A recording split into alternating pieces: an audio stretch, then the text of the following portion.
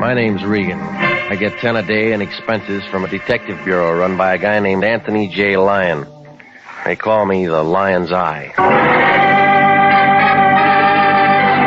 With Jack Webb as Jeff Regan, the Lion's Eye, stand by for hard-boiled action and mystery and thrilling adventure in tonight's story of the guy from Gower Gulch.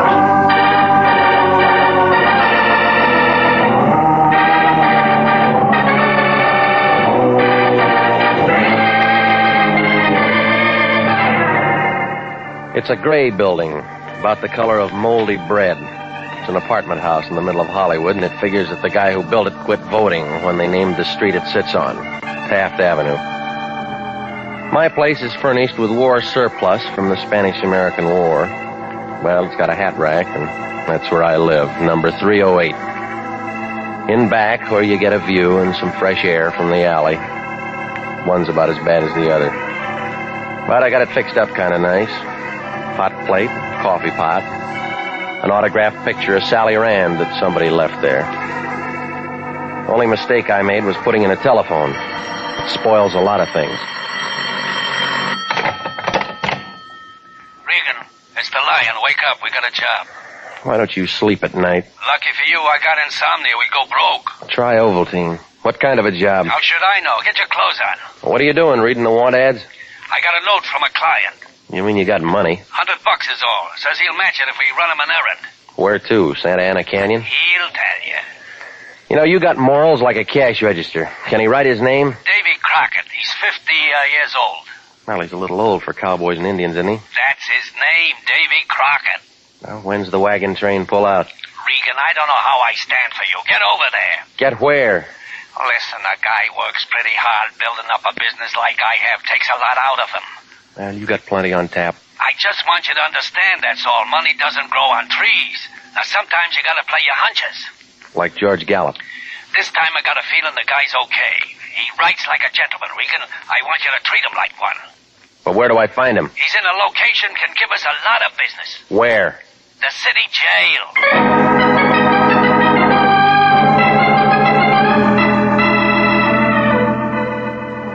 Yeah, that's the Lion. Born under the sign of the dollar. Well, it happened on Monday night, and I found the Lincoln Heights jail looking real tired after a rough weekend. They were putting fresh creosote on the walls in front of the drunk tank, and the guy at the desk looked like he'd burst his radiator if anybody phoned for another reservation. It was about 1 a.m., but after a couple of jokes I know about alligators, Sergeant Gonzalez hauled out a drawer with some cards in it. Under C, he found it. Full name, David Crockett, cell 273, solitary. Gonzalez walked me through a couple of corridors, and then he opened his cell and let me inside. Davy Crockett was there, awake and standing up. He was about 4 feet high, skinny, with a head like a sunburned turnip. He had blue veins roaming all over his nose and a handlebar mustache to hold him up. He looked at me like I was holding the fifth ace. Howdy, stranger. My name's Regan, International Detective Bureau. How do I know? Start anything and I'll set up a racket. Well, I work for the Lion. You called him. Maybe yes, maybe no. You got credentials? Where do you want him? Easy, son. Not talking to an amateur. Flyweight champion, Buenos Aires, 29. Grab yourself a squat, partner. All right. What are you so nervous about? Nothing.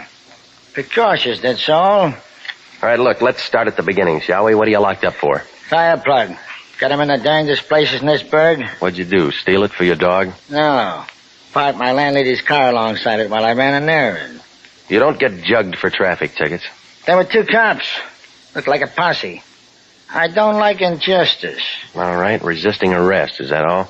What more do you want? Told you I'm not a man to be trampled with. Taught judo in Tokyo, 34. Well, the Japs still lost the war. Sit still, Regan. You're working. On what? Well, it's just another errand. It's not much. Well, come on, let's pick up the tempo, will you? My bicycle's double parked. Say, you ever get saddle sores on a bicycle? I did once. 8-day race. Yeah, I know. Now, what about this errand? Little package wrapped up in a sweater. In the alley by the ash can. Go on. I calculate I dropped it about 3.5 feet to the left of the big ash can. By accident? Man can't fight with his hands full. I'll get down the address for you here. All right. What's in that sweater you didn't want the cops to see? A polecat. It fits the rest of your story, yeah. Son, there's nothing in the life of Davy Crockett won't stand inspection. When you get the package, check it in at the Union Station. And then what? Save me the stub. You get 100. Save it for bail. You could do this job yourself. Thought I told you, Sonny. I like to be lonesome. So you had him lock you up on purpose? No, I just like it here. You want a reference? Check any of the boys in Gower Gulch. Movie cowboy, huh? Laddie, you're looking at the greatest jockey since Paul Revere. Eddie Sand to Eddie Arcaro. I beat them all. Kentucky Downs, 39. Yeah, sure. Well, a job's a job, Davy, but I got a hot tip where I fit in. Where's that? Trailing the field.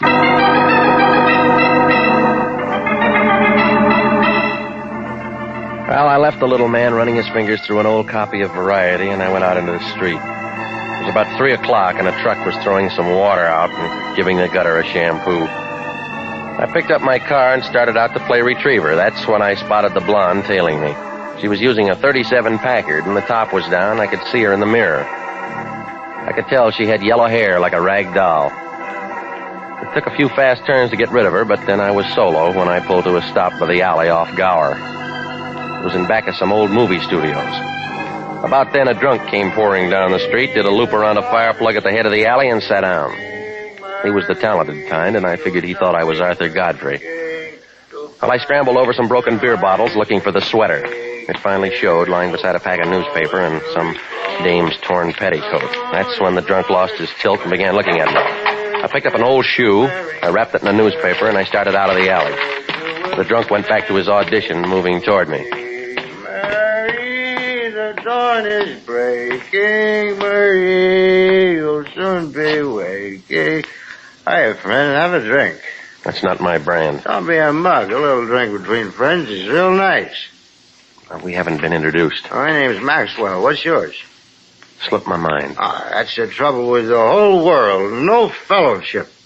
Except for my girl, Marie. You know Marie? No, I don't. Sort of short and plump with a little sinus trouble. That's too bad. Thought you might have met her. Lots of fellowship in that girl. Every time you look, another fella. All right, move it, buddy. Now, you don't want to get by me, friends. You want to stand right there and have a little drink. You got the subject we're going to talk about? Yeah, sure. Here we go. What's in the package? Dirty laundry. Ain't that funny, though? I just got me a new Bendix. Why don't you go into business? That's what I'm going to do. You're my first customer. No, I lux my dainties. Yeah, don't go away, friend. I ain't through with my sales talk. Well, hire a skywriter. Hold up, I said. Get your hands off of me. All right, Regan, the round's over. Yeah, what makes you the referee? This does. Friend here wants to play rough, Red. Reconsider, Regan. It'll make you happy. All right, what do you want? The package. You heard what he said, smart guy. Why don't you work for it? Heavy, Max. Don't leave, Regan. We're not finished. I got the package, Red. Give him a tip for picking it up. Sure. Oh.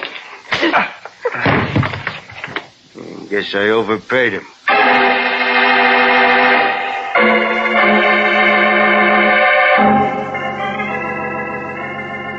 Well, it was easy to see. It was their play. I had about as much chance as a midget in a basketball game. The muscles ambled off with the package that they took from me, and I crawled back for that sweater. It was still there, wrapped around something hard and round. And when I ripped it off, a shine caught my eyes. It was a metal can of movie film, and the word Peru was marked on it. Not much for all the hush-hush, but it must have had a story. Well, I looked up a friend of mine who owned a camera shop, and I made a commotion with a $5 bill. That shook the sand out of him, and he rented me a projector with sound. The Lyons house was the next stop. We threw up a sheet on the wall and turned on the film. That completed the night. We had a trip to a good neighbor without a passport. Turned out to be a Joan Fitzpatrick giving with some kind of a travelogue. One of the most colorful in the world. A temple of worship. Home of Peru, 2,000 years old. In perfect condition. Well, stop screaming, will you? It's free. You know I can't stand movies. I got sore eyes. All right, shut up and listen to this. New Peru, the marketplace. A street vendor dressed in gay native costume, selling delicacies to Peruvian children. Beads and jewels of exquisite beauty wrought by the hands of master Peruvian artisans. Horse racing and innovation from the modern world. And native dance. I'm going to bed. You won't sleep. I stole your eyeshade. Oh, Regan, I gotta get up early. I got lots to do. It'll keep. A veritable symphony of motion. And so, it's with heavy heart we say adieu to lovely Peru, land of the Peruvians, land of charm and enchantment. And with the setting sun, we take our leave. Well, what'd you get out of it? A headache. Yeah, we'll talk about it in the morning. No, I can't wait. What you doing now? I'm phoning the city jail. Looking for a room? Looking for information. Davey will supply it. You've been drinking. Now listen, big shot. Somebody's after this film for some reason. I'm going to find it. City Jail, Sergeant Gonzalez speaking. Danny's Regan. Oh, hiya, Regan. I'm glad you called. I just got that joke about the alligators. Yeah, well, do me a favor, will you? Sure, pal, sure. Say, I told it to the lieutenant. He's still laughing. You know, it may earn me a promotion, pal. Let me talk to Davy Crockett. Oh, I can't do that, Regan. Well, you can say I'm his lawyer. Well, it's not that, pal. He's not here anymore. What do you mean? Some guy bailed him out 20 minutes ago. When I was telling the lieutenant the joke, this guy in the briefcase comes in, slaps down the bail. Out walks your friend. Well, he said he liked it there. And Davey must have changed his mind. Where'd he go? Not very far. Just over to the morgue.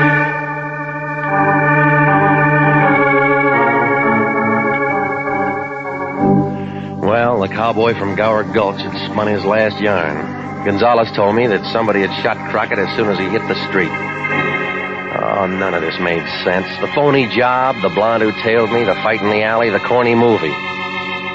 Well, the lion shoved the film in a desk, and I went out the door. I cut across his yard, but I stopped on the opposite sidewalk. My car wasn't alone. There was a 40-foot Nash sniffing at its rear fender. Hey, Regan. Well, Maxwell, That's me. you look different. Did you take the cure? Shut up. Somebody wants to see you. If it's Marie, tell her my book's full. Thought you might like a lift. No, I got a friend who runs a streetcar. Now go on, beat it. Regan, don't be that way. Offer him a panatella, Maxwell. Who's this, your father-in-law? You smoke, Regan? No, it might explode. Yes. So long. Hold it, Buster. Get in. Max. Max, I told you before, you're on probation. Oh, that's all right. Don't pick on him, teacher. He didn't hurt me. Get in front, Max. Sure. Where's your other boy, Red? We could play some bridge. I thought he'd do better in the shoe business. The one I gave him didn't fit, huh? I'm a much misunderstood man, Mr. Regan. I'm sure you'll put your best foot forward. I'd love to. My card. Horace Grundy. Mm-hmm. Sometime earlier, a little man called me, Mr. Regan. Custer or Boone or... Davy Crockett? Of course. I want you to understand I get many such calls. Party line. It's a private number, but the salesmen bother me anyway. Well, it's tough to be popular. Davy tell you what he was selling? No. Well, he didn't tell me either. Have it your own way. When I told him I'd meet him, he said he'd arranged to get out of jail. He said all he wanted was a job. And he got one. Yes, only there's no future to it. I wouldn't want anything like that happening to you, Mr. Regan. I'll renew my insurance. Oh, no, you'll come with me. It's more friendly. Suppose I don't like to talk. You won't have to, if everything goes all right. Oh, it's your taxi. And you're paying the fare. All right, Maxwell. Cloverfield.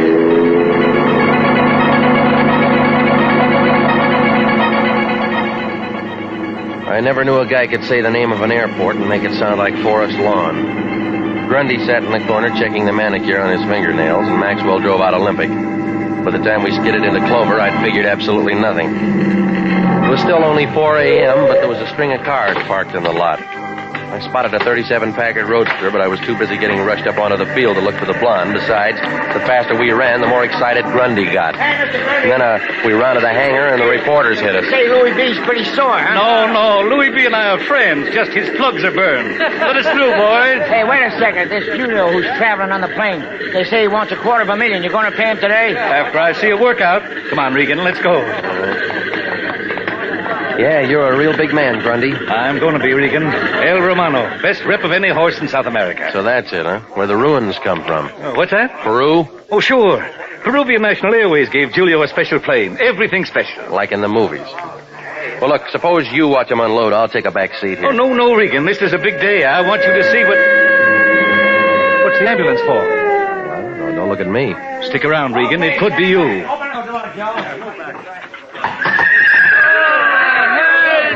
Hey, get that stretcher over there. Oh, he kicked me, hit me. It's Julio. That the guy who owns him? Must be. I tried to hold him. The halter break. Oh, my rib. Take it easy, boy. We got you. What happened? Bounce. The landing, she is rough, that is all. Where is the doctor? You're going to the hospital. Lie Oh, down. I'm broken in 6 places. Lift up the stretcher. Come on, boys. Hurry it up. Oh, he kicked me. Move fast, boys. Yes, hot Hey, Mr. down. Grundy! Mr. Grundy, the horse! Well, the guy by the plane started to yell just about the time they took Julio toward the rear of the ambulance. Grundy took a dive for the cargo door, and so did everybody else. Then I had to stand there while 6 feet of Big Shot cigar turned into a crybaby. Look, Regan. Look at the horse's leg. He's kicked himself. Okay, so he's clumsy. But he might not run again. He was going to be mine, Regan. That's too bad. Call a vet. I have already paid $50,000 retainer on the horse, Regan. I'll send you a lawyer. I got an idea you're connected with this. Oh, dry up, Buster. It's an accident. Yeah? I got an idea there's going to be another accident. Yeah, Grundy. Maybe you're right. Go! Hey, stop him! I didn't wait to see if he went down. Maxwell swung, but I took off through the crowd. It figured that Cloverfield wasn't for me, and I wasn't going to stick around for the daisy. And then I spotted a ride, the rear end of Julio's ambulance. I made it just as the buggy started to move. I pulled the door shut and tried not to step on that stretcher inside. I shouldn't even have bothered that. The stretcher was empty. The only patient was me.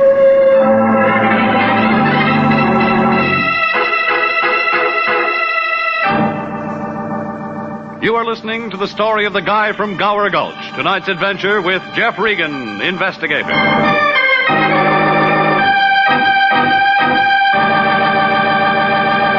Commissions are still available in the Army Nurse Corps Reserve. Graduate registered nurses between the ages of 21 and 45 may qualify for service with this fine organization. If you are interested in joining the Army Nurse Corps and believe that you qualify for a commission, apply to the Adjutant General, Washington, D.C. And now back to Jeff Regan, investigator, and the story of the guy from Gower Gulch.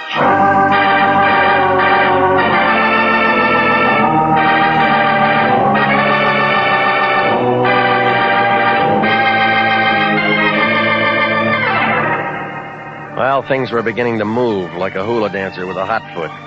Davy Crockett sent me out to pick up a roll of movie film. A Joan Fitzpatrick travelogue on beautiful Peru. There was something in it that was hot, but Crockett got himself plugged before he could say what it was. There were shots of a horse race in Peru. And when a big buster named Grundy turns up buying a nag from a Peruvian breeder, I figured a connection. So did Grundy. When the horse got hurt and Julio did a disappearing act with his money, everybody looked at me. That's when I took the shortest way to Hollywood in an ambulance, got my car, and made it for home. Only parked up the street from my apartment was that same 37 Packard Roadster I'd been dodging all evening. The blonde wasn't in it. She was sitting in my place looking real hopeful. Good evening. You keep late hours, Mr. Regan. No, it's the kind of friends I've got. Perhaps you ought to change them. I'll stick it out. What do you want? A little chance to talk to you. It'll keep till morning. Oh, but Mr. Regan, I've been waiting so long, you've got to talk to me now. Why? I'm Davy Crockett's wife. You've got something that belongs to me. I don't see any wedding ring. I don't wear one. Scare off the other boys? That's not a very nice remark, Mr. Regan. No, but you'll let it go. Only because it's not important. Oh, stop it. You're not Davy's wife. If the little guy had anybody he could trust, he wouldn't have had to call him the Lion. All right, Mr. Regan. I lied. Now, let's have it, lady. What are you after? The roll of film. That figures. It's mine. Convince me. Mr. Regan, you're becoming very annoying. Why don't you call the police? But I tell you, it is mine. Let's see the pink slip. And so it is with heavy heart we bid adieu That's to... enough. Yeah. I thought I knew that voice. Davy stole the roll from my library. Now may I have it back? Homicide will turn it over to you when they're ready. I can't wait. Well, what makes it so valuable? I'm not sure. Then how do you know it is? Because I'm not stupid, Mr. Regan. Somebody goes to a lot of trouble to break into my film library. But he only steals one roll of film. Go on. I put the police on Davy, follow them to the jail. So you go after the film. That adds up to pretty important business. Did you push those holes in Davy? Of course not. Now, you're going to get a chance to prove that when Homicide starts speaking in your cupboard. About the film, I'll buy it from you. No sale. There's the door, lady. Use it. I threw the light switch and grabbed for the floor. When the noise stopped, I looked up. My landlady was going to be mad. The shots plowed a few holes into her flower pot. The blonde turned a couple of different colors and decided she could find safer company. She left with a fire escape without even goodbye.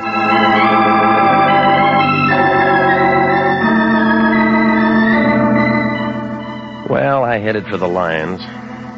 The idea being to make sure that he'd turn that film over to the police and advertise that I didn't have it anymore. That figured to cool me off and I could catch some sleep again. When I got there, the Lion looked kind of excited. He was wrapped up in a silk robe with red and gray stripes, and he carried a drink to match. He was holding a piece of that movie film up to the light. Hey, Regan, I've been calling all over for you. Where you been? I'm looking for a bed. I don't pay you to sleep. You're on a job.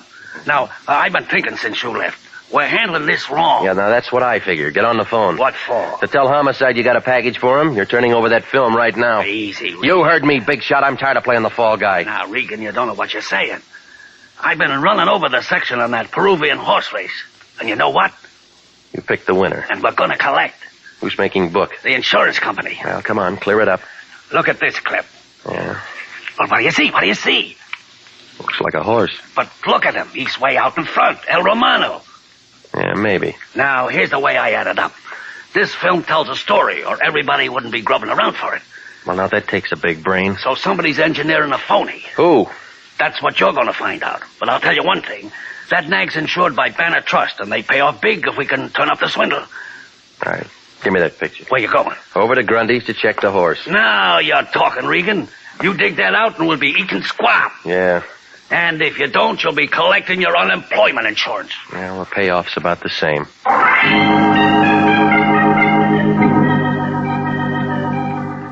I didn't like it any better than a fan dancer likes a wind tunnel. I'd already seen enough of Grundy and his boys for one night, but when the lion gets an idea, he's like a hangman with a new rope. So I went out to test it. I found Horace Grundy's place. It was a bright new house in the San Fernando Valley. There was some fancy fence in back, and a stable looked like the paint was still wet where it said El Romano. A trailer was parked on the road with a truck from the veterinarians. When Grundy opened the front door, he looked like he'd been sitting a 3-day wake, but without any beer. Hello, Regan. Well, what's the verdict? It's bad, Regan. Bad. Tendons torn. Never run. Never. Yeah, you said that. I can't believe it. Uh-huh. I knew somebody else liked animals. A guy from Gower Gulch. Decided to talk? Maybe. If you keep your hands in the audience. What else did Crockett say? Now you got him on the wheel. All right, you drive. That's better. You know the horse is insured? Not by me, it isn't. You don't own it. You just paid a deposit. Sure, 50 G's. You got it back yet? There's plenty of time. Julio's in the hospital. Oh? Well, now, if it wasn't for the accident, you would have coughed up another $200,000. Yes. No. Oh, what difference does it make? The whole deal's a bust now. What if that horse is a phony? Say some more, Regan. I don't know much more. Davy Crockett was a movie fan. You're doing fine. You had pictures? I wouldn't advertise them, but there's a shot of a horse winning a race. Take a look here. Give me that. All right, it's economy size. You're going to ruin your eyesight. I got a magnifying glass for my income tax. Well, let's get a light behind it. Now, what do you see? Horse. All right, you get a star. 4 white feet. I can do that well myself. Listen, Regan. Horse in the stable's got 3. That does it. My boss gets promoted. Come on outside. I'll show No, you. I'll take your word for it. Let go of me. I got my information. Maxwell, where are you? I told you, don't whistle the bulldogs. You're in it now, Regan. You're on my All side. right, drop your blood pressure. There's a handkerchief on the plate. Hey, wait. Hello. I look for somebody. Good morning. Pan America. Si, I'm Julio. Is Mr. Grundy? No, it's the guy with his mouth open there. How do you do? I'm so glad to meet in Choke it. Okay? You switched horses. No, you'll not understand. El Romano, he kicked me. Wait for the encore. Mr. Grundy, with belief, I'm telling you. Now, look, you better make it fast, Julio. This guy goes Shut off. up, Regan. A man trades a stretcher for a slab. Let him talk. The hospital. I did not go. Julio is honest. A debt comes first. The interest's going up. When El Romano hurts himself, I know the deal is off. I know I must see the consul, so we cash the check. What? Here we are. 10,000, 20, 30, 40, 50. Your down payment is up. Now we are one big happy United Nations, no?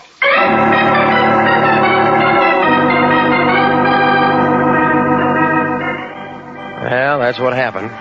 Now there were 2 guys with their mouths open. By the time we got them closed, the little gent from Peru had waddled off someplace, and Grundy folded his money and started to laugh. He was happy, and at least I had what I came for. Figured I could dump the whole plate of spaghetti on the lion. The lead horse in the travelogue was a different nag from the one in the stable. So I got in my car and headed for home. But I picked up a newspaper on the corner, and then the whole bucket turned upside down again. The green sheet was loaded with publicity shots of El Romano from South America, and he was exactly the same oat burner that came in on the plane, feet and all. No switch there. Well, if there was something phony in this act, it was that winner in that Fitzpatrick film. Well, for a minute I felt like a test pilot in a yo-yo factory, and then the string broke. I took a fast run to the Lions and one more look at those movies. I had it. The case was beginning to wind. 10 minutes later, I was back on Gower Gulch. Yes? Who is it? Regan, you alone? Don't be insulting. I'll open the door. What's the matter? You're slow. What do you want? Ask me in. No. Ask me in. Regan, look out! Be careful, Regan. I have a gun. Well, Julio. Yes, Julio. What are you doing here? Well, I told you. I know. Back at my place, you're aiming at her, not me. She's been to Peru. She has the films. You knew that. You wish like I know it. I go to the movies like everybody else. I keep my eyes on the winner. After Hollywood Park, I should have known better. Yeah, there are lots of races. El Romano was a dud. He came in last. 60 lengths with Davy Crockett digging in the spurs. You gave the nag a build-up, phony publicity to sucker an insurance company. $250,000, I was over. Can it? You could have never closed a sale without Grundy watching a workout. That would have been a slow boat to China. You want to be a sailor, too? Oh, stop being tough, will you? You wore yourself out when you kicked up El Romano in that plane. It looked good. Not to me or Joan. Look out, Regan. You're asking for a daily double. Well, I'm going to take it across the board. Give me that gun. Leave me alone. Drop it. No, you're breaking my arm. That's the idea. I'll kick you in the stomach. You better go back to his stretcher. Well, Yeah. You can be useful. Well, when I'm working. What about after hours? I'm not bad, you know. No, I never noticed. Look again. No, I'm all through with the ponies. Want to bet? Davy Crockett told me to play my hunches. Here I am. Yeah, but you're a loser. What do you mean? You threw those holes into Davy. It was Julio. Oh, you're trying real hard, but he was on the plane. What do I do now? Well, you might bid a fond-adieu to Gower Gulch. That's not funny, Regan. I know it. But you ran out of film.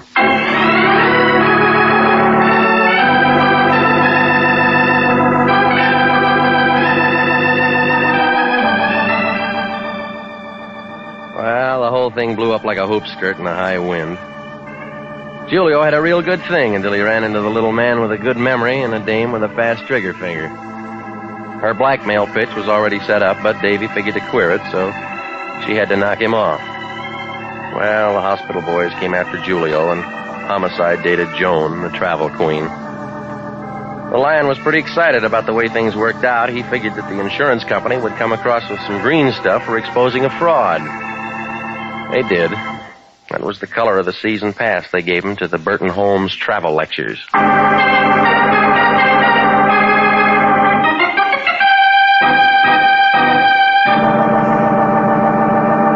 Jack Webb is featured as Jeff Regan with Herb Butterfield as Anthony J. Lyon. It's CBS at the same time next week for more hard-boiled action and mystery with Jeff Regan, investigator. Written by Larry Roman and Jackson Gillis, produced by Sterling Tracy. Included in tonight's cast were Leo Clary, Clayton Post, Yvonne Patey, Ed Begley, and Herb Ellis.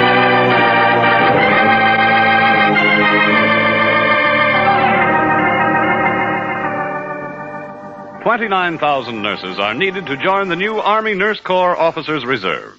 For the first time in history, qualified nurses have the opportunity of receiving commissions in the regular Army Reserve. These nurses will remain on inactive status, ready to serve their country in time of emergency. 4,000 of them, if they wish, may choose active duty. All nurses who receive commissions will benefit from the opportunity for specialized training offered to them by the Army. Inactive reserve status will not interfere with the nurse's civilian life, but the educational opportunities offered her by the Army Medical Department will be of a great advantage in her work. Don't wait. If you're a registered graduate nurse between the ages of 21 and 45, drop a card for complete information to the Adjutant General, Washington, D.C. Original music for this program is by Milton Charles, Bob Stevenson speaking. This is CBS, the Columbia Broadcasting System.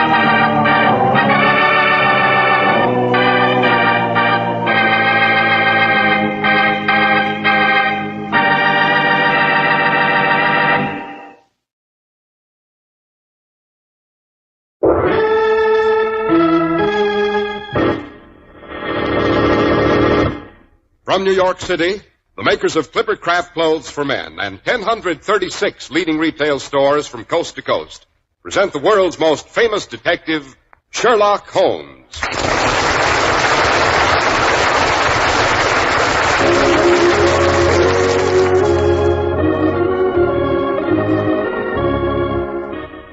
This week's adventure, A Case of Identity.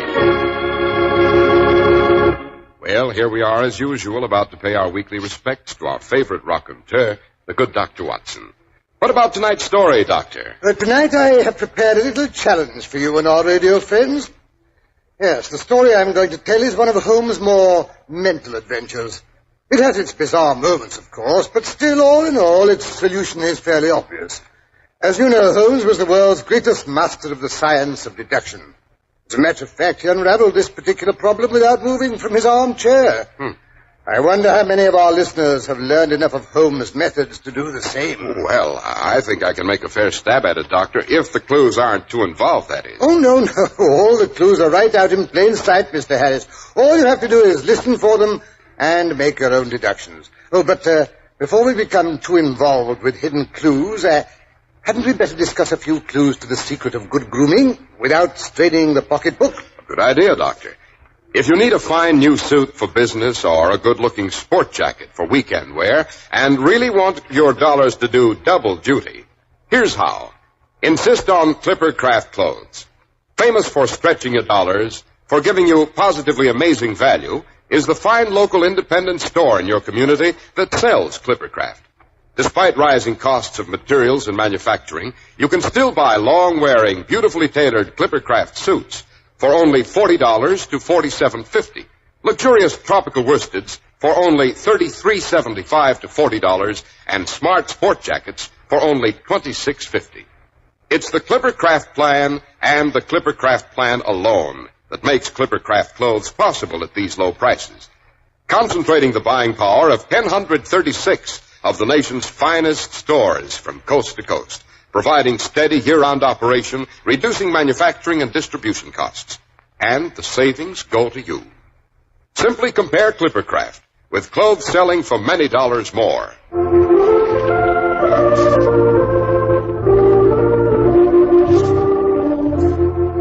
And now, Dr. Watson, back to the adventure you think we should be able to solve for ourselves. Right, Mr. Harris. It was during the middle years of our joint occupancy of the lodgings in Baker Street.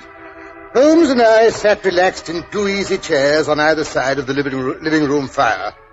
Holmes' long legs stretched out in front of him, his head wreathed in the smoke from his favorite pipe, a horrible black greasy old clay affair that he coddled as if it were a child. Well, we had just finished an excellent breakfast, and Holmes was in the philosophic mood that so often accompanies the process of digestion.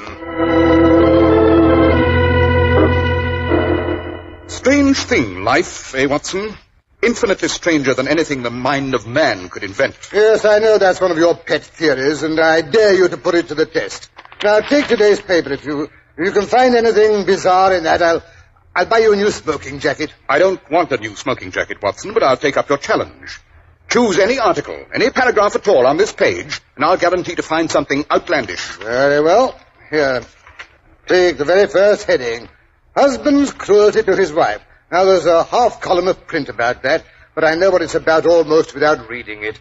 There's the other woman, the drink, the push, the blow. No writer could invent anything more crude or commonplace. Your example, Watson, happens to be rather unfortunate. The husband was a teetotaler. There was no other woman, and the cruelty complained of was that he had the habit of winding up every meal by taking out his false teeth and hurling them at his wife, which you'll allow is an action any literary man would hardly be able to make believable. Well, maybe so, but that's just an exception. Life is made up of exceptions, Watson. There's one now, standing on the pavement on the opposite side of the street. You mean that large, Hebe-like young woman with the enormous boa around her neck and the curling red feather in the hat? Yes. Well, look how she oscillates backward and forward, and the way she fidgets with her glove buttons. Oscillation on the pavement always means an affaire de coeur. She would like advice, but it's not sure that the matter may not be too delicate for communication. She's decided to take the plunge. Here she comes across the road like a swimmer leaving the bank. I say perhaps she's been seriously wronged. No, Watson. In that case, the woman no longer oscillates. She pulls out the bell wire to the front door. You hear that, Watson? Decidedly fluttery. The maiden is not so much angry as perplexed and possibly grieved. Oh, but here she comes. Come in, come in. I hope I'm not intruding. This is Mr. Sherlock Holmes, the detective. Yes? Won't you sit down? This is my friend and colleague, Dr. Watson. Pleased to meet you. Delighted. My dear young lady, don't you find that with your short sight it's a little trying to do so much typewriting? Oh, I did at first, and that's a fact. But I've got so now I know where the letters are without Oh, but how did you know? Someone's told you about me. Oh, don't look so alarmed, my dear. That's just a bit of detection. Mr. Holmes can tell things like that by looking at you. It's his way of showing off. Oh, I see, but it did take me aback, your knowing things like that. It's my business to know things. I knew you used the typewriter from the appearance of your fingertips and the double line pressed into the plush above your wrists. It was equally obvious that you're nearsighted from the marks left on either side of the nose by your pince-nez. So you see, my dear Miss... My name's Sutherland. Mary Sutherland. So you see, my dear Miss Sutherland, there's nothing terrifying in my conclusions. Well, no, not when you explain it like that. And now, perhaps you'll tell me why you came away to consult me in such a hurry that you managed to put on 2 odd shoes. Why, bless my soul, so I did. The right one's my Sunday pair. Yes, you must have been rather agitated when you left home. Yes, I did bang out of the house, and who wouldn't? It made me fair angry to see the easy way Mr. Windybanks, that's my father, took it all. He wouldn't go to the police. He just sat there and said there was no harm done and everything would come right in the end. So finally I got mad and told Father I was coming to you myself. You say your father, but surely you mean your stepfather, since the name's not the same. Yes, he's my stepfather. Mother makes me call him Father, though it sounds kind of funny, him being only 5 years and 2 months older than myself. I see. How recently did your mother marry this Mr. Windybanks? Oh, about 2 years ago it was, Mr. Holmes. And I'll admit I wasn't very pleased, seeing as it was so soon after Father's death. And him a man nearly 15 years younger than herself. Enough to start complications in any home. Eh, Holmes? Quite. But please continue, Miss Sutherland. I gather your father left your mother fairly well off. Yes, sir, he did. You see, Father was a plumber in Tottenham Court Road, and he left a tidy business behind him. After he went, Mother carried it on. Although I must say that William, Mr. Hardy, Father's foreman, did most of the work. And a good thing he made of it, too. This Mr. Hardy, was he your father's age? Oh, no, sir. He was just 2 years older than me. The fact is, we had a sort of an understanding till this year Mr. Windybanks came along. Oh, and he didn't approve of Mr. Hardy? Oh, it weren't that so much as that he didn't approve of the plumbing business. Said it wasn't high class. Oh. Mr. Windybanks is a very superior gentleman himself, Mr. Holmes. Travels in wines for Westhouse and Marbank, the claret importers in 10 Church Street. Oh, a real toff he is. I see. Yes, sir. So after him and Mother got married, he made us sell the business. They got £4,700 for the goodwill and the interest. But Mr. Hardy said it was practically giving it away. And so him and my stepfather had an argument. And my stepfather told Will to clear out and never darken his door again. Quite theatrical. Yes, my stepfather's like that. Well, Will says he's off to Birmingham. And will I come with him? And I says, well, I can't hardly be expected to leave me own mother. So then he gets mad and biffs off. Without giving you a chance to change your mind? Well, yes. And how is he doing in Birmingham? Very nicely, I hear. Got his own shop and all. Oh, not that I write to him. I wouldn't send him a word if I was dying, I wouldn't. Of course. Serves him right for not being more persuasive. Yes, sir. Oh, but that's neither here nor there, Mr. Holmes. The fact is, I don't know why I even mentioned Will Hardy.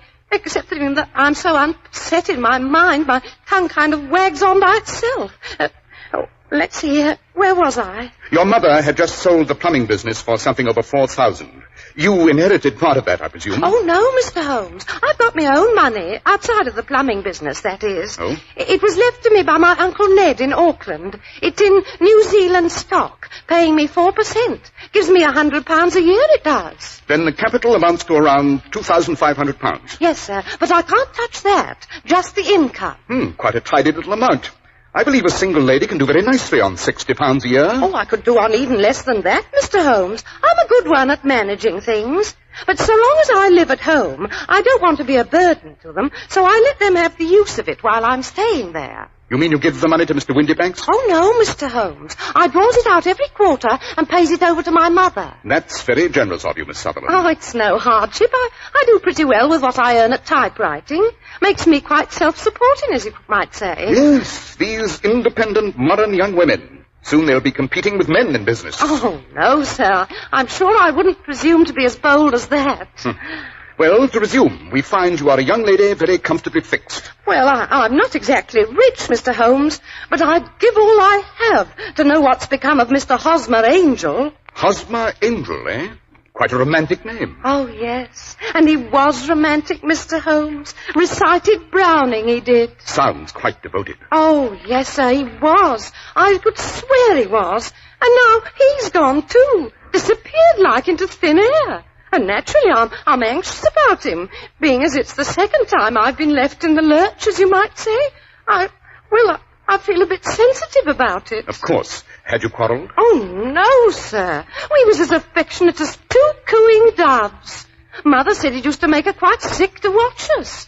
Oh, not that she wasn't all for Hosmer. That she was. Helped me to keep it from father and all. Oh, then your father didn't know about this new admirer? No, sir. That is, not until later. And then he never really saw him. And how did you first meet this Mr. Hosmer Angel? Well, Mr. Holmes, I met him at the gasfitter's ball. How romantic. Oh, yes, sir, it was. The gasfitters used to send father tickets while he was alive, and afterwards they kept on sending them to me and mother. Mr. Windybanks didn't wish us to go. He never did wish us to go anywhere. If I so much as wanted to go to a Sunday school treat, he would get quite mad about it. Rather unreasonable. Yes, sir. Well, it happened that the week of the ball, he had to go to France on business, so he wasn't there to make a scene when Mother and me went. It was a lovely ball, Mr. Holmes. I wouldn't have missed it for anything. It was there I met Hosmer. He was a lovely dancer. You should have seen him do the polka. Swept you quite off your feet, I've no doubt. Yes, sir. Well, he called next day to see if Mother and I had got home safe the night before. And after that, I went out once or twice for walks with him, and things was going along as smooth as you could wish. And then Father came home, and Hosmer couldn't come to the house anymore. No? No, sir. Father didn't like me to have young men come to the house. Said it didn't look well for a young girl to have followers. Rather a tyrant, eh? Oh, yes, sir. But pretty soon, he had to go off to France again for a couple of weeks, so I started walking out with Hosmer again. And this Hosmer made no attempts to see you in the meantime? No, sir. I wanted to, but Mother said she didn't think it was safe. Oh, he wrote to me every day, Hosmer did. Oh, here, I brought the letters. I thought they might give you a clue. Quite right. We'll look them over later. Am I to take it that you and Mr. Angel had, an understanding? Yes, sir. We were engaged after the first walk we took together. The first worker, eh, Holmes? Watson, don't interrupt. What was Mr. Angel's business, Miss Sutherland? He was a cashier in an office in Leadenhall Street. What office? Oh, that's the worst of it, Mr. Holmes. I don't know. Where did he live, then? Oh, he slept on the premises. And you don't know his address? No, sir. Except that it was Leadenhall Street. Where did you address your letters? Leadenhall Street Post Office, to be left till called for. He said if they was to come to the office, he'd be ragged by the other clerks. I offered to typewrite them like he did his, but he wouldn't have that. Said that when I wrote them myself, it seemed like there was something of me in them. That'll show you how fond he was of me, Mr. Holmes. He was always thinking of little things like that. Yes, quite suggestive. Can you remember any other little things about Mr. Hosmer Angel? Any little peculiarities? He was a very shy man, Mr. Holmes. He'd rather walk with me in the evening than in the daylight, because he said he liked to hold my hand, but he didn't want to be conspicuous. Very considerate and gentlemanly. Oh, yes, sir, he was a thorough gentleman, with the silkiest brown beard. Even his voice was soft-like. He told me he'd had quinsy and swollen glands when he was young, and it left him with a weak throat. How unfortunate. Yes, sir. His eyes were kind of weak, too, like mine, and he wore tinted glasses against the glare. I'd say he was about 5'5" and had small hands and feet. I see. And what happened when Mr. Windybanks, your stepfather, returned to France? Well, I wrote Hosmer, and he came round to the house, and he said I'd have to marry him before Father came back, as he couldn't stand the separation any longer. So I asked Mother, and she said, why not? Every girl was entitled to her own husband. Oh, Mother was all for Hosmer from the beginning, almost more than I was myself. So you got married? Well, no. Well, that is... Not quite. Oh, what happened? Well, the wedding was set for yesterday morning. We thought it best to make it a quiet ceremony. It was to be at St. Saviour's Church, with a wedding breakfast afterwards at the St. Pancras Hotel. Well, about 9 o'clock, Mother and me was all dressed and waiting for Hosmer. I was a bit upset, I guess. You know how a bride feels, Mr. Holmes. Oh, dear, I'm that nervous, I don't know whether I ought to get married or not. Don't you fret, Mary. All brides is like that. Why, when I was married to your father, I was so jumpy I split both me gloves. Oh, I know, but I hadn't known Hosmer very long, Mother. Maybe I oughtn't to jump off the deep end like this. What's the good of waiting, Mary? Better get married now before your father gets back. Yes, I suppose so. Oh, dear me, I wish my shoes wasn't so tight. Shh, here comes Hosmer now. Don't he look handsome with that flower in his buttonhole and all? No, you stay here, Mary. I'll answer it. A bride should act shy-like on her wedding day. Good morning, Hosmer. How's the groom? Good morning, Mother. Oh, I'm fine. Hello, Mary. Hello, Hosmer. What's the matter? You look kind of white. Oh, I'm all right. How are you? Oh, I'm all right too, Hosmer. Well, we better be shoving off. I got a hansom waiting outside. Oh, but Hosmer, it's such a little way, and hansoms is expensive. You don't think that any bride of mine is going to walk on her wedding day? Now, who can that be? Hosmer, you're as full of jumps as a kangaroo. Now I'll go. What is it? Telegram? Oh, thank you. It's a telegram. Maybe somebody's died. I'm almost afraid to look. Here, let me. I'm used to these things. Expect me home today. Erasmus G. Windybanks. Father's coming home. What if he gets here before... Now, don't lose your nerve. You're of age, remember, so it don't matter how he raves afterwards. Oh, Mary, promise you won't let him tear us apart. No. Swear it, Mary. Now, where's the Bible? Mary's carrying mine, the one I got married with. Both times. All right. Now, put your left hand on that Bible and swear that whatever happens, you will always be true to me, and to me only. But what could happen? Oh, you never know. Now, swear it, Mary, for my sake. Swear it. Yes, Mary. Why not do as Hosmer asks? All right. I swear. Oh, good. Now then, let's get on with it. Yes, Hosmer. Oh, dear. Is my bonnet on straight? Yes. Only hurry. Mr. Windybanks may get back any minute. Mary, don't forget your flowers. No, Mother. Well, hurry. Now, here's the cab. You first, Mother. Now, easy, don't upset the cab. Now, Mary. That's right. Aren't you coming too, Hosmer? No, there isn't room. I'd muss your dress. I'll hail another cab. Oh, yes, there's a four-wheeler now. Hey, cabby! Now, you go on. I'll follow after. See you at the church, Hosmer. St. Saviour's driver. Yes, Hosmer got the other cab. It's following us. Oh, my knees are knocking together like anything. Now, hush up, Mary. Anyone would think you didn't want to get married. Well, maybe I do, and maybe I don't. Well, just hold your breath and it'll be over in no time now. Here's the church.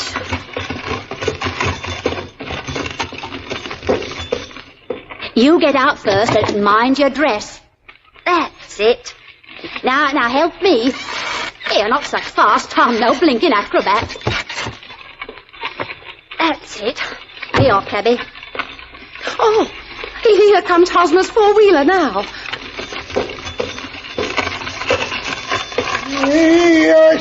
St. Saviour's like you asked for. Why doesn't he get out? Give him time. Maybe his knees is shaky too. Come on, sir. What ails the man? Mother, something's wrong with Hosmer. Oh, stuff. I'm going to see. Wake up there. I'll speak to him, cabby. What? The cab's empty. What? Something's happened to Hosmer. He's gone and left me waiting at the church.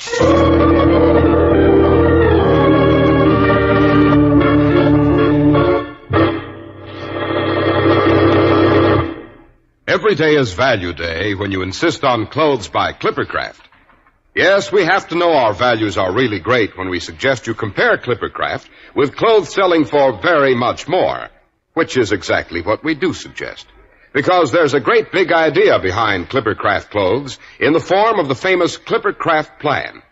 You get the benefit of great savings made by concentrating the buying power of 1,036 of the nation's finest stores from coast to coast. Yes, the Clippercraft plan really streamlines the fine old craft of clothes making. When you can get such remarkably fine quality in suits for only $40 to $47.50, in tropical worsteds for only $33.75 to $40, and in sport jackets for only $26.50, why pay more? For selling expensive clothes at inexpensive low prices at the nation's finest stores is the great big idea behind the Clippercraft plan. That's why men who know insist on Clippercraft clothes. So be sure to visit the Clippercraft store in your city. These leading stores in the metropolitan area are proud to add their names to Clippercraft in your suits, top coats, sport jackets, and tropicals. In Manhattan, Saks 34th, Broadway at 34th. John Wanamaker Men's Stores, Broadway at 8th and 67 Liberty Street. In Brooklyn, Abraham and Strauss. In Newark, New Jersey, Boulevard Men's Shop, Kresge Newark. And in Jamaica, the B&B Clothes Shop, 16408 Jamaica Avenue. And now back to Baker Street, where we find Dr. Watson commiserating with the young lady who has been left waiting at the church. A shameful way for any gentleman to act, deserting his bride at the altar. Oh, no, Dr. Watson, I'm sure he didn't do that. Not on purpose, that is. He was too kind for that.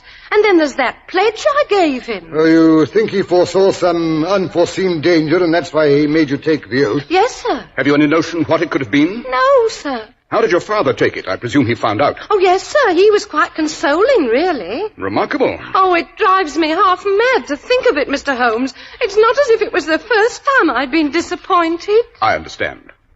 I shall be delighted to glance into the matter for you, Miss Sutherland. Now, let me advise you to turn the whole matter over to me, and don't let your mind dwell on it any further. Above all, try to let Mr. Hosmer Angel vanish from your memory, as he's done from your life. Then you don't think I'll ever see him again?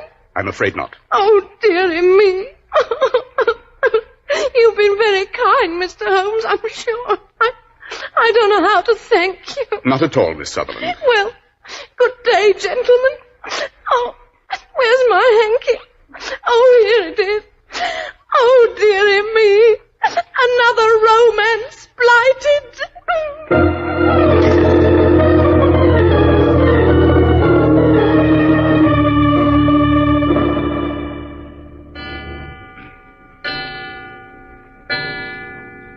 Holmes, what a horrid mess of bottles and test tubes. That smells of hydrochloric acid. Marvelous, my dear Watson, marvelous. I don't believe you've buzzed out of this room since that poor young lady left early this morning. No, it wasn't necessary. Then you've solved it? Certainly. It was bisulfate of baryton. No, I mean the mystery of the disappearing bridegroom. Oh, that. There never was any mystery in that affair, Watson. Pretty self-evident, don't you think? Oh, no, can't say I do. Oh, really? But I let you look at Mr. Hosmer's love letters. But they were typewritten, even to the signature. Yes, that's what's really suggestive. Now, what's that? Mr. Windybanks, I fancy. Well, you mean the girl's father, stepfather? Quite. I sent off a note to him this morning to his place of business. But I must say, Holmes... And this afternoon I received this businesslike reply on Westhouse and Marbank stationery, saying he'd be here at 6 o'clock. Come in, come in. Ah, Mr. Windybanks? Yes, Mr. Holmes? This typewritten note was from you, on which you set the time for this appointment at 6 o'clock? Yes, Mr. Holmes. I'm afraid I'm a trifle late. It's about Miss Sutherland's missing suitor, eh? Quite. I'm sorry she's troubled you, Mr. Holmes. But you know what young girls are. Besides, it's a useless expense. Because how in the name of this and that can you expect to locate Hosmer Angel? Pardon me if I disagree with you, Mr. Windybanks, but I have every reason to believe that I have located Mr. Hosmer Angel. Delighted, Mr. Holmes, delighted. Yes. I wonder if anyone's ever told you that a typewriter has really quite as much individuality as a man's handwriting. You don't say. Oh, but I most emphatically do. Every typewriter develops its own little idiosyncrasies. Now, this note of yours, Mr. Windybanks, You'll notice that all the E's are slightly slurred, and there's a slight defect in the tail of the R. Yes, I never noticed it before. Obviously. Now, I have here 4 letters which purport to come from the missing man. In all of them, the E's are slurred and the R's tailless. Well, I didn't come here to waste time with fantastic talk like this. If you're going to catch the man, catch him. And let me know when you succeed. Certainly. Watson, be good enough to lock the door. With pleasure. Now then, Mr. Windybanks, I have caught Mr. Hosmer Angel, because you yourself are that gentleman. But Well, what if I am? I didn't marry the girl, did I? It's not actionable. No, your conduct is even worse than that. It's dishonorable and degrading. In the first place, you're the sort of scoundrel who marries an older woman for her money. Not satisfied, you want to assure yourself of the daughter's income, which you'll lose if she marries. You make her break off with her first sweetheart.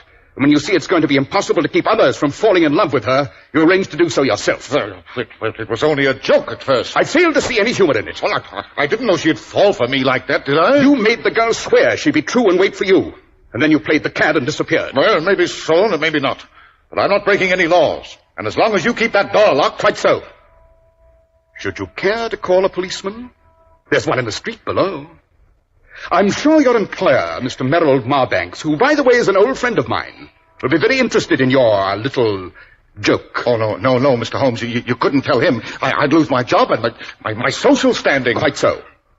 I'll keep quiet on one condition. Oh, yes, sir. Anything at all. You are not to discourage any more of Miss Mary's suitors, past, present, or future. Oh, no, Mr. Holmes, I wouldn't think of it. It was all just a little game, you see. Yes. Well, the game's over. Watson, you may show the gentleman out. Right. Now then. Yes, sir. Well, good day, gentlemen. I hope you won't hold any hard feelings, Mr. Holmes. And if you ever... Come along, no loitering, or I'll boot you downstairs. Have a good mind to do it anyway. I'm going. Filthy blackguard. I say, but I still don't see how you spotted the man. That typewritten letter, Watson, particularly the signature. Obviously, the man wanted to disguise his handwriting, which would have been familiar to the girl. Well, whose handwriting would have been familiar to her? Answer, the father's, as he was the only man she was allowed to come in contact with. Well, it's really quite simple when you explain it. Oh, by the way, are you going to tell the girl? I? No, heaven forbid. I shall let Mr. Will Hardy of Birmingham have that privilege. I wrote him the facts of the case this morning. No, he'll be able to persuade her to believe it. I never could. Holmes, you're a moral coward. Perhaps, Watson. You remember the old Persian saying, "There's danger for him who taketh the cub of the tiger, and danger also for whoso snatches a delusion from a woman."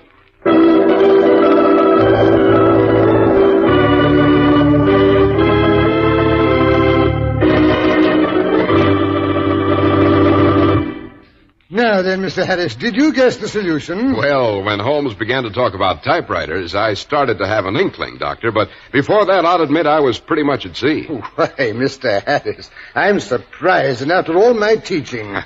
Well, how about giving us a hint about next week's story, Dr. Watson? Yes, Mr. Harris. Next week, I think I'll tell you about a particularly complicated case of violent and untimely death that Holmes and I ran across on what started out to be an uneventful excursion up the Thames. I call it the complicated poisoning on Eel Pie Island.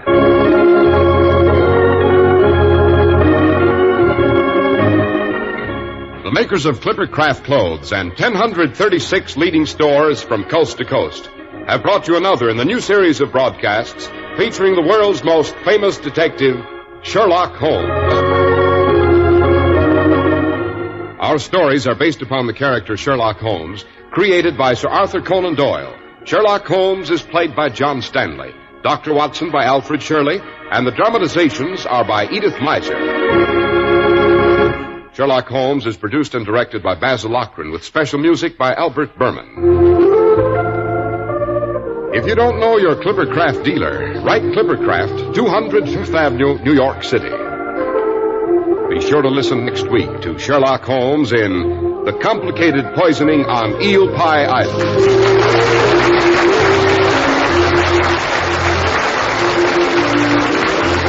This is Cy Harris speaking for Clippercraft Clothes. This is the network for the Indianapolis Speedway races on Monday, the Mutual Broadcasting System.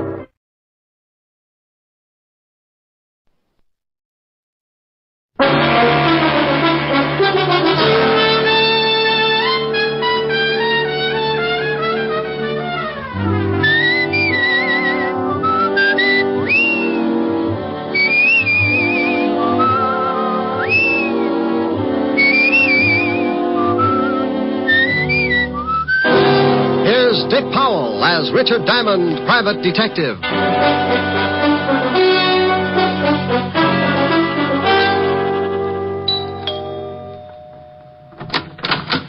Oh, good evening, Mr. Diamond. Evening, Francis. You look like you're going out. Yes, sir. Miss Asher wants me to go down to the delicatessen for some cold cuts. Well, where is Miss Asher? In the study, sir. Well, I'll see you later, Francis. Why don't you bring back some roll mop? Roll mop, sir? Herring with the bends. Very toothy. Yes, sir. Ollie Ollie oxen free. Rick. Hi. Hi. Well, get the silk thing there. Lounging pajamas. Yeah. I guess we're going to stay in, huh? Uh-huh. I just sent Francis out for some food. I met him at the door. Look, I've got to do a few things in the kitchen. Why don't you stretch out on the couch and take it easy until dinner's ready? Okay, I'm pretty tired. Might rock out. No, a little sleep might do you some good. Here, read a magazine if you want to stay awake. Oh, swell. Gory detective. Who sends you these things? The Corpse of the Month? Pretty bad. I won't be long. Okay. Oh, no. The case of the bloody... Oh. It was going on 11 o'clock, and the fog encircled the old house like a thin, wet blanket. Oh, swell. The figure of a man crept stealthily across the gravel of the garden path. These riders really dream it up. Miss Diamond? What? How did you get in here? I followed you from your office. Shh. You left the door unlocked when you came in. Well, now, look. I know I shouldn't have come into someone else's house, but this is a matter of life and death. Hey, pulling down the blinds. I don't want anyone to see us talking. Well, you're on the 8th floor. Who's chasing you? A herd of monkeys? Please, you must listen. Now, look, if you got troubles, come to my office in the morning. Tomorrow morning may be too late. I'm supposed to die tonight. Try breathing. You expand your chest, take a lung full of air. No, Yes, it does wonders. Keeps you around for days. You better get out of here. Please, Mr. Diamond, don't give me away. Please. Yeah, baby. Wait a minute. Duck under that desk. Oh, bless you, Mr. Diamond. Rick, I thought I heard you talking to someone. Talking? Oh, no. Must have been reading out loud. This is swell literature. The case of the grisly ghost. Oh. I like to keep up on the exploits of a private detective. You don't tell me anything about your cases. I'm modest. Hey, you got your coat on. Where are you going? Oh, Francis just called. He's had a flat tire. I'm going to pick him up in the other car. Don't you want me to do it? Oh, I'm not going to let you out of this house. I'll be right back. Okay. Read The Grizzly Ghost. It's not bad. Bye, baby. Bye. Okay, Spider-Man, you can come out now. Oh, thank you. Now, what the devil's going on? I told you my life's in danger. I need help. Tell me about it. I haven't time now. Come to this address in about an hour. My name's Leeds. Leland L. Leeds. Oh, for Pete's sake. I must get back before they miss me. I don't want them to know I got out. Say I called you and told you to come over. Here's the address on this card. Please don't fail me, Mr. Diamond. Now, wait a minute. My fee's $100 a day and expensive. Of course. I'll have a check for you. Goodbye.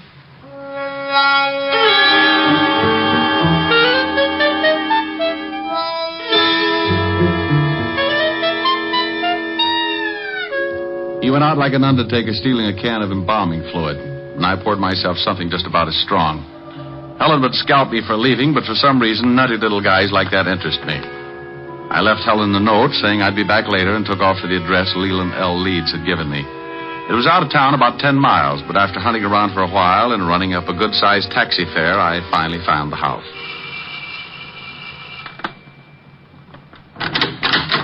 Yes?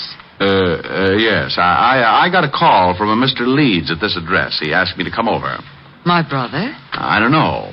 Well, it couldn't have been. He's very sick. He's upstairs sleeping. Well, he was just coasting off to Dreamland when he called me. I think you'd better let me in. Oh, a detective. All right. Just what did my brother tell you, Mr. Diamond. He said his life was in danger. I'm Nina Leeds. I think you'd better come into the living room, Mr. Diamond. Dr. Miller can explain things better than I can. Sure. Roger? This is Mr. Diamond. He's a detective. Oh? Lee just called him. This is Dr. Miller, Mr. Diamond. Hello, Doctor. How do you do? You from the police? No, private stuff. Oh, I see. Now, Mr. Diamond, I'm afraid you made a trip for nothing. Well, here are the drinks. George, this is Mr. Diamond. He's a private detective. What? Mr. Diamond, this is George Brodeen. How are you? Oh, fine, thank you. Anything wrong? I don't know. Lee phoned Mr. Diamond and told him he was in danger. How did you know that, Doctor? I told Miss Leeds what he said, but not you. I'm Mr. Leeds' doctor. He's having a nervous breakdown and suffers from an extreme persecution complex. If he called a detective, I'm sure he must have said something like that. And that's quite correct, Mr. Diamond. What do you do, Mr. Brodeen? Why, I'm with the New York Museum. I'm a friend of the family. I've been watching Lee break up for the past month. Mm-hmm. May I talk to your brother, Miss Leeds? I don't think you can. I gave him a very strong sedative. Let me get you a drink, Mr. Diamond. When Lee wakes up, you can talk to him. Sure.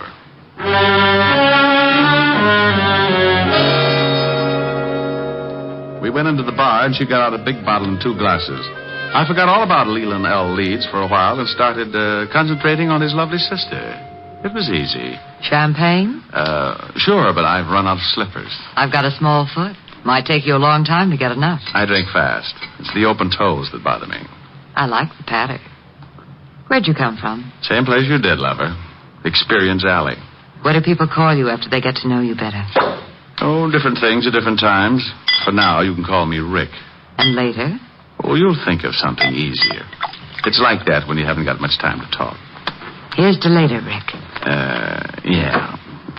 What does the doctor specialize in? Roger's a brain specialist. Mental disorders, mostly. It's Lee. He's off again.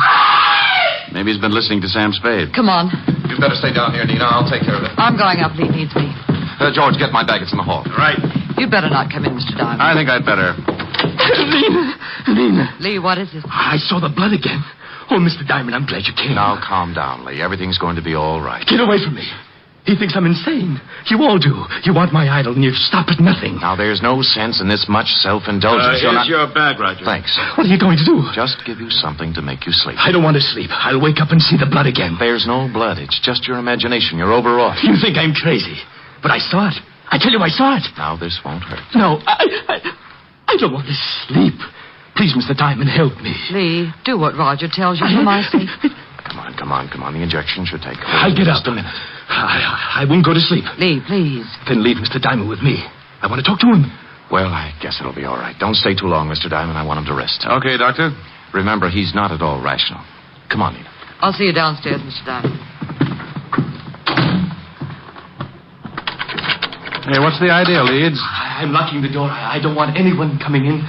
Pardon me for walking around in circles. I got to stay awake. Uh-huh. Those people downstairs are trying to drive me crazy. They must have been working overtime. They're after my idol. Your what? My idol. That carved image standing on the night table. Oh, yeah. Here, look at it. Look at it. Well, that's dandy. How many box tops did you have to save? Mr. Diamond, at this moment, you are holding $100,000 in your hand. I am? Last month, my grandfather passed on and left his entire estate to my sister and me. Among the effects was that idol. It was left to me. What is it, platinum? Oh, no, Mr. Diamond. That is the lost idol of King Tut.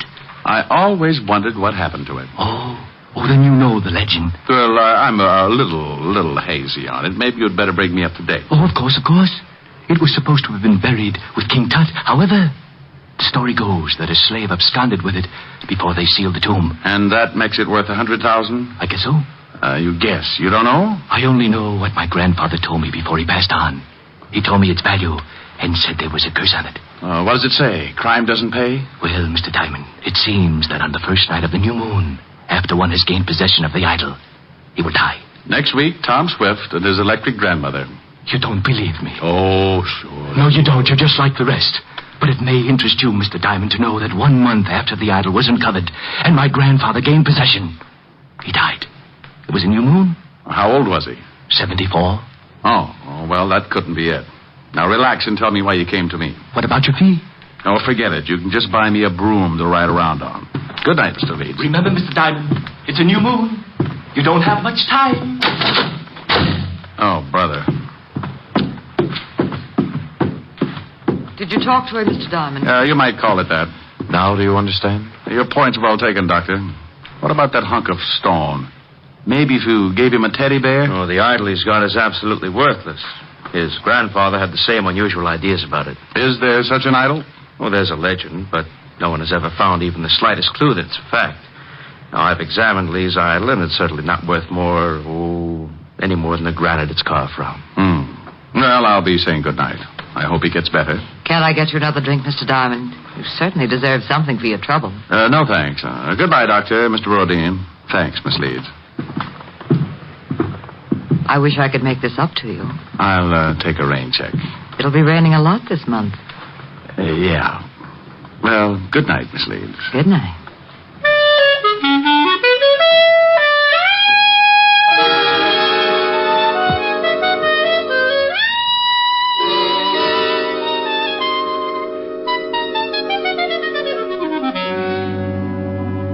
I went out and got a cab. As far as I was concerned, the frightened little man in the nightshirt was going to end up modeling straitjackets, and the private detective would only add to the confusion. It was 8 o'clock, and I told the cabbie to take me to 975 Park Avenue. Helen would be angry, but it was worth going back to. A couple of hours with her could make a guy as contented as a bear that had just cornered the honey market. We pulled up in front of Helen's apartment, and I paid the cabbie. I was just going in when a small convertible skidded to a stop in front of the building. Mr. Diamond! Mr. Diamond! It was Leland L. Leeds again, and you could still see part of the nightshirt under his topcoat. He leaned out of the car window and called. Over here, Mr. Diamond. Please, I must talk with you again. I'd had enough of the jumpy little man with the idol, so I started into the apartment without answering. He called again, climbed out of the car, and started to cross the street toward me. I looked back just in time to see the other car swing in toward me. Look out, Leeds! I ran back into the street and looked after the disappearing car. The lights were off, and I couldn't get the license number. It was too far away. I leaned down by the little man in the nightshirt. He was pretty far away, too. He was dying and hurt. Mr. Diamond? Yes, Leeds? Take the idol.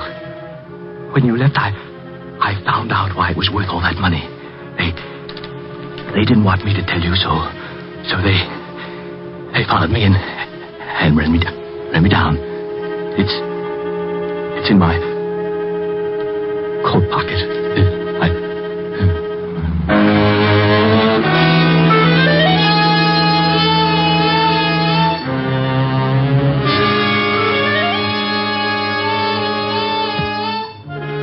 He died lying on his back in the street.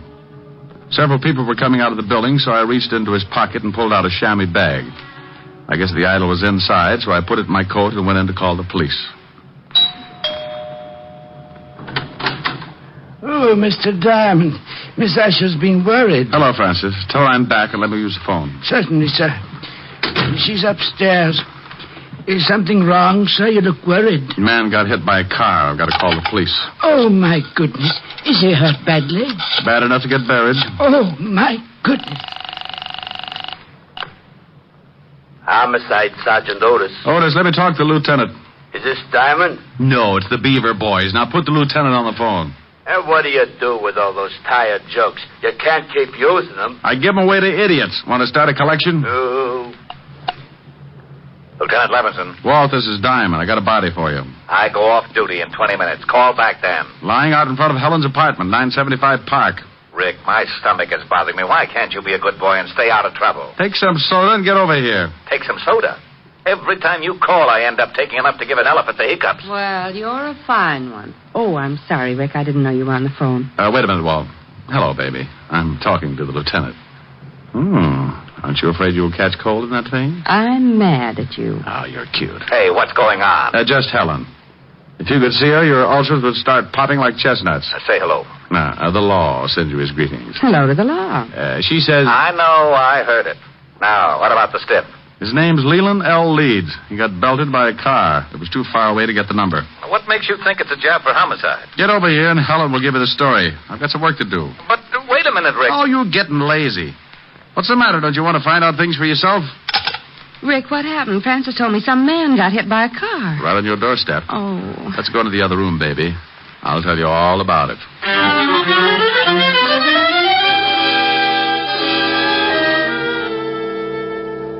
We went into the warm study, and Helen poured me a tall drink. I briefed her on what had happened earlier in the evening, and she sat down next to me. There's something about red hair that does things to me. It smelled fresh and clean, and with her that close, I could have been sitting in the middle of the Arctic and still kept my temperature above 102. Rick, do you have to go back out there? Well, somebody's got to tell his sister, and in a way, I feel a little responsible. Are you going to give her the idol? Hmm? The idol. The thing you took from poor Mr. Leeds' coat. You could at least show me what I'm playing second fiddle to. Oh, that's right. Yeah, I nearly forgot about it. Oh, here it is in this chamois bag. Oh, what an ugly little thing.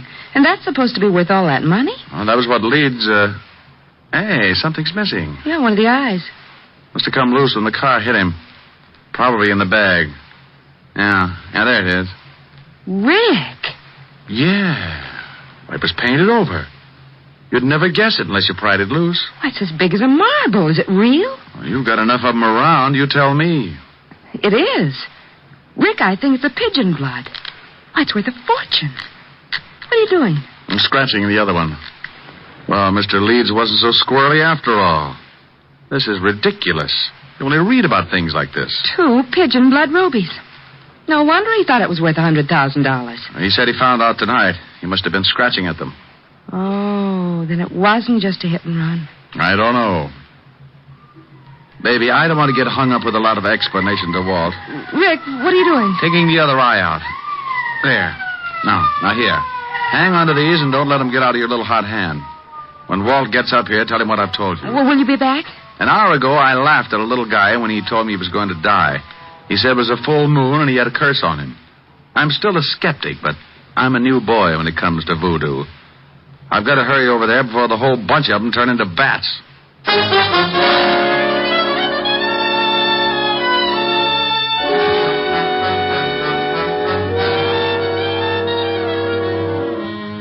I went down in the service elevator and out on the street. The wagon was driving off with Leeds, and Walt and Otis were going into the building when I slipped up to the convertible and got in. Leeds had left the keys in the ignition like I figured, so I took off and headed across town.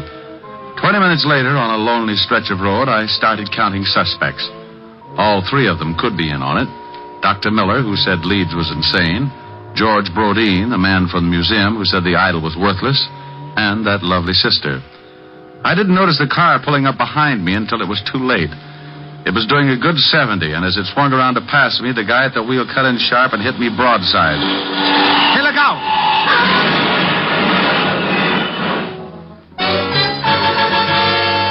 I went through a white fence and over an embankment. The car rolled, and somebody dropped the knight on my head. I went to sleep. I don't know how long it was before I started coming around, but when I tried to shake myself back, it was like pulling my head out of a barrel of molasses. It stuck to my eyes and plugged up my ears. I tried to claw the stickiness away, but my hands were like 2 baseballs. I moved my shoulders and felt the stiffness in my back.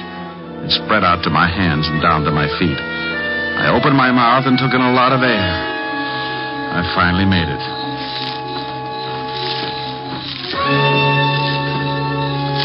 Someone was trying to get me from the highway, so I pulled myself clear of the wreck and started moving in a circle, keeping whoever it was at a good distance. I was too pushed around to put up a fight, so I made it back to the highway and walked along until I found a little gas station on the road. The joint ain't open. And then your lock's busted. No, it ain't. Then I floated through the wall. Where's your phone? It ain't for public use. Try isn't. Okay, wise guy, the joint isn't open. The phone isn't for public use, and you isn't so big you can't get tossed out on your face. And you isn't so wealthy, $5 won't make a difference. Oh, why didn't you say so? Phone's on the wall. Thanks. You know the Leeds family? Yeah, they get gas here sometimes. Hello. Evergreen 34369, operator. How far is the house from here? I'm a little turned around. About a half a mile. Hello, Francis? Is Lieutenant Levinson still there? No? Well, just tell him to get out to 19319 Jackson Heights Boulevard. I've got a killer for him. Yeah, oh my goodness. Now hurry it up. You a cop? Shamus. What do you take for the use of your car for an hour? My wife would kill me. I'll drive you wherever you want to go.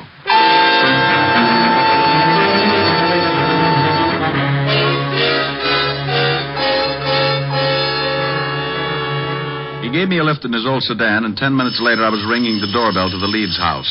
I was glad the girl answered. She made me feel better right away. Mr. Diamond, come in. Thank you. Where are your friends? Raj and George? Well, they went out to look for my brother. He disappeared right after you left. I'm terribly worried. Oh, have you got that drink? I could use it now. Certainly. I don't know why Lee ran off like that.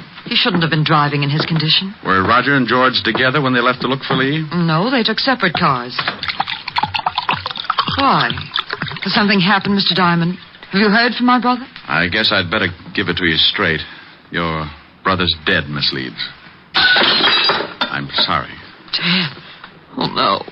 He was hit by a car. It's all because of that horrible idol. That stupid, horrible idol. If my grandfather hadn't told Lee it was worth that much money, this never would have happened. Did you think it was worth anything? No, of course not. But we couldn't convince Lee. Now he's dead. Would you please answer that, Mr. Diamond? Sure. You take it easy.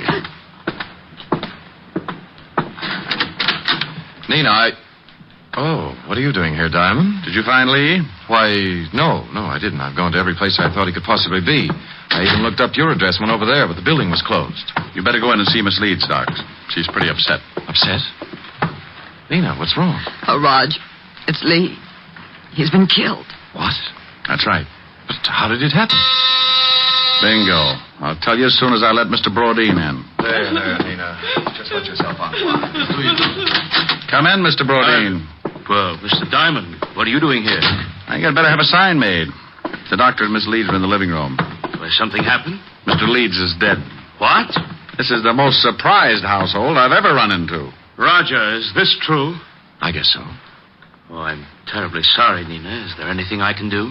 No, thank you. Where did this happen, Mr. Diamond? In front of 975 Park Avenue. Car hit him. I was with him when he died.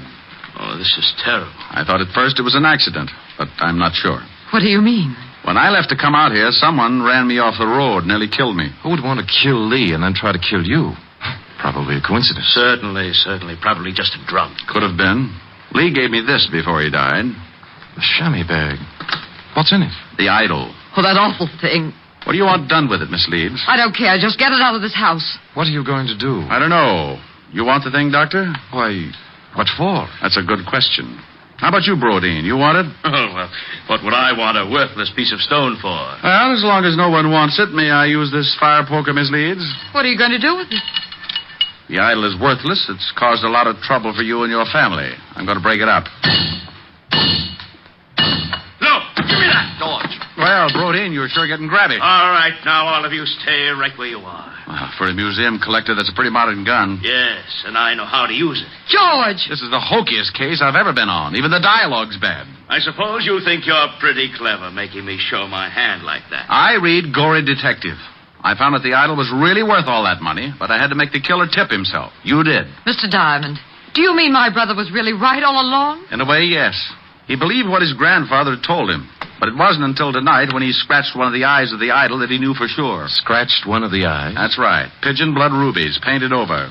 Well, now I'm leaving you. Well, that's good, but you're minus something. Minus what? A couple of rubies. I took them out of the idol. You're lying. Take a look at the bag. What? They're gone. I'll kill you for this. Give me the gun, George. Look out. He's going to shoot. Give me the gun. All right, everyone. This is the police.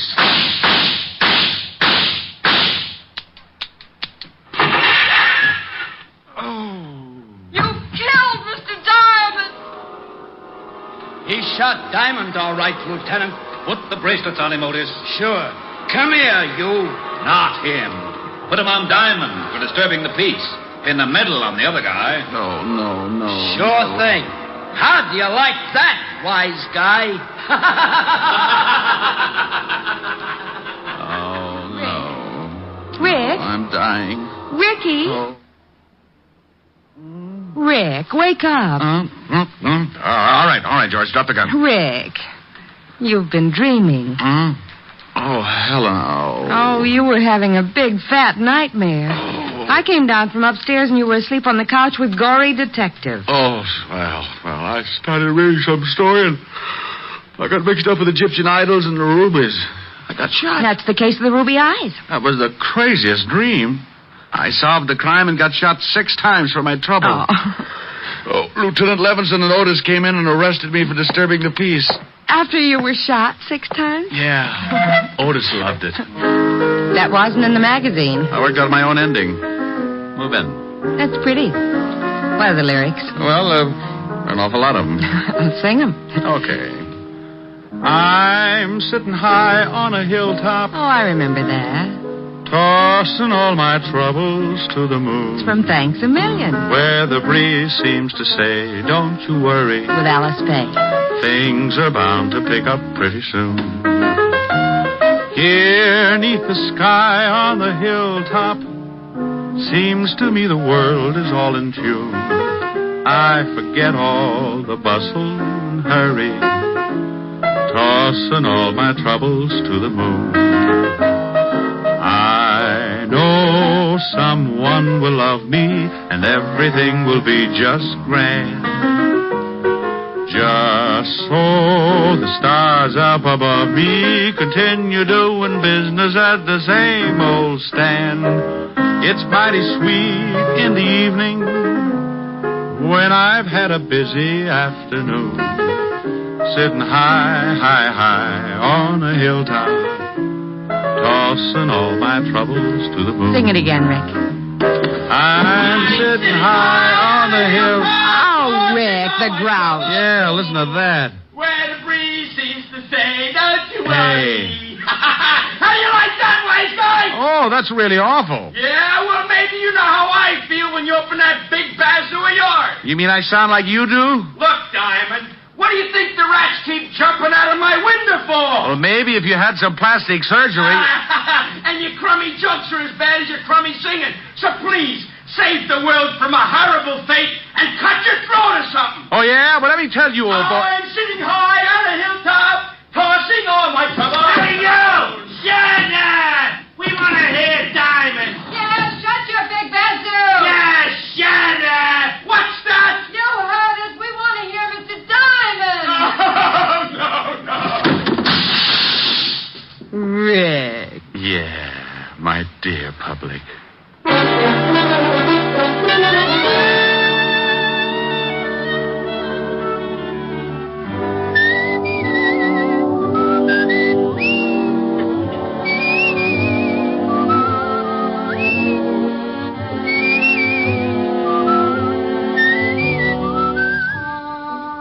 You have just heard Richard Diamond, Private Detective, starring Dick Powell. Helen was played by Virginia Gregg, Lieutenant Levinson by Ed Begley. Also in our cast were Wilms Herbert, Peter Leeds, Yvonne Patey, Stephen Dunn, and Jack Crucian. Music was under the direction of Frank Worth. Richard Diamond is written and directed by Blake Edwards. Portions were transcribed. Dick Powell soon will be seen in the screen version of the best-selling novel, Mrs. Mike. Now, this is Eddie King inviting you to be with us again at the same time next week when we will again bring you Dick Powell as Richard Diamond, Private Detective.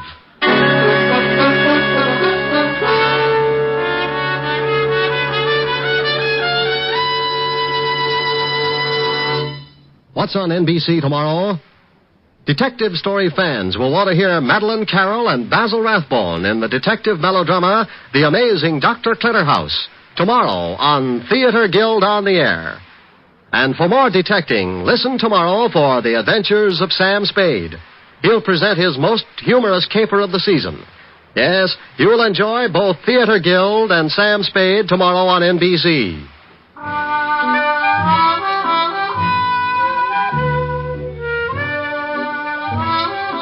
Next, it's Free Ride to Danger with Dorothy McGuire on NBC.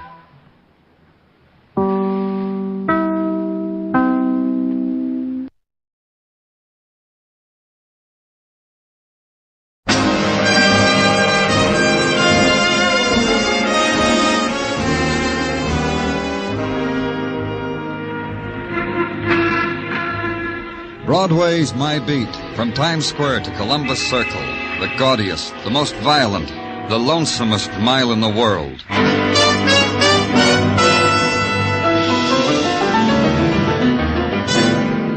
Broadway's My Beat, with Larry Thor as Detective Danny Clover.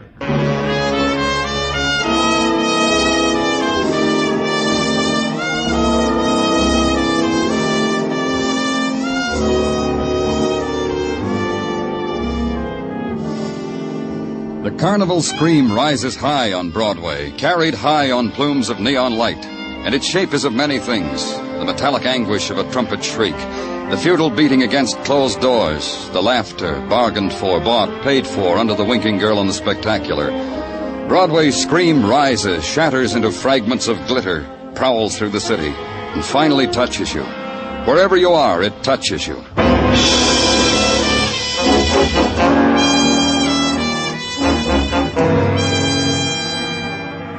For me, it was a phone call. A girl dying, it said, from a jackknife in a dime a dance palace on Broadway. Come to it, Danny. Maybe you can grab yourself a free dance. The welcome committee is out, the pale girls with the scarlet streaked across their mouths, and the restless scarlet-tipped hands playing in the spinning lights, reaching out for you. Someone called, said a girl was hurt. Where is she? Me, I called. Sure you don't want to dance with one of those girls first? Where is she? You're square. You're a square policeman. Come on, I'll take you to her. Georgia's the neat type, don't like to spoil the fun. That's why she picked the lonesome lounge to die in. You got it picked out where you're gonna die. You should. You really should. The lounge with beaded curtains. With Georgia. Get out, go dance. It's all right, Danny. You? You, Georgia? Me, Danny. Fran can stay. She's my good friend. Okay if she watches me die, isn't it? Who did it, Georgia? A dancer. Keen dancer. You should have been here for his mambo dancing. It was a show. Who? He stabbed you, Georgia. That makes it all right to tell me. Who was it? He bought $5 worth of tickets. A man like that, you feel you know. Don't ask his name. It spoils it. With this knife? Yeah. While dancing. I'm keeping it for a souvenir. Make sure it's with me in the coffin, huh, Danny? Promise. You're a long way from home, Georgia. What brought you here? I like it here. Come here a lot. It's peaceful. The man blows the bugle so peaceful. The crowd, Georgia? Will the boys in the crowd stab you because you're not liked anymore? How can you talk when he's... Listen to it, Danny. Listen. A girl feels young again with music like that. A girl feels...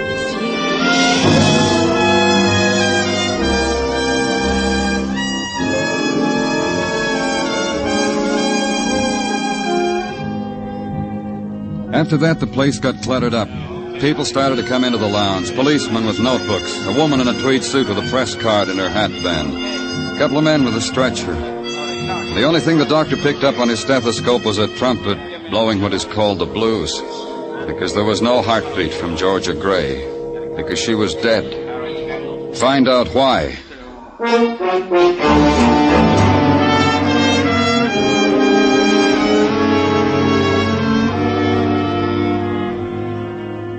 Go now to Mott Street, where it intersects an alley whose name no one remembers. Climb 4 flights of stairs and wonder briefly why the quality of sound and light in a tenement is like nothing else in the world. And walk a corridor where mice and men live together in perfect tolerance. And stop at a door.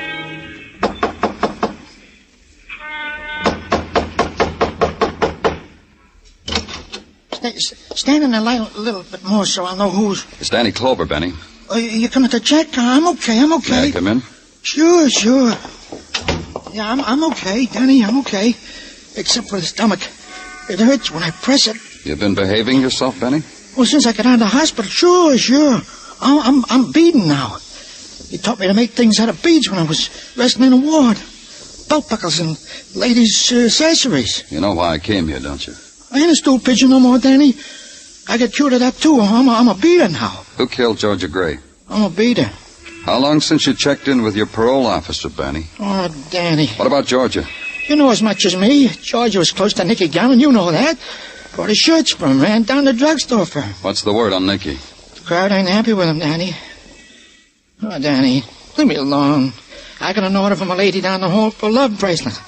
I got to deliver today or I'll be breaking my contract. Nothing else, huh? So help me, Danny. Nothing.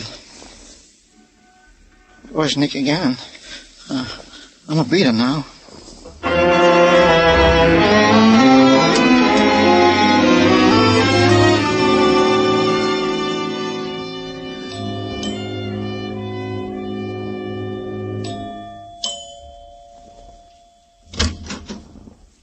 Well, you, huh? Off your beaten path, aren't you, Danny? Inside, Nicky. Don't strong-arm, Danny. I was going to invite you in anyway. Georgia Gray, Nicky. She's dead. Word came to me how you closed her eyes. I wish it had been me. Maybe you got there ahead of me, Nicky. Maybe you went dancing, saw Georgia in a place you never thought she'd be. Killed her because she was getting away from you. Oh, you're tired, Danny. Awful tired. No one gets away from me, not even the dead. Come on into the den. I want you to meet my mother. She'll be hurt I don't show her my friends. All right, Nicky. I wouldn't want her to be hurt. You'll wish yours had been like her. Just wait. Mother, look what I brought you, Danny Clover. Sit down, Danny. Have a mint. Nicky has them made up special for me. Thanks. Well, special, huh? Nothing too good for my mother. It's always been like that with my son. Up to now. Nicky hasn't been good? He let his girl die in a cheap place. Dancing with another man for pay, for dimes. That cheapens his name. You could have stopped it, Nicky? How could I have known, Mother? I told you. Don't snap at me, Nicky boy. I'll slap your mouth, wash it out with dirt. Georgia liked that hole, Danny. I never understood why. She tried to explain it to me about the music, about dancing. Crazy for dancing. Who understands these things in a girl? When she had everything a girl... Everything you gave her. Everything you worked hard for. You're getting your share, huh, Mother? The funeral, too, Nicky? Will you buy me one like the one you're buying for Georgia? Let me show you the invoices, Danny. I never knew dying came so high. Inflation, huh? Maybe it'll wipe out the taste of what happened to her. Where it happened to her. It's just a maybe, son. Don't build a monument on it. Want to know why they killed her, Danny? You know, Mrs. Gannon?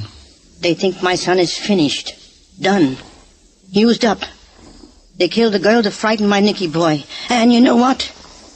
My boy's frightened. Who does that to you, Nicky? Your friends? Your boys? You'll know when you see their bodies on a slab. It'll be in all the papers. You'll save the clippings for me, huh, Nicky? Oh, is it your dream, Danny? I told you. Wonderful girl, my mother. When I got back to headquarters, there was a file on my desk. The neatly centered sticker on its front cover was typed Georgia Gray. Open it, read it, digest it. Georgia Gray, age between 25 and 29, computed from data gathered from arrests. Hometown, Salina, Kansas. Followed a soldier to New York port of embarkation in 1943, but never caught up with him. So she stayed. Counter girl in a 5 and 10. Then model for ladies' garments. Then nightclub hostess. And 2 years ago in night court, after losing a race with a squad car, she said she'd retired. Because I don't have to work anymore, she said. No better reason, she asked? Name linked with Nicky Gannon from here on in. Address Park Avenue. Expenses shared by Fran Holland, who said now she'll have to look around. First thing I'm going to do is get another roommate. Did you get along well with Georgia? She had her ideas, I had mine. You know what I mean? Tell me. No, this and that. Georgia was what, a pretty girl? I'd say she was beautiful. Yeah, I guess she was very beautiful. Very. Ah, but she was ruining it. Ran around, danced, but she didn't enjoy herself. I know she didn't. She only enjoyed herself relaxing here with me. Something I haven't made up my mind about. Well, you better make up your mind about it, Danny. Sure. She had all that dough and she lived with a dance hall hostess with me. You know why? Because she needed someone like me. To run home to her? Right. So she could have soft hands rubbing the back of her neck. To bring her cold tomatoes when she needed it. She run often, friend?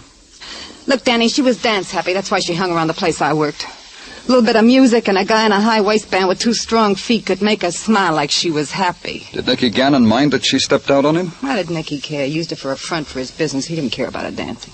Who killed her, friend? A man. What else but a man? What man? Who? You know what you ought to do, Danny? You know Tommy Chandler? Nicky's hood? The padded shoulder that stands near Nicky with his hand in his pocket. Ask Tommy. See how he reacts when you ask him. You know where Tommy is? I know where he'll be in the morning. You know where the ducks are in that pond in Central Park? 8 o'clock, he throws them bread. Stale bread. But what do ducks know?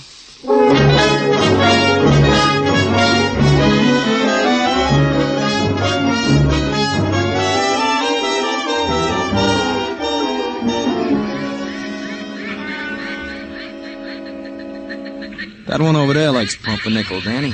Here, give him a piece. You'll make an impression. We got none of these advantages at city jail, Tommy. You gonna arrest me, kid? No. Ducks will miss me.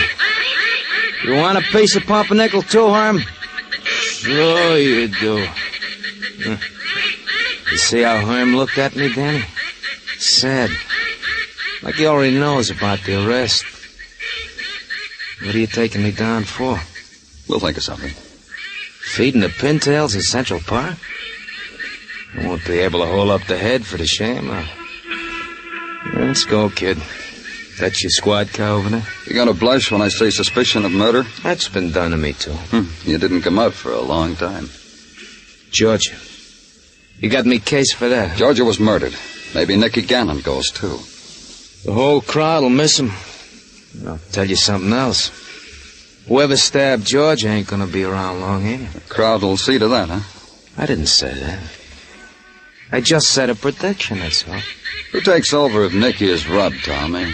You? Take over what? A backroom poker game for matchsticks?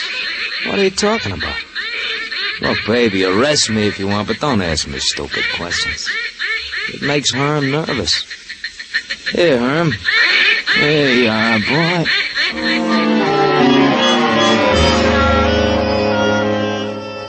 Herm looked sad when I took Tommy away from him. All the ducks looked sad. For a minute. Then they found a new love with a stale loaf of bread, swam away, screaming for it. Tommy looked back over his shoulder, stopped to call them a name, got shoved into the squad car. But on the way down, a code call, a woman's voice in the police radio. Man dead, she announced with a quiet number. Then she said it plain, in an alley, 4th Street off 6th. Get there, car 62. We got there. Mind if I tag along, Danny? Man dead. I recognize from the number. We gotta share these things. Hold your gun on him, Muggavan. He wiggles a toe, break it for him. Pleasure, Danny. Let me through. Let me through.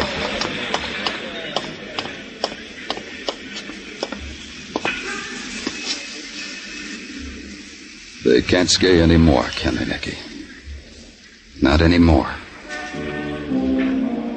He was propped up against the wall, his head thrown back, his mouth open, like he was trying to tell someone about it. The furtive dog scrubbing for food in the trash, not listening. The small crowd he'd assembled because the blood sighed across his shirt front, but not listening.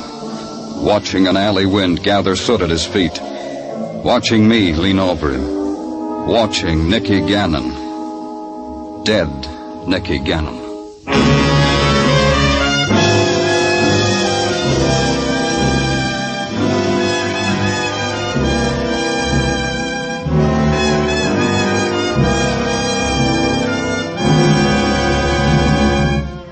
You are listening to Broadway's My Beat, written by Morton Fine and David Friedkin, and starring Larry Thor as Detective Danny Clover. You'll find Jack Benny in the desert this Sunday night on CBS. Jack and his gang are making a safari to entertain the boys at an air base in Nevada. And for more laughs, there'll be another session with Eve Arden as the gay, romantic, fun-loving schoolteacher, our Miss Brooks, on most of these same CBS stations.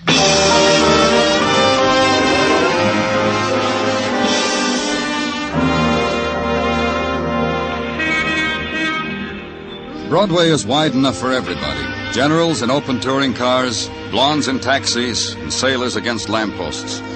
It's the place to come to, for one reason or another. To be a tourist, or get stared at by the tourists. To make a pitch, buy a bargain, get cheated, insulted, or have your picture taken.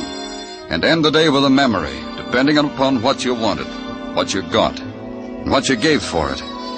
And part of the day's memento of Broadway will be the news item. Nicky Gannon shot down in an alley.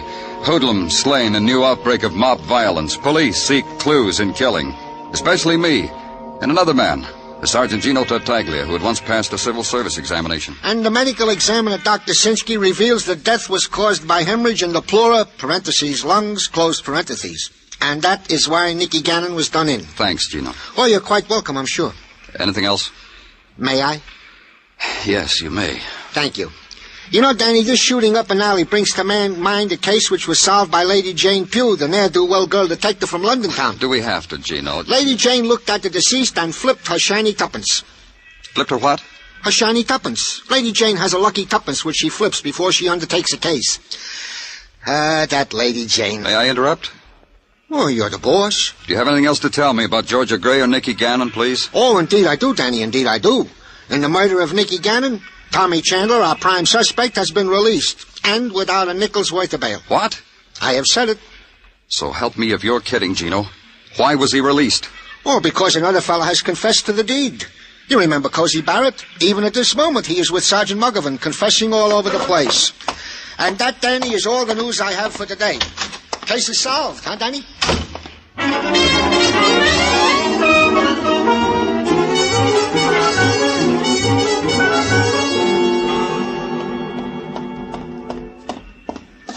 Yes, and that ain't all of it, Sergeant. George ain't all of it. Lots of people met with me, then ended up under a sheet in the ice house. You killed before, Cozy?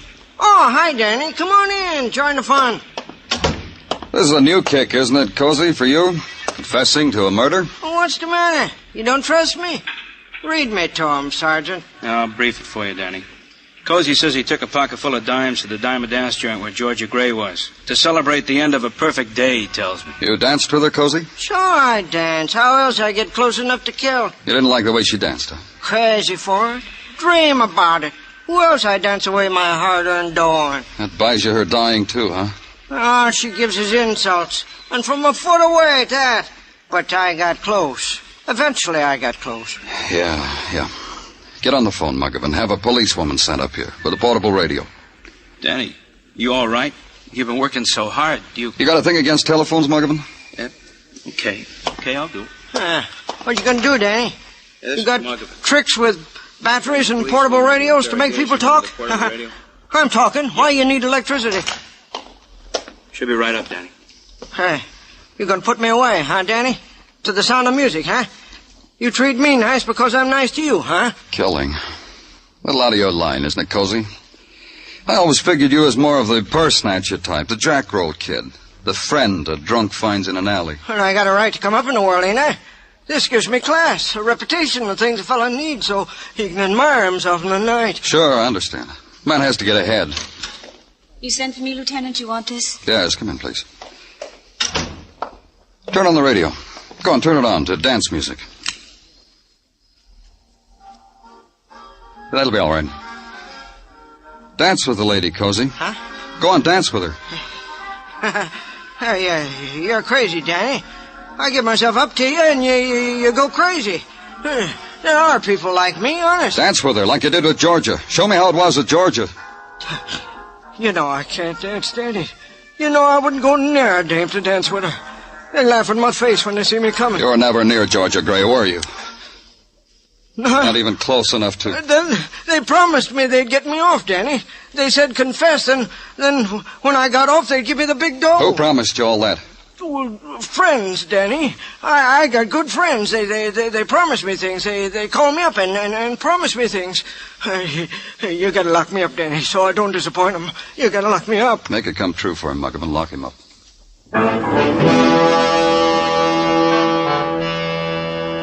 Now the afternoon was 2 hours old, and the gray had turned into a wetness, a drizzle that hung skirling in the air before it touched the pavement.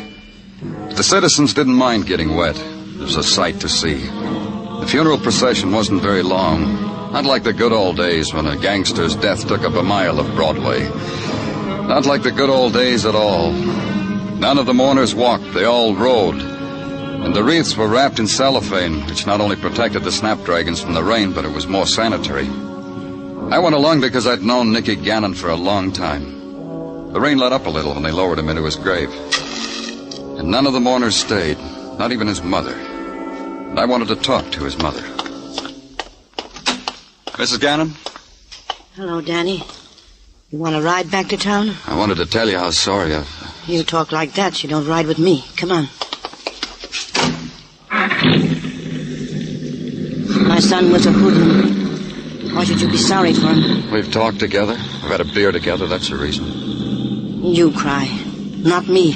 Whatever you want. He was your son. My son got scared. Man gets scared, a man don't live anymore. And that's all his dying does to you, Mrs. Gannon? Look what I've got, Danny. A thug's funeral on a rainy day. He was your son. He's dead, Danny. I'm not. I'll think about him. Some things will come up in my mind from time to time that I've forgotten about right now. And I'll smile. And I'll think nice about Nicky then. Do you know who killed him? I know. Who? I said I know. The same person who killed Georgia? If I let you out of the car now, you'll get wet. You going to do anything about the person who killed Nicky? I'm sure of it, Danny. Sure of what? It's going to rain all day. Funny, ain't it? The paper said it was.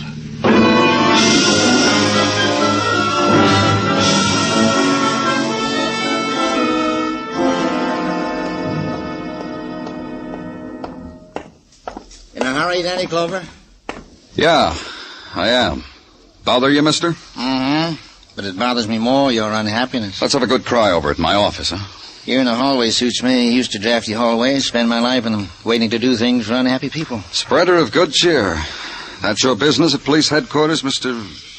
What name do you spread it under? Forbes, counselor at law. My card. Forbes, counselor at law. Someone came to you, said I was unhappy. You took the case. Almost precisely how it happened. They told you what makes me sad. Kindly people, they grieve when a policeman throws away a confessed killer. Cozy Barrett? It seems to them almost ungrateful. However, they respect your analytical prowess. You got something I can hang on my wall that says that? Something much better. Silver cup, maybe, with an inscription. Better. An envelope, manila with money. It could take you hours to count. No silver cup, huh? Better. A bonus. The killer. The real true killer of George and Nicky. That could bring you so much happiness to a man like you. Where do I find it? Where else? Envelope and killer. The Diamond Dance Palace. Where Georgia danced upstairs, 1 o'clock. That's this morning. Be there and a smile will grow on your face. You've brought me true happiness, counselor. Thank you. Then he walked away. At the end of the hall, he stopped and looked back over his shoulder, grinned at me. Then he turned up his collar and walked out into the street. This was at 7 p.m. Then a walk down Broadway, and dinner, and a double feature on 42nd Street. Then it was time to go.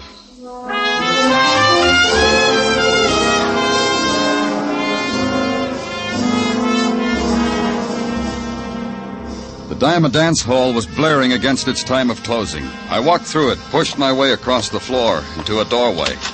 No one stopped me.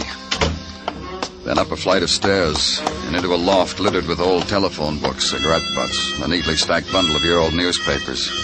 The only light, the light from the spectaculars down the street, spelling out the evening's pleasure. 40 girls, 40, no cover charge. Up front with Willie and Joe, continuous performance. Chinese food, fried rice, and dancing. And I waited.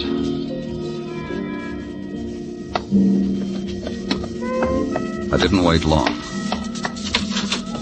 You here, Danny? Come on in, Tommy. Thanks. I brought you some. Here. It's all yours, Danny. Who is he? The killer that got promised to you. Dead? Uh-huh. You bring the envelope, Tommy? You bring it? Sure. Sure I brought. Here. Count it at your leisure. 15,000, kid. I don't know, Tommy. A dead killer. How am I going to explain a dead killer? I thought of that, too. What did you come up with? Danny, I found a guy on Skid Row. He wasn't doing anybody any good. So I figured he could do us some good. So you shot him? With a police positive, just like you carry. Here's the gun. You tracked this killer down, he tried to escape, you shot him, makes you a hero. That's right. And how many heroes have $15,000? We're gonna get along fine.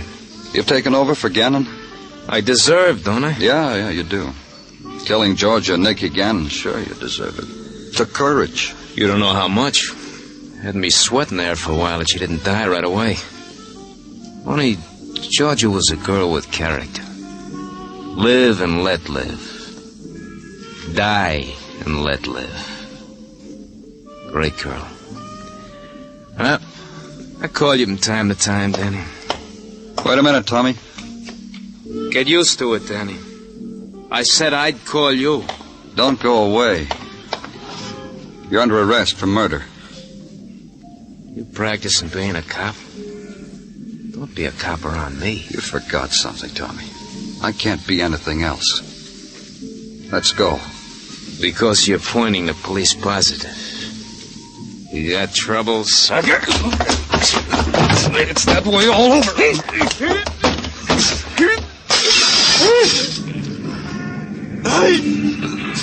Don't let me fall! I got your coat! Don't let me fall!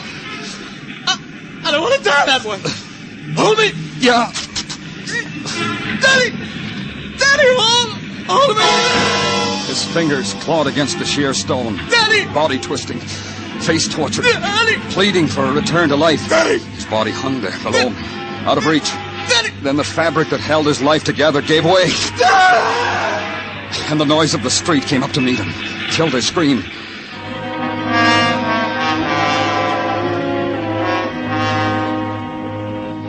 When I got outside and walked through the gathering crowd, I remembered something in my hand. Tommy Chandler's torn coat.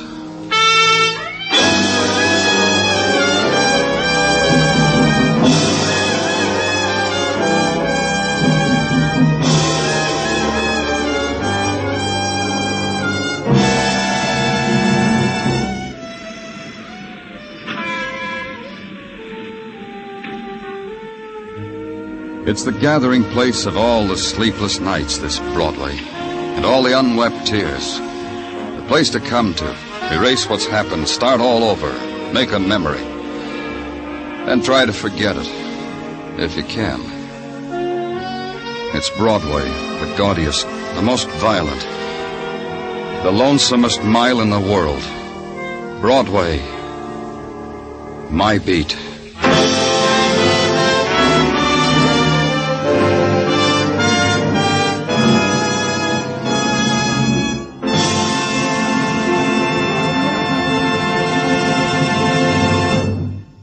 Broadway's My Beat stars Larry Thor as Detective Danny Clover with Charles Calvert as Tartaglia and Jack Crucian as Mugovan. The program was produced and directed by Elliott Lewis with musical score composed and conducted by Alexander Courage. In tonight's cast, Anthony Barrett was heard as Tommy Chandler, Francis Cheney as Fran Holland, Martha Wentworth as Mrs. Gannon, Larry Dodkin as Nicky Gannon, Joy Terry as Georgia Gray, Leo Cleary as Benny Fain, and Junius Matthews as Cozy. Every Saturday night on CBS, Jan Murray gets on that coast-to-coast phone and gives away $1,000 at a crack if you can identify the Phantom Voice. Be listening for Sing It Again, which follows immediately on most of these same CBS stations. Joe Walters speaking. This is CBS, where you laugh at Jack Benny every Sunday night, the Columbia Broadcasting System.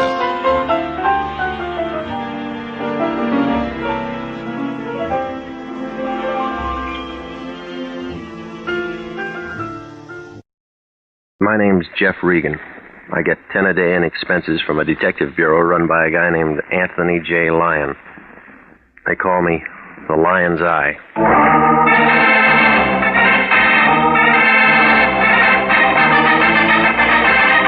With Jack Webb as Jeff Regan investigator, stand by for hard-boiled action and mystery and thrilling adventure in tonight's story of The Man with the Key.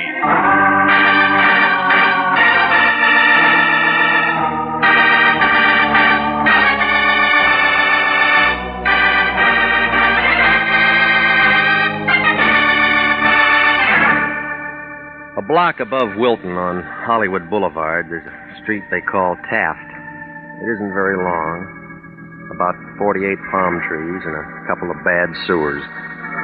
It figures that the guy who laid it was nearsighted. He didn't see the hill 3 blocks away. Got kind of a tired look, like an old lady who's been moving furniture. There's a dirty gray apartment house on the right-hand side of the street. That's my place. 308. A low ceiling and a leaky faucet, a telephone that rings at the wrong time. It was last Monday night, about 11 o'clock. I was in bed listening to the party next door when it rang. It was the Lion. Regan, get your clothes on. That the way you sleep? You're going to be busy. We got a new client. Now, tell me all about it in the morning. Special messenger came to my place 15 minutes ago with a C-note. Any good? It was from somebody named Dora King. Well, who's that? That's what you're going to find out. I can see better in the daytime. She's waiting for you right now. Oh, yeah. At a place on La Brea called the Southerner.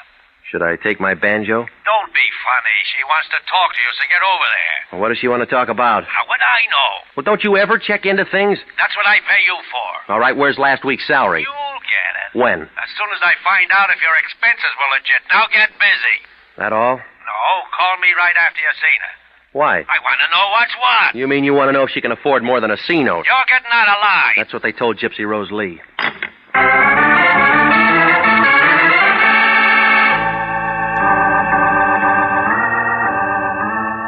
Well, I got over there about 11:30. Turned out to be a small place, long on the shadows and short on the whiskey. There was a bald-headed guy playing a piano in one corner. I guess he'd been inside for a long time, because he'd never been out for a music lesson. The bartender was the only other guy in the joint. His name couldn't have been Dora King. So I went to work on a straight shot and waited. 2 drinks later, a girl in a black dress walked in. She took in the piano player and the bartender and me. I won. She started toward me with a slow, easy kind of a walk, like a panther looking for breakfast. When she oozed onto the stool beside me, the bartender got damp all over. The air conditioning wasn't doing him any good. What'll it be, miss? Make it the same as his. Okay, bourbon and water. Got a match? Yeah? Got a cigarette? Mm-hmm. Got a name? Maybe. I'll bet it's Regan. All right, you got that much. My name's Dora King.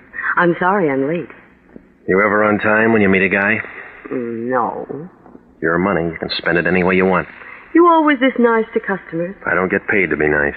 What do you get paid for? You got a story? I haven't had my drink yet. Hey, you. Coming up. I'm jet propelled. Here you are, miss. Hey, hot night, ain't it? You waiting for the weather to change? It ain't gonna change in here, brother. What's your first name? Jeff. I don't like it. Neither do I. I'm going to call you Regan. All right, let's start calling. Have you got a license? Covers up a hole in my wall. Have you got something that says you're what you say you are? All right. Here. The lion's eye. 6 feet, 170. Brown eyes. You fit? Yeah, I got a mole on my left shoulder. Let me see him. You passed. Okay, you won the toss. Let's kick off. Well, this isn't where we play. We'll go in my car. Where? You'll find out when you get there. Maybe I won't like the field. You trust me, don't you? No. Good. Fill her up again? We're just leaving. Floor show starts in a couple of minutes. That piano player going to be in it? Yeah, he's my brother. He's going to play something he wrote himself. Any good? Stinks. Maybe you better go.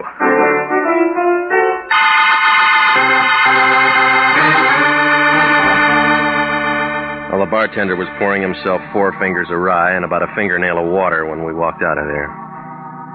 We climbed into a big Nash convertible, parked in front of the place, and headed for Santa Monica Boulevard. Then we turned east, past Western, down to Vermont, and south to Marathon. All at once, we were climbing a hill on a dark street. That gave us a view of the city. 20 years ago, a real estate broker might have had something, but now it was just an old neighborhood with a sad look. Like a toe dancer with a short leg. Nobody said anything. I was beginning to have a feeling that maybe she'd forgot her compass when she slowed the car down. She pointed to a 2-story house in the middle of the block, and I nodded. Then she shoved the car in second and spun around the corner and came to a stop.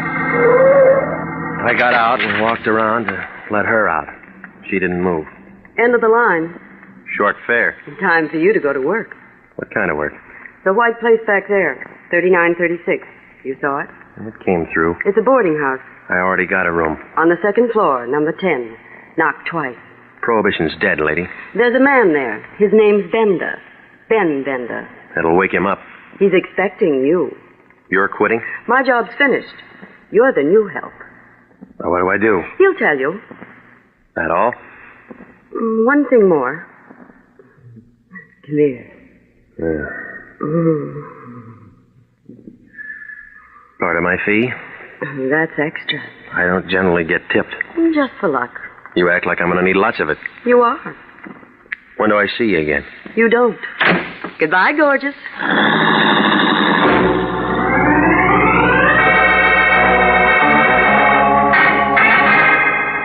I stood there and watched her drive away, and then I noticed it. Somebody in a black coupe coasted around the corner, kicked into high gear at the bottom of the hill. I kept watching, but whoever it was hadn't read the traffic laws lately. He didn't use his lights for 2 blocks. Oh, it registered. He was on a tail job, and Dora was nice to tail.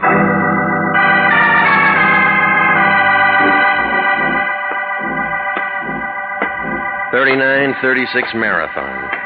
Inside, it smelled like stale beer and rotting wood. Room number 10 was at the top of the stairs.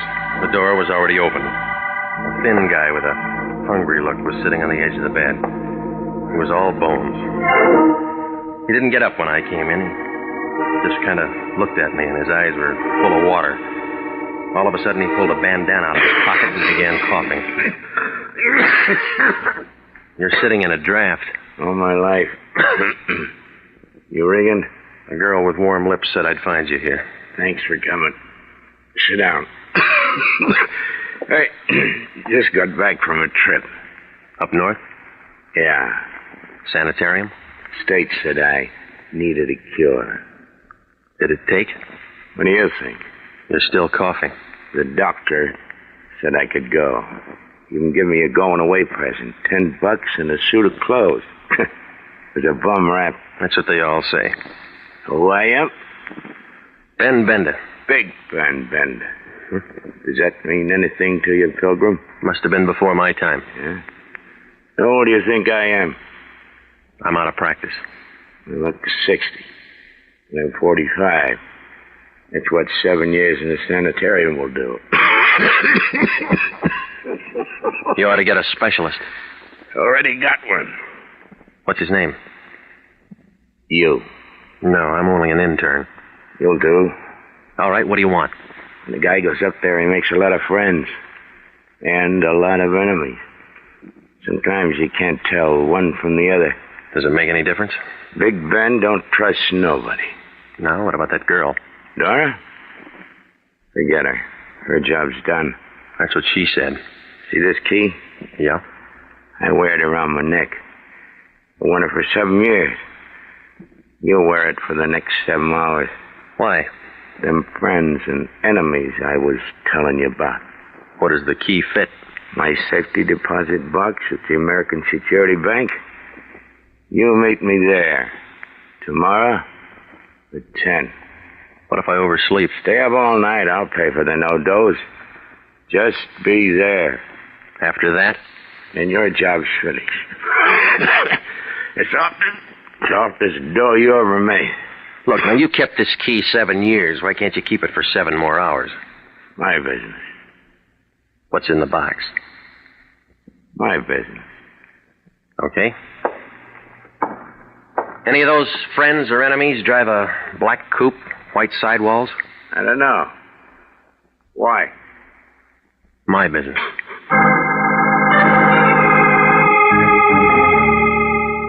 I left him sitting there. He looked as happy as a sword swallower with the hiccups. Well, I put the key in my coat pocket, but it felt hot, like a dynamite stick with a short fuse.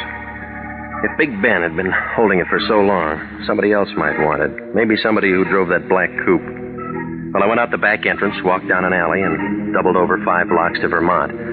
I stopped a cab, and I had him take me over to the Lyons place. It was 2:30 in the morning when he opened the front door. He was wrapped in a bathrobe big enough to keep all the silkworms working overtime. What do you want, Regan? Information. You been drinking? I've been working. What kind of work? Well, I got a key. That all? That's what they say. Who's they? A con named Bender. Ben Bender? That's right.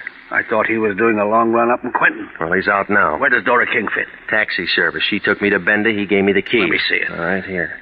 Safety deposit box. That's right. Nursemaid to a hunk of metal until tomorrow at 10. What then? Well, I meet him at the American Security Bank and turn it over to him. Well, do it. Now, look, Big Shot, this key's hot. What makes it hot? Whatever's in that box. What's that? How should I know? Find out. You got the key. You got the client. Now, just a minute. Somebody waves a greenback at you and you think it's a rainbow. That's enough. Oh, stop it, will you? It's another bum client and you know it. Let me worry about that. If Ben held that key for 7 years and won't hold it now, he's scared. What's he got to be scared of? Somebody else who wants in on the So play. what? I'm holding the key. That makes me the clay pigeon. You're getting paid for it. Just be there tomorrow at 10. Alive.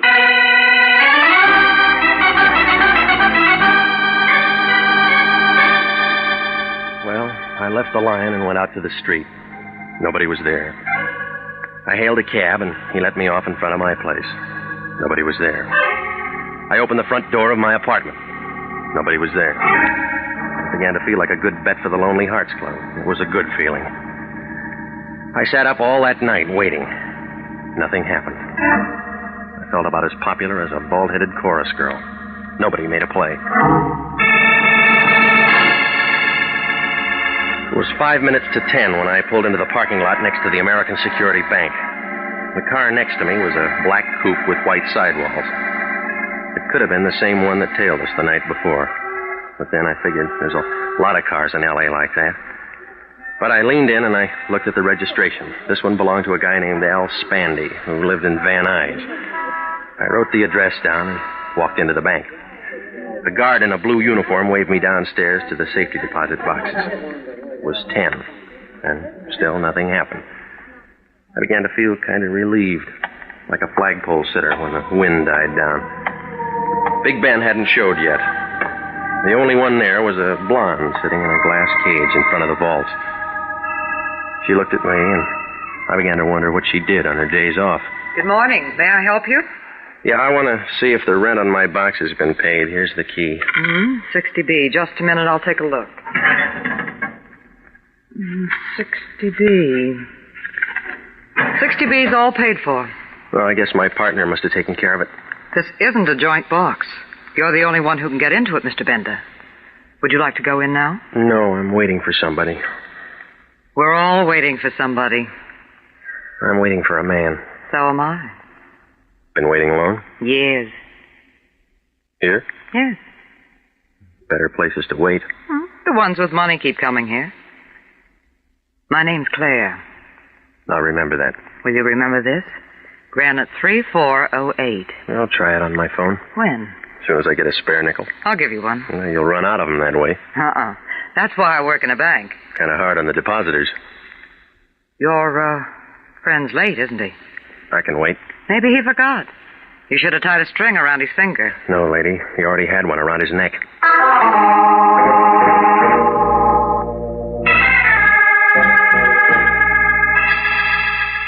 Well, she went back to copping nickels, and I sat down in one of the plush chairs and waited. 10:30 came, 11 came, Benda didn't. I began to get an uneasy feeling, like a bubble dancer with a slow leak. At 11:10, I couldn't take any more waiting, so I left to head for Benda's place. Outside the bank, a thin guy with a sharp head was hawking papers. I slipped him the nickel that the blonde had given me, and he handed me a Daily News. I wanted to see what a horse named Larry R. had done at Belmont. I didn't get beyond the first page. Benda's picture was there, right next to Governor Dewey's, only Ben wasn't running for office. They found him in his room full of bullet holes. I guess he finally got a cure for that cough. I took my car out of the lot and headed for home. I mixed myself a tall one, and I was just getting to the bottom of it when a couple of guys kicked my door open. Regan? Yeah. I'm Lieutenant Anderson, homicide. This is Sergeant Pinelli. Hiya. Don't you guys believe in knocking? My knuckles are sore. Nice stuff. Well, help yourself. It's out in the kitchen. Don't drink on the job. Pinelli? Me neither. You boys should have told me you were coming. I'd have called some girls. Not on the job. Pinelli? I got a wife. All right, Regan, find your hat. What for? Well, you want to look nice. We're going downtown, you and me and Pete. Right, Pete? Right, Andy. No, it's too hot there. We thought of that. We'll give you a nice, cool place, won't we, Pete? Sure will, Andy. You got a warrant? No, we just figured you might want to tell us why you did it. Did what? Tell him, Pete. Knock off Ben Bender and burn his feet. You're out of your mind. Regan, we know you saw Bender last night. We know you got out of a car on the corner and walked up to his place. We know you were the last one to see him while he was still alive. You got a witness? Pretty one. A girl told us. Oh, you're trying real hard, Anderson, but you haven't got anything. If you were the last one to see him alive, you're the first one to see him dead. That's how we figured. Did you figure on a guy named Al Spandy who drives a black coupe? I never heard of him. And how about a dozen other hoods who knew Bender? Now you're trying hard, Regan. You haven't even got a foundation. We got the whole building. It'll never stand up. We'll see. All right, you tell me why I did it. You private eyes get folders on bank jobs. I get them from Charles Atlas, too. Bender was in on an $80,000 heist 8 years ago. He went up for carrying a concealed weapon, but the money was never found. You know that the Imperial Bonding Company's offering $5,000 for the recovery of that dough. A lion. Don't make any dates tonight. You're not going to be available. All right. The lion will tell you I was working on a case when I saw Bender. Oh, we already talked to the lion. Well, what did he say? He says he hasn't seen you for 5 days. You are listening to the story of the man with the key, tonight's adventure with Jeff Regan, investigator.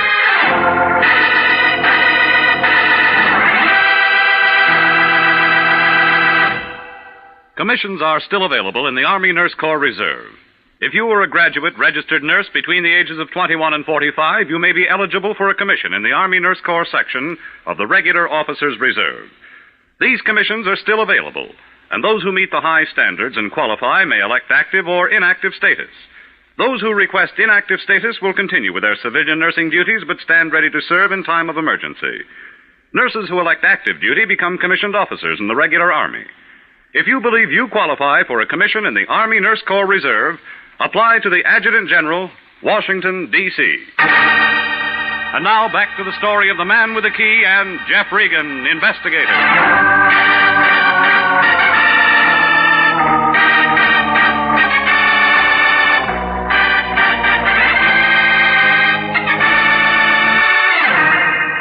Well, I had about as much chance as a violin player with no chin. Anderson and Pinelli took me down and locked me in one of the rooms upstairs. They didn't ask any questions. I guess they figured they had enough answers. Oh, it was a real nice fix. A dame named Dora King takes me to a con named Ben Bender. He slips me a hot key and says, meet him in a bank at 10. I'm there on time, getting the phone number of a blonde named Claire, only Ben doesn't show. Somebody burns his feet and fogs him before he can keep the date. And then there's that black coupe registered to a question mark named Al Spandy. And then the lion deals one from the bottom. Oh, it was a screwy picture, and I was right in the middle of the frame. Well, I spent the next 4 hours taking in some free entertainment from the drunk in the next cell. Oh, what a beautiful day. I've got a wonderful feel. Okay, Regan, on your feet. Bastille Day? You're sprung. Well, I was getting tired of the floor show anyway. Try and make it Saturday sometimes. That's our big night. Or if I bring a date? I got a phone. I got a phone, my wife. That guy ought to be at Ciro's. Where do you think we picked him up? Regan, I'm running out of patience with you. How many times have I told you to keep out of trouble? Why didn't you tell him I was working on a case? I went to a lot of trouble to get you out. And you went to a lot of trouble to get me in. That was easy. Still got that key to Bender's safety deposit box? I got it.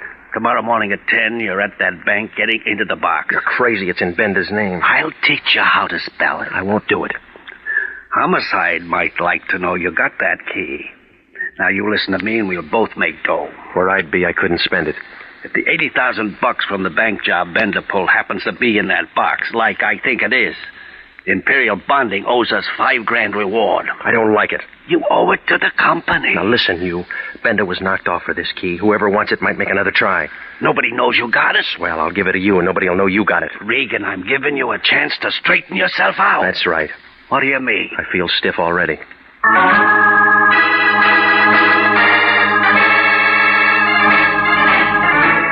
Well, it was a triple play. Homicide to the lion to the black coupe. I went home to wash off some of the jailhouse Lysol. When I walked in the front door, I had company. A gray flannel suit with a yellow tie was sitting on the edge of my bed. Both hands were full. The whiskey was mine. The gun was his. When he saw me, he set down the bottle and walked over and put the gun right against my neck. It felt cold, and I got kind of nervous, like a hula dancer in a forest fire. Hiya, Regan. Been waiting for you. You like my liquor? I'm a rye drinker myself. Well, bring your own next time. That ain't being sociable. You weren't invited. Huh. How could I have been? You don't even know me. You're Al Spandy. You drive a black coupe. What'd I have for breakfast? Egg, and it's all over your tie. You look hot, Regan. You have to hold that gun there. Right there. Same one you used on Benda? The same. All right, now, gimme, Regan. I told you, I don't have any rye. Where's the key? I don't use one. My door's always open. I'm talking about that key you got from Bender. I don't have it. Do you hear any music? Yeah, but I'll sit the next one out. No, you won't. This is a men's cheat. I'll step on your toes. I don't mind. It's a polka, and I want to do it with you.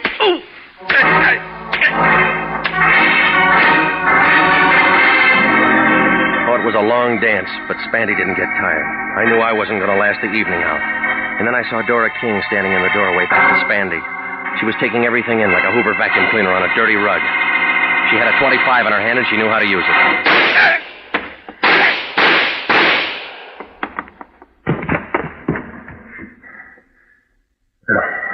Thanks for cutting in, lady. I had to do it. He was killing you. Yeah, I'll take the gun, huh? You know I had to do it. Yeah.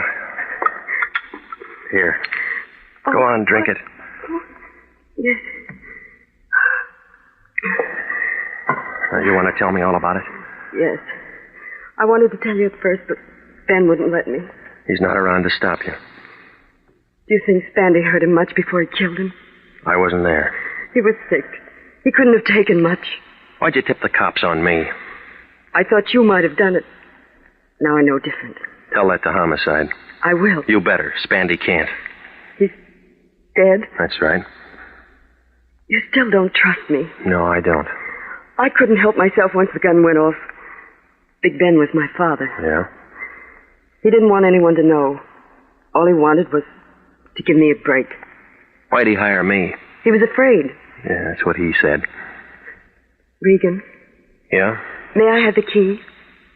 I haven't got it. You can get it. Maybe. You know what's in that box? I think so. Or why don't I turn it over to the police? That's my job. Like I told you. I'm Big Ben's daughter. Yeah, lady. You convinced Spandy.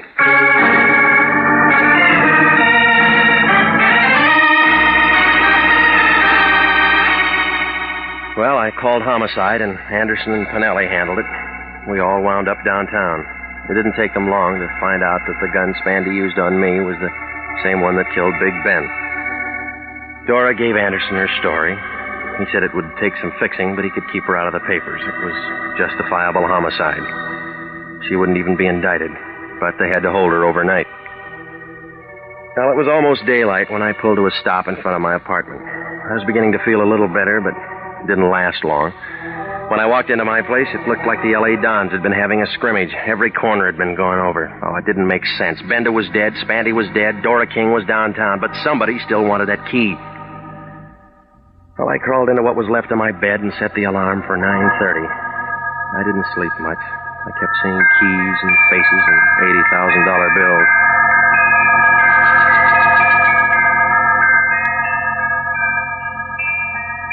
Ten o'clock the next morning, Granite 3408 was still sitting behind the same desk near the same safety deposit vault. She gave me the same look. I waited for you to call last night. I spent the nickel. On a doctor? I'd like to get into my box. All right, Mr. Bender, sign here. All right. Looks like part of the new freeway. One thing about a vault, it's quiet. So's a tomb. We're alone. Yeah. Well? All right, sunshine, open your eyes. My box number is 60B. That can wait, I can't. Easy, baby. You'll set off the alarm. You and I can make a great team, Bender. You know my name's not Bender. What is it? Regan. You and I can make a great team, Regan. Is that what you told Al Spandy? Why bring up a dead issue? What's your deal? You got Bender's key, I got the bank's key. You need both of them to open up the box. It's good so far. Go on. Oh, there's $80,000 there. Let's not let it go to waste. Big Ben waited 7 years to open that box. Look what happened to him. I waited just as long as Ben, and 7 years is harder on a girl. How'd you work it? Ben and I had a great plan. I was the cashier Ben heisted.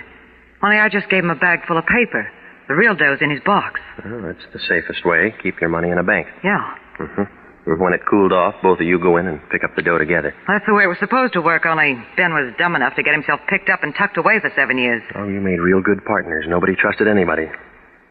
I trust you. That why you went through my place looking for the key last night? Girl's got to use her head. Besides, you might have been home. Ben and Spandy are dead. We don't have to worry about either of them. The money's still here. We got the keys that'll open the box. Can you add that? Yeah? What's the answer? About 20 years. What do you mean? That bonding company will see that you get the full load for grand larceny. You wouldn't turn me in. Don't make book on that. You and I'd make a great team, Regan. We can't lose. That's what USC thought.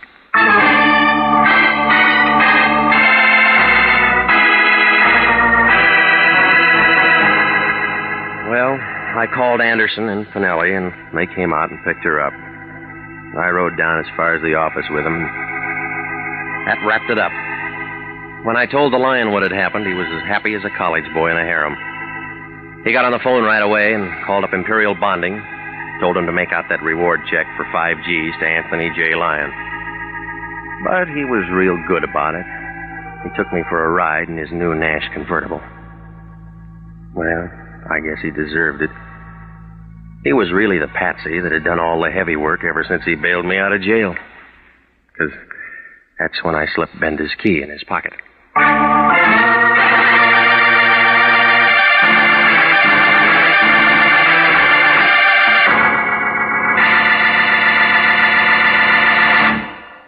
Jack Webb is featured as Jeff Regan with Herb Butterfield as Anthony J. Lyon.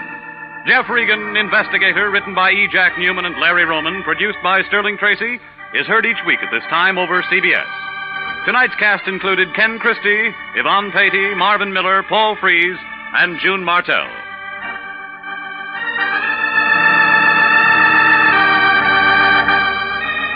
If you are a graduate registered nurse, please listen carefully to this important message. 29,000 nurses are needed to join the new Army Nurse Corps Officers Reserve. All nurses who receive reserve commissions will benefit from the opportunity for specialized training offered to them by the Army. Inactive reserve status will not interfere with the nurse's civilian life, but the educational opportunities offered her by the Army Medical Department will be of great advantage. For further information, drop a card to the Adjutant General, Washington, D.C. Original music for this program is by Dick Arant. Bob Stevenson speaking. This is CBS, the Columbia Broadcasting System.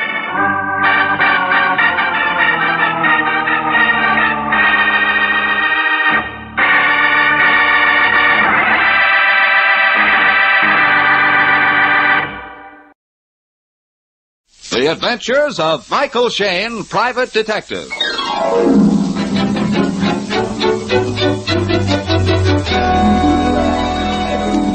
The people who make 76 gasoline and Triton Motor Oil, Union Oil Company, present The Adventures of Michael Shayne, Private Detective, starring Wally Mayer and Kathy Lewis.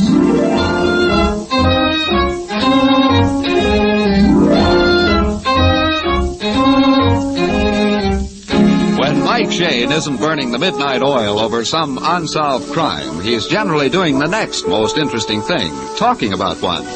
Right now, he's leaning back in his easy chair doing a powerful lot of talking to his old friend, Inspector Faraday. It's a stag session, for Mike's assistant, Phyllis Knight, has gone home early this evening. Of course, Faraday, I don't know much about the case except what I've read in the papers, but it seems to me that you're going after the wrong guy. Mike, this Joe has got a prison record as long as a kangaroo's tail. Why should he sidestep a little thing like murder? Just because he has got a prison record as long as a kangaroo's tail. Look, I remember a case back in New York that's almost a carbon copy of this. I've got some newspaper clippings on it in the files here. I'll read them to you just a second. You don't get the point, Mike. This killing is gruesome, horrible. It would take a hardened criminal to carry it through. Doggone it, they're here in the files somewhere. Now, Phil could turn right to it. Yeah, she went home kind of early this evening, didn't she? Yeah. She's got a girlfriend staying up at the apartment with her. Went home to help her pack up. Friend from out of town? Uh-huh. Girl had a fight with her fiancé and wants to play hermit for a few days. I know. The old feminine trick. Goodbye forever. Till next Saturday night. Right. I'll get it, Mike. Hello? Mike? Oh, thank heavens you're still there. This is Faraday, Phyllis. Mike's ransacking his files. I'll get him for you. Wait a minute. You better hear this too, Inspector. Maybe it's your business. What's wrong, girl? You sound scared blue. I am. I know something's happened. I don't dare look. All right, but what is it, Phil? Yeah, wait a minute. Let me talk to her. Here, she sounds like she's going to cry. Hello, Angel. Oh, Mike. Mike, get over here quick. Now, wait a minute. Calm down, honey. Now, tell me what's wrong. Well, you know Lois was leaving my apartment tonight, and I came home to help her pack. Yeah, sure. Well, Mike, she's not here. At least I don't think so. Now, please, Angel, wait a minute. I can't tell what you're talking about. Well, I found her trunk already packed and locked, and... Yeah? And I think... Yep. Yeah, what, honey? What? I think her body's inside.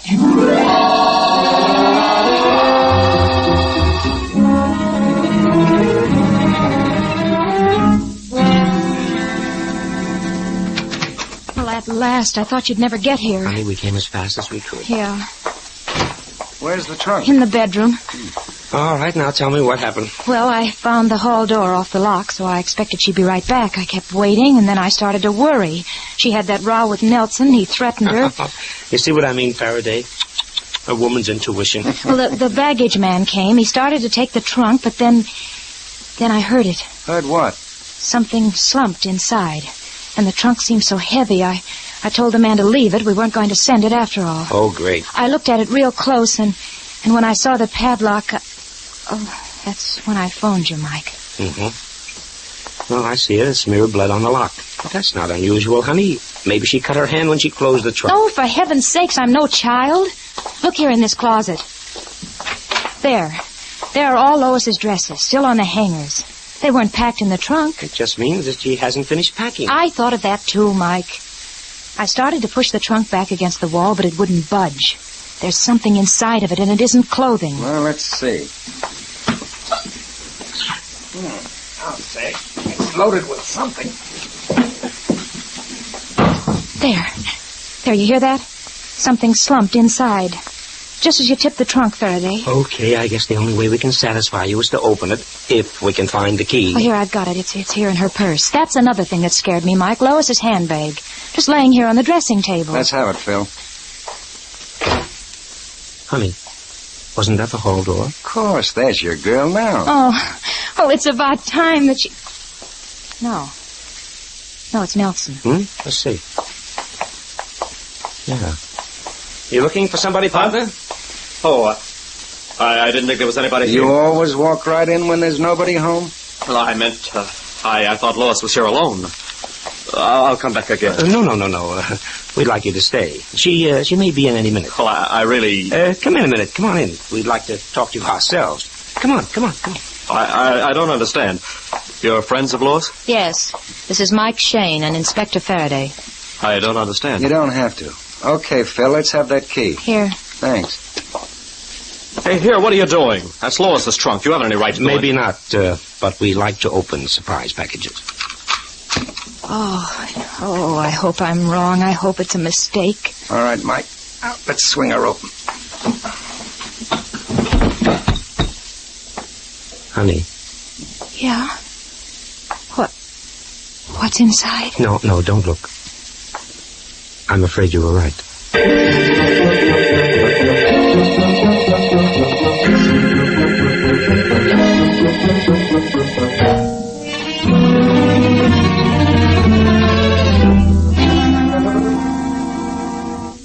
Coroner's on his way.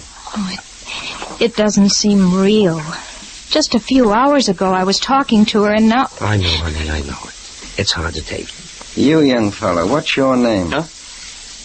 Nelson Carter. Supposed to be the girl's fiancé, huh?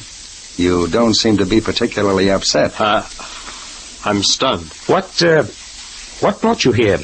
I came to see Lois. I was here this afternoon and we had another fight.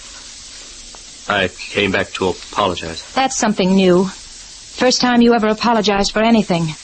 You drove the poor girl half crazy. Well, it was her fault. She wouldn't listen to me. I was right from the very start. Oh, sure. So right you never let her have a thought of her own. You hounded her with your rightness.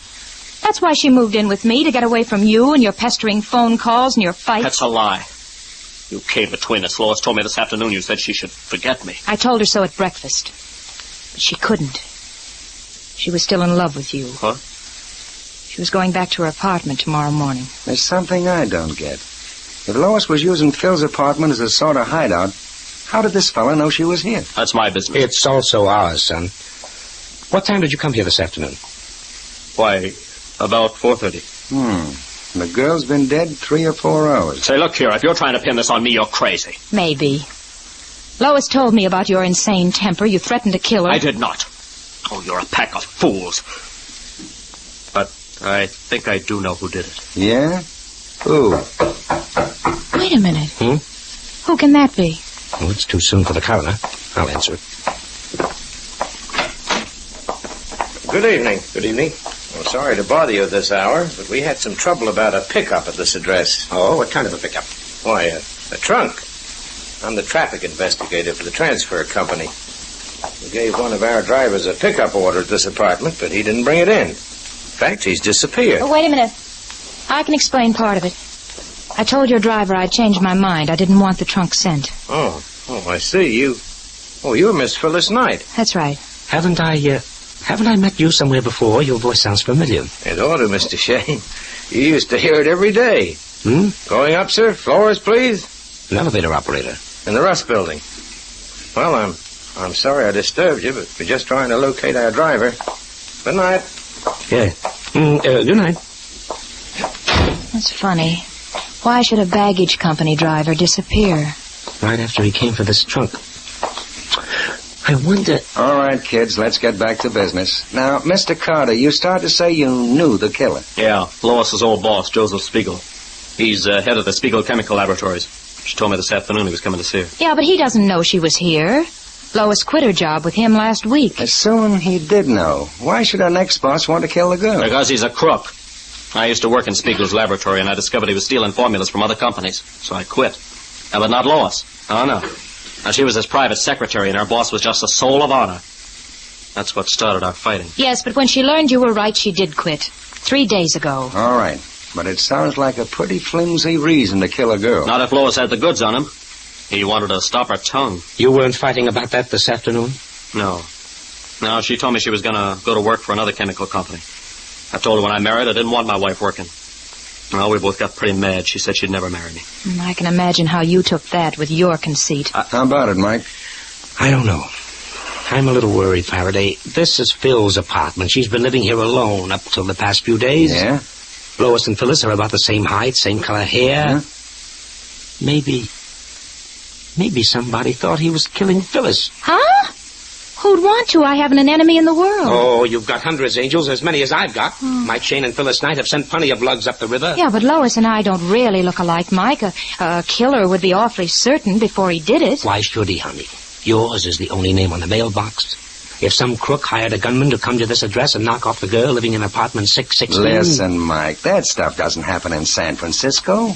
Those are the old Al Capone days. Well, maybe I'm a nervous Nellie. I just don't want Phil running any danger. Mike. Yes? Come here a minute. Look here. Here. This ashtray. I see what you mean. Mr. Carter, do you smoke? What? Yes, a pipe. Oh. There's a cigar butt in this ashtray. Spiegel. He smokes them all the time. I told you he was coming here. Maybe we should check that right now. You know where he lives? Yeah, he's got an apartment at his plant. It's next to the laboratory. That's on Bay Street. Okay, suppose Phil and I mosey over there right now and swap formulas with Dr. Spiegel. Good, and if the coroner gets through here in time, I'll join you. Oh, Mr. Shane. Have you got a gun? You think I'll need it? You might. Spiegel's a huge man with a cunning, fiendish mind. Well, thanks for the warning. I'll be ready with a few shenanigans of my own.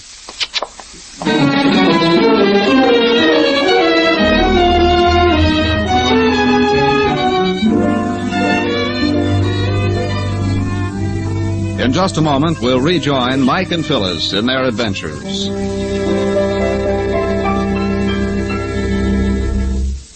Quality of workmanship and materials has always been the hallmark of successful business. That is why Union Oil Company has copyrighted the name Stopware. You see, Stopware lubrication is more than just a grease job. It is a system that has been worked out from years of experience to give your automobile the best possible care. With Stopware lubrication, you can be sure that nothing on your automobile has been overlooked or hurriedly serviced. Each fitting is carefully and thoroughly lubricated according to the manufacturer's specifications. Only the finest, high-quality greases are used. And while your car is on the hoist, the Minutemen inspect out-of-sight points and check them for danger signs. As a proof of Stopware's superior lubrication, you receive a written guarantee with each job. Stopware lubrication jobs are a matter of pride with Union Oil Minutemen. And you'll know why when you take the wheel after a Stopware servicing. You'll find your car rolls smoother, handles easier, stands up better with regular Stopware lubrication. So, ladies and gentlemen, with correct car servicing so important these days, why take a chance on inferior work? Stopware, the best attention you can buy, costs no more than ordinary lubrication. Remember, Stopware is an exclusive, guaranteed process, available only at Union Oil Minuteman stations. It is a dark and foggy street in San Francisco's commercial district. Light streams out into the night through an open door, the entrance to the Spiegel Chemical Laboratories. In the doorway is the huge silhouette of a man. Shane? Michael Shane? Yes, sir. I do not know you, sir. I'm aware of that, Dr. Spiegel, but Miss Knight and I would like to talk to you. It's very important. Impossible. Tonight I'm working in my laboratory. It's about Lois Lavers, Doctor. Lois? Oh. Come in. Close the door, please. We will talk in the laboratory. I must get back to my experiment. This way, please. Thank you. Jeepers, he is a giant, Mike. Mm-hmm. And those thick glasses make him look like a movie horror man. You said Mr. Shane, you are a detective? How did you know that? Well, I rather expected Lois might talk to someone. She's a very neurotic girl. She imagines things. I'm afraid she's past that, Dr. Spiegel. She's dead. Dead? Murdered. It's a pity. She had a fine brain. But, too much imagination? My laboratory. I caution you both not to handle the tubes or retorts. They are very fragile. Oh. Golly, it's an elaborate place. What are you experimenting on? That, madam, is my business. Doctor, I believe you knew Nelson Carter, Lois' fiancé? He used to work here. Capable, but of wild temper. And very jealous. Of you, perhaps? Yes. I used to take Lois to dinner so I could continue my work without interruption. Nelson misunderstood. Yes. I should not be surprised if he killed her. Perhaps. You saw Lois this afternoon, Doctor. About what time? A very good detective. About 5 o'clock, I would say. How did you know she was staying in my apartment? One moment. There is trouble with this retort. Better. How did I know? It is very simple. Lois telephoned me. Her last paycheck was incorrect. I brought her a new one. Is that all you went to see her about? No. Also, I asked her to come back. She was an excellent secretary. Mr. Shane, what are you doing? Just admiring your laundry in the sink. Laundry? Does your experiment include bleaching of blood-soaked handkerchiefs, Doctor? Good heavens. Yes, they are my handkerchiefs, yes. But the blood is not from Lois's veins. Ooh. She was strangled, then stabbed to death by a sharp instrument, Doctor. Like this surgical knife here.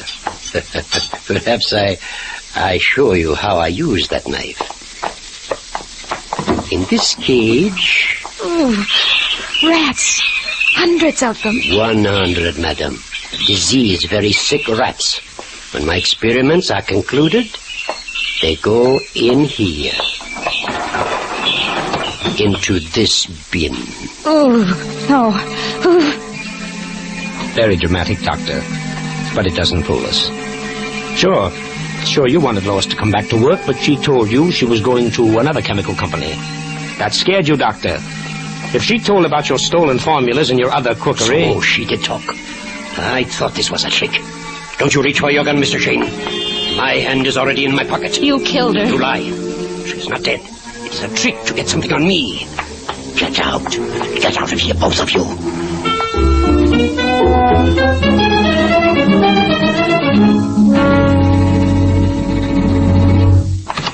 Now you will forget you ever came here. You will drop this investigation. I don't take orders from you, Dr. Spiegel. This time you will. Your young lady has sense if you have not. Good night. Oh, I thought he was going to keep us in there and experiment on us. Yes. He's a cold-blooded baby. Yeah. Mike. Hey, the inspector. There, he's parked in that police car. Oh, with Nelson. Yeah. Just got here in time to see the bums rush. What are the odds? I don't know, Inspector. He's devilish enough to commit murder. Should I take him in for questioning? No, not yet. He'll be here. He doesn't scare out. Mike found handkerchiefs soaking with blood. He said he was experimenting with rats. I think he was sincere, though. He figured we were on the trail of those stolen formulas. He killed her, I tell you. If the police don't get him, I will. Oh, stop acting. You're too dead anxious to pin it on Spiegel. Yes, and the good doctor threw the honor right back at Nelson. I'm on the fence. Spiegel had the motive, Nelson had the jealousy and the temper to do it. Each saw the girl about the time she died. Mike, if you ask me, you're passing up a bet.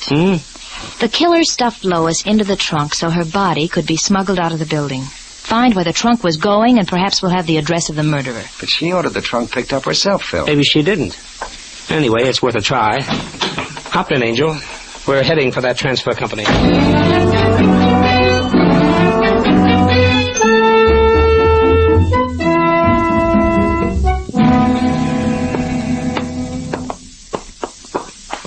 We appreciate it, sir. You're coming down and opening the office at this time of the night. Well, lucky my wife saw you were a policeman, or she'd never have let me out of the house.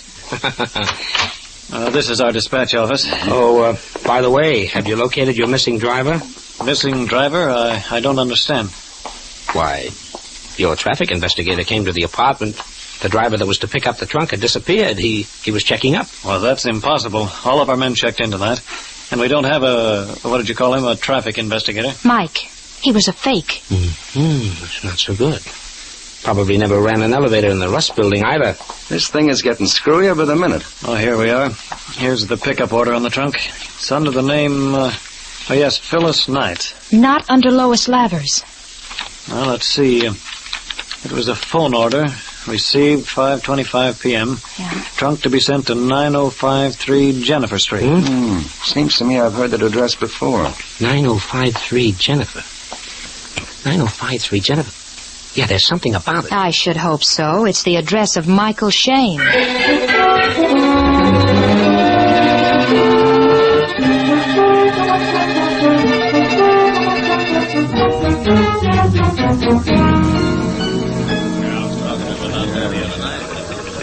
I was right, Inspector. I was right. Lois was killed by mistake. It was intended to be Phil. Well, if that's the case, then Carter and Spiegel cancel out. Correct, honey. The murderer had planned to kill Phyllis, send her body in that trunk to my apartment, and leave me to explain it to the police. All right, maybe so. Say the motive is revenge. You got 100 enemies, Mike. One of them poses as a transfer company investigator, but who is he? He didn't leave a single fingerprint in Phil's apartment. Where do we start looking? Oh, if I could only remember the guy. I know his voice. But where have I heard it? When did I? I must know him. Well, he didn't know me very well, or he'd never have killed the wrong girl. Lois and I were the same height, same color of hair, Mike, but that's all. Maybe he figured you changed a lot, honey, if he hadn't seen you in a long time, if he'd been away, if he'd been... Faraday! Yeah, if he'd been away in prison. Kids, we're going to make a phone call right now. Hello, give me San Quentin. Phil, honey, close that door to the other room. I can't hear a thing. Hello, Inspector Faraday, San Francisco calling. Yes, I want to speak to him personally. Might get on that extension phone. Yeah, okay. Well, Faraday, what's on your mind? Plenty, sir. We need a list of all prisoners you've released from your little sanatorium in the past 2 weeks. Past 2 weeks, huh? Yeah. I'm afraid it'll hardly make a list, Faraday. Only one man. What's his name? Now, let me see. Well, it was Ford. Harold Ford. That mean anything to you, Mike? Never heard of him. Oh, who's that on the phone, Mike Shane? Well, you got sharp ears, sir. We figured maybe you had released a prisoner who had a grudge against me. Some old enemy of Mike's who might try his hand at revenge. Oh, that's the only release we've had lately. In fact, Mike, you can subtract one enemy from your book. Died here last week. Al Smock. Holy jumping. Now I remember. It's Al Smock's brother, Jack Smock. That's right. He had a brother. Came up here and claimed the body. Does that mean anything to you? Ha-ha! Does it? Set an extra plate in your dining room, Chief. We're sending you a new boarder. Goodbye, sir, and thanks a million for your help. Jack Smock. He must have dyed his hair and put on glasses. Phil, you remember the case? The two brothers, about 4 years ago? Yeah, vaguely. It was manslaughter. You helped send the one called Al Smock up for 20 years. Right, honey, right. Jack was supposed to be brothers Al, alibi. Yeah. But our testimony tied him up in bow knots. Yeah, that's so right. Al died in prison. Now brother Jack is out for revenge. Oh, fine. But where is brother Jack right now, and how do we catch him? Got it, honey. Jack claimed the body, so he must have buried him. Now we gotta find that body.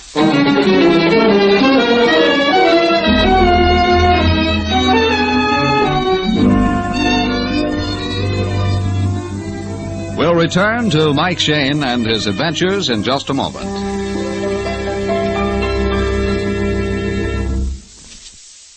Due to their position, the front wheel bearings of your automobile are subject to damage from dirt, water, grit, and brake dust. Because of their more exposed position, and because they are so important to safe, easy driving, front wheel bearings need the best possible lubrication. Failure to keep these bearings well greased can mean wheel shimmy, hard steering, and weakening of the whole front assembly. For these reasons, your neighborhood Union Oil Minuteman uses extra care when he lubricates your front wheel bearings. First, he washes out all the old grease and dirt with solvents. Then the bearings and races are individually cleaned until they're dry and shiny. Finally, the clean, polished bearings are carefully assembled in the races and greased with special equipment. With each bearing snugly sealed in a smooth, sturdy coating of Union Oil ball roll grease, your front wheels are all set for months of well-lubricated, easy rolling. The cost for the entire service is nominal, so for safer, easier driving, just stop in wherever you see the sign of the big orange and blue 76 and ask for Union Oil front wheel bearing service. Thank you.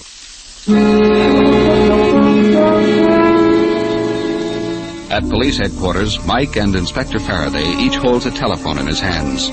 They have checked every cemetery in the book. Well, here's the last one. Shadow Mountain Cemetery.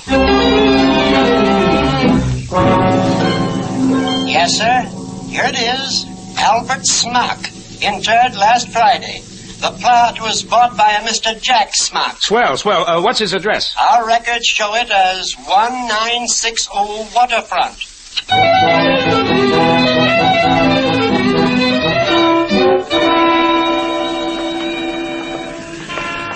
This is it, kids. Looks like a busted-down rooming house. And somebody's head sticking out of every window. Yeah, there's the sergeant at the entrance.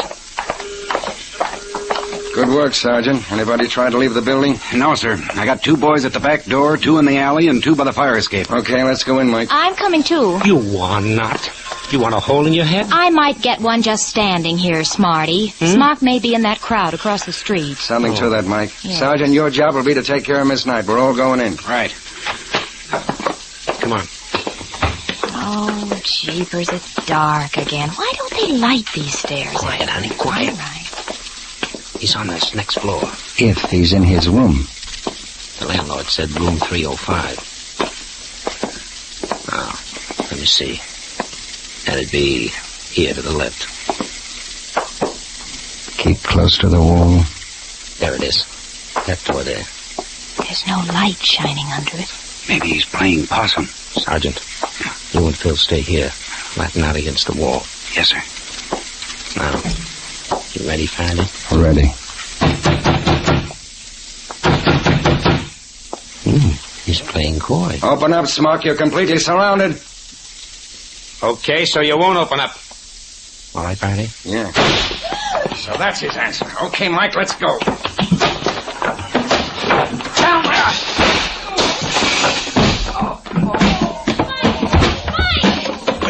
Wait a minute, I'll get the light. Oh, hurry up. Here it is. Happened. Mike, Oh, he's flat on the floor. Mike, are you all right? Yeah, I guess so. Okay, Inspector, okay. Climb out from under that table. I knew somebody got hit, but who? He shot the gun right out of my hand. Yeah, I know. I didn't know where to aim in the dark till he fired, and I saw his flash. Thanks to you, Mike, I'm still breathing. Yeah, well, this man on the floor won't be unless we get an ambulance quick. You found out. I didn't think. You're right, buddy. You didn't think, period. Revenge doesn't take much in the way of brains. Just an awful lot of lives.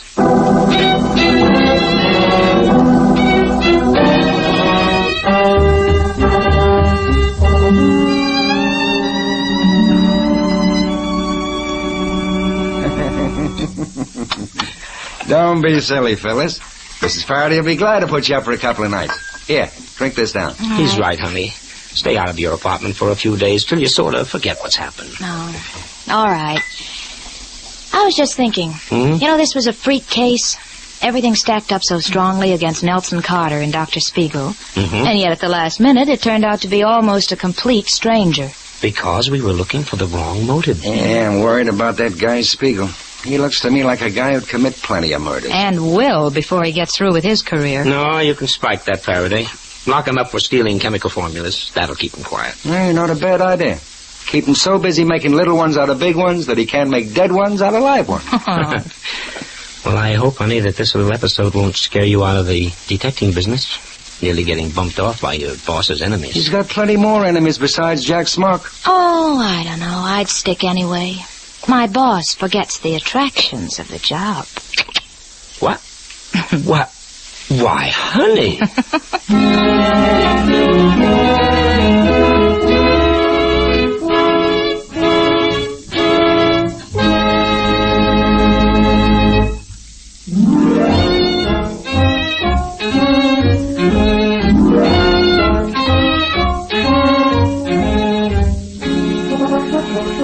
Tune in again next week at 8:30 for another adventure with Michael Shayne, Private Detective, starring Wally Mayer and Kathy Lewis, and Joe Forte as Inspector Faraday. Tonight's story was written by Richard DeGraff and based on the character created by Brett Halliday. Music was composed and directed by Bernard Katz. This is John Lang saying goodnight for the people who make 76 gasoline and Triton motor oil. Union Oil Company.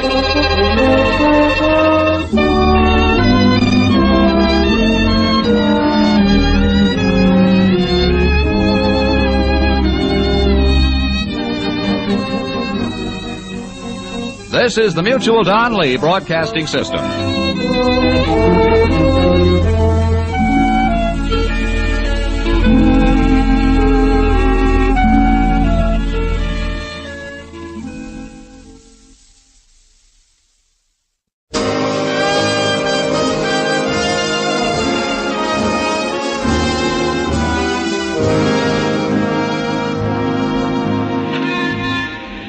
Broadway's My Beat, from Times Square to Columbus Circle, the gaudiest, the most violent, the lonesomest mile in the world.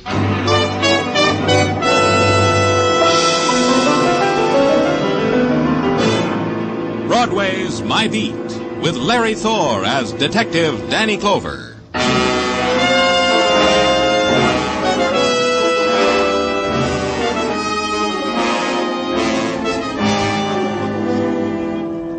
In the early twilight, Broadway is dappled with beginning shadows.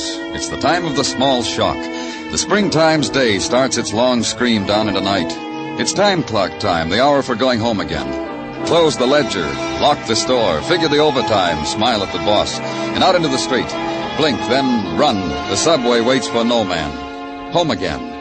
End another day again.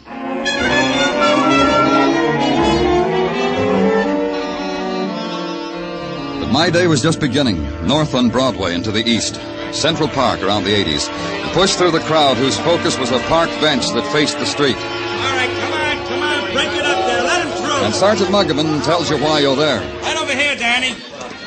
Stand right there near the bench. I found the knife. I didn't pick it up. Who's the boy? Paul Gilbert. Yeah. I haven't been home from school yet. Oh, you'll go home in a squad car, Paul. I promised him with the siren, Danny. Yeah, with the siren. What happened, Paul? How did the knife get there? I saw the man take it out of his own back and throw it down.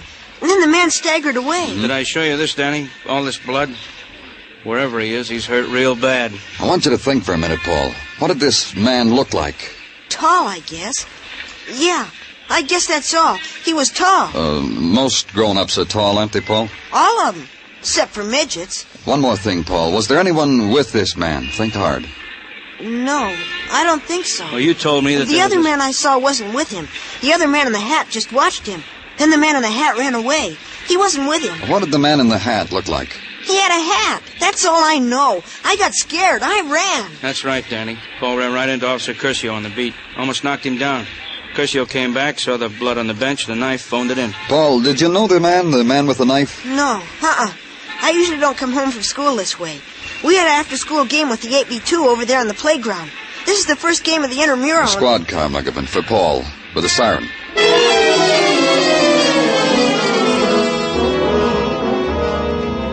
Then the careful tracing, the sifting through the shadows of a city, the dust of a city, the hiding places of a city into which a wounded man must crawl and lie for a time, and then wander in search of a kindlier place, a darker place, and leave behind him the trail of the wounded, the blood of his life.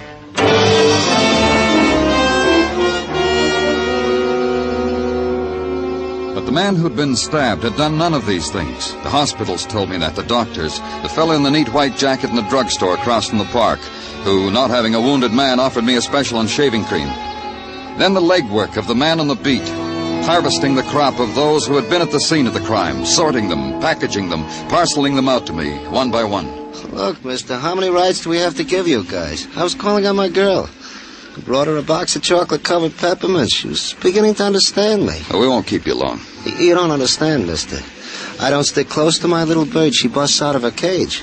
I've known her to do that when I pop out 2 minutes for a corner newspaper. You were in the park this afternoon, saw a man who was stabbed.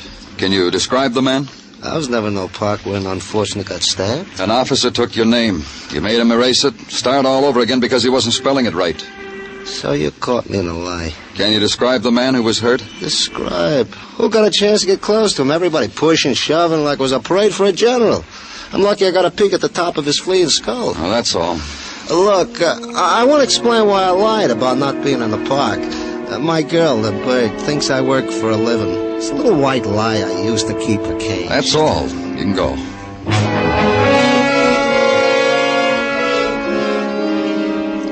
Then the man who is eager, whose eyes dart and pierce, who follows you as you move away from him, stays close to you, needs the lapel of your coat. I was real close to him. He had a knife in his back. He breathed in my face. I could tell you the color of his eyes, how close I was. Tell me. Blue eyes, washed out blue, and no tears in them, no tears at all. No remorse for the evil doing that had brought wrath upon him. Blue eyes. What color hair? Dirty. A dirty color. All matted. No, it was blonde and shining. And there was a kind of light that shone about it. That's because he was dying. Dying in protest against all the wickedness that'll drown us all. A big man, a short man, What does it matter how he looked? I was close to him, I tell you. He reached out his hand to me, touched my hand, tears on my face. Help him out of your office. Motion a policeman over. Watch him be gentle with the man. Take him away. And then motion for the next one to come in. I realize, of course, that you're imposing on my time. Not that I mind.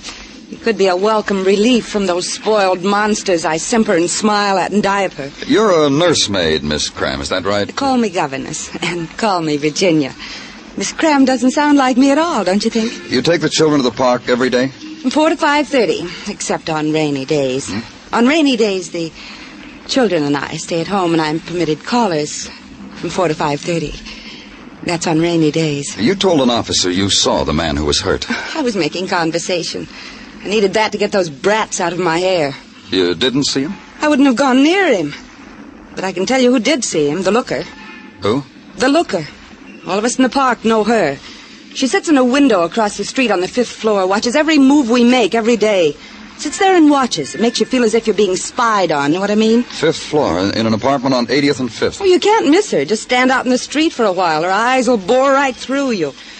But on a rainy day... I know, you're permitted callers. That's all, Miss Graham.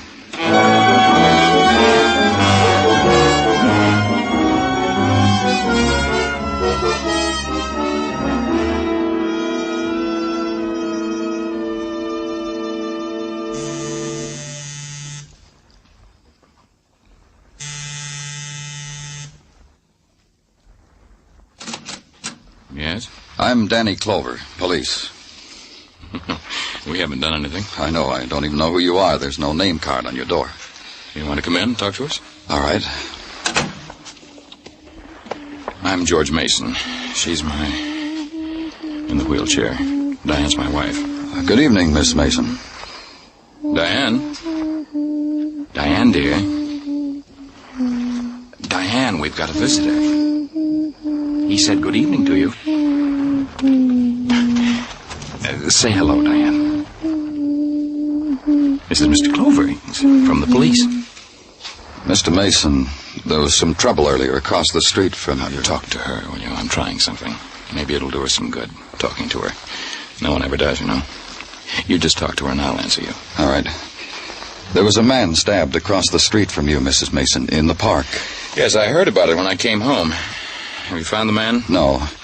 Mrs. Mason, I understand that you sit by a window every day. That's right, that one. She sits there, watches. It's her pleasure. Today? Every day. Then she must have seen what happened. She must have... Pretty. What? What are you trying to say, Diane? Can't you see how it is? I'm sorry. George? Yes. What is it? I saw a man today. I saw a knife today.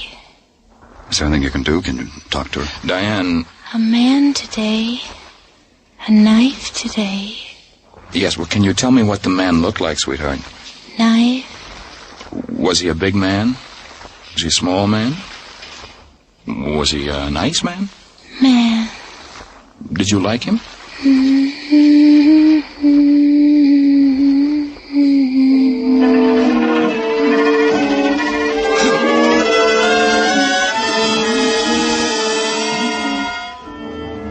Try to erase from memory the eyes of the woman filled with the named terrors, the known terrors that dart and scurry, gnaw and nibble at the fleeting instants of serenity within her.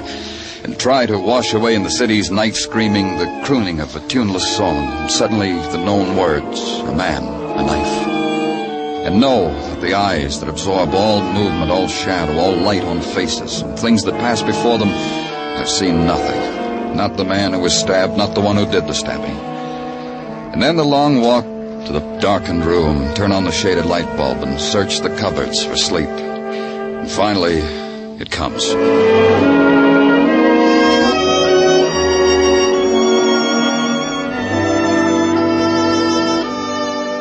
In the morning, the scorching cup of coffee, the walk to headquarters, and the cheery greeting on the threshold from the cheery Sergeant Tartaglia. Welcome, Danny. Welcome to your abode away from your abode. Good morning, Gino. The best.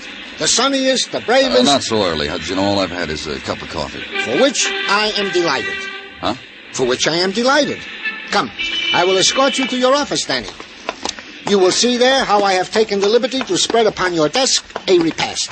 I shouldn't have done it, Gino. A repast consisting of a hot paper container of coffee and a half a dozen cinnamon buns.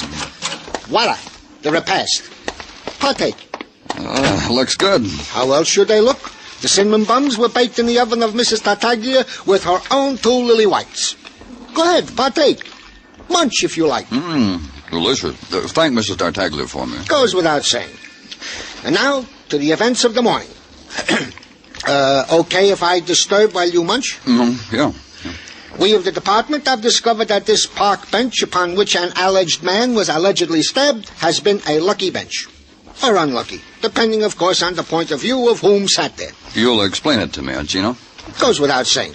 The lucky part of the bench is that 5 weeks ago a man found upon it, wrapped in a newspaper, $300. Turned it over to Lost and Found. So? So is that 4 weeks ago, same man turned into Lost and Found from the same bench a like newspaper containing another $300. And we have not seen this pleasant, honest citizen since. Do you have his name? Oh, it goes without... Harry Forster, 1345 West 16th. Want I should keep the cinnamon buns hot for you, Danny? I'll do that, Gino. You go ahead and do that.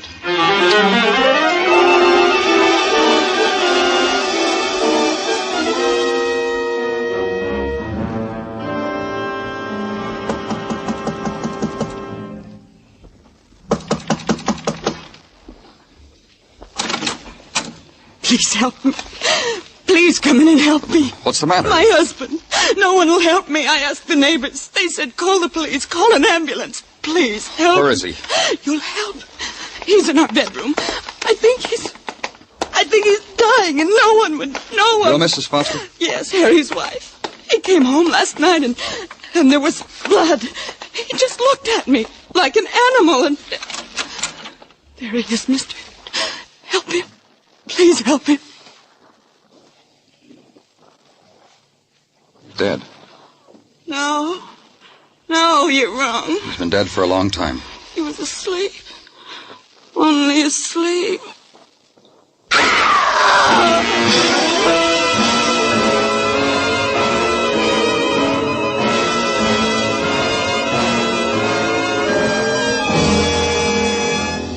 You are listening to Broadway's My Beat, written by Morton Fine and David Friedkin, and starring Larry Thor as Detective Danny Clover. On CBS this Sunday evening, Charlie McCarthy will play a tattoo artist for a group of sailors, while beautiful Ann Southern acts as his reluctant model. There'll be more fun with Eve Arden, Amos and Andy, Red Skelton, and Corliss Archer. Stay with CBS this Sunday, for these great comedy programs will be heard on most of these same stations.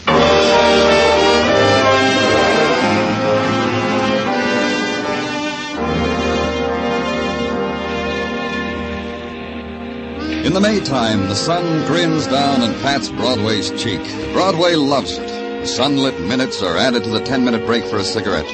The walk is slower, the sway gentler.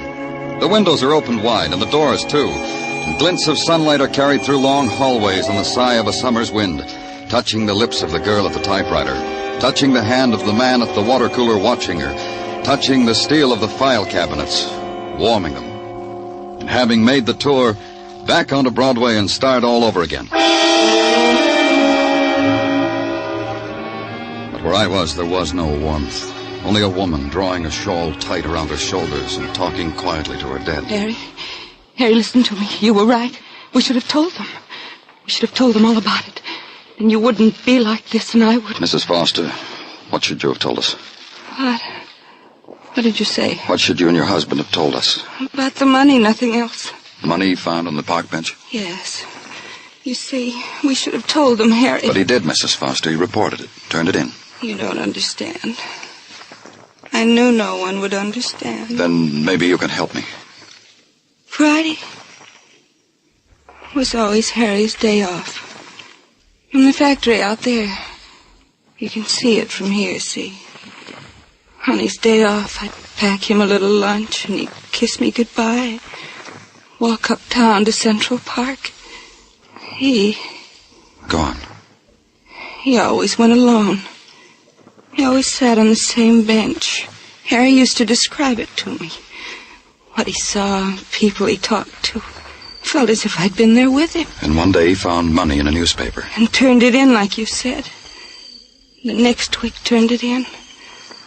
But after that, I told him he didn't have to do that anymore. You mean he found more money? Is that what you're trying to tell me? What? You mean he found more money? For 5 weeks in a row. I told Harry he didn't have to turn it in anymore.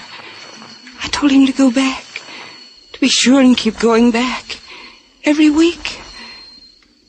Yesterday, too. And we'd be rich. No more of this. No more factory. Why didn't you call us when he came home hurt? Call a doctor. It would have spoiled it, ended it. The money, don't you see? I thought he'd live, and with that money... No. You couldn't. You couldn't see.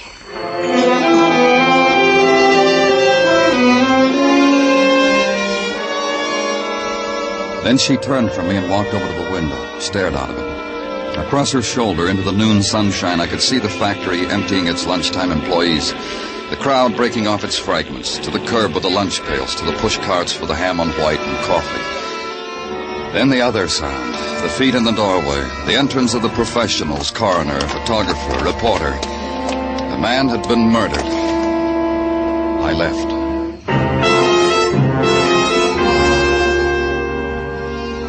Then back again to Central Park and the park bench of the stabbing. Sit on it.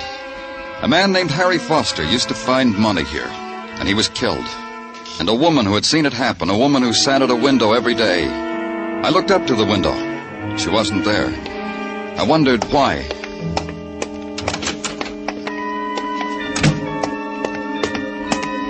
I knew why. She was in the wheelchair. There was a man pushing it carefully down the steps. Can you scooch a little to the side, friend? Oh, need a hand? Yeah, if you want.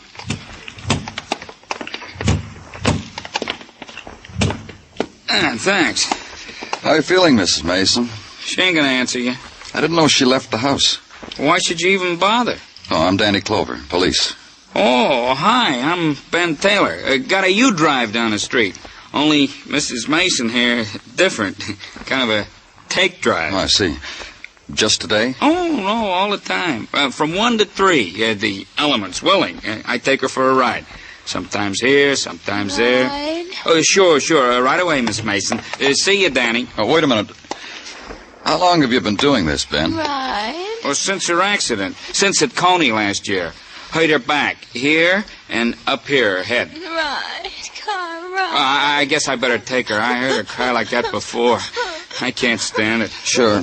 It's a nice day, Mrs. Mason. I hope you enjoy your ride. Oh, she will. She likes riding in the car. See you around, Danny.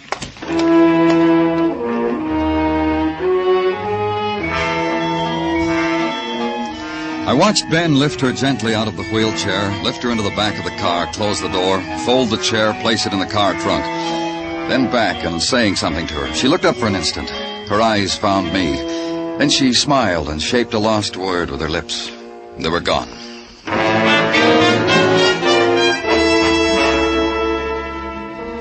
And back at headquarters, the wall clock ticking off the hours of Harry Foster's death.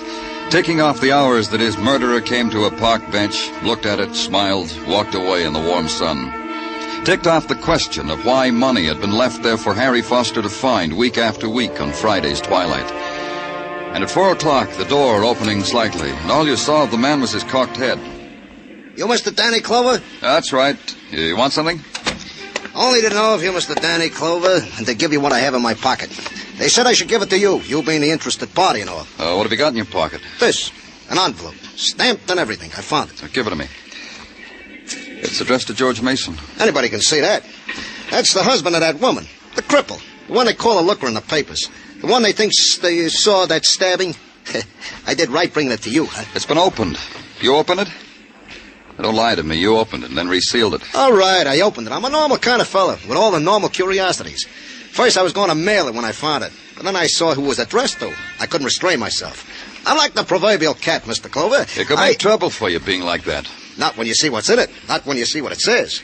It says, you've made a terrible mistake. That's all. Not another word. See? You can't do anything to me for just reading that. You just read it yourself. That's why I brought it to you. Because I'm a cooperative citizen. Where'd you find it? At Grant's tomb. You know, I've been curious about that tomb for years now. Finally, I took time off to go to study it. Then I found a letter on the steps. And I never did get to really study Grant's tomb. Tough. You'll stick around, huh? Some of our boys want to have a long chat with you. They enjoy curious fellas. Sure, anything you say. I'm nothing if I'm not cooperative. Just nothing. I wouldn't say that, but you stick around, huh?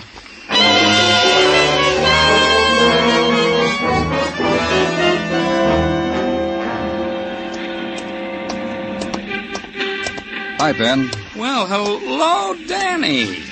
Hey, how do you like this, huh? I rigged up so when it's a sunny day, the telephone is on the outside of my shack. Inspiration, huh? Fine. Who wants to be on the inside when outside it's sunny?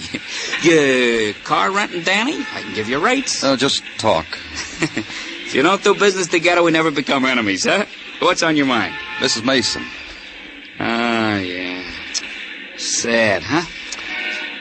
You know, if you set your mind to it and consider all she's been through, and then look at her, she's a pretty woman. I noticed. You said she was hurt in an accident at Coney Island, Ben. What kind of an accident? On the roller coaster. You know, one of them rides. Fell off right near the end of the ride. She stood up, fell. Was she with anyone? Yeah, her husband. You want to know something? In spite of the heartbreak of having a wife like that, you know, Mr. Mason is one of the nicest guys I ever met. What about Mrs. Mason, Ben? Huh? What about it? Can anyone ever talk to her, have a conversation with her? I talked to her. About what?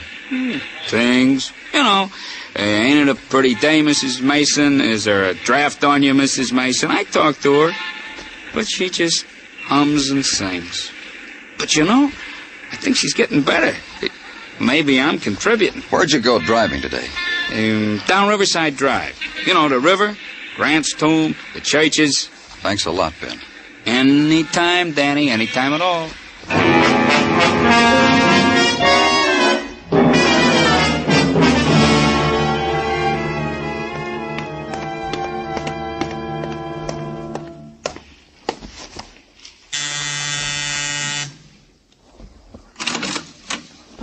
Oh, hello, Mr. Clover.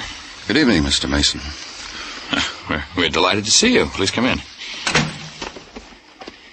Diane, it's Mr. Clover. Diane looks better, doesn't she, Mr. Clover? Yes, she does. I brought you something, Mr. Mason. Here. Huh? A letter? It's addressed to you. Read it. I don't understand. Read it. Yes, it is. It's addressed to me, but it's been opened. That's right. Read it. All right. The note says you made a mistake, Mr. Mason. Mrs. Mason, your husband might be electrocuted for a murder he committed. Leave her alone. I wasn't going to touch her. Cut it out, Mrs. Mason. What's the matter with you? Have you gone out of your mind, Clover? I said cut it out, Mrs. Mason. I told you leave her alone. All right, you've come here to accuse me of murder, but leave her alone. George. Don't worry about anything, dear. Get me a drink of water. What? What did you say? A drink of water, George. Cold water from the refrigerator. Diane. Darling, a drink of water. Do it. You won't be able to wait on me anymore. Mr. Clover's going to take you away from me. You're talking like you know what you're saying. You do know what you're saying. What's happening? What's happening to us? It's already happened. It's all over.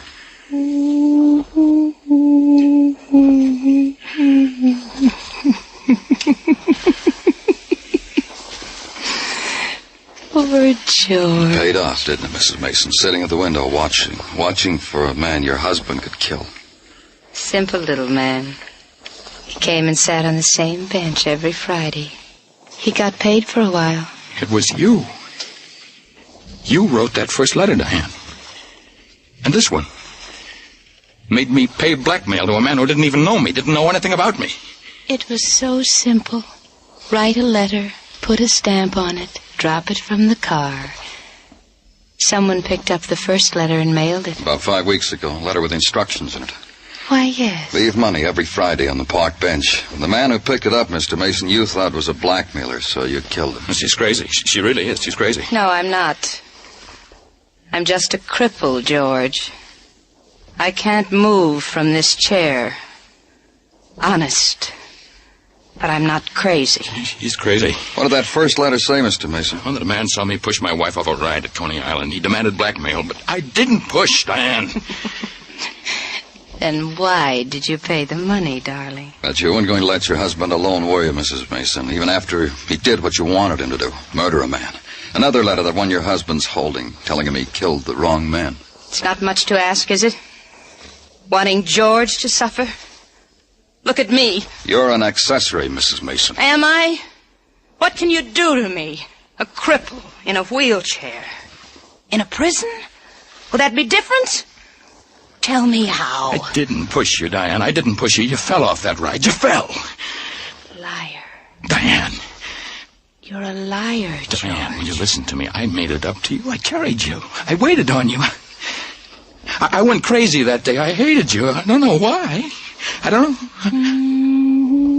Oh, I know why. You're an evil woman. Evil. Poor George. You should have died. You should have. You should have. Poor George. Poor George. You should have died.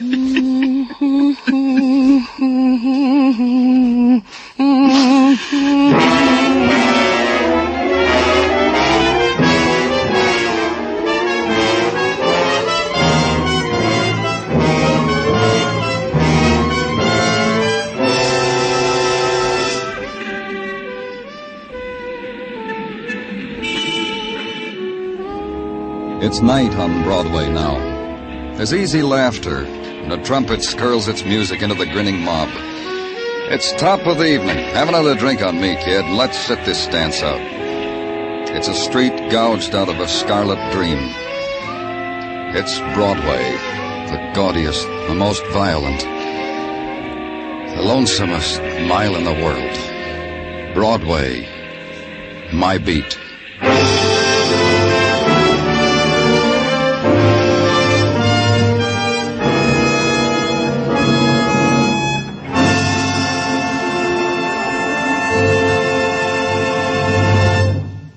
Broadway's My Beat stars Larry Thor as Detective Danny Clover with Charles Calvert as Tartaglia and Jack Crucian as Muggavan.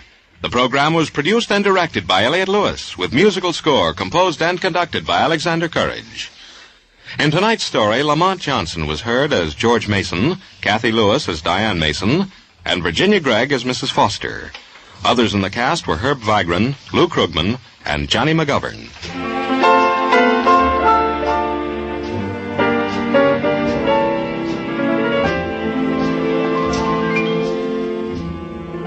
Every Saturday night, Jan Murray takes a tip from Danny Clover and goes looking for people. Only Jan's beat is the United States. By coast-to-coast phone, he offers a grand in cold, hard cash if you can identify the phantom voice. So stay tuned now as Jan Murray and Sing It Again follow immediately on most of these same CBS stations.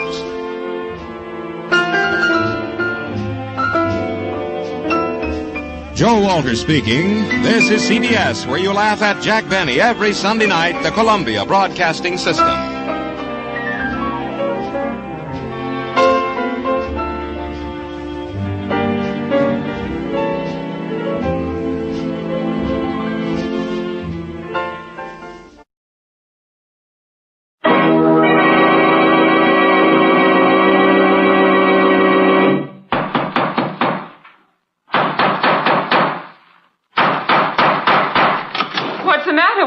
It's another case for Nick Carter, Master Detective.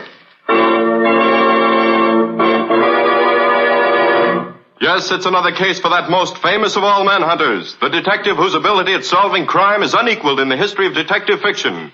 Nick Carter, Master Detective. Presented by the three great Linex home brighteners. Linex Clear Gloss, Linex Cream Polish, and Linex Self-Polishing Wax. Created by Acme, America's great producer of Acme quality paints. Today's curious adventure, The Funeral Wreath, or Nick Carter and the Mystery of the White Verbenas.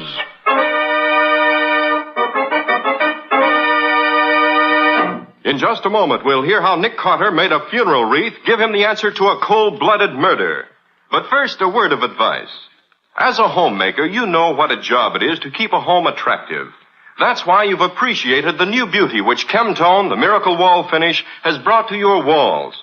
And that's why you'll appreciate Linex Cream Polish, which restores your furniture's original handsomeness in one quick, easy application. Yes, Linex Cream Polish saves one whole step in your housekeeping routine, for it cleans as it polishes without tiresome rubbing. And it removes cloudy dust and polish accumulation, banishes fingerprints, helps to conceal ugly scratches, drying to a hard finish that leaves no oil to attract more dust.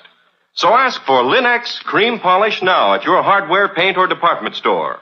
Headquarters for all three great Linex home brighteners and Chemtone, the miracle wall finish that covers in one coat. And now for today's mysterious adventure with Nick Carter. As we look in on Nick's office, we find Lieutenant Riley telling Patsy and Nick about a rather unfortunate experience. Well, it's like this, you see, Nick.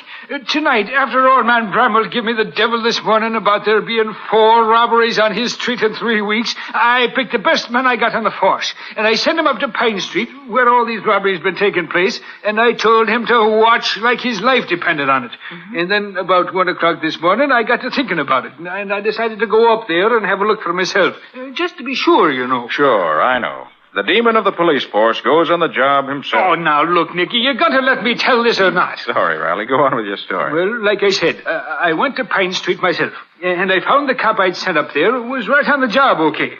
and everything was quiet as far as I could see. So I asked him how he was making out. Nothing stirring so far, Lieutenant. No suspicious characters around at all. You've been right here all the time, eh, Green? Oh, every minute, Lieutenant. Good. I just dropped around to be sure. Lieutenant, have you got a minute to spare? What do you mean, have I got a minute? Well, it's like this. My wife's having a baby tonight, I expect. Oh. She went to the hospital this afternoon, just before I came on duty. And being as how I'm out here where no one could reach me, well, I just kind of thought I'd You like want to call out. to see if you're a father yet? Well, yes, sir. And I thought that if you wouldn't mind watching here a minute, I just phoned from the drugstore just around the corner. It'll only take me a minute, sir. Oh, if you wouldn't mind. sure. Go ahead and phone. I'll wait till you come back. But don't stand gabbing for a half an hour, man. Oh, I won't, sir. So he went off and left you all alone, huh? Oh, too bad. I say it was too bad. If we'd both been there, we might have got that dirty crook. So what happened then, Lieutenant? Well, I stood there in the shadow of the corner house, you see, watching. Uh-huh. And a moment later, I saw a dark figure come out of old Bramwell's house, which was just 2 doors up the street. Now, I knew Bramwell and his wife lived there alone, with only a maid, so I wondered who it would be coming out there at that time of night.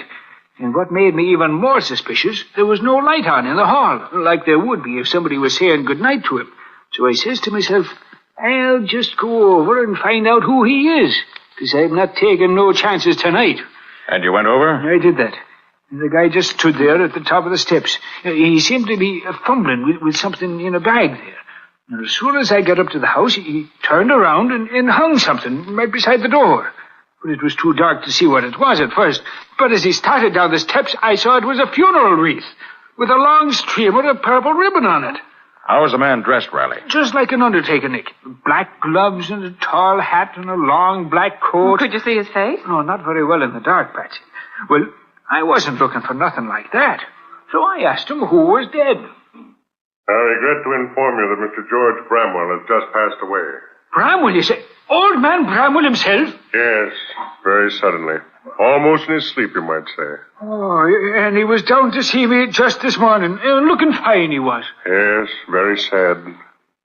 Well, if you'll pardon me, I must be going. Allow me to present you with one of my cards, in case you ever have need of a man in my profession. A card? Oh, yeah, thanks. This is J. Atherton Osgood, mortician. Yes. If you should ever need my services, I shall be happy to be of service in any way I can. Atherton Osgood. Osgood? There ain't no undertaker in this town by that. Hey, you, just a minute. There ain't no one... So long, Copper. Lieutenant, what happened? That man, the one with the black bag. Well, there's nobody on the street, Lieutenant. What happened to you? The undertaker. He knocked me down. What's that? That came from Bramwell's house. Come on. Are you all right, sir? Can you walk? Of course I can walk. Let's get going here. What's the matter here, lady? What are you screaming about? Look there. Bramwell, with his head all smashed in. Oh, gosh, Lieutenant, no wonder you're worried. I'm afraid to read what the newspapers will say. I can see him now. Lieutenant Riley of the Metropolitan Police talks to murderer on steps of murder's man's home and then is tricked into letting him go. Oh, 'tis a sorry day for me. Well, Riley, feeling sorry for yourself isn't going to get you anywhere. This man interests me. Huh? He goes to commit a murder and takes a funeral wreath along to hang on the door of his victim's home. That's a new one on me. Nick, why don't you give Riley a hand? See if you can't find this crook for him. I think I will, Patsy. That is, if Riley wants me to. Wants you to? What do you think I've been telling you this for? Just to pass the time of day? Very well, Riley, very well. Since you begged me so politely, I'll be only too happy to put my talents at your disposal. Where do we begin, Nick? Now, you say the murderer wore gloves. So you must have left no fingerprints behind him. Yeah, that's right, Nick. And I went all through the Rolls Gallery this morning. And there's nothing there that looks like him. Which leaves us, if I'm not mistaken, with 2 clues. The funeral wreath and the card he gave you. Neither one of them is worth the tinker's dam. No? Why not? Well, that's the same kind of wreath they tack on anybody's door when there's a death in the family.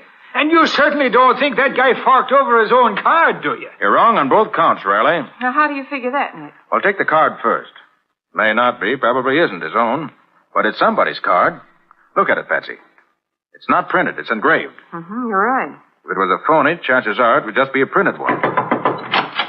Good morning, folks. Beautiful morning. Lovely morning, isn't it? Get Nice, out of hot here, news. you reporter. Hi, Johnny. Come on in. Oh, morning, Johnny. You're just in time. Now, look here, Johnny Winters. If you dare to print a word of this in that yellow rag you work for, I'll... Now, hold on, Lieutenant. It's not a yellow rag, and I don't work for it. I'm a feature writer, and not a reporter. So just keep your shirt on, huh? Whatever it is, it's getting you all hot and bothered. Riley's in the spot, Johnny. And the very thought of publicity makes him squirm. Oh, fear not, lovely policeman. Your secret shall be locked forever within the four walls of my heart. Lovely policeman. Hey, Nick, what's this all about? It's a long story. I'll give you the details later. But right now, I've got a job for you if you have time to do it. Huh? Always at your service, Nicholas. And the beautiful Patsy. Speak on. I want you to get hold of someone who can let you into the public library. At this hour of the day? I don't care if it is early in the morning, and I don't care how sore they get about letting you in. But dig up somebody who can find you a copy of the Mortician's Annual. The Mortician's Annual? Yes, you know. It's the Undertaker's trade publication. See if you can find an undertaker named J. Atherton Osgood. J. Atherton Osgood, huh? All right, then what? Come back here and let me know what it says about him. And make it a rush order. This can't wait. Huh? Consider it done, Nicholas. I'm on my way. Toodaloo. Nick, are you batty? Did you mean to tell me you think that guy's name really was J. Atherton Osgood? Not at all, Riley. But since it's a genuine business card, he must have picked it up somewhere along his travels. This man Osgood may help us get a line on him. That's too much for me, Nick. You want me for anything more here? No, not just now, Riley. I'll let you know if I do. Well, what are you going to do? I'd rather be shot than do what I have to do, Nick. What's that, Lieutenant? Go down to headquarters and explain to the reporters how it happened that crook got away from me last night. Well, good luck to you. And you better put a shamrock over your left ear for luck. Okay, Nick, okay. Have your fun. But you're laughing at a sick man. So long. So long, Lieutenant. I don't envy Riley when the reporters get after him. Well, Patsy, we've got something to do ourselves. Get me the latest city directory. It's right here, Nick. I was using it. What do you want to know? I want a list of all the florists in the city. What on earth for? We're going to call on them and see which of them made this funeral wreath and for whom. So get busy.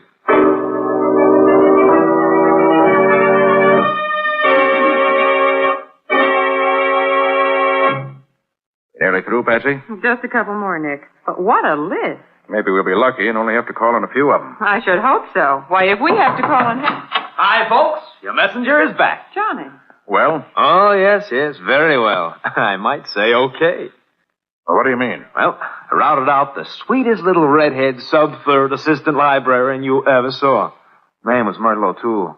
And I got her to open one of the branch libraries for me. Did you get what I wanted? That? Sure. Myrtle was kind of sore at me for making her lose her beauty sleep, but, I soothed her. Oh, yes, I soothed her. Casanova Winters in person. Johnny, what did you find out? Here, Nick. Down in black and white. J. Atherton Osgood, Funeral Chapel, Akron, Ohio. Yep. Johnny, Patsy, and I are going out.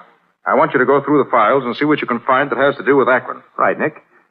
About what dates? Say within the last year. I'm not quite sure of the dates yet. I finished the list, Nick. You want to go now? Yes, Patsy, the sooner the better. Okay. Get your hat and let's be on our way. Hey, Nick. Where are you going with that funeral wreath? I don't know for sure, Johnny, but I hope to hang it around a murderer's neck before long.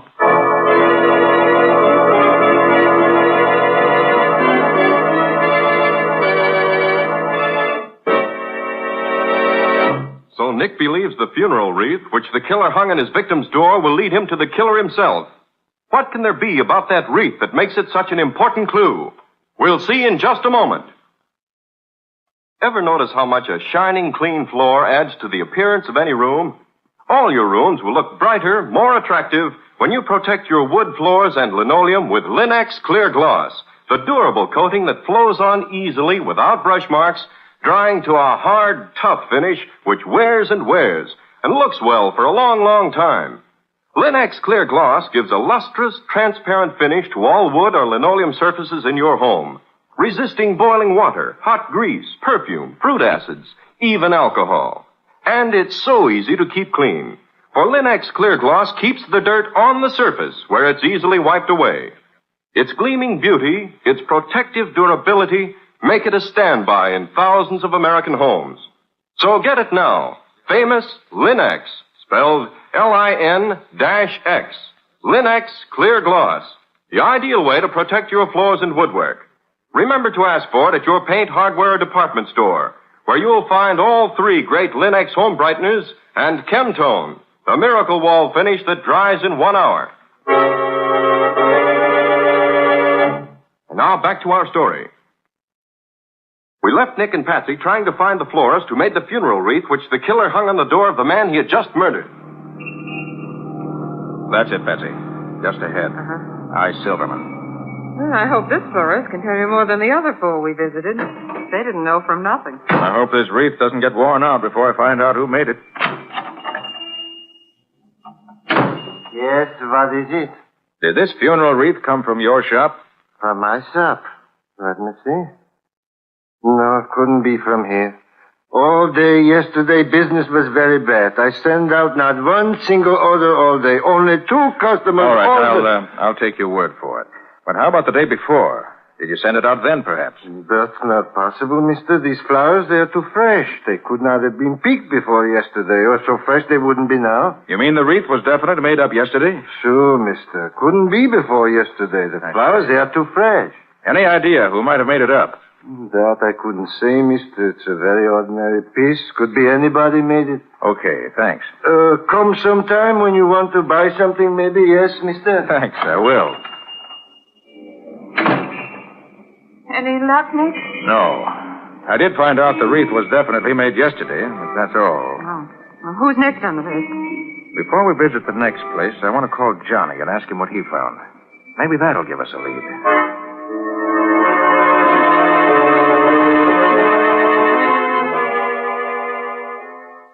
Yeah, I found 3 notices from the Akron police, Nick. Any of them the man we want, Johnny? Well, I can't tell. Descriptions are so general, they don't mean much. What are the dates on them? Oh, one is dated almost a year ago. One is dated about 3 months ago, and the other is 2 months ago. I see. Well, not much help there, I'm afraid. And, wait a minute. 2 of the men are wanted for murder and robbery, and the other for robbery alone. Okay, Johnny, sit tight. I may need you again. So long. So long, Nick. I gather he didn't find anything that will help us. No, not without some additional evidence. Too bad. Well, we better call on the next florist on our list. That's the only lead we have that's any good.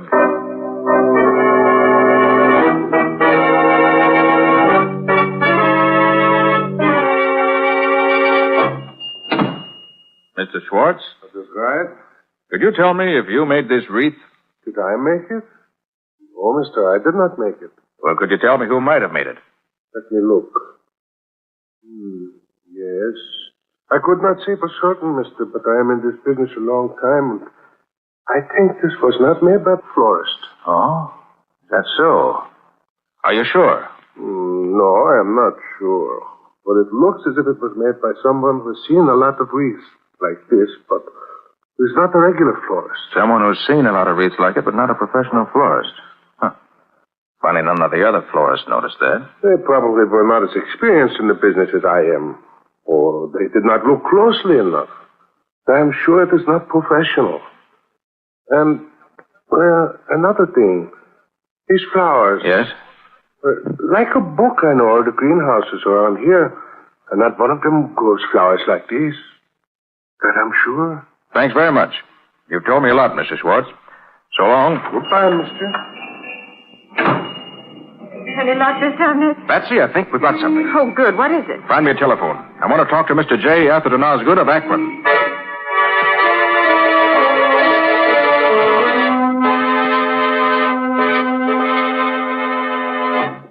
Thin, sallow-looking man, thin cheeks, looked like a cartoon of Old Man Gloom.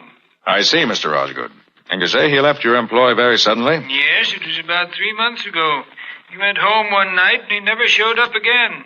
No word from him at all. That's the man, all right. Thanks very much, Mr. Osgood.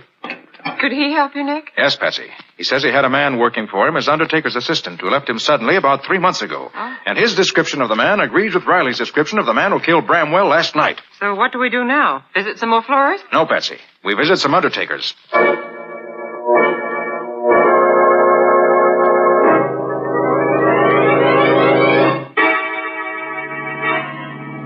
But why are you so sure the killer works for an undertaker, Nick? It's logical, Patsy. He apparently came to town about 3 months ago. But he started these robberies, as far as we know, only 3 weeks ago. Mm-hmm. Now, what could be more natural than for him to get a job at the trade he knew, undertaker's assistant? That would give him time to look over the town and decide where he wanted to pull his jobs. And it would also legalize his being in town in case anything came up to question it. Well, we've tried 7 undertakers, and none of them had any nice, fresh assistants. Hope we have better luck at this next one.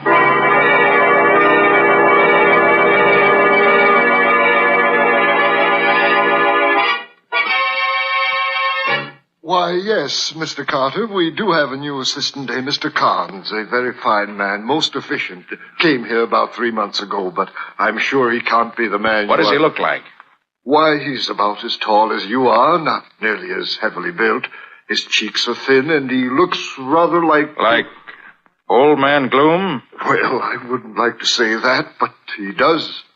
Well, now that you mention it, he does rather resemble that character, yes. I'd like to see him. Why, he's not here today, Mr. Carter. He's home packing his bag. Packing his bag? You mean he's leaving town? Oh, just overnight, that's all. We're shipping one of our late clients to Cleveland.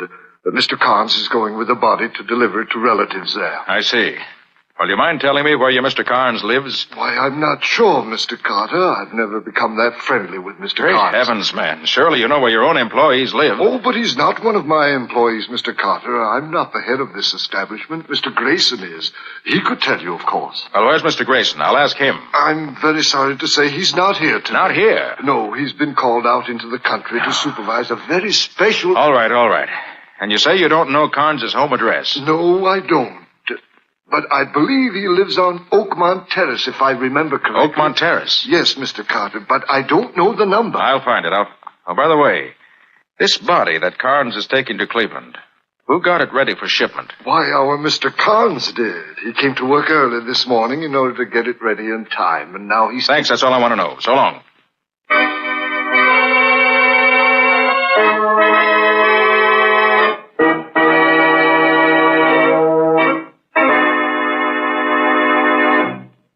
You mean you really got a lead on the killer, Nick? I mean just that, Riley.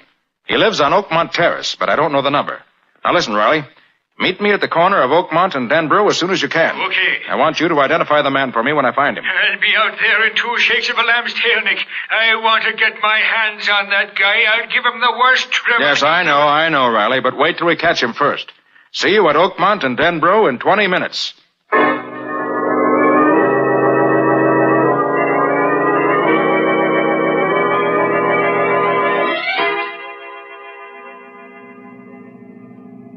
Just drive slowly along the street, Patsy. I want to see if I can get any clue to which is Carnes' house. You don't expect to find him sitting on his doorstep, do you, Nick? Hardly, Patsy. But one of the florists I visited gave me an idea. An idea about what? About the flowers in that wreath. He said that... there. That's the house.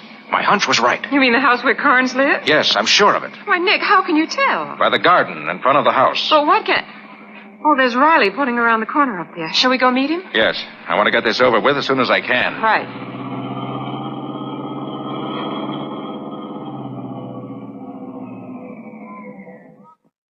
Hey, Nick. What's cooking? Just this, Riley. I feel sure the killer of Old Man Bramwell lives in that gray bungalow up the street. Huh? I think he's probably in there now. I'm going in and see. You wait outside in case he gets away from me. Oh, but why not let me go in? Because you know him when you see him. I don't, so you wait outside. And you, Patsy, stay down here at the corner out of the way. But suppose he tries to shoot you, Nick. Wouldn't it be safer to take Riley in? If there's any shooting, Riley can come in and give me a hand. I'll do that, Nick, and happy to get a shot at that rat. Okay, let's get going. Leave your car here, so he won't suspect anything if he should happen to look out the window. Yeah, sure. Hey, but how'd you happen to get on the track of this smug, Nick? Investigation, Riley. Huh? Investigation and deduction, plus common sense. That don't tell me much. I'll give you the details later. All right, here's the house. Now remember, stay here unless they're shooting, or unless he gets away from me. Mm-hmm. Then you grab him. Right, Nick. And good luck.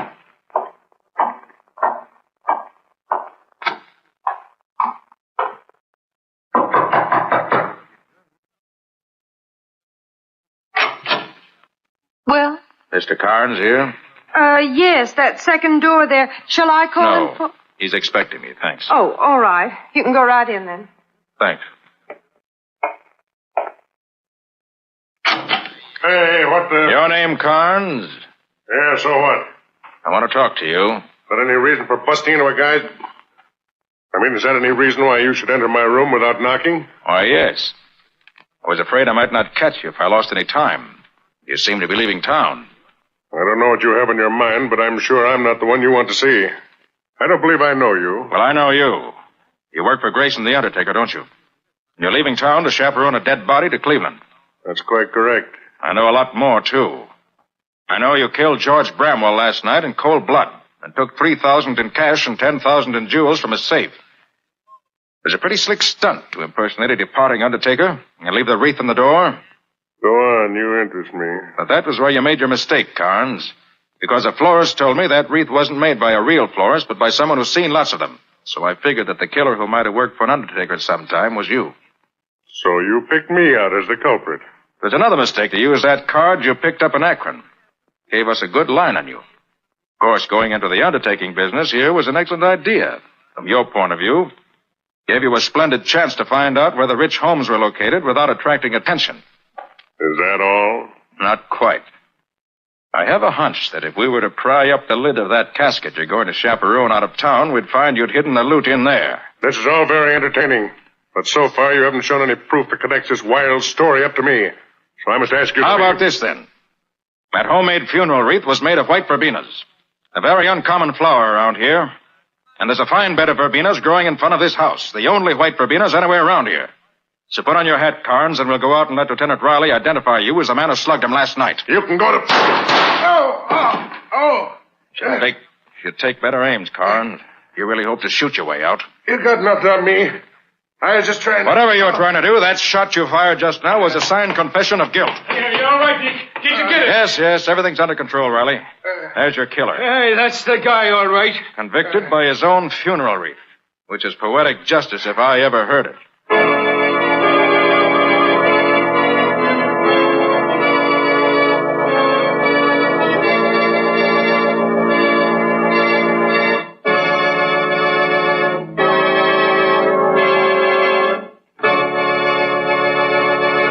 In just a moment, Nick and Patsy will bring you a preview of next week's exciting case.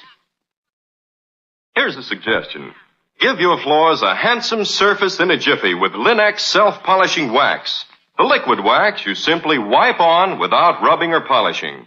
Linex self-polishing wax keeps all your floors, wood, tile, and linoleum, looking their shining best. Yet it's so quick to use, and it dries to an elastic, satiny finish that wears amazingly and is unusually resistant to dirt and water.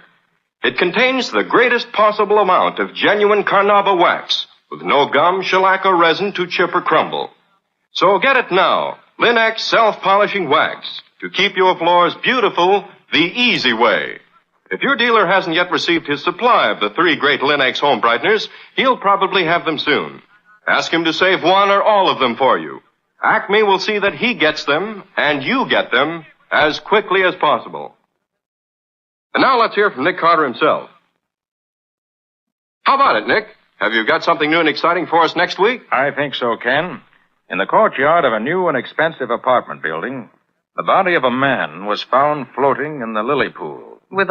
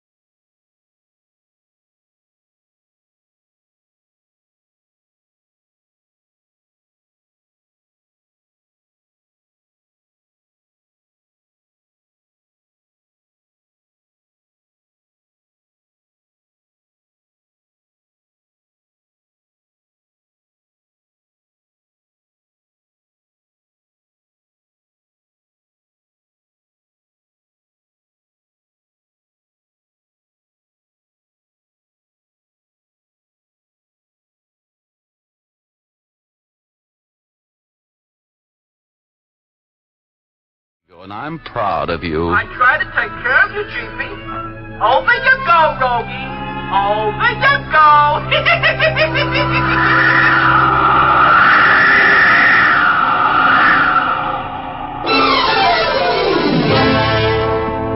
I dreaded opening my eyes because I remembered that dead girl lying there. But I opened them at last. And what I didn't see made me think I'd lost my mind. Where the body had lain, staining the Navajo rug, there was a Navajo rug, but no stain and no body. I wobbled to my feet. My knees were made of soup. I grabbed the bed for support and threw my massive intellect into high. There were strange things happening here, and they were happening to me. I decided to stay mum and get back to the dance to see what I could discover from the behavior of the inmates. I took out my pocket comb, dressed my hair around the bump on my head so I wouldn't look like I had two, wiped the bed and the doorknob clean of my fingerprints, and looking much better than I felt, rejoined the party. Clint was talking with Nancy Bowman, another luscious lady on the hotel social staff. Hello, Rogue. We've been looking for you. Oh, hi, Clint. Hello, Nancy. Hello, Richard. Where have you been? We're getting a little fresh air. How about this dance, Nancy? Can't. I promised Clint. Oh, go ahead. I'll be noble. Janice should be coming back soon anyhow. Well, all right then. You're on, Mr. Rogue. Oh, you're my dear, both of them. See you later, Clint. Bye.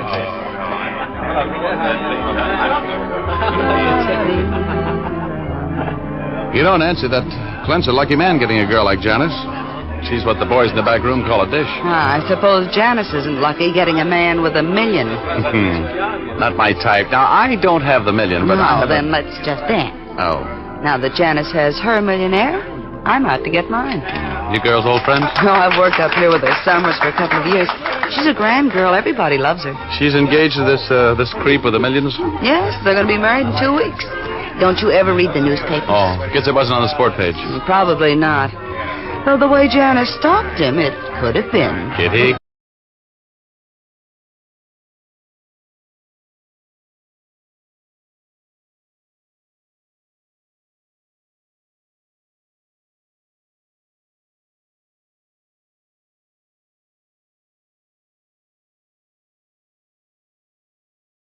Feature of Street and Smith Publications, Incorporated.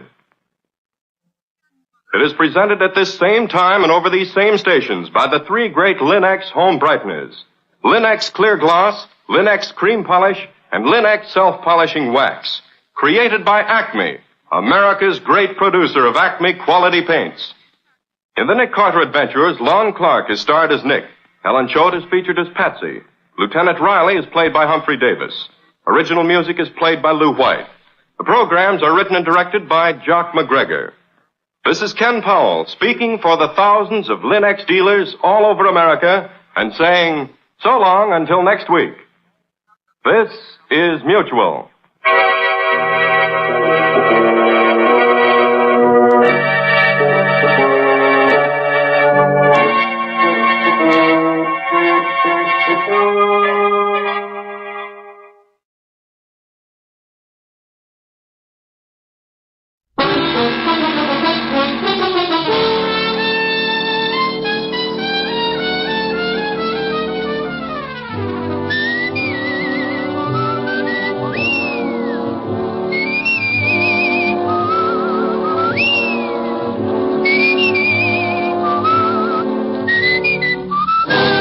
Dick Powell as Richard Diamond, private detective.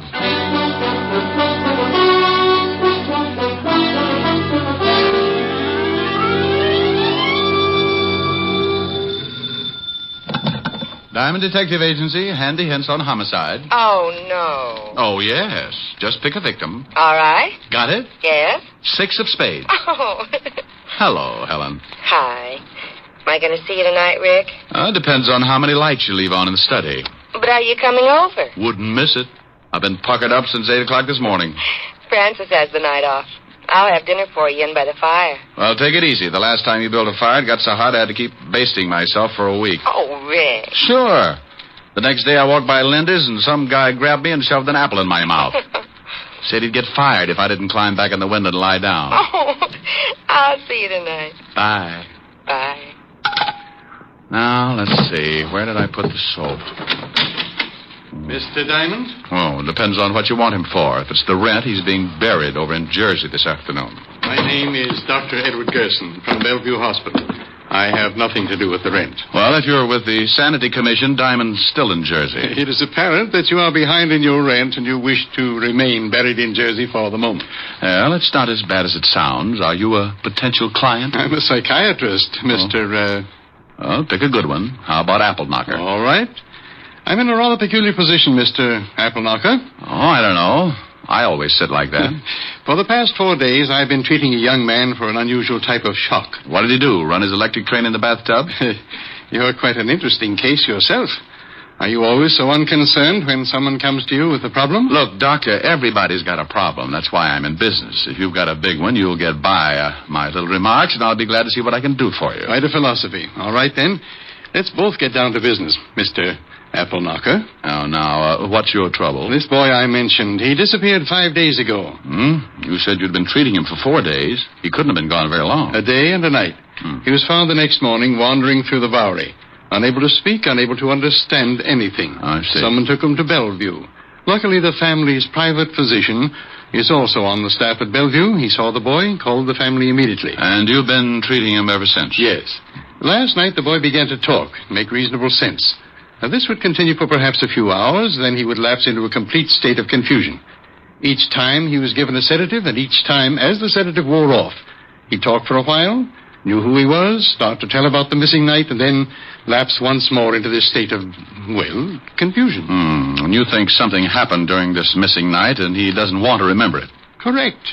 Did you ever study psychology? Every day, Doctor. I get enough screwy cases in here to make your clientele look like a bunch of Einsteins. And now stop unlocking my mind. There's a draft. Well, as you said, this boy won't let himself remember something that happened on that missing night.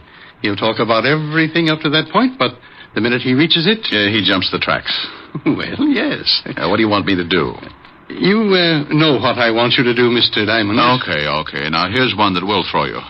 You know what I want you to do? The boy's family is quite willing to meet any expense that you feel is necessary. Oh, remind me not to take you on a double date. If I don't discover what happened to this boy on the night in question, I'm afraid he might lose his mind permanently. These periods of confusion are becoming more frequent, and sooner or later, he won't be able to distinguish between the real and the unreal. I'm going to put him under narcosynthesis this evening, and I'd like you to be present. All right, Doctor. What's the boy's name? William Carter. Be at Bellevue at 8 o'clock and ask for me. The boy's family will be there also, and you can tell them about your fee. Now, just give me a quick answer and leave my motives alone. Is his family wealthy? Quite. Then I'll see you at 8 o'clock, Dr. Gerson. You would have anyway. Goodbye, Mr. Apple Knocker.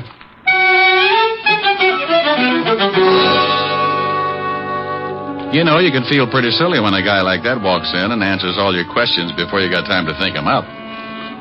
Anyway, I remembered my dinner date with Helen and put in a fast call to the little redhead. She was unhappy, naturally, but she said something about me holding the pucker and to drop around whenever I had the time.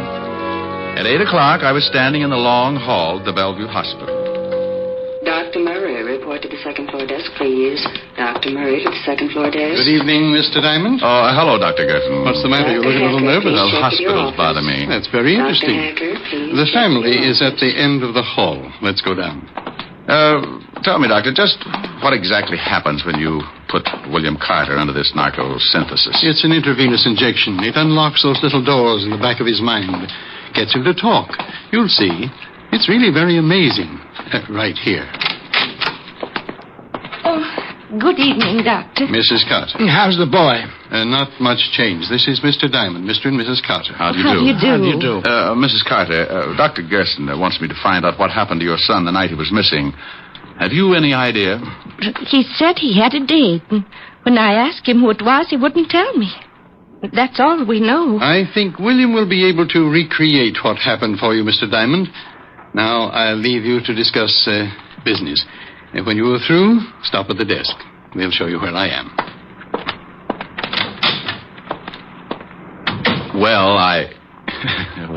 Yes, Mr. Diamond. What is your fee? Oh, thank you. Believe me. 100 a day in expenses. And your retainer? 1 day's work. Mr. Diamond, can you help our boy? Mrs. Carter, I don't really know. I'll write you a check. Oh, thanks. Mrs. Carter, whatever it is that's strong enough to make your son lose his memory, it might be... Think maybe it's something bad? I know it's something bad. How bad, I've got to find out. I hope it's not more serious than I think. Oh, yes, I know. Here you are, Mr. Diamond. Oh, thanks. I'll keep in touch.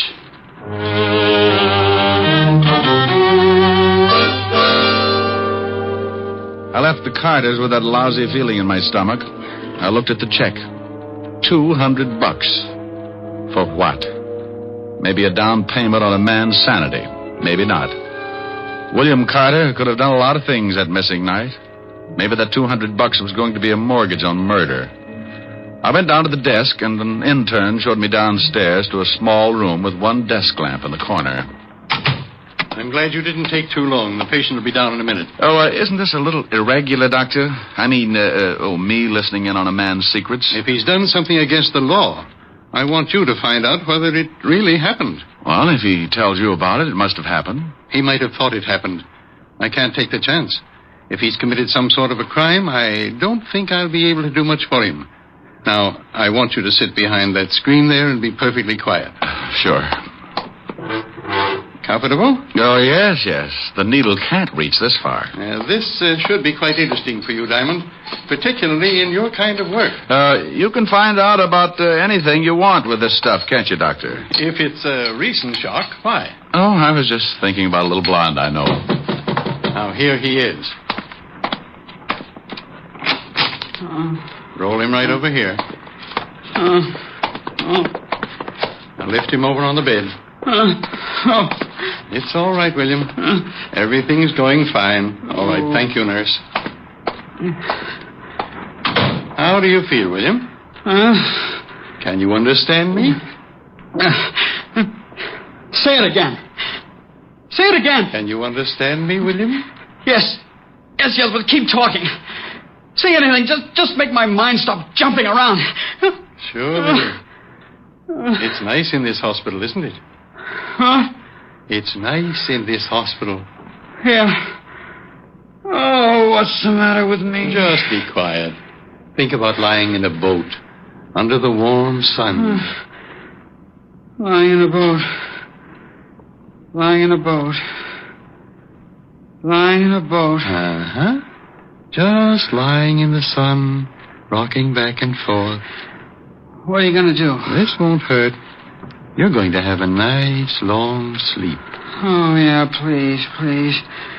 I want to sleep. There. Now start counting. Do what? Do what? Tell me again. Start counting. 1. 2. You're doing fine. Keep counting. 3, 4, 5, 6, 7, 8, 9.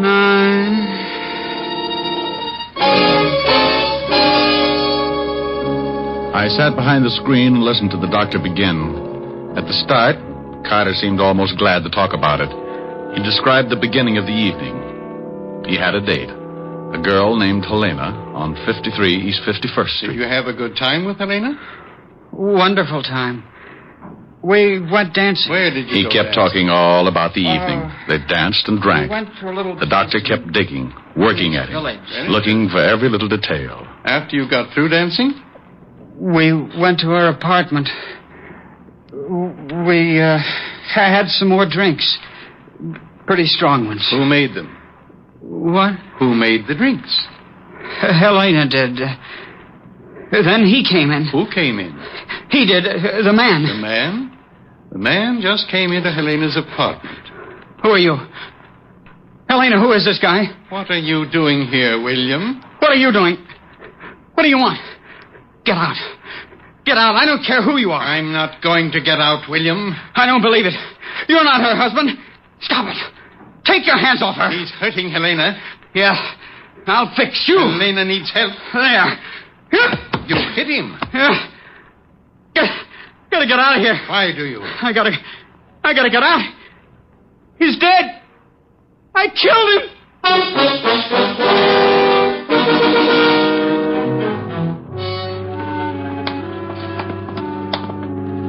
Well, Diamond, did you hear enough?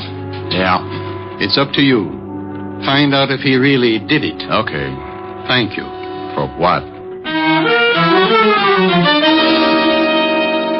Well, according to William Carter, he'd gone to a girl's apartment. The husband had come in and he'd killed him.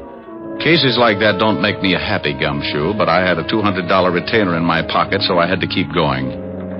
My first stop was the 5th Precinct Police Station and Lieutenant Walt Levinson. When I walked into the squad room, I spotted Sergeant Otis tying a square knot in his shoelace. I'll be right with you, Gumshoe. Hey, Otis, what happens when you break one of those shoelaces? Oh, what do you think happens? I get a new one. For those shoes?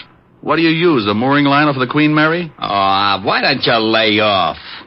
I thought we was pals. Is the lieutenant in? Yeah, go ahead. Hey, Otis, if your shoes wear out, why don't you do like the Dutch do? Oh, what's that? Wear wooden ones. Just go out and rent yourself a couple of rowboats. Oh. Hello, Walt. Good evening, Mr. Diamond, and thank you for stopping by so late. Well, now, what do you mean? You've got some horrible scheme up your sleeve, but I don't have to play straight man. I'm off duty in exactly 3 minutes. It'll take 2. Oh, no. Oh, yes. I want a list of DOAs for the night of November 12th. What's the matter? Can't you find a little old corpse all by your lonesome? Oh, shut Or up. does the police department have to furnish you with one? Well, if you just cooperate, Sassy, you'll be out of here in 2 minutes. All right. Here. Oh, thanks. Wow. 3 of them, huh?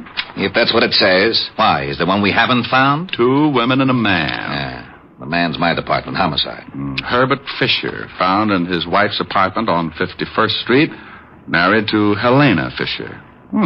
What about Helena, Walt? We're still looking for her. Neighbors say she and her husband hadn't been living together for several months. The old boy must have come home, found her with another guy, and got heated up. Either the wife or the other guy killed him. Huh? How do you know there was another guy? Well, the neighbors say a young guy started seeing her about a week before. Came up with her that night. We haven't a line on him yet, but we're checking. What killed him? Poker from the fireplace, beaten over the head. Oh. No prints? Nope, clean as a whistle. Say, what's with you? What are you so interested in this killing for? Oh, I just like to hear about crimes. Oh, now stop that. If you know something... I do know something, Walt. Yeah, what? One word. Will it help me solve this case? I don't know. Well, what is it? Bye. I left the precinct and headed back to Bellevue and Dr. Gerson. I had a hunch that was growing roots, and if William Carter's sanity was going to be saved, it would have to be done in a hurry. Up till now, only 4 people knew who was in that apartment when Fisher was killed. Myself, a missing girl named Helena, the potential killer, William Carter, and the good doctor.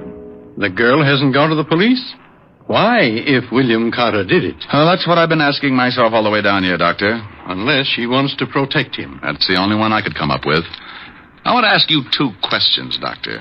First, do you think William Carter would pick up a poker and beat a man on the head? That's hard to say. He might. Would he then wipe his fingerprints off? According to what he told me, he killed the man and rushed immediately from the apartment. I'd say no to the fingerprints. That's what I'd say. He suffered the shock immediately after he killed the man. He knew he had to get out, but after that he can't remember a thing. May I use your phone? Certainly. Doctor, how could Carter be sure that he'd killed the man? Why, I don't know. If you remember, he didn't say. He just said he'd killed him. Homicide, Lieutenant Levinson. I thought you were going home. I gotta sit up with a headache. Oh, well, I want some information. Where did the murdered man live if he wasn't staying with his wife? Oh, now, wait a minute. We know who did it. You do? Sure, some guy named Carter, William Carter. I sent some of the boys over to his house 10 minutes ago. How do you know he did it? Because Helena Fisher walked into the station and told us so. You got the girl? Yeah, we're holding her till we pick up the Carter guy. Seems Carter was in her apartment with her. I know the story. You do? You do? I'll be right down. Well, they've got Helena, Doctor. She says William Carter killed her husband. Yes, I heard. Well, I'm afraid I can't do much for him now. I think you can. There's one thing that smells too rotten to make sense. Why did William Carter take enough time to wipe off those fingerprints? Because he didn't want to be discovered. Well, if he didn't want anyone to know he did it, why didn't he kill the girl? Oh, good Lord, I never thought of that. I got an idea. And it may mean you bending the law a little, Doctor, but it might save William Carter. What do you want me to do, Mr. Diamond? Is there any way you can find out from Carter exactly what he did after he struck the man? Of course. When he comes out of his sleep, he'll be able to talk about it. Can he be moved? Well, yes, if it's necessary. Then get him out of here. Take him somewhere. Even if his family covers for him, it's just a matter of time until Lieutenant Levinson finds out he was picked up and put in here. Well, this is extremely dangerous. Look, if he believes he killed this guy, the girl's story will hold water. The only way that I can see to make him snap out of it is to prove to him that he really didn't kill anybody. That's right. Don't you think he did kill that man? Maybe, but I doubt it. Can he walk? Yes. Good. Take him down to my office. Here's the key. Stay there until you hear from me. You know, I like you, Diamond, and I respect you, but this is... You want to save the boy's life? Of course. Then get him down to my office.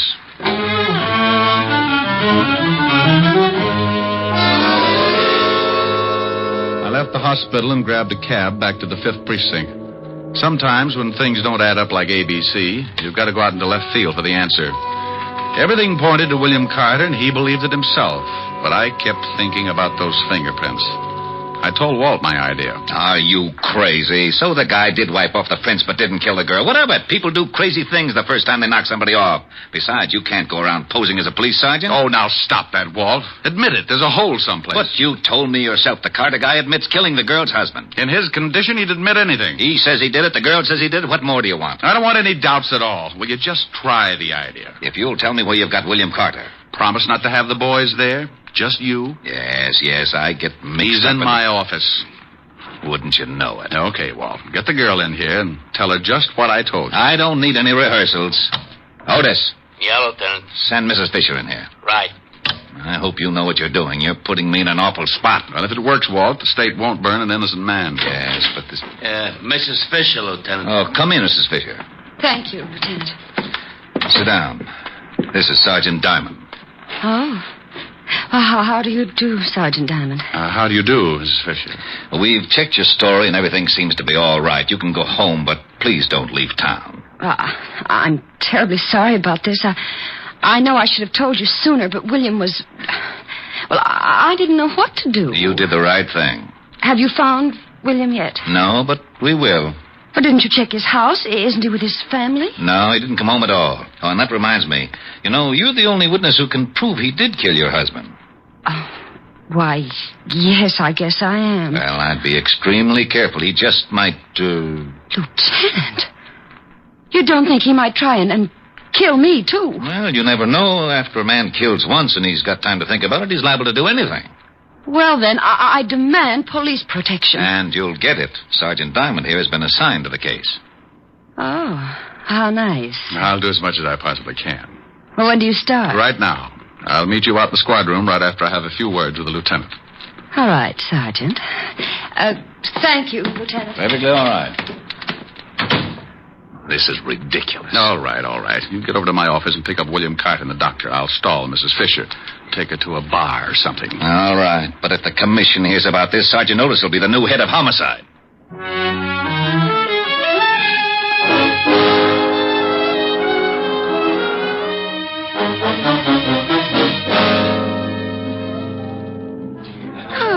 This is nice, Sergeant Diamond. Do you always guard people like this? Just the pretty ones. Oh, thank you. If you really think William might try to harm me, you'll have to stick pretty close, won't you? Mm-hmm. Do you mind? Not at all. What time is it? 11:30. Getting tired? Yes, a little. It's been a hard day. I'll bet it has. What if William comes to my place in the middle of the night? Where will you be? Watching the front door, baby. He won't get in. Watching the door from inside or outside? Outside, baby. Sorry. Yes, so am I.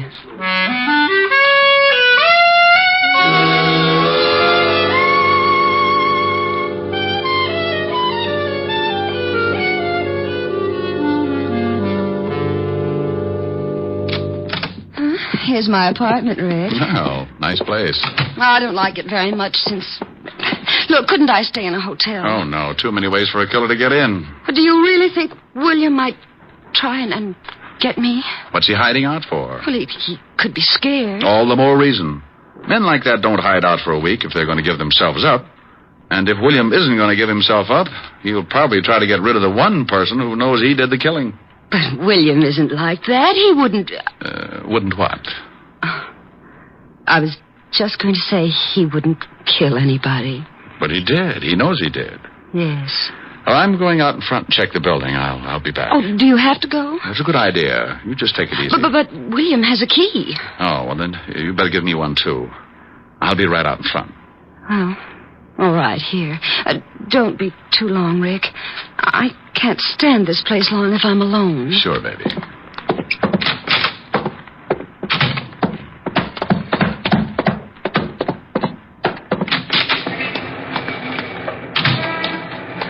Over here, Rick.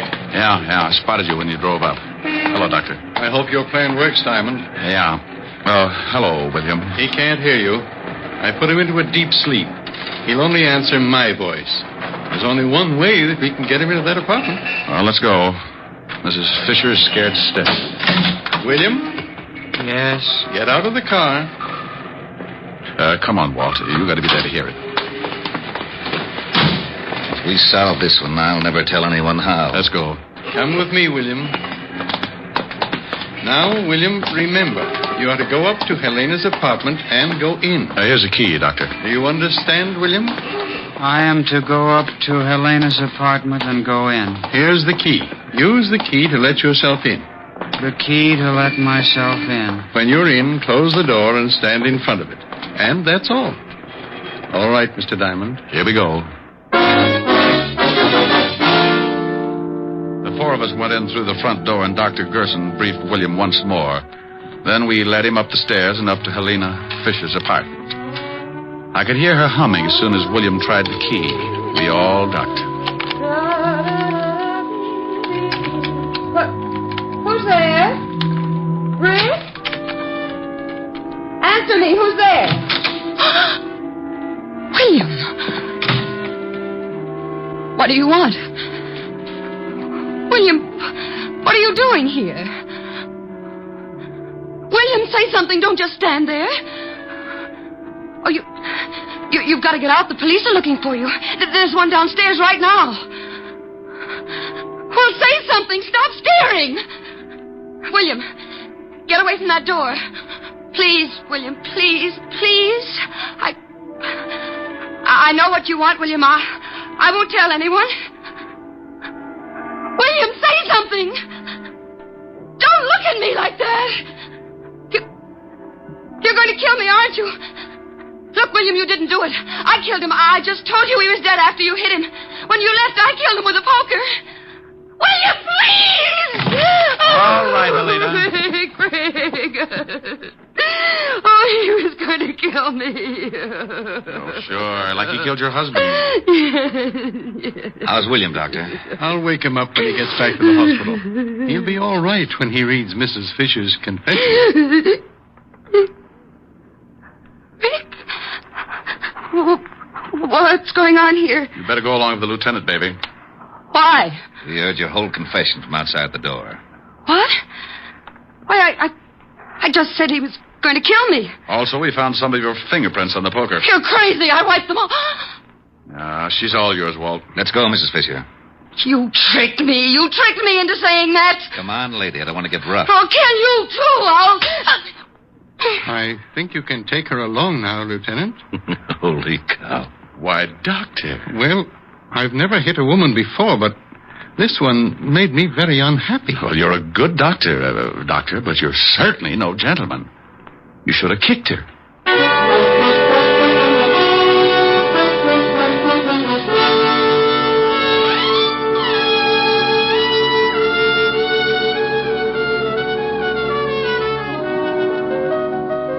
Rick, what kept you out so late? It's after midnight. Oh, I had to stick around and watch Otis turn into a pumpkin. Now that's Cinderella. Yeah. Can you imagine Sergeant Otis as Cinderella? The good prince would slip his sacrum trying to haul his slipper around. Tell me a fairy story, Rick. Well, once upon a time, there were two idiots. Rick. And they lived happily ever after. Sing. Don't like it? Sing. I liked it. Sing. I'll do as I please. Rick. I love those dear hearts and gentle people who live in my hometown, because those dear hearts and gentle people will never ever let you down. They read the good book from Friday till Monday. That's how the weekend goes. I've got a dream house I'll build there one day with picket fence and rambling rose. I feel so welcome each time that I return, that my happy little heart keeps laughing like a clown. I love the dear hearts and gentle people who live and love in my hometown. Well, how was that, honey? Well, Harold Appleknocker, where'd you pick up that there song? From my hometown, Mountain View, back up in the hills of Arkansas. Oh, that sure was mighty fine. Well, Lula Bell, I'm glad you liked it. Mind if I bust you up with another 8-bar? Nope. Bust away. I love the dear heart and gentle people who live and love in my hometown. Da-da-da-dee. Well. Yeah, I think I did pretty fine that air song. Oh, yes, sir. You done busted me up right proper. Oh, you ought to come over to Mountain View sometime, Lula Bell. Got dear hearts and gentle people all over the place. Oh, I'd like to make the trip. Oh, you'd love the people. You'd love to see them, love to greet them. How would you greet them, Lula Bell? How would you greet them? What would you say? Howdy. Oh, they'll love you, Lula Bell.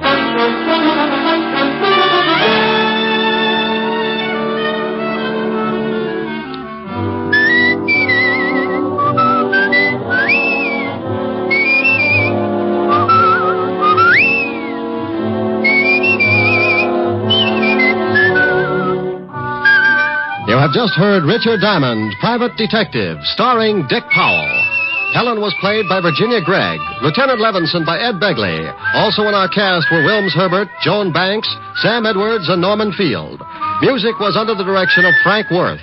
Richard Diamond is written and directed by Blake Edwards. Dick Powell soon will be seen in the screen version of the best-selling novel, Mrs. Mike. Now, this is Eddie King inviting you to be with us again at the same time next week when we will again bring you Dick Powell as Richard Diamond, Private Detective.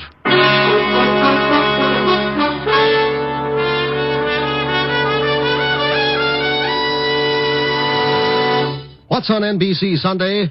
There's a full evening of great entertainment in store for you tomorrow on NBC. You'll hear rib-tickling comedy on the Phil Harris-Alice Faye Show. And for mystery, there's Sam Spade's latest caper. Tomorrow, Sam meets a Mr. Tom Turkey. For the very best radio fare, always tune to NBC.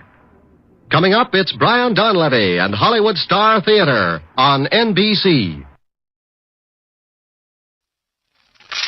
Gallon Cabs present Pat Novak for Hire. Cinderella lost a shoe and so she got a maid. The modern miss has learned from this in Gallon Camp Charade. More miles to a Gallon Camp. Yes, Gallon Camps, the family shoe stores with the yellow fronts, the largest shoe chain in the West with stores from Canada to Mexico to serve the West. GALLENKAMPS, Gallon Camps present Pat Novak for Hire.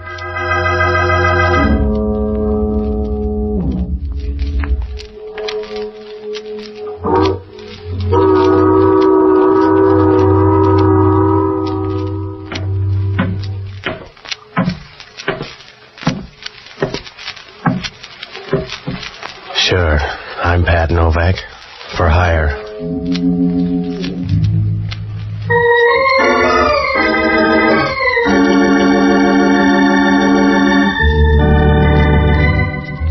That's what the sign out in front of my office says, Pat Novak, for hire. Down on the waterfront in San Francisco, you don't get prizes for being subtle. If you want to make a living down here, you got to get your hand in the till any way you can. You rob Peter to pay Paul, and then you put it on the cuff. It's a happy life if you don't mind looking up at a headstone, because sooner or later you draw trouble a size too big. I found that out Tuesday night. It was about 11 o'clock when I came out of the office, and I started down the waterfront. It was raining, and the street was as deserted as a warm bottle of beer. As I got near the corner, an old man stepped out of the darkness and started across the street. It was a short trip because the car started up down the street and the old man couldn't have made it with a pocket full of aces. Well, I started over to him. The car slowed down for a moment and then turned the corner and disappeared. As it passed under the street light, I caught a glimpse of the license plate in a dull, surprised way, the way you'd grab a feather out of an angel's wing. I bent over the old man and I rolled him on his back. He was breathing hard as I cushioned his head. Please help me. Can you please help me? Well, that's a big order, mister. I must talk to you. Well, if you got any good quotes, you better get them off your chest fast. My pocket. Inside my pocket. You please put your hand. In here? Yeah. Sure. 2 envelopes. What about them? One is money for you. You have the other one. So far. The other one, please keep sealed. And you will give it to John St. John. John St. John? Yeah. Well, where does he live? You don't understand. It's not... I want to tell you. You don't understand. Well, he was right on that one. I didn't understand a thing except he slipped out of my arms and stopped paying taxes. I dragged him over to the side and I went through his stuff. There was nothing there, no identification, just a card with an address on the other side of town. I opened the envelope and $300 tumbled into my breast pocket. The other one was sealed. There was no name on it, but up in the corner there was some kind of marking. It looked like 2 crosses spliced together. There wasn't anything I could do for him except pray, and I owe some back dues, so I went over to my office and called police headquarters. I told them where the old man was, and then I checked in the phone book. There was no John St. John listed. Well, so I looked up the only honest guy I know, an ex-doctor and a boozer by the name of Jocko Madigan. A good guy, but to him, a hangover is the price of being sober. I finally found him singing in a Mason Street bar.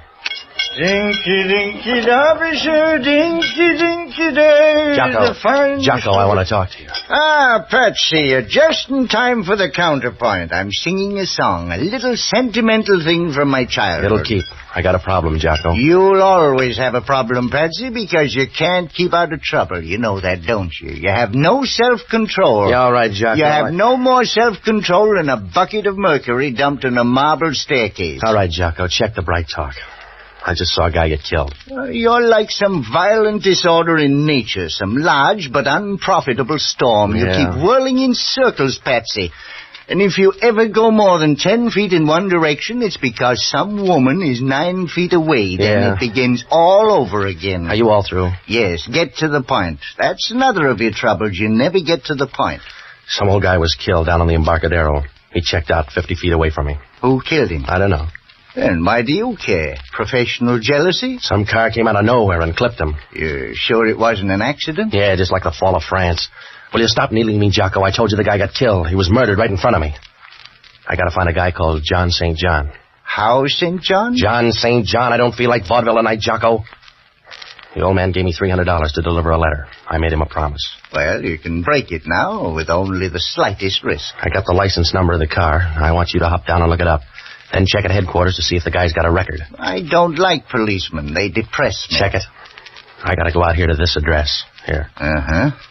Well, what kind of neighborhood is it? Well, it's not exactly a neighborhood. It's more like an architectural afterthought, a lingering defense against the early California bear. All right. No speeches. Just check on that license plate. Now, if I'm not at my place, try this address here. Yes, that's always very interesting at this time of night.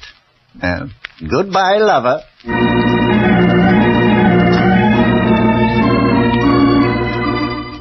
Well, Jocko was right about the neighborhood. When I left him, I doubled by my place and I left the envelope. I put it in another envelope and stashed it behind some books.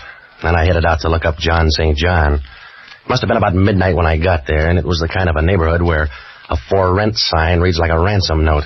I found the place, though. It was an old rooming house, a third-floor apartment. I knocked at the door, and when she opened it, I knew it was time to wire home for money.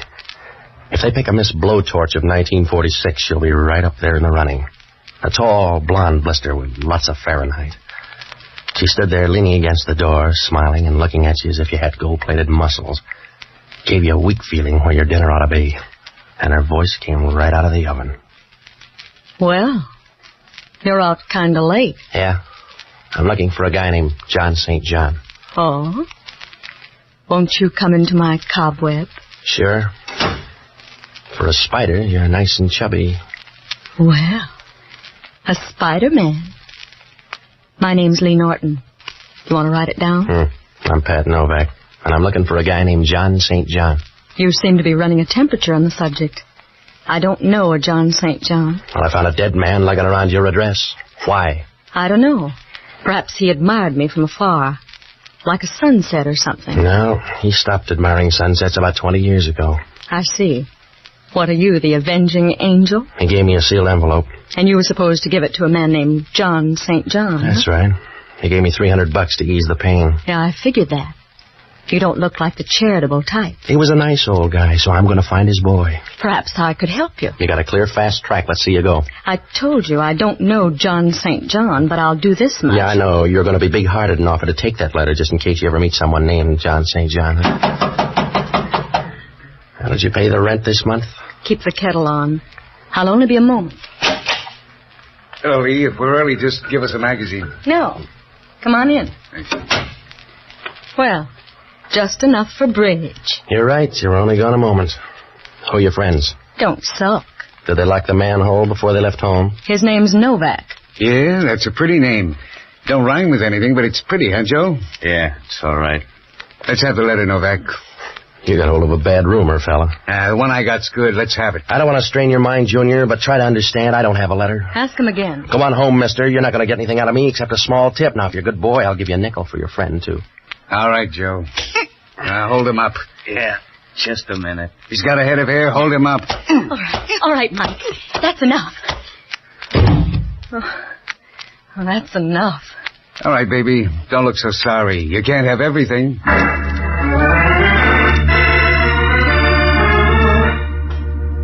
We'll be back to Pat Novak in just a moment. Have you ever worn uncomfortable shoes? Perhaps the size was wrong or the shoe was the wrong shape for your foot. But no matter why, there's nothing more uncomfortable than shoes that don't fit. The more you're on your feet, the more you know it. Gallenkamp specialize in properly fitting shoes for the whole family, right from the toddler's first important step. And Gallenkamp's good shoes are built to give support to active feet. Listen to an authority on shoes. He's Mr. John F. Stahl, 64 years young, a retired postman with a hobby. You guessed it, he likes to walk.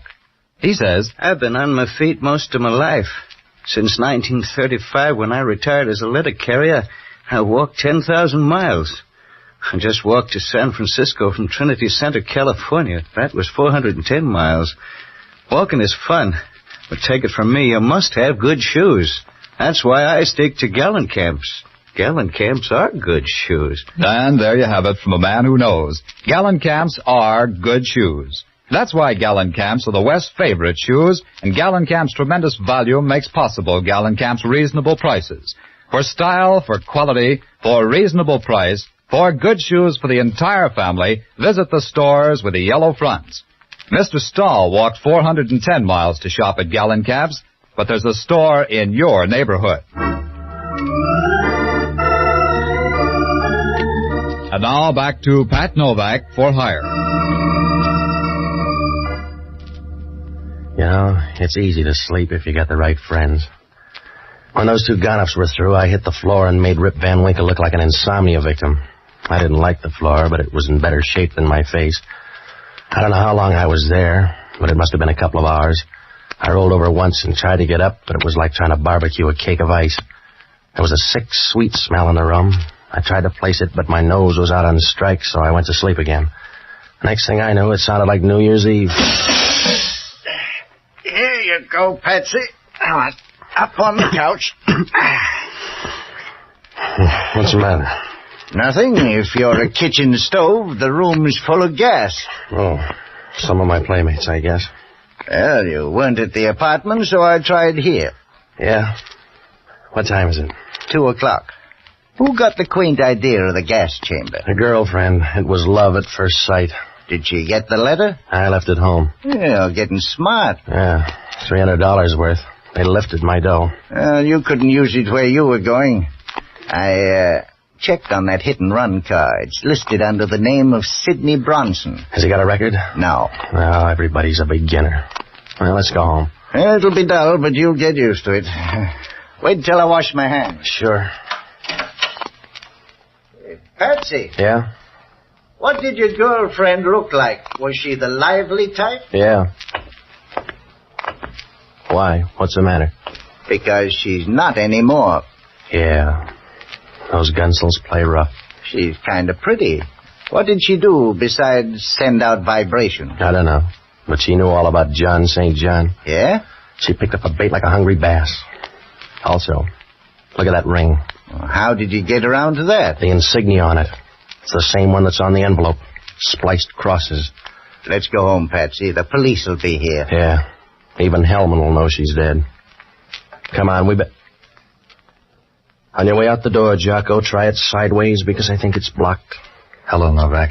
You look pale. It's my color scheme. What do you care, Hellman? None. She looks peaceful. Yeah. Be quiet or you'll wake her up. I'll tiptoe. She always cut her throat before she goes to sleep. Who is she, Novak? I don't know. It's awful cozy here for a bunch of perfect strangers. I don't know every dead girl in town, Hellman. You'll have to check. You can still write, can't you, Novak? Huh? That's all you'll need down at headquarters. Come on. Get out of the haze, Hellman. You don't know who's dead yet, but you're going to book somebody. Yeah. What are you doing up here, praising the joint? I came up to find a guy named John St. John. She doesn't look like a guy named John St. John. She was my lead. I came up here to smell out a rat. She had a half Nelson on me when two gunsels walked in. They came up to fix the gas meter, I think. You stay out of this. I'll make every effort. Now, if you're smart, you'll fingerprint this place, Hellman. Those boys were cute. They've been in somebody's jail. I'll handle my job. You stick to murder. It'll go a long way to pin this on me, Hellman. I can go a long way, Novak. Not with what you got to drag. We get a call in the middle of the night, come up here and find you standing over that dead girl. That's right. And you want me to sprinkle powder all over. Back up and take a better look, Novak. The view's fine, Hellman. And if you'll take a good look, you'll know why. You haven't got anything to give the DA except a slim lead and a fat hand. You're going to need help. Not on this one. You need help to find the street. Come on back to center, Hellman. Even with both hands, you couldn't... Yeah. Oh, forget it. So take the medicine like a good boy. I'm not going to walk out and let the two of you tour the town. I'm going to book one or both of you on a murder charge. All right. Book Jocko here, then. I love you in a generous mood. You got a string, then, Hellman. Somebody's got to find John St. John. Who's going to find Jocko? Stop worrying, I'll bail you out. You haven't got the right size heart, Novak. You'll let him die on the vine. Helm, sometimes you're guilty of unexpected wisdom. I know it's reflex action, but it's consoling anyway. I want you, Novak. I want you bad. I'll take this guy as a down payment, but I'm going to close out with you. Remember that. I will. All right. Come on, mister. Wait a minute. Patsy, you're not going to let him lug me off like this? What else can I do? The guy likes you.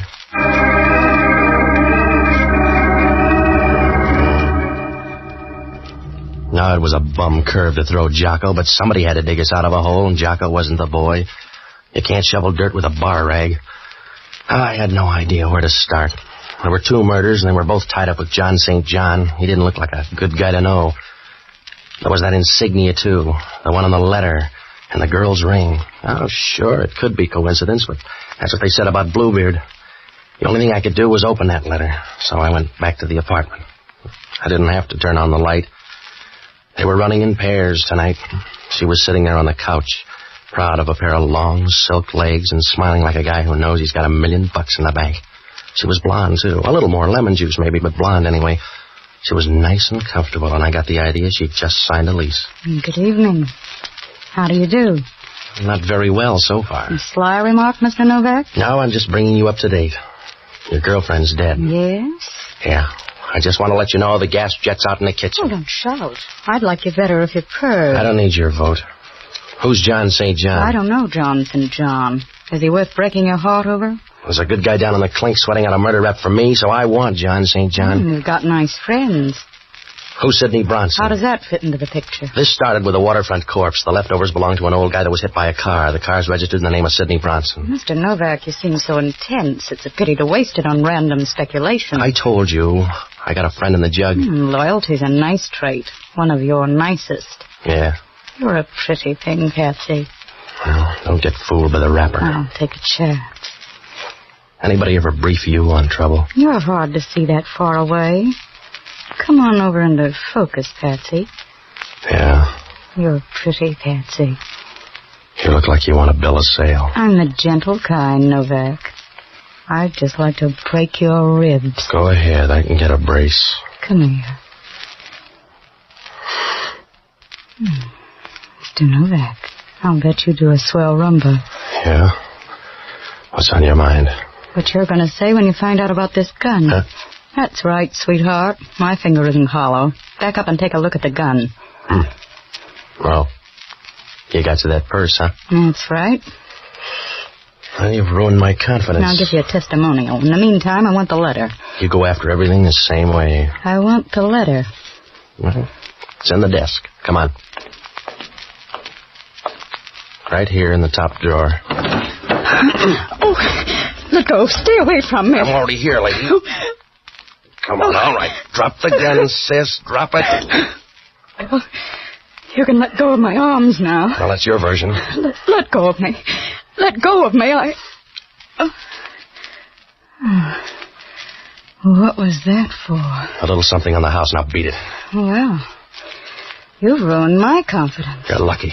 Go on home. You won't change your mind about that letter? No. Well, suit yourself. I'll be going. Oh, Patsy. Yeah? I can't help you on John St. John, but I wouldn't worry about that fella, Sidney Bronson. Huh? Why? Because I'm Sidney Bronson. See you soon.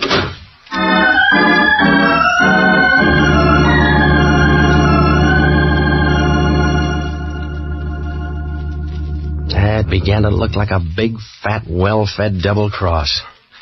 I had to find out what was in that letter, so I made tracks for the bookcase. All I could do was browse because the letter was gone. Well, things didn't look rosy for me or Jocko. I was about to buy a file and bake a cake when the phone rang. Hello, Novak. Oh, Hellman. The coroner got a report on that dead girl. She died at 12:30. Well, that's pretty close. What's he got, a stopwatch? 15 minutes either way. Those fingerprints panned out, too. Yeah? A couple of L.A. strong-arm men. Well, that's new for L.A. You got a call out? We already picked them up. Your favorite's named Welcome Dangliers. I could make a joke. I already got one. They're set up with a perfect alibi for 12:30. That means I killed the girl. Nobody's arguing. I got some more news. Yeah? I'm out at the Seal Rocks. Well, you got the figure for it. We just found an envelope floating around the water. It's one of yours. You better come on out. You found an envelope, so what? So the envelope turns out to be in some guy's pocket. Come on out.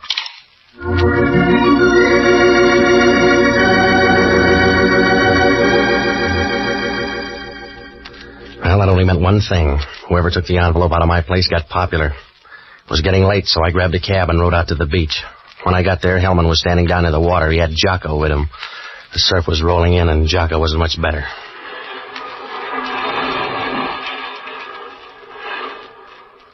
Hello, Patsy. Hello, Jocko. How's jail? Dry. Thanks for coming, Novak. You're sweet. Where's the envelope? Here. Mm-hmm. Yeah, it's the same one. That makes you look good. There was a letter in here. Did you take that with the guy's money, Hellman? You got all there is.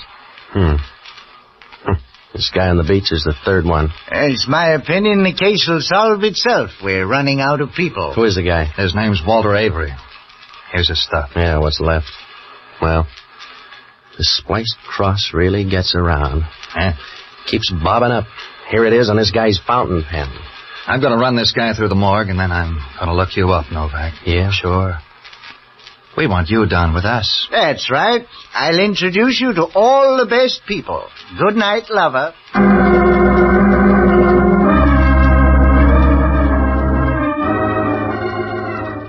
It was close to 5, so I tagged by my place for some sleep. I tossed around like a fish on the living room rug. Hellman called about 9 to throw more dust in my eyes. He said one of the airlines had a passenger to Portland named Walter Avery. Just to make it tough, the guy made the 12 o'clock plane and got off at Portland. I had left field all to myself. I got dressed and I looked up Sidney Bronson's number. There was no answer, so I went over. The place was locked and I looked up the janitor. He wasn't going to let me in, but it turned out that his wife had a birthday coming up. Well, I found something in the apartment. It was a card, and it said Bellcrest Sanitarium. And down in the corner there was a guy's name. Dr. Emil Schoenig, psychiatrist. Vienna without the walls.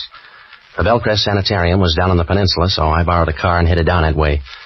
Everything was fine until I got in the front door. They didn't even let me register.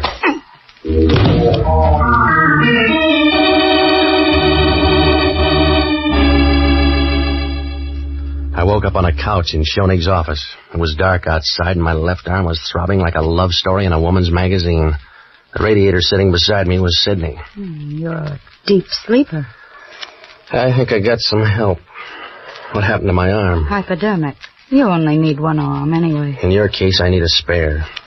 Who did it? Dr. Schoenig. Oh, he's a darling boy. Where is he? Out on the phone trying to figure out what to do with you. What's that make me, a patient? That's one way of putting it. You made things easy. We were coming to you for the letter. Do you want to try that over again? We were on our way when you stumbled in. You're wrong, Sid. Somebody's given you a fast pitch. That letter was gone when you were up at my place. I don't want a bum rib, Patsy. I want that letter. You're trailing the field angel. I told you. The letter's gone. A guy by the name of Walter Avery took it out of my place. Walter Avery? That's right, and somebody thanked him. They found him this morning making like a dead seal. Walter Avery left for Portland last night. A plant, sweetheart. You better read up on your friends. Yeah. Thanks, Patsy. I told you to watch him, Sid.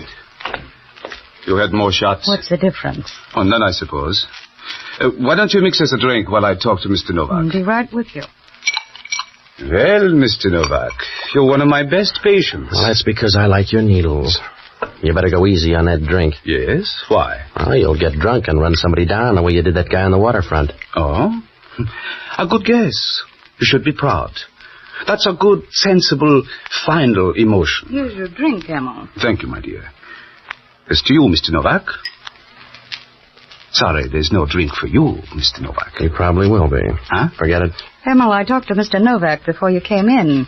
He thinks you're a heel. He does. And so do I. I can stand it. He told me about Walter Avery. I'm sorry about that. Walter got that letter. You killed him and took it. I was supposed to blunder around until you got rid of me, too. That's a bum joke, Emma. You're getting hysterical. With laughter, Emma. You put one of your boys on the plane. Only Novak aired the wash too fast. Suppose I did. Somebody ought to bring you up to date, Sidney. You've been hanging on too long. The free ride's over. I might as well tell you now you're all through. I carried the whole bunch along and... and I'm all through. Steady, Emma. What's the matter with me? What's the matter with me, Sid? Give him a hand, Novak. He just had a bad drink. You wouldn't do that, Sid. I'm full of surprises. You got a stomach full of poison. You got a stomach full of poison in 15 seconds, Emma. Put down that gun, Emma. I want you to, Sid. Please, Emma, put down the gun. I'm a selfish fellow.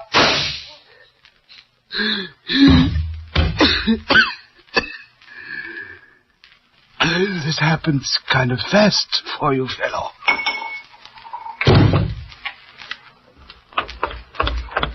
Lots of noise, huh, Patsy? Yeah. I'll get you a pillow. I'd rather have your lap. You get mercy, not love, baby. Yeah? Thanks for small favors. How do I look?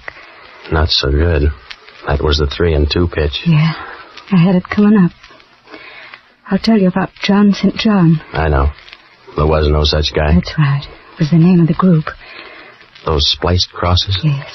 You found out a little late, but it's always that way. That's the way I found out about you. Yeah?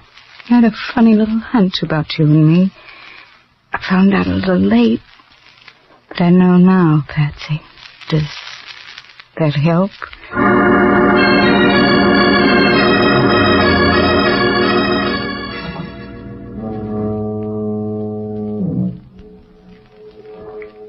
Well, John St. John was the name of an organization buying and selling government information. That old man tried to tell me, but he checked out too fast. I began to figure something like that when those spliced crosses started showing up.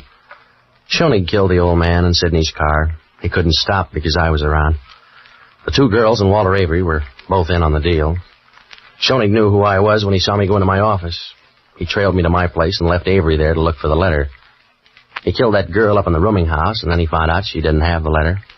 When Avery showed up, he took it away from him, threw him to the fish. He was trying to shake Sidney by sending her up to my place after he had the letter. The scheme went haywire when I showed up at the sanitarium. He was trying to work himself out of that one when the payoff came. John St. John, Yeah, right from the start, Jocko said he was either dead or in the state pen because anybody with a name like John St. John would have killed his parents as soon as he got old enough to find out about it.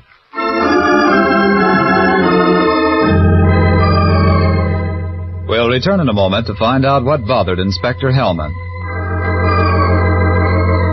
But now it's Cinderella time.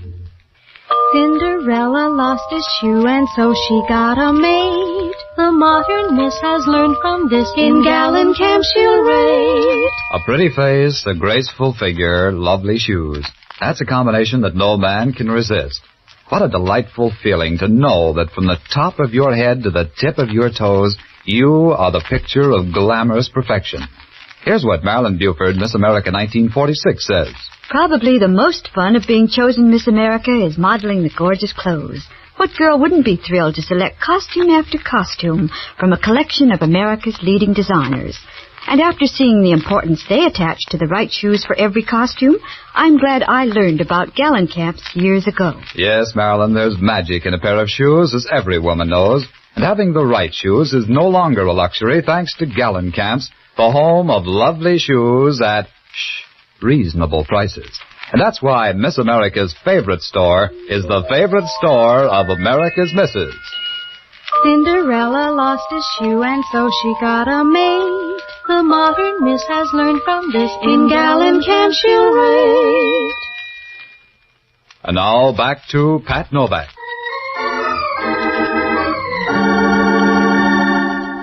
It worked out all right. They found the letter out at Schoenig's place, and there were some plans for jet planes and a few other trifles. Hellman asked only one question. How come Schoenig didn't kill me before I could talk to the girl? It's always that way with a guy who commits murder. Either he goes too far or he doesn't go far enough.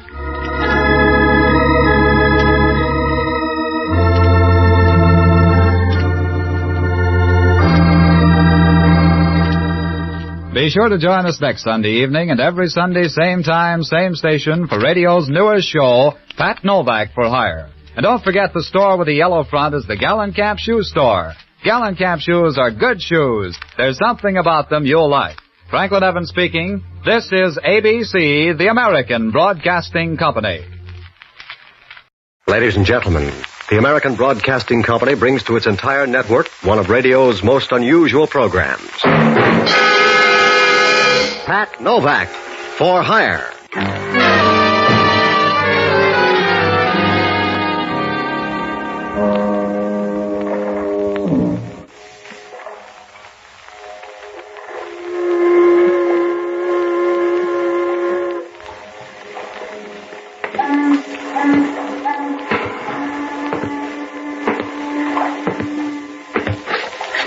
Sure.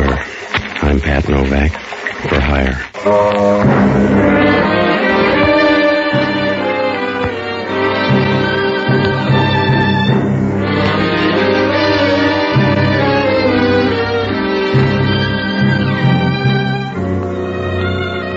That's what the sign out in front of my office says. Pat Novak for Hire.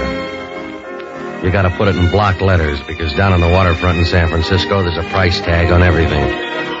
You gotta do that or marry a rich widow. I don't like to work that hard, so I rent boats and do anything else that's cash and carry. Oh, it's all right if you don't mind trouble, because that's one thing you can't duck. It's like trying to dance the minuet in skis, and the best trouble always looks good from the outside. You're all smiles and feel like a kid opening a hand grenade under the Christmas tree. I found that out Tuesday night. It was around 7 o'clock. I was getting ready to close the office when this little guy showed up. He was about the size of a golf bag with arms. And if he had a cigar box, he could see over a pool table. He walked up to the desk and started talking in a voice that made you think he was trying to put Lily Pons out of work. Hello, you Novak? You're doing all right so far. What's on your mind? I'm Jackie Gregg. You heard of me, huh? You're the shy type, I know. I'm Jackie Gregg, the jockey. You heard of me, huh? All right, now I heard of you. Put the show on the road. I'm looking for a horse. You want to find me a horse? Yeah, I breed him in the back room. What color do you want? You're so tough I gotta take that from you? Calm down before you wind up in a boys' choir. If you got anything to sell, put it on the line or beat it. I'm riding a horse tomorrow called Fleet Lady. She's disappeared. She's not here. I'm supposed to ride the 6th race with her tomorrow, the Bonanza Handicap, and she's gone. All right, she's gone. Maybe your horse likes to go out at night. I haven't seen her. Get to the point. I'll give you $200 to find that horse.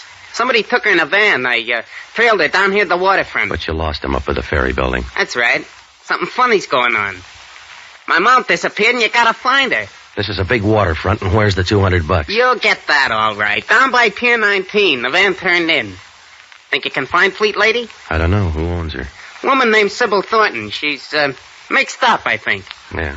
Why steal your own horse? I don't know. Run a ringer, maybe. That's a tough trick. This woman's got some good ones. You want the $200? Yeah. How are the odds? What's the difference? You gonna open a book? You better take the $200 now. Yeah, the dough will keep. You sound frightened, Junior. And you sound nosy. Here's the $200. I want you to find the horse. You let me know at the Kingston Hotel, huh? Sure. And if you don't find anything around the waterfront, maybe you better try the track. Ask around there. Yeah. By the way, how do you fit in? How come you got $200 interest in that horse? Maybe I love horses. What do you care if maybe I love horses? I don't. A guy like you's got to love something.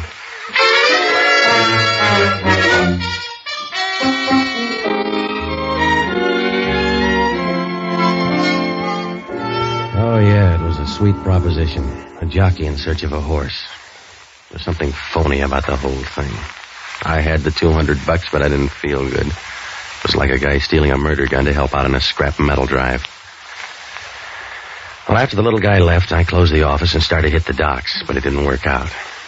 You know, you can buy good whiskey these days, so you feel funny walking up to some guy on the pier and asking, "Have you seen a racehorse around here, mister?" By 9, I was sure the horse wasn't around, so I borrowed a car and drove out to the track. I found out where Sybil Thornton's horses were quartered and headed down that way. It was pretty dark, so when I bumped into her, all I got was a vague outline. She had a good-looking vague outline. Oh, I'm very sorry. Yeah, I'm full of regrets, too. Shall we try it again? But you're a little mixed up in your animals. They keep horses here. You don't seem to mind. No, you lean nicely, but you'd probably feel safer with a platform. Yeah. Well, we try this again when I've had 3 good meals. That's a horse. Yes, I know. In fact, I own her. I see. That'd make you Sybil Thornton. Yes, what would it make you? A guy named Pat Novak looking for your horse. I was hired in the waterfront to find her. My, they grow big on the waterfront. You must get a lot of sun. By the way, is Fleet Lady missing? Your jockey says she is. That's why I'm snooping around. Didn't know he had any friends. He's got a checkbook. How about Fleet Lady? Is she tucked in bed? Yes. Well, let's take a look, huh? Find it very dull, Mr. Novak. Yeah, that's what they said to Anthony. Let's see the horse. Suit yourself. She's down this way. Okay. I'm doing this out of the bigness of my heart. I think you're wasting my generosity, Mr. Novak. I don't use it all this trip. It's from the stable. Come on. Down about here. Fleet Lady's stall. Here. There's a flashlight on the wall. All right. Oh, poor thing. Do horses die broke, too? Who is it? Fleet Lady? Yes, are you satisfied? No, I'm going to ring up headquarters. You crazy. Then I'm going to call Jackie Gregg and tell him his hunch paid off. I wouldn't do that, Mr. Novak. Stop kidding me, sweetheart. She didn't get killed in a fight with another horse. Gregg figured somebody was tilting the machine. That's why Fleet Lady's dead. That's why I'm going to call headquarters. Suit yourself, but remember what happened to Fleet Lady. You getting tough, Angel. No. You just wouldn't look good with a saddle, Mr. Novak.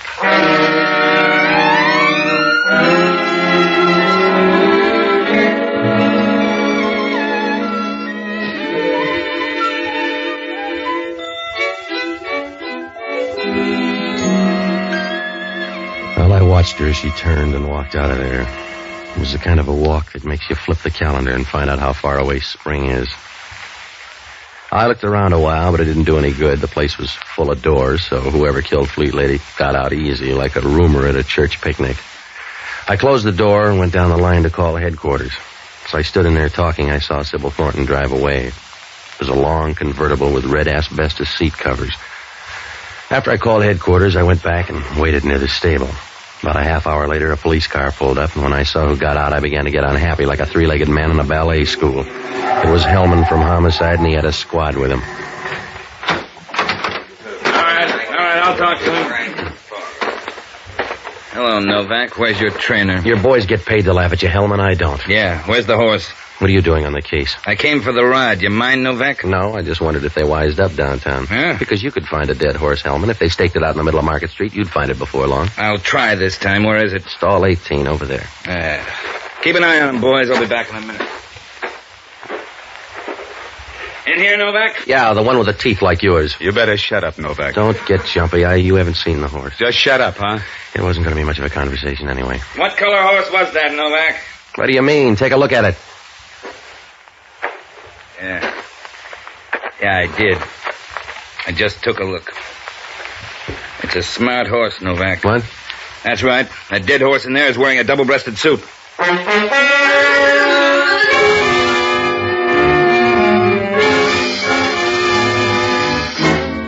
Hellman got the message straight. I walked in and took a look. Jackie Gregg was lying there on the floor as dead as last year's love. The sickness didn't show until we rolled him over on his stomach. Somebody had gone duck hunting in the middle of his back. I began to feel a little sick myself, and I was ready to send out for the same gun when Hellman started to talk. You forgot to mention the guy when you phoned headquarters. He wasn't there. I was in here before, and the guy wasn't around. What was he doing under the horse? I don't know. Hellman maybe he crawled out of a crack. I don't know. There were 2 shots. I came in and found the horse. Yeah? Check the horse. You're trying to tell me the horse shot back? Who is he? A guy by the name of Jackie Gregg. He gave me $200 to find a missing horse. Yeah? A horse called Fleet Lady running into Mars Handicap. This is the end of the line. How do you know it's the same one? I don't. Maybe you gotta be a horse to tell. Why don't you ask one of your boys? Yeah, your boy's real tough. Call him off, Hellman. He's nasty. We all hate him, Novak. It's all right. I'll put it on your bill, Hellman. That's good. You can write it up at headquarters. Hellman, you ought to rent an idiot. The heavy thinking's too much for you. I can piece this together. We come out here and find a dead man with you kicking up dust 40 feet away. Look, Hellman, I didn't kill the guy and call up headquarters. I know they're bad in homicide, but I'm not that big-hearted. We got a spare hook for you, Novak. That's where you stay until somebody gets you off. Well, you can start out with Sybil Thornton. Another horse? She's got the speed for it. Look her up. She owns Fleet Lady, and she was dashing around in the dark here playing easy to get. I'll look her up. You better leave the boys behind. After all, she's only a woman. When you see her, ask her about that van down on the waterfront and what she was doing before I made that phone call. I'll tag all the bases. Don't worry, Junior. And if things fit together, you'll both be in the jug. I'll see you later. I got work to do. Yeah, it's getting late. You better put the boys back in the cage.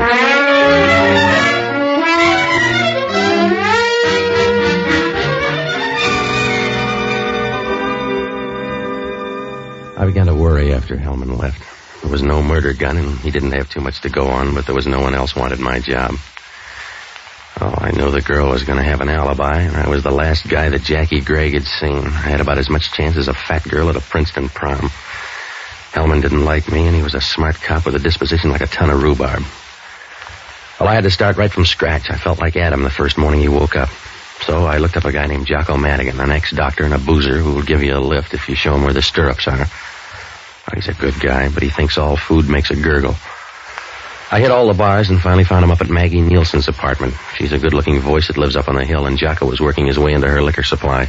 Hello, Patsy. You're just in time to join me for my first drink of the evening, or one of my first, at least. Yeah, I see. Maggie's not here, but I found her whiskey. It was in plain sight, locked in the closet under some newspapers. All right, Jocko, when are you going to sober up? Oh, I plan to do it briefly on April 1st, when the rest of the world plays the fool also. Look, I'm in trouble, Jocko. You got to help me. Good. I've a special bottle I use to forget your troubles. Now, look, stop caressing that jug and listen to me. I'm in a jam. Patsy, there's nothing in nature so sad as a half-empty bottle. It's like a broken vow or an unfulfilled promise in the skies, a falling star almost. All right, Jocko. A falling star, and you shrug it off, never realizing that a whole world is ended at that moment. Yeah. 100 million dreams, maybe, and you watch it fall and make an asinine wish. That's all the good it does a star to fall. It gives some kid a chance to wish for a bicycle. You all finished now, Jocko? Yes. What kind of trouble? Anything I could aggravate? I'm mixed up out at the track. A guy by the name of Jackie Gregg is dead, and I don't look good. Oh, Hellman? Yeah. The guy's a jockey, and he hired me to find a horse named Fleet Lady. Did you? The horse and the jockey ran a dead heat, but there's something funny about the whole deal. Did you talk to the jockey? No, not enough. Oh, Patsy, you've got to break yourself of the habit of waiting until people are dead before you think of a question. Jocko, I want you to hit all the horse rooms. Find out what you can about the 6th race tomorrow. It's the Bonanza Handicap. Now, hurry up, will you? Well, if it's the 6th race, why can't we wait a while? Start now. Get everything you can and call me. I'll leave a message at your place. Where are you going? I don't know. Maybe up to see the girl. Oh, Patsy, you're going to be waving at the hangman's wife when they spring the trap door. I gotta see her. She owns Fleet Lady. Well, why don't I see her? She's got a stake somewhere, and I got a lot of questions. What could you do up there?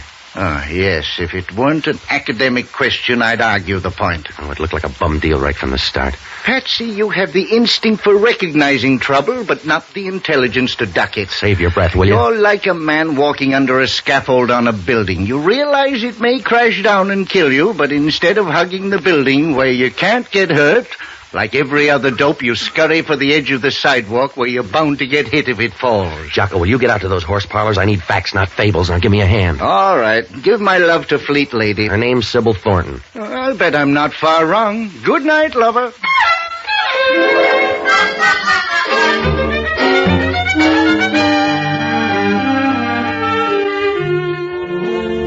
After I left Jocko, I went to the Chronicle morgue and looked up the NBC program director, Paul Stangl. We pulled out the clips on Sybil Thornton. They were nice and fat because she'd been to Reno 4 times and hadn't broke training for years. She'd been traded around more than a Red Sox pitcher. The clipping said she was 32. Well, there were a lot of pictures. And from her eyes, you got the idea she was around 35. But there were arguments the other way, too. Well, there weren't any stories on her for the last few months, just a few items from the columns. They all said the same thing. She was hitting the night spots with a gambler named Rudy Hauser. There were pictures of him, too. Now, he would look good in a cave with heavy curtains. I asked Paul. He said Hauser had a gambling place out on Geary, so I took a cab out there. For $10, the guy at the door said Sybil Thornton had left the place an hour ago. That made me feel good. When Hauser opened the door to his office, I lost the glow. Yeah? What's with you? I got a problem. You got the wrong door. Well, you can't get any tougher, so I'm coming in. Yeah, suit yourself. I never throw anybody out until I'm sure they've lost all their money. What's on your mind? A horse named Fleet Lady. She disappeared at 7 o'clock tonight. You check under the rug, I'll try the cabin. She got back just in time to greet somebody's gunsel. If I say no, will you go out and lose your money like a good boy? Fleet Lady was owned by a gal named Sybil Thornton. The columns say you're number 5 on her list. Well, they never lie. The whiskey's too good. Also, a little bird says she was in your office an hour ago. That's right. She said your name's Novak. Yeah. Next time you got a bombshell, give it a test run. With Fleet Lady dead, your money's going to look real good in the 6 tomorrow. Well, it makes you think the gal would throw a race. For the same reason she goes out with you? Huh? When a gal takes a Great Dane like you out in public, it generally means the guy's a few bucks ahead of her. You want to fight the team now, Novak? And just remember, sometimes you can't be right and a gentleman, too. Yeah. I hope that's the way you feel when they pick you up for Jackie Gregg's murder. Huh? Oh, you do a real nice double take, mister. The jockey checked out with a horse. I didn't know that, Novak. Yeah, with no brains, you built this gambling club. I didn't know he was dead. If I told you that, Novak, I meant it.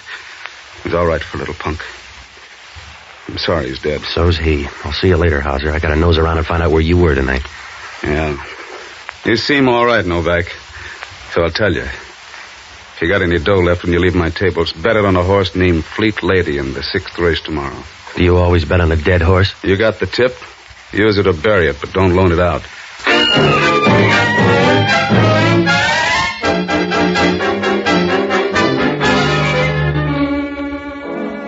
Oh, the case was a regular grab bag when I walked out of Hauser's office. I began to tick off the things that didn't add up. First on the list was that van down on the waterfront. If it was Fleet Lady, who got shot in the stable? If it was the ringer, that meant Fleet Lady would run tomorrow.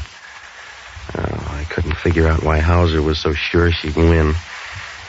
An idea kept racing around in the back of my mind like an ant in a cookie factory. Jackie Gregg lied about that van down on the waterfront, but why? Not to bail me out of the poorhouse with $200. Oh, I got part of the answer when I stopped with the pay telephone and called Hellman. Yeah, Hellman talking. Here's Novak. I got some news. You'll have to put it on the back page. What do you got? Your friend Jackie Gray had some love life. Well, there's a chance for you, Hellman. Who's the girl, Sybil Thornton? Yeah, we found her picture in his wallet, the gooey kind. I bet you stole it for long train rides. What time did he die? The right fit for you, between 9 and 10 o'clock. 2 shots from a .32 caliber pistol. How about the horse? 45 caliber. 2 people. It's getting involved. Maybe, maybe not. You got 2 hands, Novak. Look up a guy named Rudy Hauser. He's got a joint out on Geary Street. I got enough friends. You look him up. I did. He's still talking about Fleet Lady and tomorrow's race. All right, maybe he's sentimental. Look, Novak, I'll pick out my own work. I don't need free help from you. Jackie Gregg paid $200 and look what he got. That suits yourself, but Rudy Hauser and that gal are close friends. Yeah? Like 2-part harmony in a telephone booth. Get off the dime, Hellman. Hauser's got that gal in his hip pocket. She owns Fleet Lady and he's betting her to win. You're trying hard, Novak. It's got to be a slow field to lose to a dead horse. Wake up, Hellman. You couldn't smell a rat in a basement full of cheese. I did all right in your apartment. Huh? That .32 caliber pistol, we found it in your place. See you later.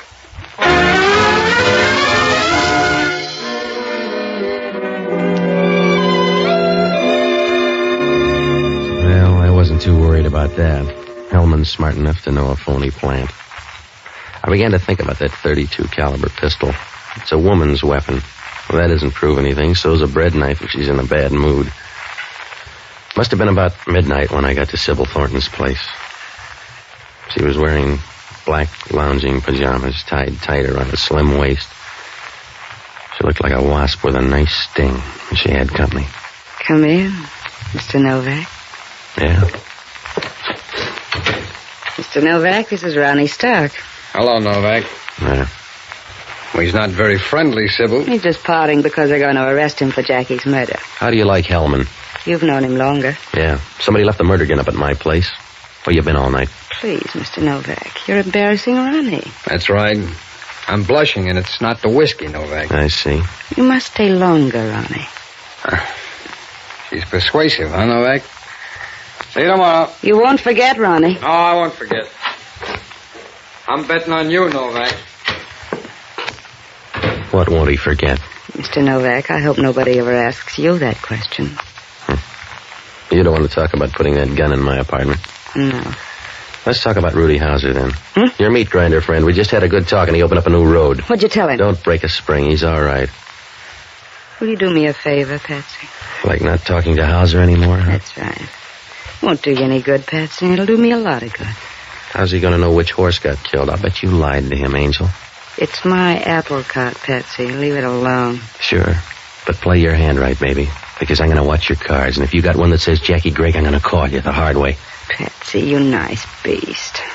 I really think you would. Sit down. Yeah.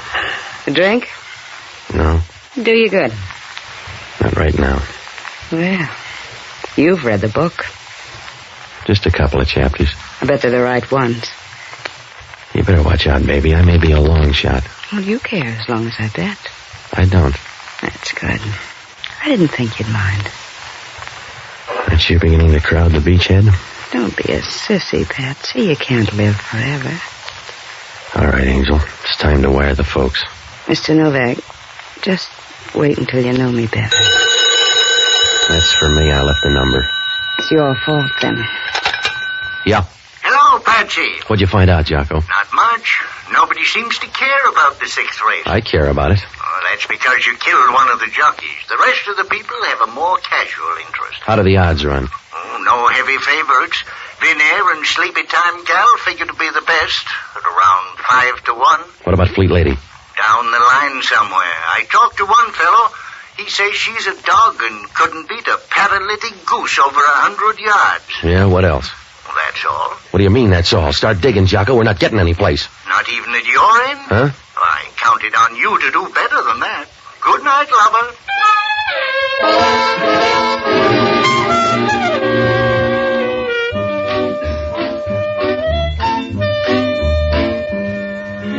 On the way home, I bought the morning papers. There was no story on Jackie Gregg, no details, and most of the story was a statement by Hellman on Hellman. There was no mention of Fleet Lady, and at 1 o'clock in the morning, there was nothing I could do but roll into bed. I woke up about 9, called Jocko. It was like sending a message out to the Farallones by Indian Runner. He just muttered and said he'd meet me out at the track. Well, I had to have some more dope, so I called Ira Snow. He calls the races and bets on them. The way he does it, a horse is a real beast of burden. He was playing elf when I got him on the wire. Yeah? Ira, this is Novak. What do you know about the Bonanza handicap? It's a horse race. Oh, you're funny. What about the field? Are the horses any good? For hamburgers, maybe. Nothing else. How about Fleet Lady? Eastern track. Nobody knows. Would she be worth a heavy plunge? Yeah, if you want to be a monk. What's this all about? Ira, I'm in trouble. How about a fix? Could they run a ringer in on Fleet Lady? Yeah, it's been done before, but it ain't easy. That's what I figured. How's Rudy Hauser on horses? He ain't. He got burned a long time ago. He never bets. Well, I think you're wrong. Look, Novak, I know every guy in town that's got the itch. Rudy Hauser, no. You know a guy named Ronnie Stark? Sure, he runs a book. Why? Nothing. May see you at the track. I'm going to make a bet. Yeah, I'll tell the horses.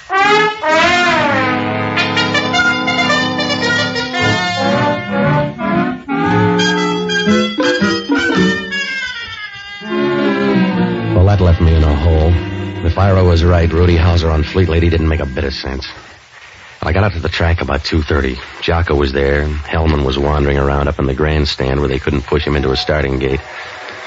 Sybil Thornton waved from her box as I walked by to get a better shot at the starting line for the 6th. They were almost at the post when Jocko came back from the betting window. Well, Patsy, I bet $2 on a horse called Scotch Victory. It seemed like a good omen. Yeah. I saw your friend Rudy Hauser at the window. Huh? He was pouring money down on the favorites to win. Well, that's why the odds have gone down on Vin Air and Sleepy Time Gal. Look at that board, will you? Yeah, Fleet Lady's gone all the way up to 12-1. Yeah, from 8-1, all the way up. Maybe the word got around she's dead. No, that's the funny part. She's down there. See, number 3 on the rail. Not a peep out of anybody. Stand up! Hot Weather is going to the front by 1 length. Sleepy Time Gal by a head. Fleet Lady between horses is running 3rd by 1 length. On the outside, it's Vin Air and Old Soldier. Going into the clubhouse turn, it's Hot Weather by 2 lengths. Sleepy Time Gal by a half length. Fleet Lady is moving up on the outside. It's Vin Air 4th by 1 length. And Old Soldier. Down the back stretch, it's Hot Weather by 2 lengths. Fleet Lady moving up on the outside is now 2nd by 1 length. She's running well for a ghost. Yeah. Rudy Hauser'd better hurry up or he won't see much. What? He better hurry. He left the track 10 minutes ago. Huh? Are you sure, Jocko? Yes, I heard him tell someone he had to make a phone call just before the betting closed. Well, Jocko, you're a sweetheart. Oh, I like to think Come on, let's go to that stable. The race isn't over. It was over 5 minutes ago. Well, how about my $2? Come on, will you? There's only one person who will try to fix a horse race. That's a horse.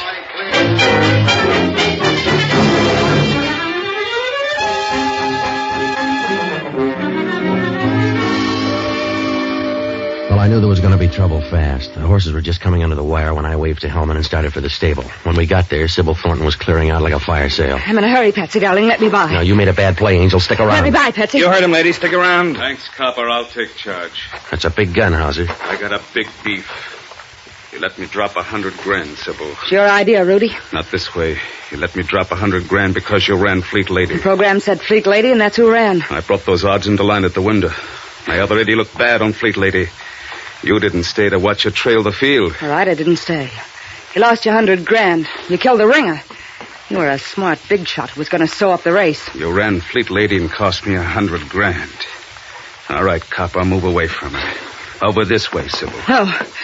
Don't let him do it, Patsy. I want to see how tough you are. Come on, Sybil. Let's you and me move against the stall. Watch out, Hauser. You're backing into the horse. Grab the horse, Novak. He's going to trample him. You grab him. It's your idea.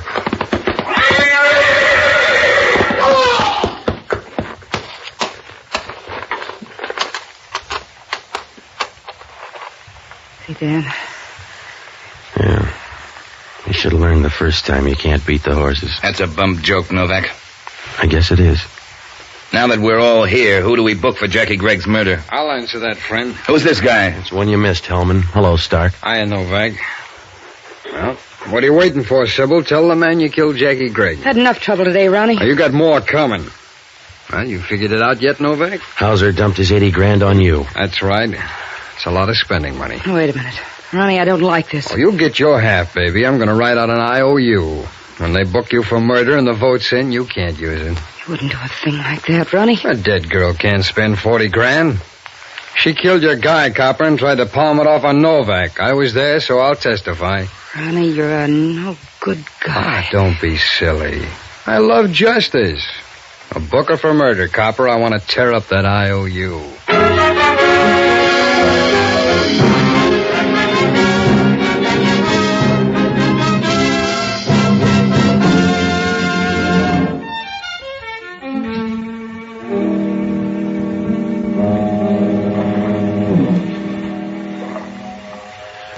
Well, Hellman finally worked it out. It started out as a fixed race, and when they were all through, it was up to the horse. Rudy Hauser put the squeeze on Sybil for some dough. She offered to run a fast ringer in place of Fleet Lady, so Hauser could pick up a bag full.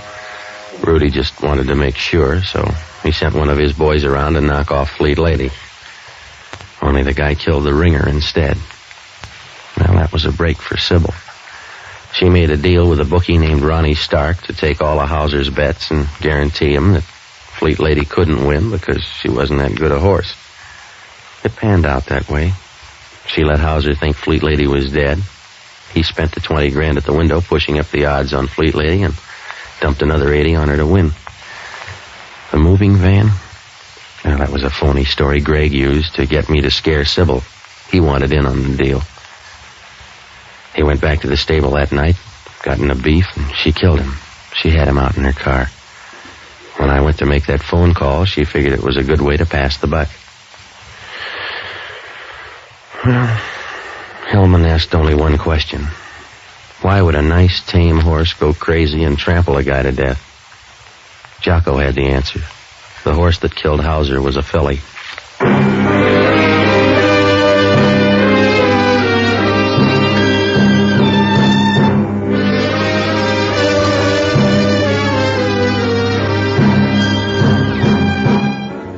The American Broadcasting Company has just brought you the fourth of a new series, Pat Novak, for Hire, starring Jack Webb. Pat Novak is produced and directed by William P. Rousseau. Jocko Madigan is played by Tudor Owen. Inspector Hellman is played by Raymond Burr. Music was composed and conducted by Basil Adlam. In our cast were Virginia Gregg, Tal Avery, Stacey Harris, Hugh Thomas, and Carlisle Bibbers. This program is being released to our servicemen and women overseas through the worldwide facilities of the Armed Forces Radio Service. Be with us again next week when over most of these same ABC stations we will bring you Pat Novak for Hire. This program came to you from Hollywood.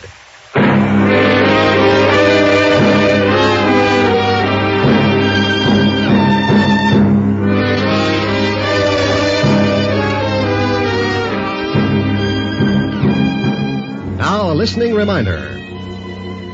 Tonight, don't miss Jane Wyman when she guest stars and explains how she created her unforgettable role as the deaf mute in Johnny Belinda. Hear Jane Wyman tonight on this ABC station. This is ABC, the national broadcasting company.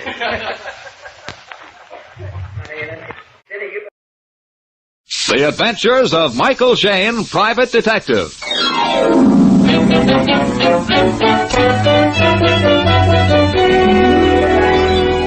The people who make 76 gasoline and Triton Motor Oil, Union Oil Company, present The Adventures of Michael Shayne, Private Detective, starring Wally Mayer and Kathy Lewis.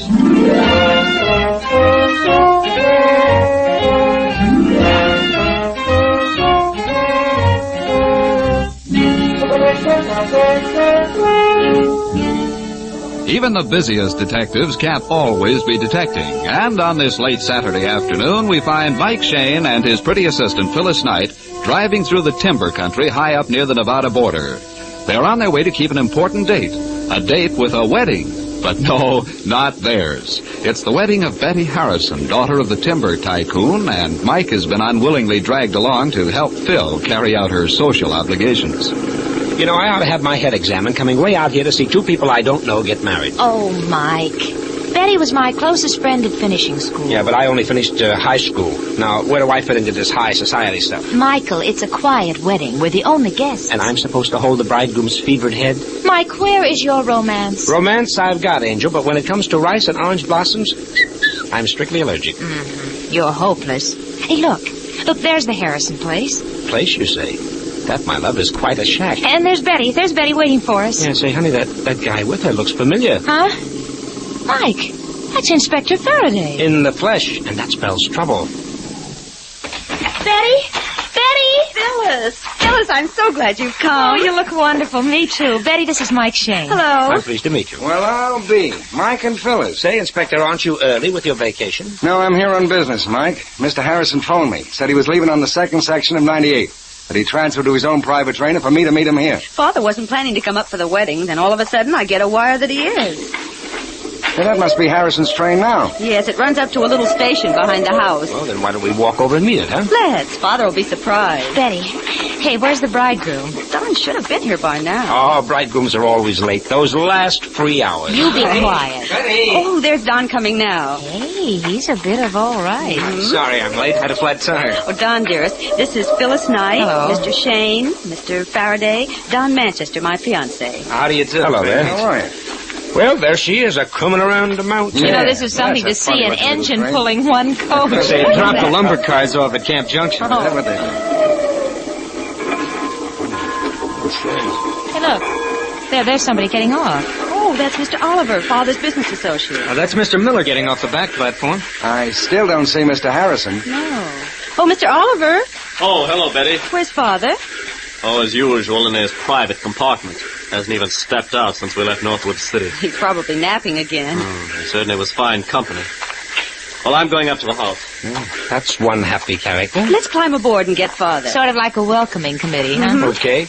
Inspector, watch your lumbago on these steps. Never mind my lumbago, Mike. Watch out for those fallen arches of yours. Oh, get him. Man. Here's Father's compartment. I'll sneak in and shout boo. Father! Something's wrong. What is it? What is it? It's Harrison stretched out on the floor. Betty's fainting. Here, put her on that couch, Don. Wait a minute. Rub her wrist. Wait a minute, I'll get some water. Well, Inspector, how's Mr. Harrison? He's dead, Mike. Looks like a heart attack. Uh-huh. Maybe so, Inspector, but this heart attack has had a little help. What are you talking about? About murder, Inspector. Froth on the lips and dilated eyes don't spell a heart attack. Somebody slipped Mr. Harrison a nice big slug of poison.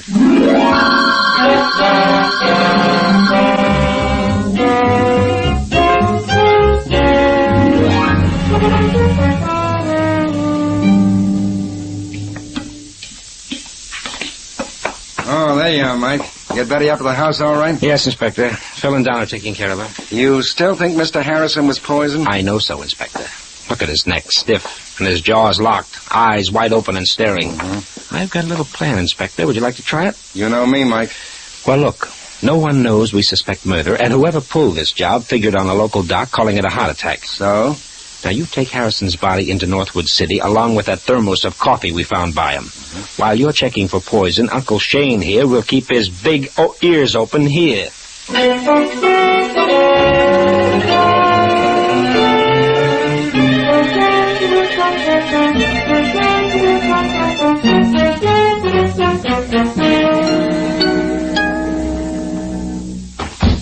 All right, honey, how's Betty? Oh, she's a little better, Mike. She's sleeping now. Oh, the poor kid. Say, what was that Betty said about her father not coming up for her wedding? Well, originally he didn't like the idea of her marrying. But she was going to go through with it anyway? Yes. Then Mr. Harrison changed his mind, that's all. Maybe it is, maybe it isn't. Mike, when you start double-talking, I get worried. Angel, look, there were 3 men on that private train making a 50-mile trip. Now, come to the end of the line, what happens? Well, I'm listening, Mike. Miller gets off the back platform and scoots. Oliver hops off the front and goes away mad. And we go aboard and find Mr. Harrison dead. Uh-huh, that's it. This Mr. Harrison is the big boss, honey. You'd think those other 2 would wait for him, sociable-like. Oh, it's probably just a coincidence, Mike. And is it a coincidence that Faraday is here on business? All right, mastermind. So what do you make of it? Angel. A good detective works from facts, so let's go get some. Facts? Where? Where, Mike? Mr. Miller's room is at the end of this hallway. Let's stop in and say hello, huh? Oh, I hope you know what you're doing. Yeah, me too. Here's his room. I'll knock. There's no answer, Mike. So, being friendly people, we'll go in and wait. Well, you can't just barge into somebody. Why not? The door's not locked. Come on. Mike, I don't like this. Well, now, don't you worry your pretty head. Wow, the remains of a fire in the fireplace. I always love to poke around ashes. Now, let's see. Those look like letters. Mm-hmm. Letters they were. Letters to Betty. Well, she's asleep in her room. While someone conveniently burns her mail. Mike, let's get out of here. What's the matter, Angel? There's just us 2. That's where you're wrong. Mike. Huh? Well, Mr. Miller. And with a nice shiny gun. We don't like snoopers around here. Get going. Just a mistake, Miller. Just a mistake. That kind of mistake isn't healthy.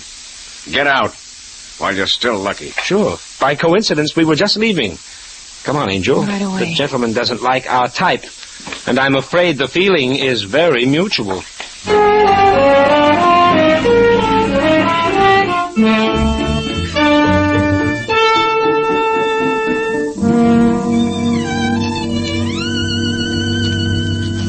These couple of scraps I took from Miller's fireplace don't help much, honey. Well, I can't understand why anyone would burn Betty's letters from her father.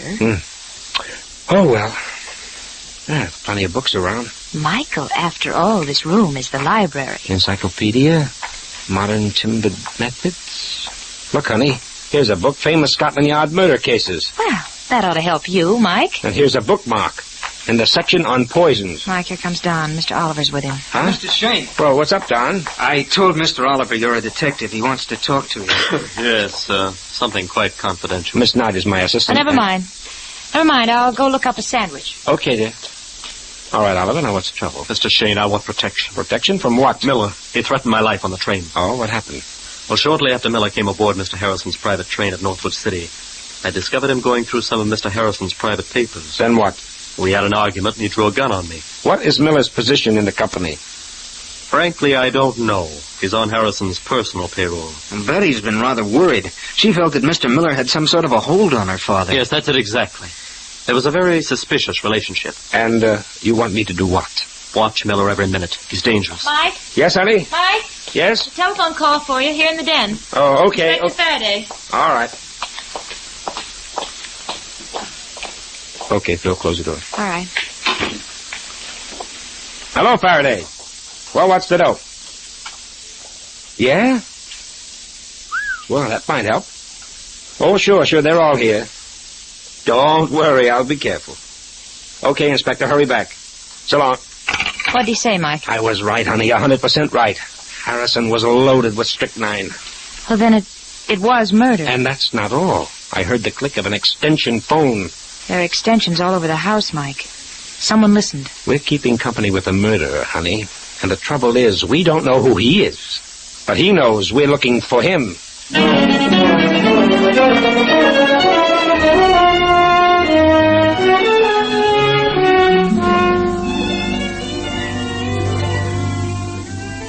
In just a moment, we'll rejoin Mike and Phyllis in their adventures. Dirty or burned-out spark plugs can cost you a lot of gasoline. In fact, as much as 1 tankful out of 10. Now, that's a serious loss in mileage, particularly so when it's unnecessary. Your neighborhood Union Oil Minuteman is equipped to give you complete spark plug service. The performance of each plug is accurately measured on a special tester, and you can see the results for yourself. If your plugs are dirty, the Minuteman will clean and re-gap them to the proper setting. If they're burned or worn out, he can furnish you with correct replacements. Then you'll not only save gasoline, but your engine will run smoother. Union Oil spark plug service takes but a few minutes and costs but a few cents.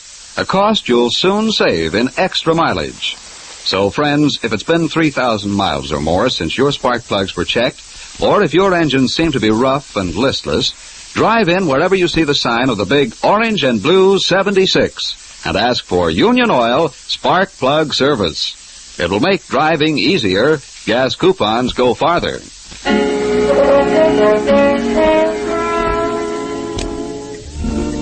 It is a few minutes later. Mike and Phil have learned that what started out as a happy wedding has turned into a grim case of murder by poison. We find them walking rapidly towards the station behind the Harrisons' house. The murdered man's private coach is still there on its siding, made almost invisible by the tall trees which turn the weak moonlight into gloomy shadows. Come on, honey. Well, I'm hurrying as fast as I can. I want to see if that briefcase is still in the car. Inspector Faraday remembered that Harrison mentioned some important papers he was bringing up with him. Well, then whoever was listening on the extension, they know about it, too. Right, and I want first crack at that briefcase. Hey, maybe you do, Mike, but so does someone else. Yeah, a flashlight. In Harrison's private car. Maybe it's the murderer. Hang on, honey, we'll find out. Mike, there he is at the end of the car. Hey, honey, look out! Mike, did he hit you? No, a clean miss. Oh, he got away out the front. Could you see who it was? No, a flashlight in my eyes. Well, we'll catch up with him sooner or later. Oh. Let's go look over the compartment. Here it is, the briefcase. Oh, what a break for us. We frightened him away without the case. Sorry, honey, bad guess. The lock on the briefcase has been forced open. Oh, and whoever was here opened it and got what he wanted. Correct. Now, here's some papers. Business letters, checkbook, some kind of a report. Honey! What's the matter? This report. It's from the Atlas outfit. Atlas? Uh-huh. The detective agency in Los Angeles? Sure. Listen to this. On the basis of our completed investigation, you have sufficient grounds to instigate criminal action against Z. Z? Evidently, Harrison didn't want the name mentioned. Well, Mr. Harrison was certainly checking up on somebody. And getting ready for the kill. I'll bet that's why Inspector Faraday's here. Mike, this is the motive for the murder. All we have to do is find out if Miller or Oliver is the Z in that report, and we've got the murderer. Partly right, Angel, partly. But I'd say it was better this way. Find out which one of them is Z, and the other guy is the killer. Huh? I don't get it, Mike. Look, Angel, look. The murderer listened in on my telephone conversation with Faraday. He heard the inspector tell me about this briefcase, and he knew it held evidence that could hang him. Well, of course. That's why he dashed down here. Right, Angel. He beat us to the briefcase, and yet this report is here for us to find. Oh. You see? Mm-hmm. He wanted us to find this report, and that means the killer isn't Mr. Z.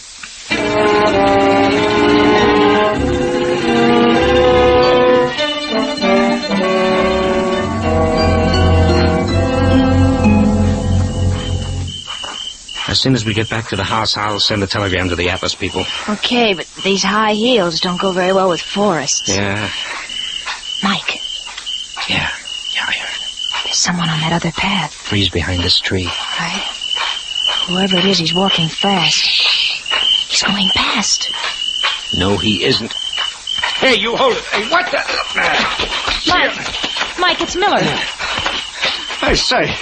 What's the big idea of roughing me? I just want to ask you a few friendly questions, pal. Now, look here. First, about a gun that took a couple of shots at us. You're off the beam. I'm not carrying a gun. No? Well, don't mind me. I'll just search. Go ahead. Well, Mike? No gun. But you could have ditched it easy enough. Oh, Miss Knight, Mr. Shane. It's Don. Well, what's the hurry, Don? I was out for a walk. Is something wrong? Plenty. I'm glad you're here. Oh, I don't understand. Yeah, Shane. How about you doing some explaining? Okay. Mr. Harrison was murdered. What? Murdered? But why? Who? That's what we're finding out. Miller, you're on the spot, and it's plenty hot. Are you saying I killed Harrison? He was poisoned on that coach, and you and Oliver were the only ones aboard. Oh, that doesn't prove a thing. It proves there's a 50-50 chance that you're it. Listen, smart guy. Your mathematics aren't so good. There were 3 of us on that train. Sure. But only you and Oliver walked off. I don't mean Harrison. Somebody else got on that coach. Oh, now we have the ever-present mysterious third party. No, not so mysterious. He's standing right next to you. All right, Don. That means you. Well, as a matter of fact, Mr. Shane, I did get on Mr. Harrison's train at Mill Junction. Well, Shane, guess I can be running along while you turn the heat on him. Not so fast. I still think you know some of the answers. You know, maybe I do. And maybe I might just do a little talking. To the right party. And when it will do me the most good. You're sticking your chin out a mile. This is murder. Well, I'll be around, resting in my room. No, I don't trust him at all. Yeah? But you're still right in the middle of this, Don. You were on that death train. Oh, but I only stayed a minute. You see, Mr. Harrison was asleep, and I didn't want to disturb him. Which still doesn't explain why you drove out of your way from Northwood City to meet the train at the junction. Oh, it's a very personal matter. Look, Don, a man has been murdered. Wait, why should I want to kill my future father-in-law? Harrison wasn't too happy about you marrying his daughter. But he changed his mind. That's why he sent me a telegram this afternoon, asking me to meet his train. Oh, and what kind of a telegram might that be? Well, I have it right here. Read it for yourself. Here, honey. Huh? I'll hold the flashlight. All right, Mike. Wait a minute. Don. Have changed my mind. Happy to have you as son-in-law. Meet my train at Camp Junction. We'll ride in together, much to talk over. Harrison. Sounds all right. Let me see it, Angel. Here. Yeah, from Northwood City at 3:20 today. Yeah, I wish I could help in some way. Yeah, sure, but... Hey, what was that? It's a window. Someone lowered it. That's Mr. Oliver's room. Mike, he must have heard everything. Yeah, something tells me we'll be hearing his little story very soon.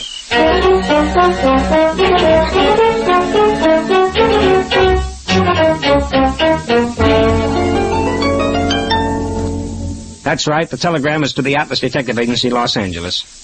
This is it. Please advise immediately. Name of Z. Yes, Z, the last letter in the alphabet. Name of Z in report to Harrison. Right. Sign that Michael Shane. That's right. Send it right out, please, and phone the reply here to me at Harrison's place. Thank you. Goodbye. Well, the answer to that telegram should mean a lot, Mike. Well, it'll help, darling, but there's some angles I don't get. Miller is a mysterious employee of Harriet Harrison's, all very hush-hush. Oliver's scared stiff of Miller, and Don goes walking around in the moonlight right after somebody takes a shot at us. Oh, you can't blame him for that, Mike. Here the night before his wedding and his future father-in-law is poisoned. Yeah, sure, but there's one thing we do know. There's a killer here. Well, there's a car outside. That must be Inspector Faraday, and in a big hurry. It's too bad you haven't the murderer all signed, sealed, and ready to deliver. Now, Angel, now sarcasm doesn't become you. Well, Mike, Phil, how goes the home front? Oh, quite a few interesting details for you, Inspector. Whatever you're figuring, Mike, forget it. Oh, that means the inspector knows something. Plenty. While you two were taking it easy, I cracked this case wide open. Yeah? Well, Gibb, who's the murderer? Miller. Miller? Sure. I thought his face had a familiar profile, so I checked on him with headquarters. And found what? He's got a record a mile long. Mm-hmm. Well, I'll be willing to wager it's for blackmail. That's right. But how did you know? Inspector, are you forgetting? Mike is smart. All right. I hope Miller's still around. He said he'd be in his room. Good, let's go pick him up. Okay, let's go. Well, Mr. Shane, it looks like Faraday beat us to it this time. Oh, he's just a good man, honey. Yeah. Tell me, what's the line on Miller? Oh, the usual stuff. Hires out as a private investigator and then turns the information he picks up into blackmail. Wow, cute boy. That racket should put him in clover. Yeah, but this time, Mike, it'll put him right in the middle of the lethal chamber at San Quentin. Ooh. Here's Miller's room. Yeah, no need to knock, Mike. Just open it up. Okay, here goes. Miller, we want you... Say, what? Well, there's your man, Inspector. You can take him in, but unfortunately, he's very dead.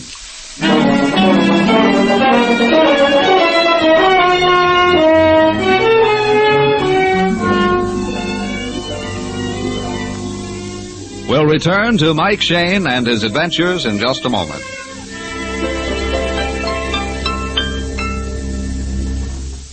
It's true that clean spark plugs make a difference in engine performance and gasoline mileage. But it's also true that even the finest spark plugs cannot fire properly if the ignition cables are defective. These cables are the small, fine wires which carry the electricity from the distributor to the spark plugs. They should be carefully inspected whenever your spark plugs are checked because old or damaged ignition cables leak electricity, which means that only a thin, weak spark reaches the plugs. So to get new performance out of old engines, ask the Union Oil Minuteman to check both spark plugs and ignition cables. Then you'll be sure of more power and better mileage. Just drive in wherever you see the sign of the big orange and blue 76 and ask for Union Oil Ignition Service. Thank you.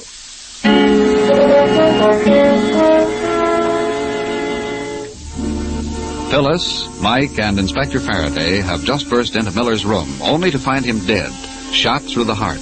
This new development has put quite a crimp in the inspector's plans, and Mike is pointing this fact out to him. Looks like you were wrong about Miller, Inspector. At least wrong about his being the murderer. Miller could still have been the one who bumped off Harrison, then somebody took care of him. Well, that would leave us with two killers. Well, could be, but it doesn't stack up that way. Well, as far as I'm concerned, I'm going to take Oliver in and charge him with murder. Okay, so you're charging him with murder, but how are you going to make it stick, Inspector? How about motive? What evidence do you have? Oh, 2 and 2 make 4, Mike. Harrison must have been poisoned on that private train, so it had to be Oliver. There's Miller lying there, absolutely eliminated. All fine and good, but it leads us to one other little item. Don was on that train, too. Don? Daddy's fiancé? Mike, you saw the telegram Mr. Harrison sent him. Don couldn't have been the murderer. In this business, honey, we've got to figure every suspect guilty until we know they're innocent. Yeah, Mike's right. Oh, Phil, would you step into the other room and phone the coroner down at Northwood City? Yeah, sure, Inspector. I'll give him your compliment. You know, this business is beginning to make sense. The one who poisoned Harrison had to get rid of Miller because he knew too much. Miller said he might do some talking when the right time came. Well, Mike, for my money, Oliver fits into the picture. He's our man, and I'll get some evidence out of him. Oh, I'm sure he knows plenty, but... Yeah. Inspector, I tried to call the coroner, but the telephones are dead. Uh-oh, the wires have been cut. Well, that don't make much difference. Oh, yes, it will, Inspector. You see, I'm expecting a reply to a telegram I just sent. A very important telegram. About this case? Yes, sir, in connection with the detective agency's report to Mr. Harrison. The answer to that why might be just what we need. Oh, now that the phones are dead, what are we going to do? Do? Simple, darling. The inspector will sit tight here while you and I go for a nice moonlight ride back to Northwood City.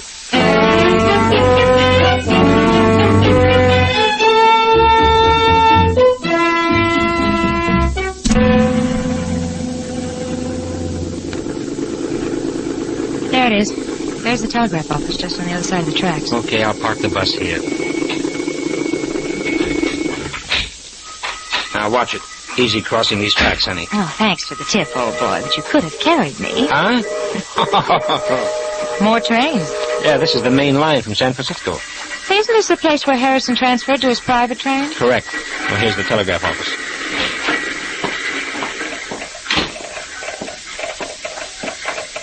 Hey, Mr. Folks, can I help you?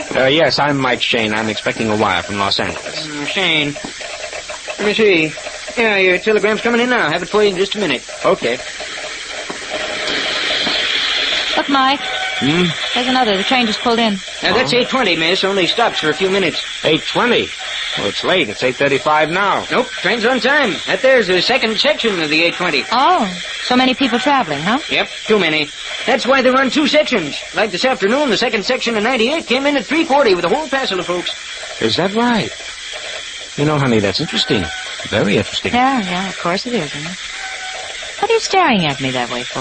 Well, here's the telegram, mister. Oh, swell. Oh, come on. Who was Mr. Z in that report? Well, this does it, honey. This does it. That Z is nobody else but Oliver. Oliver? Then Faraday's right. No, Angel. Faraday isn't right. Oliver wasn't Harrison's murderer. But come on back to Harrison's place for a little meeting of the minds with Inspector Faraday.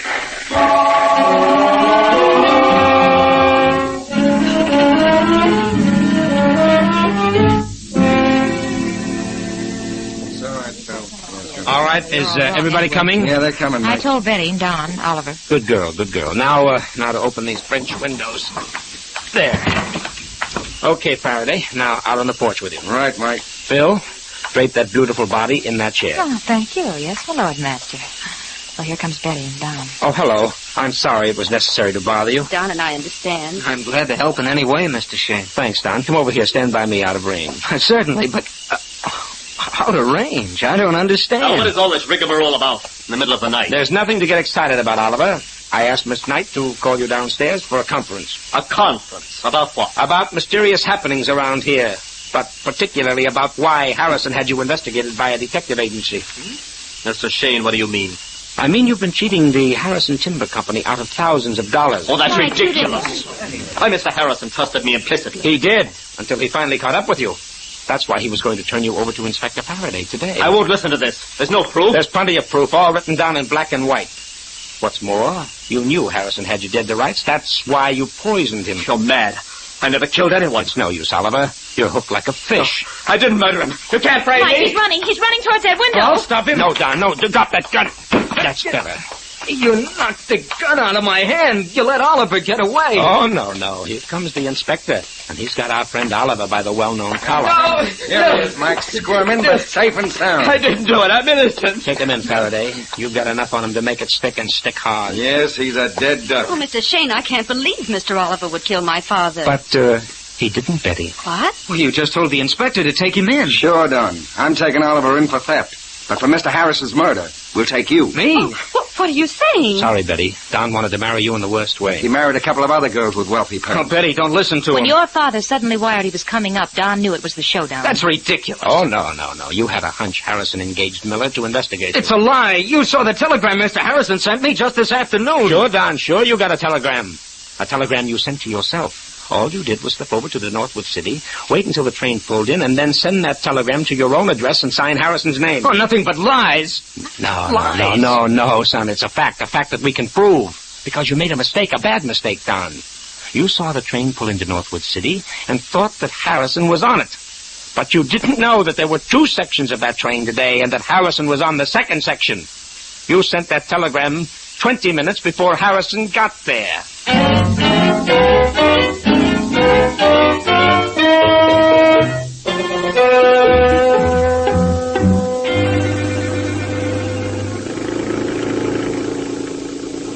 Mike, you know it's wonderful to be getting back home.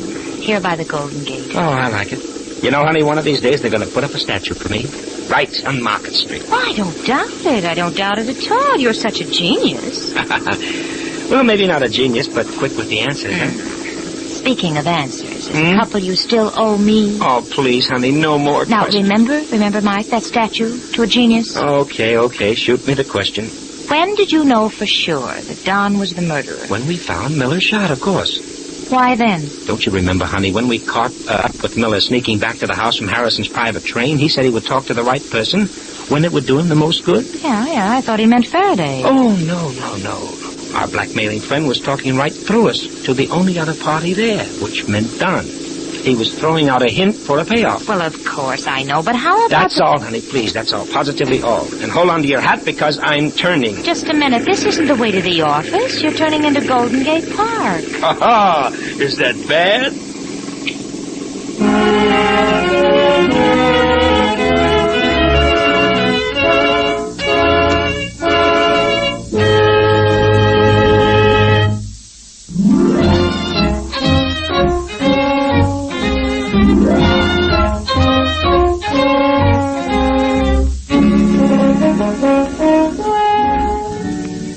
Tune in again next week at 8:30 for another adventure with Michael Shane, Private Detective, starring Wally Mayer and Kathy Lewis, with Joe Forte as Inspector Faraday. Tonight's story was written by Richard DeGraff and based on the character created by Brett Halliday. Music was composed and directed by Bernard Katz. This is John Lang saying goodnight for the people who make 76 gasoline and Triton Motor Oil, Union Oil Company. This is the Mutual Don Lee Broadcasting System.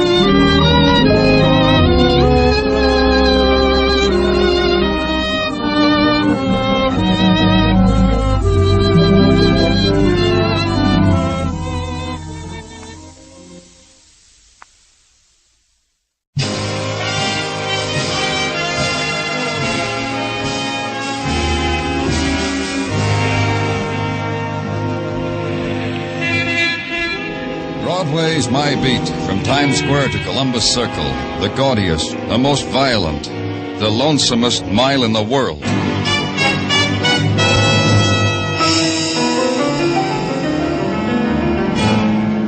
Broadway's My Beat, with Larry Thor as Detective Danny Glover.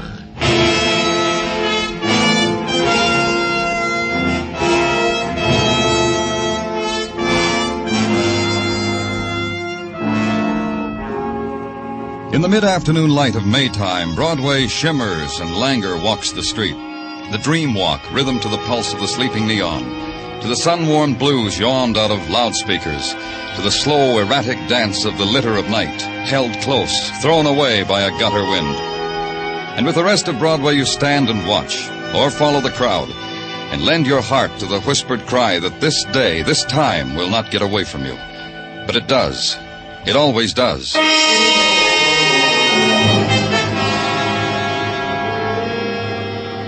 The web of blood in the alley was already dust-heavy, its threads leading you to the man huddled in a forgotten anguish against the flaking brick of an alley wall.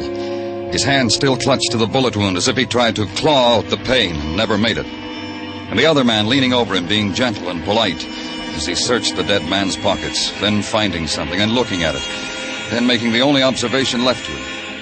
It's a nice day, wasn't it, Danny? What did you find, Muggavan? Found him like that, all broken up about the bullet in his chest. Tried to tell me why it was there. The word never got out. It was phoned in? Yeah, from the back room of a bar down the alley.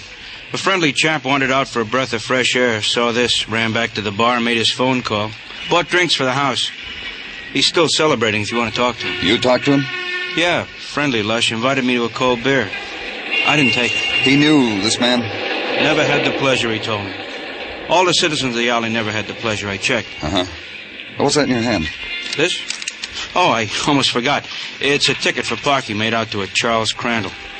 Overparked in the loading zone. He can snap his fingers at it now, huh? This your witty day, Muggavan?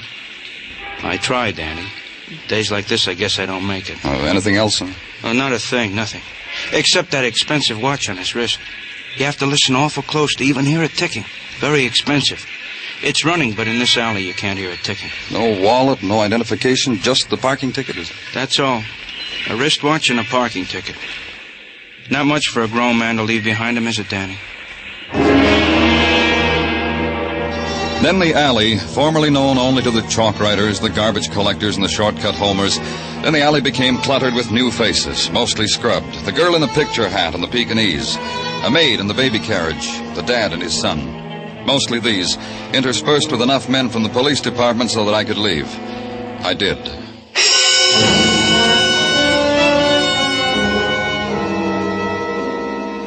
Back to headquarters briefly with the traffic ticket, and to the traffic department, long enough to check an automobile license number against a name and be given an address.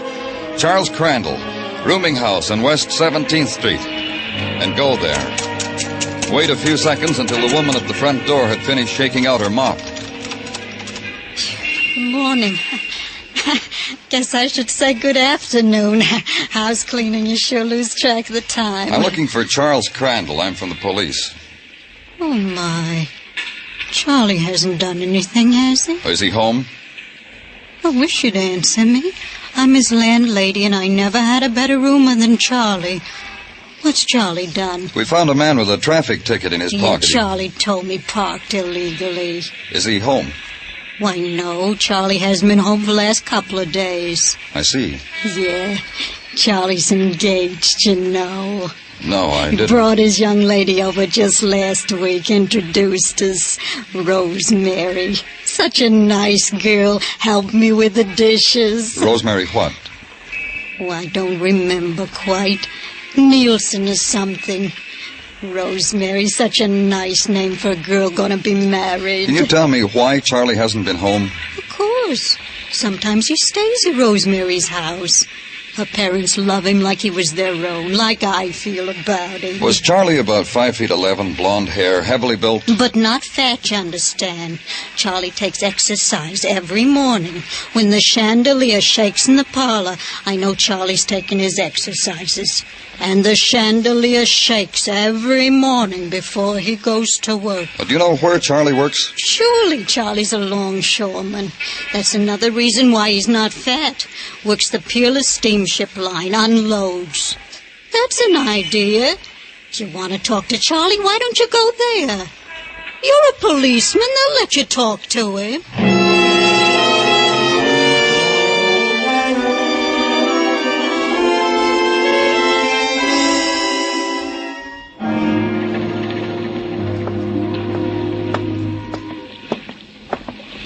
The foreman said your name was Charlie Crandall. Yeah, that's right. I'm from the police. Oh, the parking ticket, huh? I'm not surprised. I am. I didn't think you were alive, Charlie. Come on.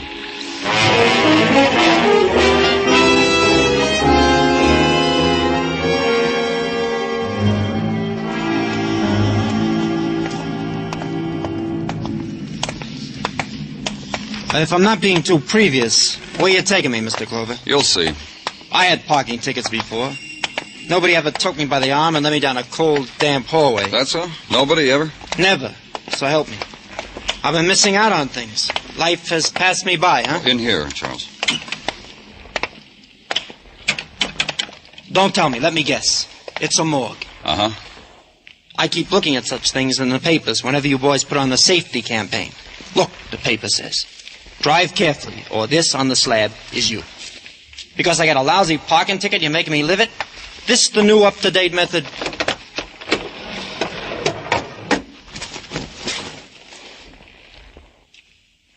There's a chill in the air here. How come I'm sweating? Take a good look, Charles. I'm looking. I make you a promise. I will drive carefully, observing all the traffic signals, and I will never overpark in a loading zone again. Promise. Cross my heart. Gypsy blood oath if you want. You know him? Cover him up. Put him back. I've had him. I said something, Charles. You know him? Who knows people who ask for this kind of thing? A shelf for a grave. I'm grateful to you, though, Mr. Clover. You've introduced me to a new experience. You've given me a memory I never had before. We found this parking ticket on him, Charles. Yours. Huh? Look at it, yours. Why do things like this happen to a man like you? It's very complicated. I'll listen. You sure you got the time? You got nothing better to do? Down here, there's all the time you'll ever need. Fortunate me. That's right, Charles. Count your blessings. What I'm building up to if you give me the chance. Last night was a blessing. Maybe this, what you're showing me, was a part of it. I wouldn't know. When the mood hits you, the part you know, I'll wait. Well, last night was my night in Solly's bar on 3rd Avenue. Oh? This man was found in an alley near Solly's bar. I wouldn't know about that. All I know is Solly's a man with an open ear. I cried into it. Yeah, you'd had a tough day. That, too. I'm a longshoreman, remember? That, too. So you cried a glass full of tears into Solly's ear. Yeah, about the engagement ring I needed for my girl. Or my betrothed, I call her. About the engagement ring I couldn't afford to buy for her. Because a man like me don't lay away for things like that. Must have been very dramatic. Yeah, I put it on. Maybe more than it needed. Because a girl walks over to me, runs her fingers across the beard on my cheek, tells me she has heard the whole thing. Well, the big trouble I'm in with my betrothed. And she stopped your weeping. You could say that. She told me there was a jewelry store, Scully's jewelry store, down the street. To come with her.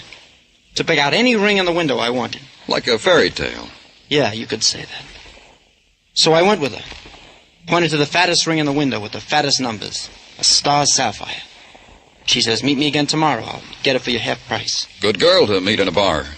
You'll never dream how good. After that, she takes me back to Solly's. Lets me exchange my other sorrows with her. You had more? Only one more I could call to mind. At the time. The parking ticket. Well, she says, give it to me. I know where to fix it. You believed her? I hear it's been done. And that's the last you saw of the ticket? The gypsy blood oath, if you still want it. Who was the girl? Helen, address Solly's Bar on 3rd. Go to her, Mr. Clover. A girl like that can ease many sorrows. Just ask for Helen. They'll know. Don't thumb through any travel folders, huh, Charles? Why should I? I found a home here. Cover him up, huh, Mr. Clover? It's chilly in here.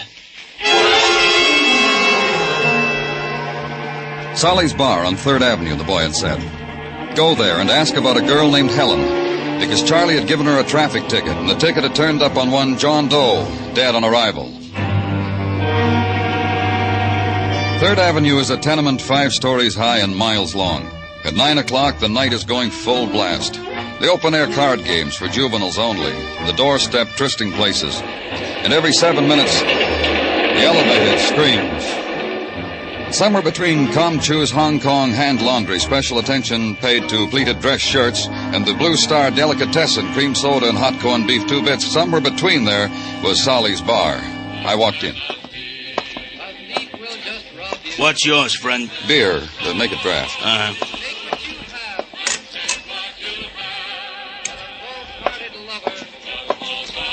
$1 dime. Thanks. Your name's Solly? You own this place? Yeah, so? You work here every night? Yeah, why? Skip any nights this week?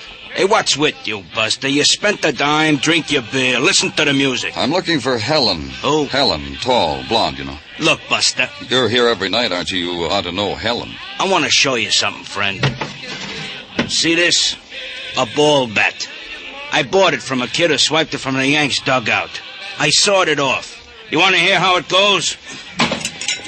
That's the way it goes when I slap it on a bar. You want to hear how it sounds otherwise? You want to... Cop, huh? Why didn't you show me the badge before? What about Helen? I get it. Don't be a cop. You figure I'd tell you about Helen, huh? What about her? I told her to stay out of here. What'd you want me to do? Hit her over the head with the bat? The other night she was in here talking to a longshoreman named Charlie Crandall. You know anything about that? Who's in trouble? She or this Charlie? Charlie Crandall was talking to you about an engagement ring. Do you remember that? Who remembers for what reason my ear gets bent? Helen, I know. You want her, huh? Where do I find her? You wait on that bar stool, she'll be in whispering at you for a drink. Or you can't wait, try the 2nd floor back of the corner house at the end of the block. This side of the street. Can't wait, huh? Walked down to the corner house, which the sign at the head of the steps said allowed no visitors after 10 o'clock. And the other sign at the end of the corridor. Do unto others as you would have them do unto you. Wash out the bathtub. And the door that was swinging open briefly, then closing, opening. Helen? Helen? Get no answer. The tenement draft swings the door open and presents a room, a torn-apart room. Nothing was in its place. Nothing was undisturbed, except the girl on the bed. The strangled girl with the tumbled blonde hair. The dead girl. The murdered girl.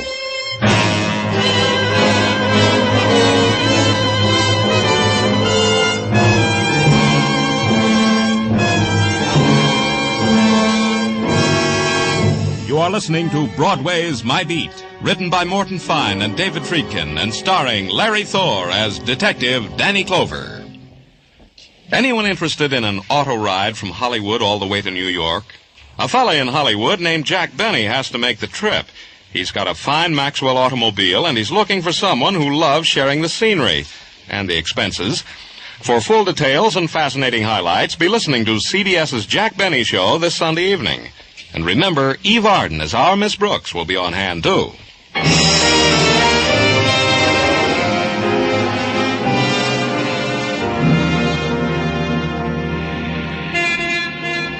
Springtime on Broadway is like springtime on 1,000 other main drags, except for one thing. Mother Nature doesn't function on Broadway. Nothing grows. It gets constructed. But nobody bothers. There's the salary to be earned, baseball scores to be considered, and the weather to be discussed. However, as in all times and places, there are the crackpots. Some even delirious enough to give you odds that Broadway's liable to get blown off the face of the earth. You waste a shrug on that one and flip the newspaper over another page and scan the quarter column on the right-hand side. Girl murdered in tenement house. Police seek link with death of unidentified man, which was straight reporting. I know because I was the policeman directly concerned. Next morning, open the notebook and scan the personal brand of shorthand. See now an item. Charlie Crandall had been taken by the hand and led to the window of Scully's jewelry shop to pick out an engagement ring. Go there, look in the same window, and walk into the store. Good morning. Oh, good morning. I'm Danny Clover from the police. Yes? I'd like to see the manager. Well, I guess I am, until Mr. Scully comes in. What did you want to see him about? I'm his wife, and... Take a look at this picture, Mrs. Scully. Have you ever seen this man before? I might have, but I don't know him. Personally, if that's what you mean. Maybe I've seen him someplace. Who is he? The man we've got in the morgue. Now, take a look at this picture. Young girl, also in the morgue. How terrible. Do you know her? She could be anybody. Somebody's sister or sweetheart. In the morgue. In a police morgue. Oh, what happens to people, Mr. Clover? What? My, look at him. Hello, honey, like it? Blue coat and brown pants. Well, it's different, George. I took my brown coat to the cleaners on the way to work. It got soiled. Oh, sorry, dear, this gentleman... Oh, this is Mr. Clover, George, from the police. And this is my husband, Mr. Scully. Oh, Mr. Oh, something I can do for you, Mr. Clover? Yeah, just take a look at a couple of pictures. Here, this one. Never saw him. Take a look at this. No, her either. Dangerous characters, huh? George, they're dead. They're in a police morgue. No, I don't know either of them, Mr. Clover. George. I'm talking to the gentleman, Louise. But I'll forget if I don't tell you now. My wife is forgetful, Mr. Clover. That's a good kind of wife to have. What is it, dear? Mrs. Reed was in here for her diamond brooch. I couldn't find it. Why not? Why couldn't you find it? Mrs. Reed was furious. You promised her you'd have the catch repaired by this morning. Well, it's ready. Why couldn't you find it, Louise? I looked. It's not there on the repair rack. I looked all right, but I couldn't find it. Call up Mrs. Reed and tell her your husband's here, Louise. Tell her to stop in for her brooch. Well, do it, Louise. You're not missing anything from this shop, are you, Mr. Scully? Missing what? I don't know. I don't understand what you're talking about. A robbery, anything like that? You're joking. If I had a robbery, I'd know I'd been robbed, wouldn't I? You want anything else, Mr. Clover? No? Then you'll pardon me, won't you? Sure you will.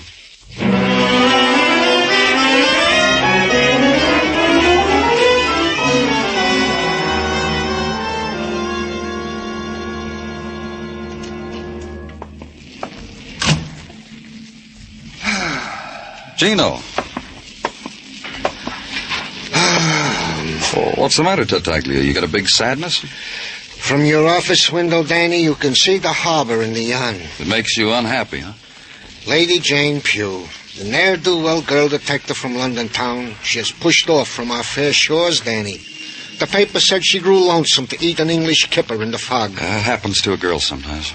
You're fighting me, Danny. Don't do that at a time like this. There's only one thing to do with a grief like yours, Gino.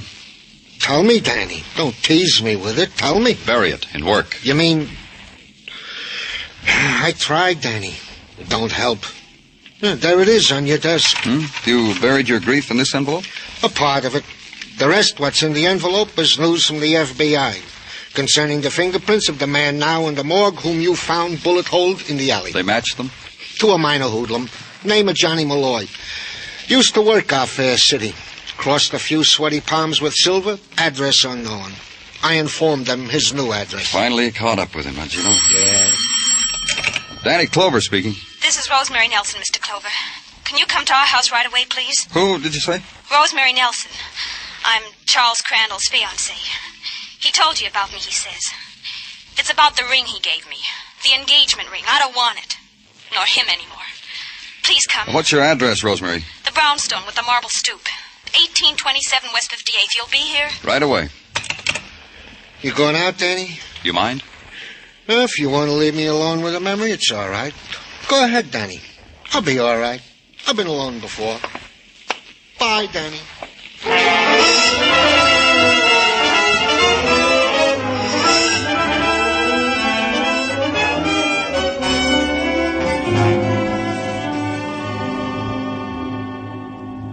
Don't pay any attention to her, Mr. Clover. She's upset.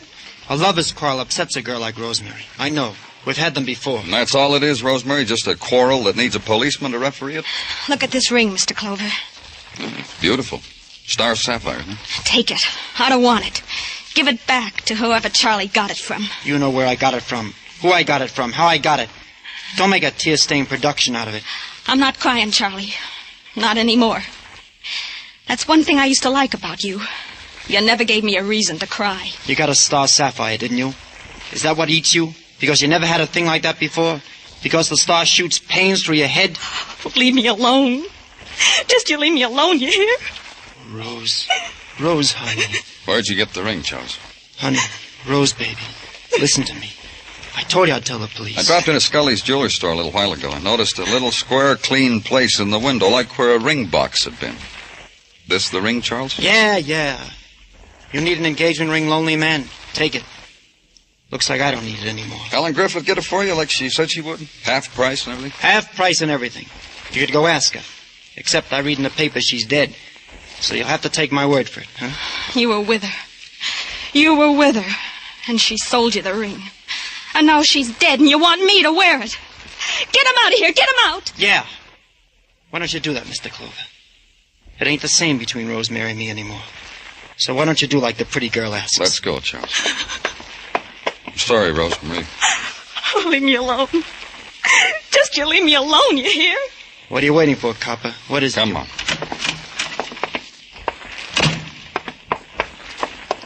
What are you going to hold me on? Suspicion of murder? Until they come up with a new one. Danny? Danny! Over here in the squad car. Woman down at headquarters, Danny, turning the air blue with complaints about Scully the jeweler. Says he... Tell us about it on the way down, huh, Muggavan? It'll pass the time for all of us. You, me, and our boy, Charlie.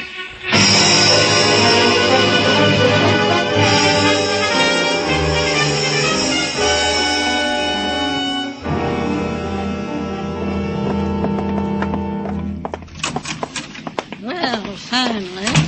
This is Danny Clover, Miss Christie. What am I supposed to do? Put two fingers in my mouth and whistle? You made a complaint about a jeweler named Scully. What's the complaint? Don't talk to me like that. What is this, Muggavan? I'll handle it for you, Danny. Now, look, Miss Christie, you told me something about a watch and about Scully's jewelry store. I want you to tell Mr. Clover. What's the matter? You got amnesia, Sonny? Please tell him. It's about my layaway plan. Whirl that around for a while. Danny, this is a mad dream. We lost that one, Muggavan. Try another move. Miss Christie. I told you it's my layaway plan. My layaway plan. You mean you bought something for Mr. Scully on a layaway plan? It dawned on you, boy. What did you lay away, Miss Christie? A watch for a man's wrist. I'm courting. Figured a bull of it make him happy. You still haven't told us what the complaint is. That's Scully. For 11 months now, I've been paying down on the watch, see? Come in with the last payment in my hot little fist, no watch. Scully tries to sell me another one. That watch have a gold face, gold wristband? And if you flip open its back side, there's 17 jewels visible to the, if you'll pardon the expression, naked eye. Hey, Danny, that sounds like the watch we found on that guy in the alley. Yeah. Entertainer, Muggavan. You heard what the man said, Sonny. Entertainer.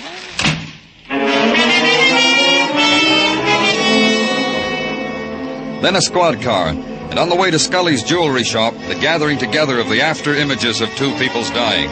Item, Miss Christie. The fact that her wristwatch had disappeared from Scully's store had turned up on a murdered man's wrist. Item, Helen. The fact that she had gotten a star sapphire from Scully at a big saving. The fact that she'd been murdered. Conclusion. Mr. Scully had been robbed, or he'd been giving away merchandise. Anyway, it was a conclusion that needed Mr. Scully.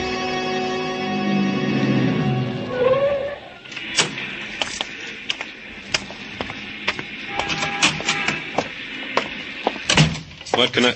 Oh, hello, Mr. Clover. Is your wife here, Scully? In the back, sorting stock. Get her. Well, if it's important, Mr. Clover, but she's busy. Get her. Mr. Clover... Well, all right. Louise? Louise, come here for a minute. I haven't finished the stock, George. Leave it and come here. Mr. Clover wants you. Who? Mr. Clover, you remember, the policeman. Well, tell him to come back, George. If you stop me in the middle of the stock, I'll forget what I've done. Don't worry about it, Mrs. Scully. It won't take long. Well, what do you want? I told you I couldn't recognize those people. I know. Your husband couldn't either. Well, what's the matter? Don't you believe us? Yeah, don't you believe us? Tell me something, Mrs. Scully. Did your husband ever locate Mrs. Reed's diamond brooch, the one that needed the catch fixed? Well, why ask her? Ask me. Yeah, I found it. Oh, you mean I found it, George? You remember we laughed when I found it in the repair case after looking there a dozen times. I just couldn't understand it. Because when you looked a dozen times, it wasn't there. Tell her where it was, Scully. What are you trying to do to us, Clover? Tell her where the brooch was, Scully, and the wristwatch, and the star sapphire ring. Oh, my. He's crazy, Louise. I don't know what he's trying to do. Oh, my. George. Well, George, I'm not going to lie for you. You might as well know that. After all, you've done something wrong. I know I'm a plain woman, George, and I'm in my 40s, and I make myself forget a lot of things. But not this, George. She doesn't know what she's talking about. You lied to me, George Scully. You said you took your coat to the cleaners, and you never did. When I was in there today, the cleaning man asked me about you. Said you hadn't been in for such a long time.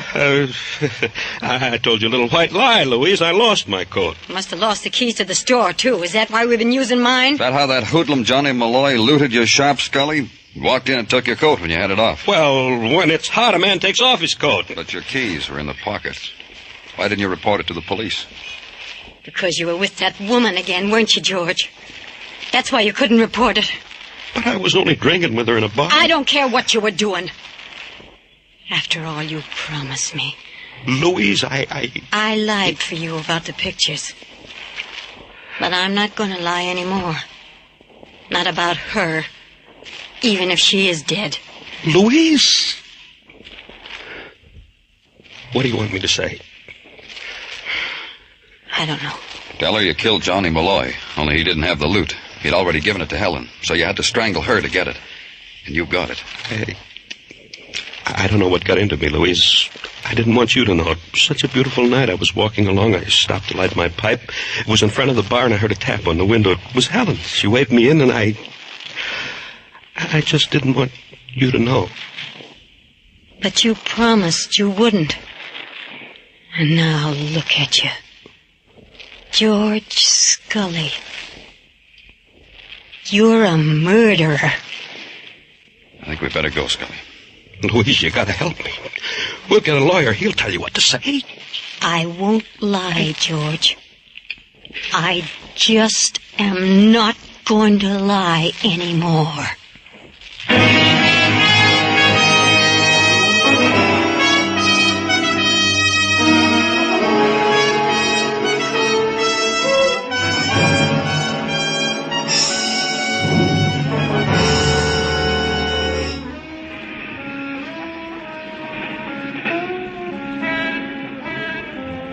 In May, the night sighs down on Broadway like a rosy promise. Someone smiles and takes your hand, whispers. And for an instant, the lights are brighter, the noise louder, and your scream mixes well with the scream of the night.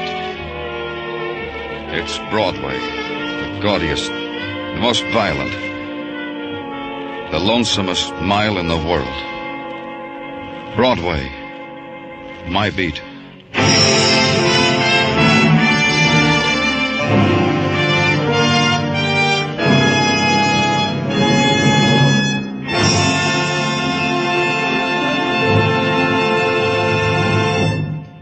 Broadway's My Beat stars Larry Thor as Detective Danny Clover with Charles Calvert as Tartaglia and Jack Crucian as Muggavan. The program was produced and directed by Elliott Lewis with musical score composed and conducted by Alexander Courage. In tonight's story, Lou Merrill was heard as George Scully, Jeanette Nolan as Louise Scully, and Adam Williams as Charles Crandall. Others in the cast were Peggy Weber and Joy Terry. Say there, Sing It Again's current phantom voice is really a phantom. For the past 2 Saturdays, she's mystified everyone Jan Murray's called in his coast-to-coast Sing It Again phone. Tonight, Jan may call you. If you can name the phantom, she's worth $3,000 in cold, hard cash. So stay tuned now for Sing It Again, which follows immediately on most of these same CBS stations. Joe Walters speaking. This is CBS, where you laugh at Jack Benny every Sunday night, the Columbia Broadcasting System.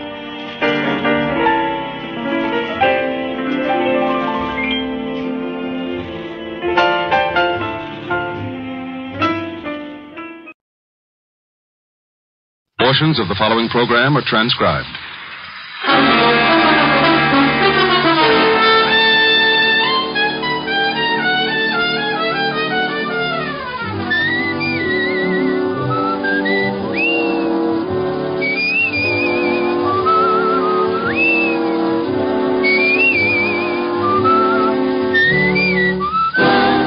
Here is Dick Powell as Richard Diamond, private detective.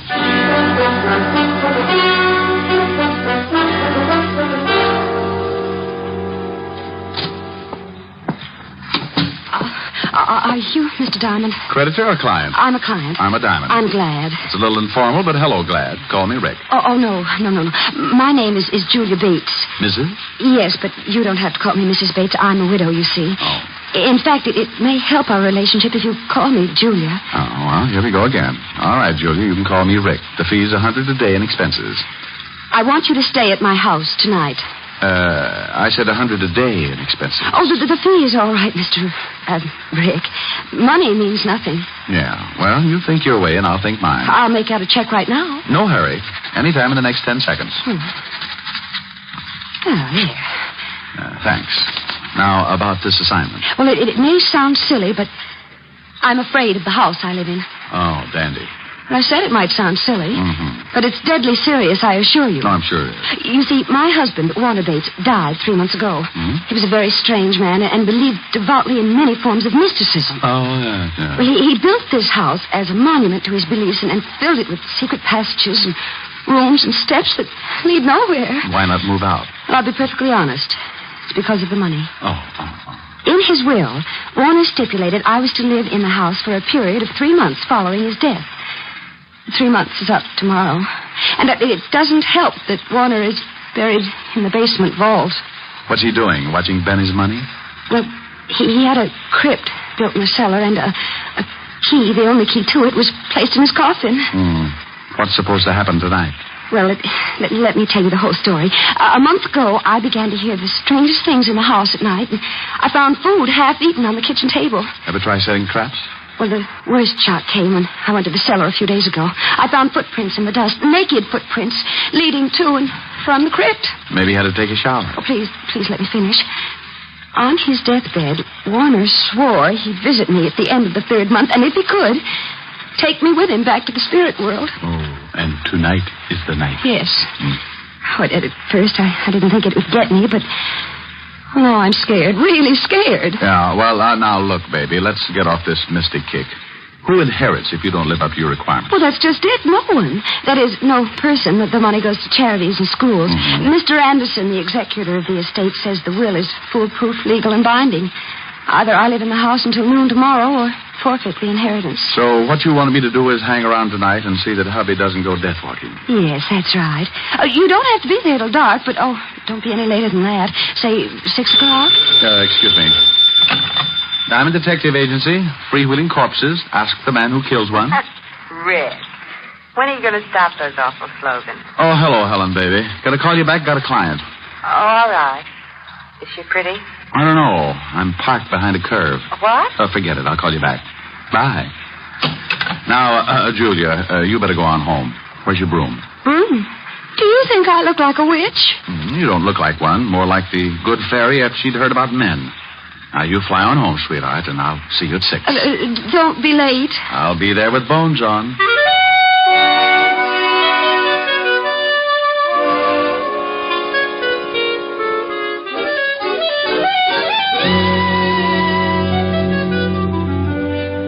I tried to uncurl my toes and get my mind on business. Thinking of my spooked client didn't seem to help, but it was business.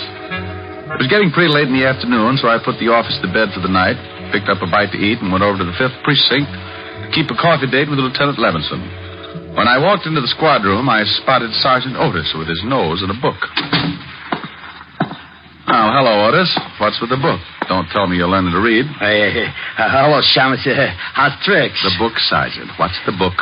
What book? Lieutenant's inside. He said for you to go right in when you came. Otis, tell Uncle Richard about the book. Oh, it's just a book. Here, I was trying to improve myself. Well, don't feel ashamed, Otis. You've got reason to do that. Yeah, very funny. Let's see. The art of graceful dancing. Otis. Well, what's wrong with me dancing, Shamus? I don't want to be no social outcast. Dancing? Well, maybe. But graceful? Otis, you couldn't be graceful even if your feet did match. Tell you what, though, I'll give you a hand. Now, just open your arms and pretend you have a dame. Go on, I'll start you on a waltz. Well, okay. Da-da-dee-dee-dum. Tweet-tweet-tweet-tweet. Da-da. Oh, no, Otis. You look like an elephant with sprained ankles. Now try again and close your eyes. Ya-da-dum-dee-dee-dee-dee. Otis, where's your button? Otis! Put me down! What? Oh, yeah, I'm sorry, Lieutenant. I thought you was a dame. You what? Oh. I mean, I had my eyes closed. I was dancing. Oh, Lieutenant, the shamus talked me into it. Rick, would you mind telling me what you were doing? Saving Arthur Murray ulcers. Yeah, well, come on in and get some coffee. And Otis. Yeah? Shut up. Shall I pour? Please do. You know how I like mine, Walt. Yeah, no cream, 12 lumps. Better change that. I would think so. Okay, how many? Make it 14. Your coffee's stronger than mine. It's not so strong, Rick. Here. Thanks. You better wipe that spot off the desk. The varnish is beginning to smoke. Your jokes aren't any better. Going to stick around for the Hart game tonight? I can't, Walt. I've got a client with a house full of spirits. What? The dead kind. With you on the job, there'll be corpses jumping out of every window. Yeah. Well, if they start, I'll give you a call. I know. Why don't you give up being a detective, Rick? Play postman or something. Walt, you just don't seem to appreciate my favors. I'm getting late. It's nearly 6. It's a peaceful night, Rick. See if you can't keep it that way. Oh, sure, Walt, sure. This is one night you can take it easy. Give me 2 more lumps, please.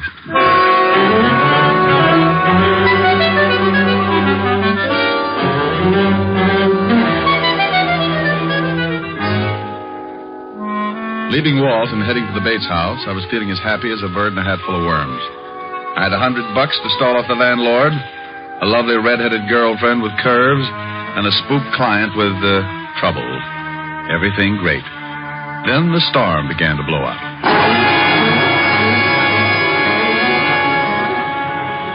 It had started to rain when I saw the Bates house on Temple Street. A big, ugly house straight out of a horror story, with gables and shuttered windows. And as if that wasn't enough, I was met at the door by a butler who was a tiny thing, about 7 feet tall and 300 pounds, with a face like the devil with a hangover. Come in. Yeah, I wanted to see Mrs. Bates, of course. You are Mr. Diamond.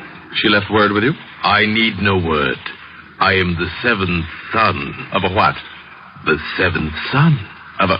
Oh, no, this could go on forever. Okay, lead on. The name is Kane. Yeah? How's your brother? What? Forget it. Where's your, Mrs. Bates? In the drawing room. This way, sir. Cozy little mausoleum. What time do the ghosts come out? Usually right after the vampires, sir. Oh, dandy. I hope they have an early show. Oh, it will be soon enough, sir. The dead are restless tonight. Maybe if I rocked them to sleep. Got a rock? Mrs. Bates. Mr. Diamond. Oh, thank you, Kane. Hello, Rick. How do you like my house? Oh, it's lovely. What do you use for doorknobs? Heads?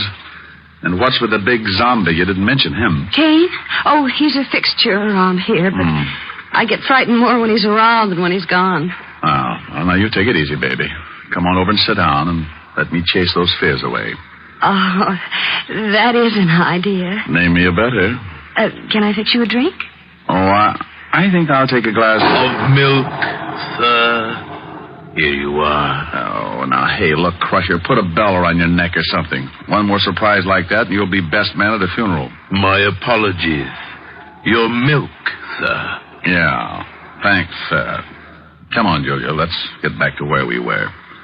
And you, Kane, you... Hey, where'd he go? Rick, there it is. Huh? Yeah. But that's the way it starts. Listen. It's the stairs to the cellar. Someone's climbing them. What? Oh, it's probably Kane. You wanted me, sir. Kane? Then who... You wait in here, Julia. I'll go out and get our nosy friend. The cellar door is at the end of the hall.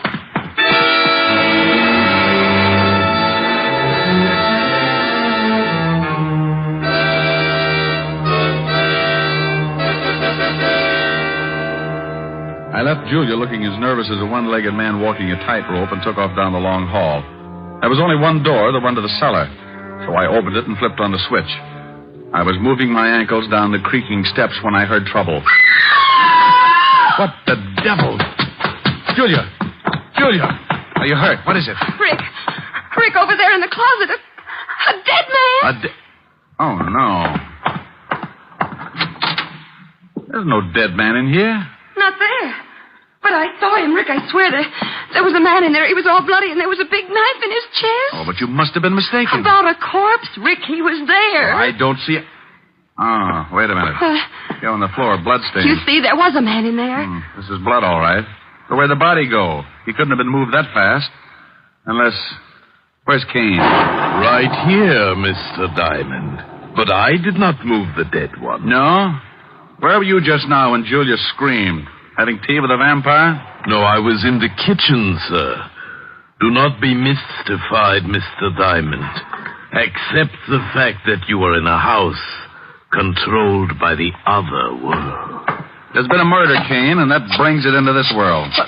Who are you calling? A real-life cop who likes to know about dead bodies kicking around.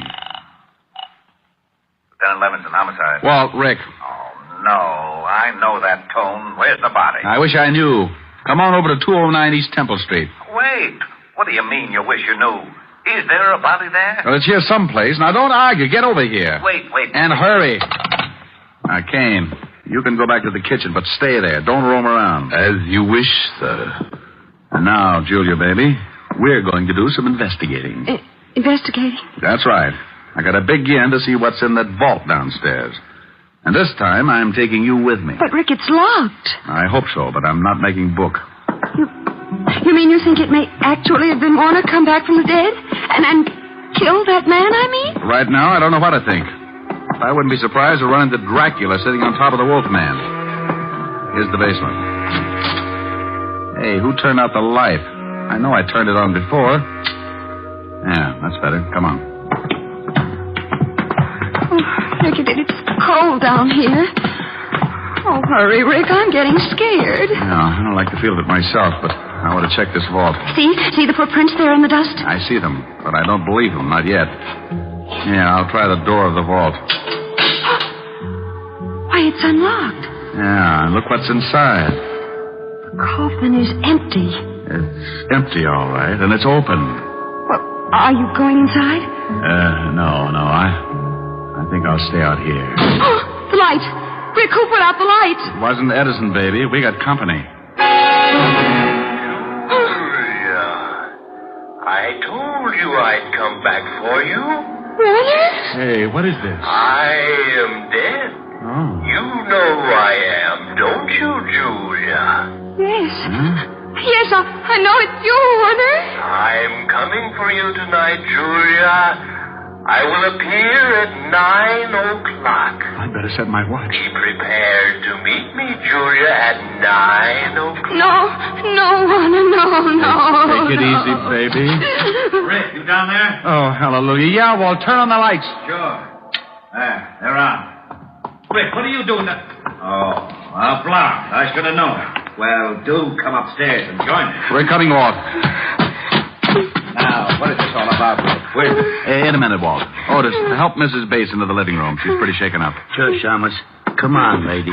Now, what is all this about, Rick? Now, come on back downstairs with me, Walt, and get your gun out. Somewhere in this cellar is a dead man with a lousy sense of humor.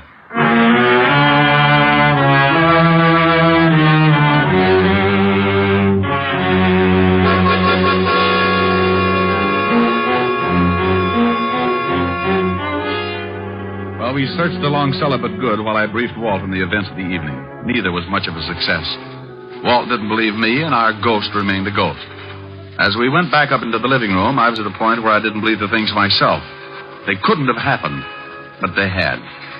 Hey, Otis, where did Mrs. Bates go? She went upstairs to pack, Shamus. Said she was going to leave. Leave? And give up her dough? Oh, for Pete's sake, she can't... Not just because of this ghost house. Ghost house? Oh, this is the wackiest yet. Rick, if I didn't know you were so... Walt, do I look like I'm happy about these things? I'm at a point where I'm believing in spooks and spirit worlds and dead men who talk from out of nowhere. Yeah, so that Shamus is afraid of spooks. This I'm loving. Otis. I know, Lieutenant. Shut up. Did I say that, Otis? Well, no, Lieutenant. What do you want me to do? Shut up. Oh. Gee, I wish I had a glass of... A glass of water, Sergeant. Oh, come out from behind that chair, Otis. It's only Kane. Who's he? Well, didn't he let you in? No, we found the door open. When we rang and no one answered, we came in. Oh, did you? Hey, Kane, where were you? Did you hear the doorbell? I knew the door was open, Mr. Diamond, and I was busy. Like maybe playing ghost? No, sir. Baking a cake. Cake? Oh, swell. Rick, I'm all packed. Will you take me to a hotel? Now, but Julia, look, you can't leave. Think of the money. Money or no money, I'm getting out of here, Rick. That was Warner's voice, and I just don't have the nerve to stay. Oh, but look, baby, you know there aren't any such things as ghosts. Do I? You were in the cellar with me. You heard him. And did you find anybody down there afterwards? Well, no, but... Just a minute, Mrs. Bates. You saw a murdered man earlier this evening, didn't you? You know I did, in that closet. Yeah, well, until I find out who he is and who killed him, you don't leave this house. But Warner... I'm sorry, Julia. We'll protect you, but you can't leave. Otis, take Mrs. Bates into the library and make her comfortable. Hey, Yellowton, come on, Mrs. Bates. Well... Now, Rick, enough is enough. How could there have been a body in that closet one minute and not the next? Where did it go and why? Well, how the devil should I know? She saw it, screamed, I ran back, opened the closet, and it was gone. Oh, great. Now, come on. I want a better look at that closet. Well, looks all right. Wonder how it sounds. Use your gun butt on the walls. Yeah.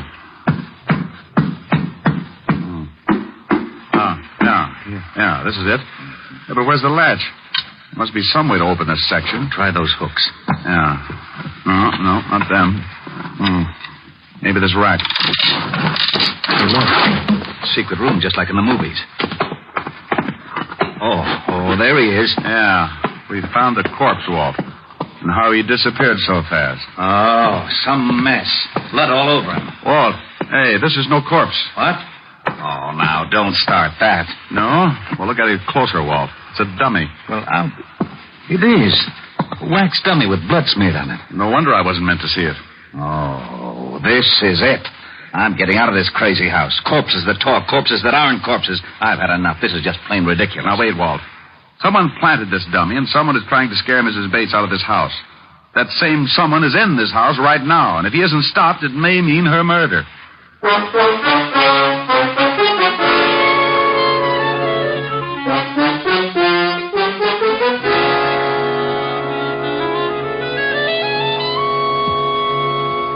How are you feeling, Julia? I'm exhausted, Rick, but We found the body, Julia. It was a dummy. A dummy? Well, then Then there wasn't any murdered man? No, this whole thing is a bluff, even that voice in the cellar. Oh, no, that couldn't be. That was Warner's voice, Rick. I know it was. And he's not in his coffin. I know, baby, and I think that's all phony, too. Now, tell me, who knew that only key in the coffin business? Well, just myself. And Mr. Anderson. Anderson? Oh, that's right. You remember, he was Warner's lawyer. Oh, yeah. Now, how about Kane? Did he know of the key? Well, I don't know, Rick. He may have. Warner confided in him a great deal. Rick, this isn't getting us any place. Come with me. Otis, you stay with Mrs. Bates. Yeah, Lieutenant. All right, Walt. What are we going to do, grill the dummy? Go ahead. Be funny. But I want to search this whole house. Oh, Walt, this place is a nut house full of secret rooms and hocus pocus. It'll take 2 maps and a Ouija board to get around in it. Well, I'm going to get around in it, and up these stairs is as good a place as any to start. Oh! Hello, Walt. Oh, stairs that lead to a blank wall. Rick, that's too much. Now, would you stop playing games? Playing games, he says. Oh, where is my bicarbonate? Here you are, Lieutenant. Sorry to be late. Where's the thunder, Kane? You're Mr. Q. Will there be anything else, sir? I don't see how, sir. Not unless Frankenstein drops in for a game of jacks. I doubt if he will. Tonight it's at his house, so I'll be on hand if you need anything. We won't. Go on back to your embalming. Come on, Walt. You feeling okay? Oh, I'll never feel okay again. Rick, I've stood for your getting me mixed up in some crazy cases, but this night I'll never forget. Oh, don't quit on me now, Walt. We still have to find that spook and keep Julia from being killed. How? Please, tell me how. Look, he said he was going to appear at 9 o'clock tonight to take her to the spirit world with him. Yeah, well, I'll get a squad down here to see that he doesn't. No, Walt, wait. He'll never show up if we're all hanging around, right? Well, yeah. The only way we can catch the ghost is for him to show up, right? Yeah, go on. So what do we do? So we pretend to leave, make a big fuss about giving the whole thing up. Then we sneak back in and hide. We wait and see if he shows up, and when he said he would, and if he does, we nab it. Case closed. Well, it sounds screwy, but to wind this case up, I'll buy anything. Where do we hide? We'll get Julia to wait in the living room. We'll sneak back and hide in that secret room behind the closet. If the ghost shows, we can grab him as soon as he gives himself away. And I think he'll show.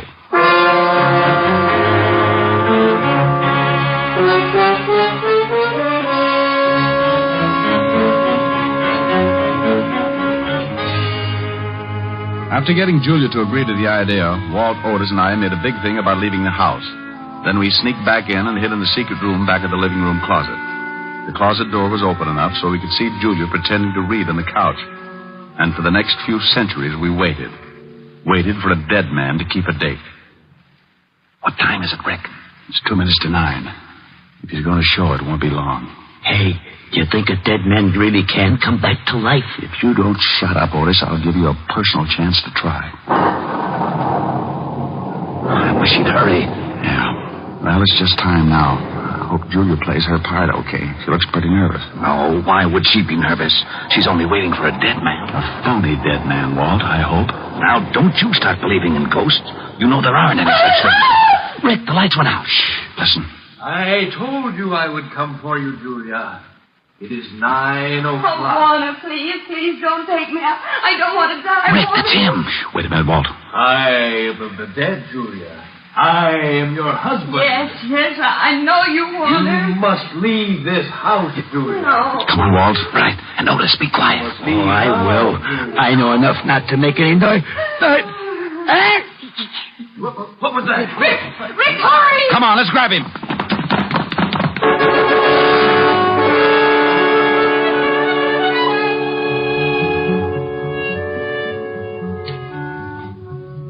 We all took off after the ghost. It led us on the screwiest chase yet, in and out of the secret passages, upstairs, and then back downstairs again. Trying to lay hands on him was like trying to swat a fly with a piece of string. He finally made a break for the outside door. Then, not to be outdone, I made like a big athlete. Hey, that was a pretty nifty tackle, Diamond. Rick, think you okay? Yeah. As soon as I get this hood off, I'm going to have a few words with this spook. There. He's out cold. Otis, bring Mrs. Bates in here. Oh, okay. Come on, you. Wake up. Who is he? I don't know. Come on, wake up. Before I make a real ghost out of you. Okay, don't hit me anymore, please. Here she is, Lieutenant. Mrs. Bates, do you know who this man is? Why, it's Warner's lawyer, Mr. Anderson, the executor of the estate. Sure, baby, had to be. All right, Buster, what's the story? Oh, all right. It was the money. If I could get Julia to break the will, I had a dummy charity set up so I could get the estate. He's all yours, Walt. Wrap him up. It'll be a pleasure. Otis, put the cuffs on him. Take him out of here. Yeah, Lieutenant. Come on, Spooky. Well, that takes care of that. Hey, what about Kane? He must have known about all this. Of course I knew, Lieutenant, but I did not wish to intrude. Those who interfere with the dead pay their own penalty. Lose their haunting license? Nothing. Oh, sir, my cake is done. Would you like some? It's devil's food. No, thanks. I'll skip it. With nata. Julia, walk me to the door. Well, of course, Rick. I'll leave you with Kane, Walt. Tell him a ghost story. Feeling all right, baby? Oh, yes, much better. I'm fine now that I know there's nothing to be afraid of. Tomorrow I'll be moving into an apartment. Will you come and see me? We have things to talk over. Like what, honey? Like sharing a mood. You know. Just the two of us.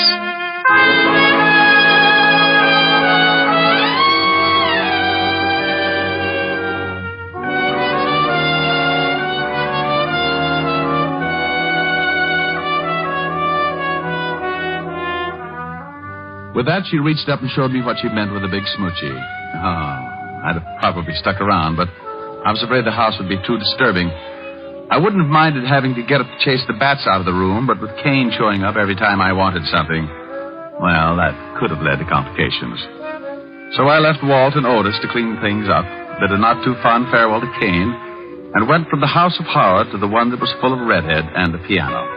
The redhead was wearing a red dress with a new, you know what I mean. Well, didn't think you were going to make it. I had a tough case tonight, honey. Thought I might not get away at all. Mm-hmm. I'll bet you did. Why, Helen, baby, all of a sudden you sound suspicious. Without any effort, darling. Especially when it comes to blondes. Blondes? You mean girls? Girls. Blonde girls with hair like this on your lapel. Oh. And the lipstick on your cheek and the look in your eyes. Oh, you know how it is, honey. Brilliant detective saves client's life and fortune. She had to be grateful. Brilliant detective. You keep on making me so jealous of you, and one of these days the world is going to lose a brilliant detective. No. Someone gonna rub out Sam's fate? Oh, what's the use? Oh, now, baby, don't be mad. Come on, let's next. No. I'm upset and I'm unhappy. But if I sing, will you be happy again? I don't know. Well, I'll try. I'll sing my red old head off. I need your love so badly. I love you oh so madly. But I don't stand a ghost of a chance with you. I thought at last I'd found you, but other loves surround you. And I don't stand a ghost of a chance with you. Are you listening? If you'll surrender just for a tender kiss or two, you might discover that I'm the lover meant for you, and I'd be true. But what's the good of scheming? I know I must be dreaming, but I don't stand a ghost of a chance with you. Happy? You sang nice. Do we neck? No. No, it's still early enough to catch a late show. Well, if I take you to the show? Yes. Okay. What's the show you want to see? Oh, it's a wonderful horror picture full of spooks. The ghost talk. Oh, no, no, no.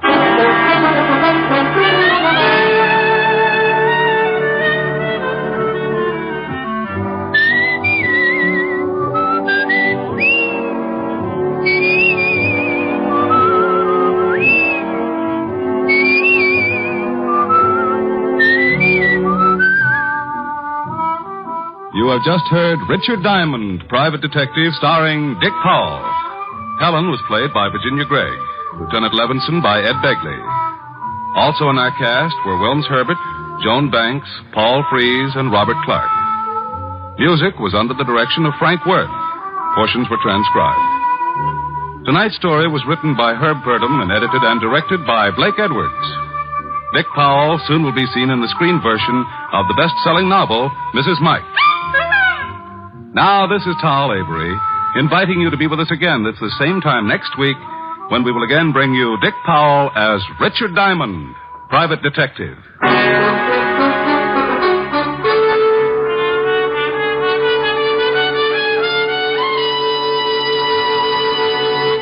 What's on NBC tomorrow? There's great comedy in store for you on the Phil Harris Alice Faye Show when Phil and Frankie go shopping for Alice's Christmas present.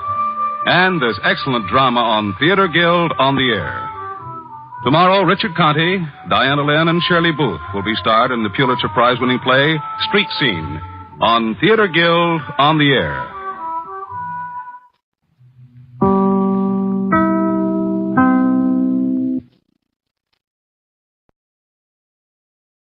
Portions of the following are transcribed.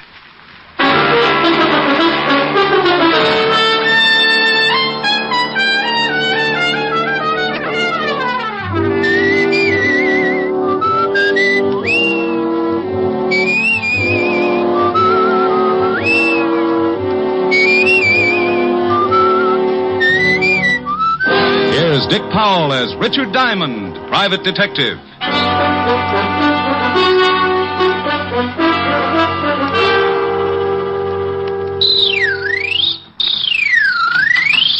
Is this the Diamond Detective Agency? Yeah. Down, up, round, and down. Mr. Diamond, I presume? Yes, and maybe no. Down, up, round, and round. I don't understand you. Yes, I'm Diamond, and you're not presuming on me, not if you're a client. Oh, no, that's not what I mean. What is that object you're playing with? This is a yo-yo. You make it go down, up, round, and down. See? Yes. But I came in on business, Mr. Diamond. I want to hire you. Just drop it like this. Down, up. As a detective. Oh, well, $100 a day in expenses, and I throw in the yo-yo lessons free. Mr. Diamond, are you in business? Do you have the $100 a day? I do. I am. That's fine. Your name? Oh, I can't tell you that. Goodbye. Will you kindly put that thing away? I have a terrible head. Oh, I don't know. It's not so bad. Carve it yourself. Why, you insufferable... Now, wait a minute. Until we've had a formal introduction, the word insufferable is your ticket for a new set of dentures. Now, why don't we get formal and save your gums that lonely feeling? I told you my name is not important. That I believe, but let's kick it around anyway. Is that necessary? Look, you said you wanted to hire me. So either tell me your name or what you wanted me to do, or let me get back to my practicing. I should find another detective, but you came highly recommended, so... All right. You can call me, Johns. Other wife? What? Forget it. The initials on your briefcase read J.B. Oh, it's one I borrowed. So now that I've conquered your coyness, what's the pitch? Pitch? Oh, you mean my assignment. Oh, it's very simple, but first, I must insist that no word of this conversation leaves your office. So far, no one would believe it anyhow. But my ethics are in good order, Mr. Johns. Good. This must be kept very secret. Shall I pull down the blinds and stuff the keyhole? Oh, that shan't be necessary, thank you. Your secret is... murder, Mr. Diamond. Oh, I just knew you were going to say that. Where's the corpse? The corpse? Oh, that's what I came to you for. I want to have professional advice on every angle before I kill. Now, you've had police experience. Unless my hearing aid's on the blink, you're saying you want to commit a murder. Not want. I'm going to. This evening. Oh. What do you want me for, the victim? Oh, I have the victim, the opportunity, method, and the man to handle the details. However, I want to be sure that I'm not tripped up by my lack of foresight to police procedures. Sure, yeah. Whom are you calling? The police, but you'll probably get sent to Bellevue. Mr. Diamond, your ethics. Ethics about concealing or helping a murder are free passage to Sing Sing. The phone. Put it down quickly. Oh, my. Isn't that shiny? A real gun. Those things are illegal, you know. Must you shake it so much? Sorry. I'm a little nervous. Oh, swell. You're nervous. Quiet. I'm thinking. This visit has obviously been an error, but perhaps not a fatal one. Let's see. I have it. Into the closet. What? With my bicycle? It'll be too crowded. Your bicycle? Well, my exercise bicycle. There's my rowing board and my be quiet. Start walking. Oh, this is ridiculous. Now open that door. Oh, okay. Now that bicycle, it has a seat? Well, yes. Sit on it.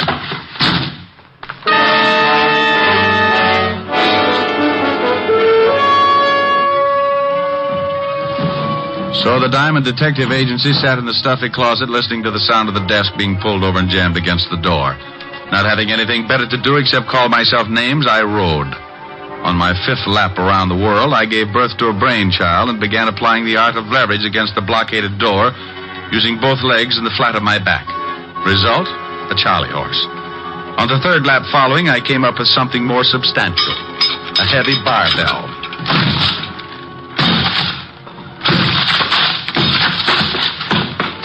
4 smashes and 3 torn ligaments later, the thin door collapsed over the desk, blocking it. I picked my way over the debris, trying to focus my eyes to the light. By instinct, more than sight, I found the phone. But as I reached to pick it up, I suddenly realized I was shaking hands with someone. Back up, Diamond. Oh, this is getting ridiculous. All my clients waving guns at me. I'm no client, Diamond. Mr. Johns wants I should keep you company for a while. Oh, well, you're a small one. This gun makes me a big one, Diamond. Real big. That's why my nickname is Big Man, even though I'm only 4 feet tall. Oh, maybe I could help you. I've got a lot of exercise things. Be funny or shut up. How about a few yo-yo lessons? Say, it's very funny. Shut up. Big Man, what would happen if I took that gun away from you? You want to try? I was giving it a thought. But on second thought, no. Yeah, smart shamus.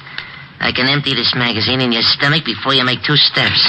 Rick, Oh, I didn't know you had a client. Take it easy, Diamond. I got a gun in my pocket. Helen, baby, come in. Meet Big Man McCarthy, an old pal from PS 69. Big Man, this is Miss Asher. Oh, yes, delighted, Mr. McCarthy. Hey, same here, chick. Say, pal, you got good taste. Some built. Oh, such a flatterer. Rick, what happened to your closet? The termites broke my non-aggression pact. What's on your mind, baby? Well, I came to see if you were ready for the benefit tonight. You are, aren't you? Oh, well, am I? Just watch this new yo-yo trick. They call it round the world. Oh, wonderful. Oh, Rick, you know so many things. Where'd you learn that? PS 69, of course. Where else, Mr. McCarthy? Do it again, Rick. I want to see how you do it. Sure, baby, just watch. You take it in your hand like this and throw it out like this. Rick, you struck that poor little man. No. Well, that poor little man had a big, nasty gun in his pocket, and it was pointed right at my breakfast. Why, that's horrible. Why didn't you hit him harder? He might have hurt you. Oh, darling, are you sure you're all right? I'm sure, baby. Will you send for the police? He should be behind... Now, look, Helen, this is my department. You'll go along with your errands. Rick, he's dangerous. Helen, will you go away? I have a few questions I want to ask this little hood, and you'll be of no help, believe me. Well, all right, but you be careful. Oh, and about tonight. It's not at my apartment, but the Parker's penthouse up above in the same building. Now, come early and help Francis and me get things ready. Stop pushing. I'll see you tonight, baby. Oh, Rick, are you sure I can't stay? Go, scat. Now, for you, Mr. Big Man. Come here. Wake up. Wake up. The mule train went that way. Come on, come out of it. That's you, huh? Yeah, me. Now, what's the real name of your boss? Who's he going to kill? You can stop the questions, Diamond. I'm not going to talk. You want me to wring it out of you like a wet wash? Who is Mr. Johns? You know, there's a big advantage in being Little Diamond. Yeah, you can hide under smaller rocks. Who's your boss? There's another advantage, too. A man my size can be awfully hard to catch. What? Hey, come back here.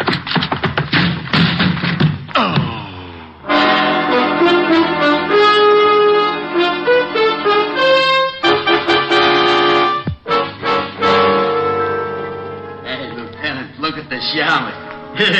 He never looked so good. Shut up, Otis. He's really been worked over. Wonder what gang did this to him. Rick, snap out of it. Oh. Rick, what happened? Oh, it just came through the door. Oh. What? Coming through the door couldn't wreck you like that? Oh, without opening it? You mean... Oh, no. You got that shiner by running into the door? Shut up, Otis. Okay, Rick, where's the body? Beside you. Now, that's Otis. I mean, where's the corpse? The corpse isn't a corpse yet. Otis, get my bicarbonate. Yellowton. Go on, Rick. The corpse isn't a corpse. Tell me, what is it, a ghost? Exactly. Otis? Yellowton. Now, Rick, do me a favor. Please tell me what you're talking about. Oh, you aren't trying, Walt. All I said was that the corpse isn't a corpse yet and that it's a ghost, because I don't know who's going to be the corpse. Rick, before I go stark raving mad, will you tell me what you're talking about? Well, a man came into my office this morning, said he was going to commit a murder. Threw a gun on me when I started to call you. Locked me in a closet. I broke out only to find he left this little man, Big Man, the midget who just ran out of here. Stop, please. So Helen came in. I turned the tables on Big Man. She left. I asked questions, drew a blank. Big Man started to run. Why didn't you nab him? He ran through the door. I ran into it. You're up to date. I'm up to date. Get him. I'm up to my ears in confusion. So we've got a man who's going to murder someone. All right, what's his name? He said Johns, but it's a phony. Initials on his briefcase read J.B. Say, Shamash, what do you look like? Otis, do you have a son? Oh, you know I don't. Well, that's what he looked like. Rick, are you sure this J.B. is planning to kill someone tonight? Well, if he isn't, he sure took a lot of pains for nothing. Let's get down to headquarters. I want to check the files. Well, okay, but we don't keep files on ghosts. Oh, by the way, why did you come up here? Helen called. Said you were holding a pigeon for us. Oh, lovely girl. I'll say. Can I have a dance with her at the benefit tonight? No, Otis. I think I better fix you up with Francis. Swell. Otis, you gravelhead. Francis is a butler. Oh, it's all right, Lieutenant. I like them foreign dames.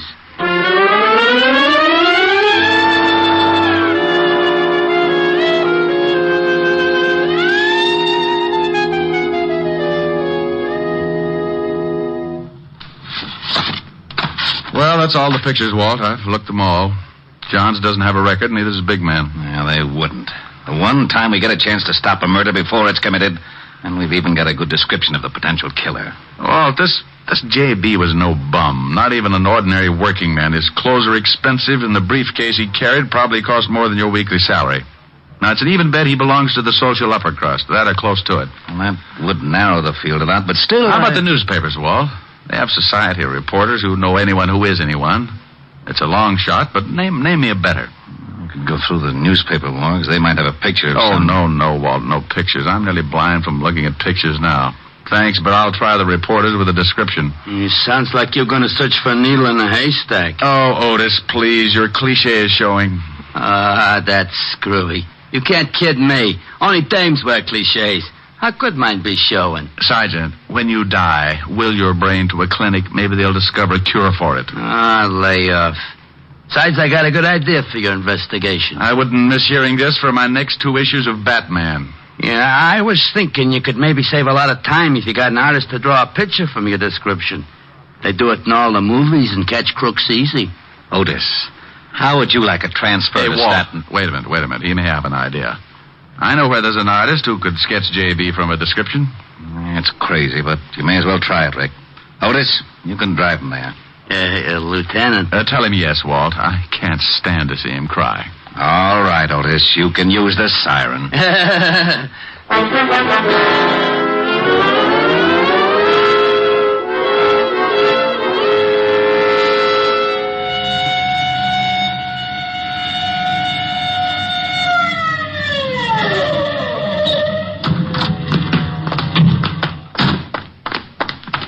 Come on, Otis. It's right at the head of the stairs.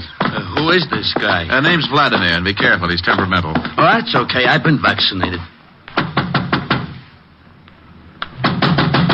What? Open up, Vladimir. Wrong address. Go away. My name Patrick O'Brien. It's Diamond, not the landlord. Comrade, come in. Stallion. No, Vladimir, that's Sergeant Otis. Oh, what a startle he gave me. Vladimir, can you sketch a man's face from a description? Can I sketch a man's face from a description? Can I sketch? Did I not once sketch the whole Russian army? And with one pencil? Okay, Vladimir, but can you do it? Comrade, you doubt it? I am the greatest artist that's impossible. I can draw...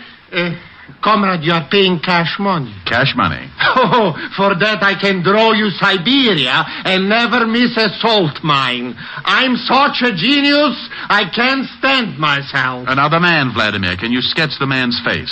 I think so. Okay, but make it fast. I'll give you the general idea and correct you as you go. Corrections you can make. One criticism, I go back to my shave cream signs. Come with me to my hizzle.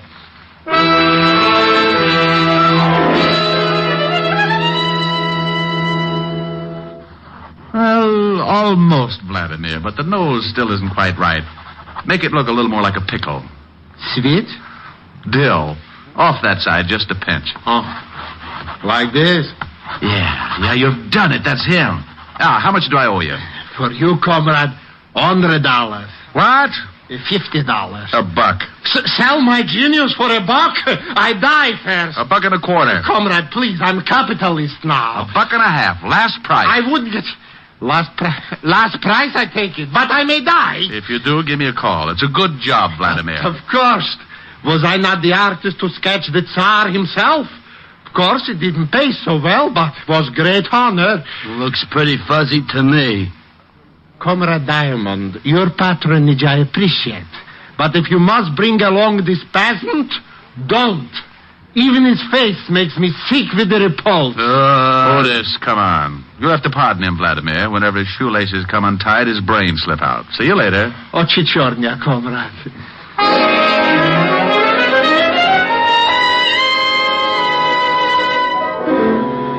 When we left Vladimir, I sent Otis back to Walt and took off for the newspapers. I showed the sketch to one society reporter after another and watched so many heads shake, my eyes began to cross. It was 6:30 when I finished playing Quizmaster, and there was no use kidding myself. I had struck out. I had to tell Walt, so I started for the 5th Precinct. I was at a point where I'd have hucked my Social Security for 30 seconds with a little big man. Then as I walked down the street, I suddenly felt the nerves in my spine jump down into the pit of my stomach, and goose pimples skidded up my back like scared rice. It was a feeling I'd had before. So without turning, I headed for the steps of a basement apartment.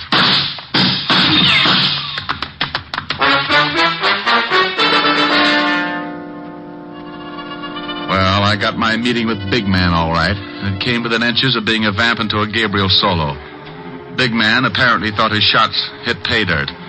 But when I peeked over the top of the stairs, he was in his car and going. I took in the torn knees of my pants, said a few messages to the spirit world that would have barred me from any seance, and hauled what was left of the Diamond Detective Agency to see Walt Levinson. Well, you can have it, Walt. This is getting ridiculous. Beating my brains out, getting shot at, and for what? Shot at? That's right. I said shot at. You can have the whole stupid mess. I like to get fees for playing post office with slugs. And if a guy gets killed, call me. I'll help with the embalming. But nothing. It's 7 o'clock, and I'm not sticking around to split a 3-way crying job over a killing that may already have happened. I'm going to Helen's and get a drink. Oh, all right. Go ahead, Rick. There's nothing more you can do anyhow. I'll see you later. Right. And you stop looking like a panda with a bellyache, Otis. No, what did I do? Oh, shut up. Hey, where you going? I'm going out and punch the first little guy I can find right in the nose, just on general principles. I left the precinct and headed for Helen's party. I remembered that the benefit was being held in the penthouse and went on up. I was surprised to find Helen's butler, Francis, opening the door. Good evening, Mr. Oh, my, did you have an accident? This day has been an accident, Francis, but if you mean my clothes, I was playing spin the bottle with a bulldozer. You do look a little battered, if I may say so, sir. You ought to see the bulldozer. What are you doing opening the door up here? Oh, the Parker's butler was taken ill, sir. As I was helping Miss Asher with the decorations anyway, I remained to take his place for this evening. Is she here? Yes, she's in the living room, sir. Thanks. I'll go on in. Rick, over here. Hello, baby. What? Hit you, a bus? Just the door and the sidewalk. The bus I get later. Oh, Rick. And just look at your suit. It's ruined. Now, what's with the concern over my suit? You lobbying for my tailor? I wanted you to look your very best tonight. Here, let me see those knees. Come on, sit over here. That's it. Now... Oh, well, they're not as bad as I thought. Oh, cheer up. Maybe they'll get infected. That'll help. Who did this to you, Rick? Our sweet little friend of this morning, Big Man, or I should say his boss, J.B. He's the one who sent Big Man after me. J.B.? A specter. Sent to haunt me for my past sins. He hired the little killer you saw me sock with my yo-yo. Your yo... Oh, you haven't lost your yo-yo, have you? Oh, Helen, baby, your Ricky's nearly been killed. Must you worry about my yo-yo? I'm sorry, but it is all right. In my pocket, here. See? Good as new. Oh, that's fine. Now, what about this J.B. person? Why did he send Big Man to kill you, Rick? Because I know he's going to commit a murder tonight. Maybe doing it right now. Wait a minute. You said big man. Did you let him go this morning? Yeah, I let him go. And I've worn my feet off up to my eyebrows trying to find out who his boss is and who's on the spot to get knocked off. Oh, poor Ricky. I wish I could help you. It's not me that needs help now. I quit. It's the guy JB is after. JB, are those his real initials? Yeah. No, we've had lots of things to go on. Initials, descriptions, even a sketch of him. Here, I've got it in my pocket for all the good it did. Oh, wait, don't tear it up. Let me look at it. Oh, Rick, silly. This is no murderer. That's a sketch of Johnny Blackwell. It's Helen, you know who this man is? Of course. It's Johnny Blackwell from Newport. He and his wife are up here visiting Adam Worcester. Rick, what is it? You're all turning blue. All day long, when you were in my office, you could... Oh, if I'd only asked... Helen... Yes, Rick? Give me some cyanide, no water. Oh, but you must be mistaken about the sketch. Johnny Blackwell can't be a murderer. Well, I'm getting out of here. Where can I find him? If you'll just sit still, he'll come to you. Adam Worcester's bringing him and his wife to the benefit tonight.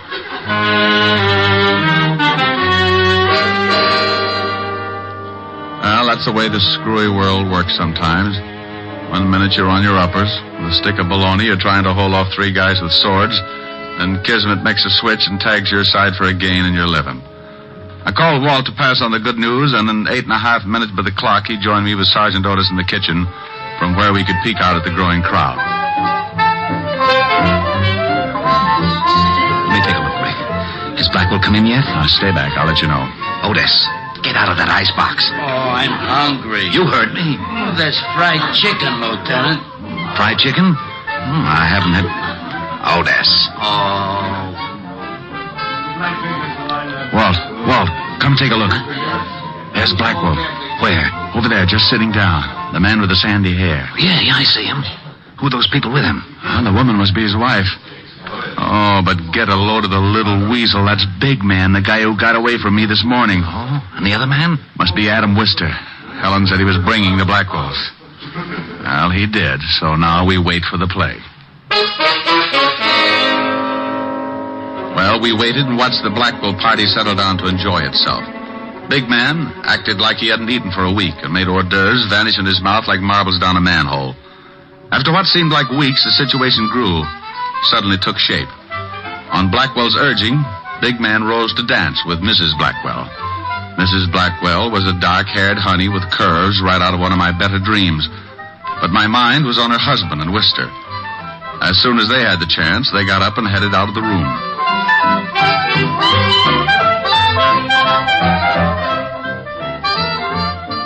Watch them, Rick. They're headed for the library. Come on, this way. Through this door and down the hall. Well, Adam, it's nice to be visiting you again. We're glad to have you, Johnny. We're sorry to hear about your losses in the market last year. The story here was that you were cleaned out. Hey, Diamond, what's he saying? Shut up. Oh, I still have a little money, Adam. In fact, I'd like to buy back in with you as a partner. You don't have that much, Johnny. And your wife won't give it to you. She may, Adam. She may, and quicker than you think. Walt, come on. We picked the wrong victim. Let's find the big man.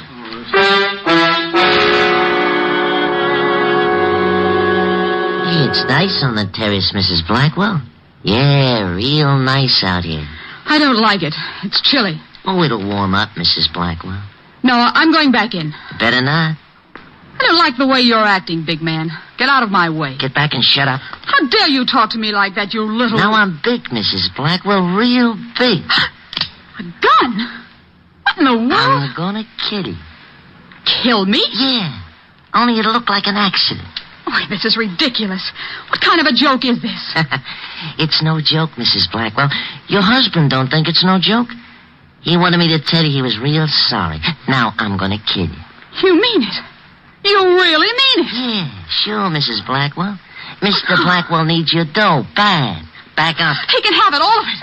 Only don't kill me, don't. Sorry, Mrs. Blackwell, too late. Now start back. Please, please. Over to that wall. You're gonna play Humpty Dumpty. That's right. Now get up on the wall. No. I'm a guy who's willing to help you. Me too. Diamond, why you... Catch the girl, Walt. Big man's mine. He was going to kill me. All right, Mrs. Blackwell. Take her inside, Otis. Rick, you okay? Yeah, getting my hands on this little rat was better than a year's vacation. Well, we sure heard enough to give both him and Blackwell a long vacation on the state. Keep him on ice. I'll collect the other one. I'll be delighted. Oh, my jaw. Oh, waking up? What a shame. What a lovely party. I do love these informal get-togethers, don't you, big man? It was short but very sweet, the wind-up of the no one was murdered case. The score was the kind to make you forget you didn't get a fee. 2 killers caught, no victims. When I saw Walt take the little big man, not so big without his gun, and his boss Blackwell off to the Bastille, my worries melted like a snowman in a blast furnace. And speaking of melting, the lovely Mrs. Blackwell showed signs of being upset. So, what could I do but console the pretty little thing?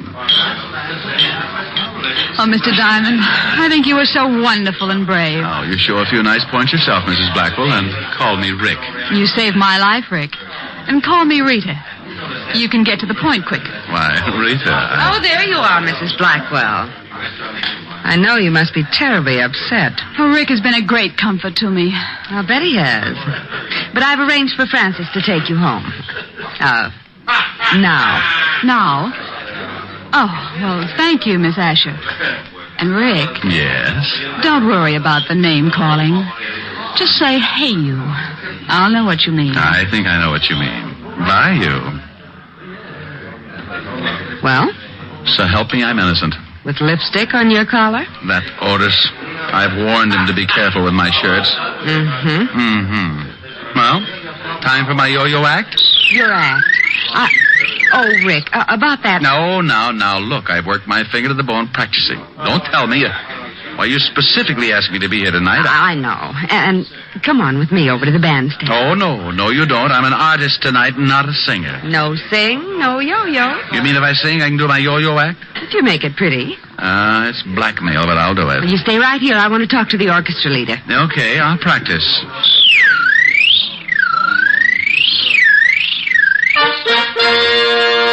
Well. Ladies and gentlemen, I give you Richard Diamond, his piano, and his yo-yo. Sing good, Rick. Like a robin with a sponsor. Are the stars out tonight? I don't know if it's cloudy or bright, 'cause I only have eyes for you, dear. The moon may be high, but I can't see a thing in the sky, 'cause I only have eyes for you. I don't know if we're in a garden or on a crowded avenue. You are here, so am I.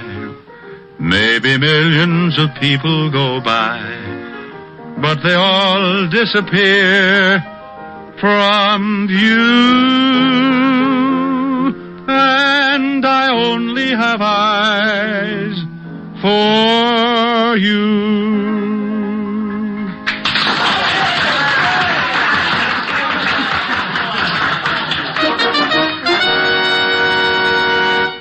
And now Mr. Diamond will present an exhibition of dexterity. Now? Now. Oh, no, Shamus, no. You're doing it all wrong. You gotta use more wrist action. Oh, to stay out of the act. Oh, come on, let me show you. Here, give it to me. Now, you start it down, like this. Ellen. Yes, Rick, he's better. Let's go home and neck. Wait till I get my hat.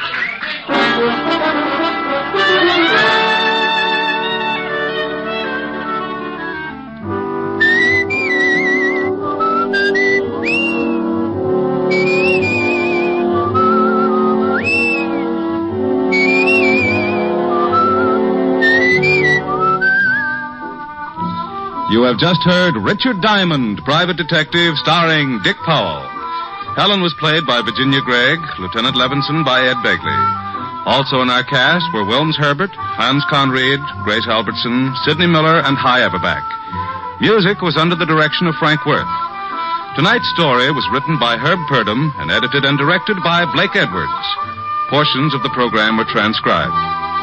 Dick Powell soon will be seen in the screen version of the best-selling novel, Mrs. Mike.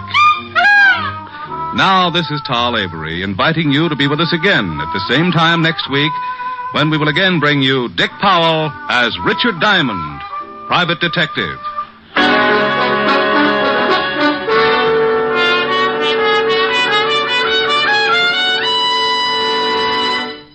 Saturday night is packed with entertainment when you stay tuned for NBC's star lineup of shows.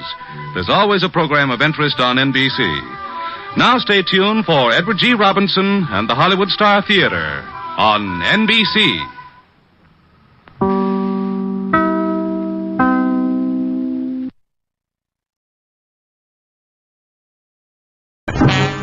Time now for Rocky Jordan.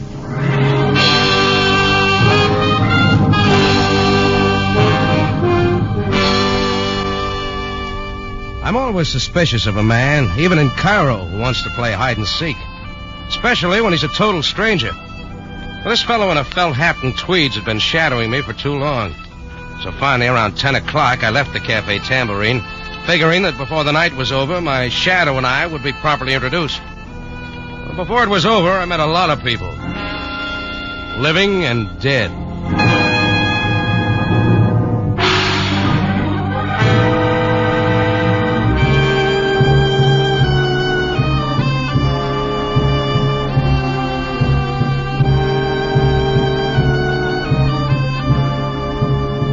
Again, we bring you a story of adventure with Rocky Jordan, proprietor of the Cafe Tambourine, which stands in a narrow street off Cairo's native quarter within sight of the Mosque Sultan Hassan. The Cafe Tambourine, crowded with forgotten men from the world's waterfronts, alive with the babble of many languages.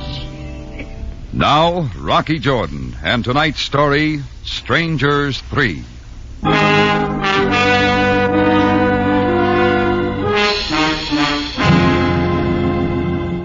I made a dry run down the boulevard Baqil, and sure enough, the stranger in felt hat and tweeds was still following me. I headed south, away from the crowds.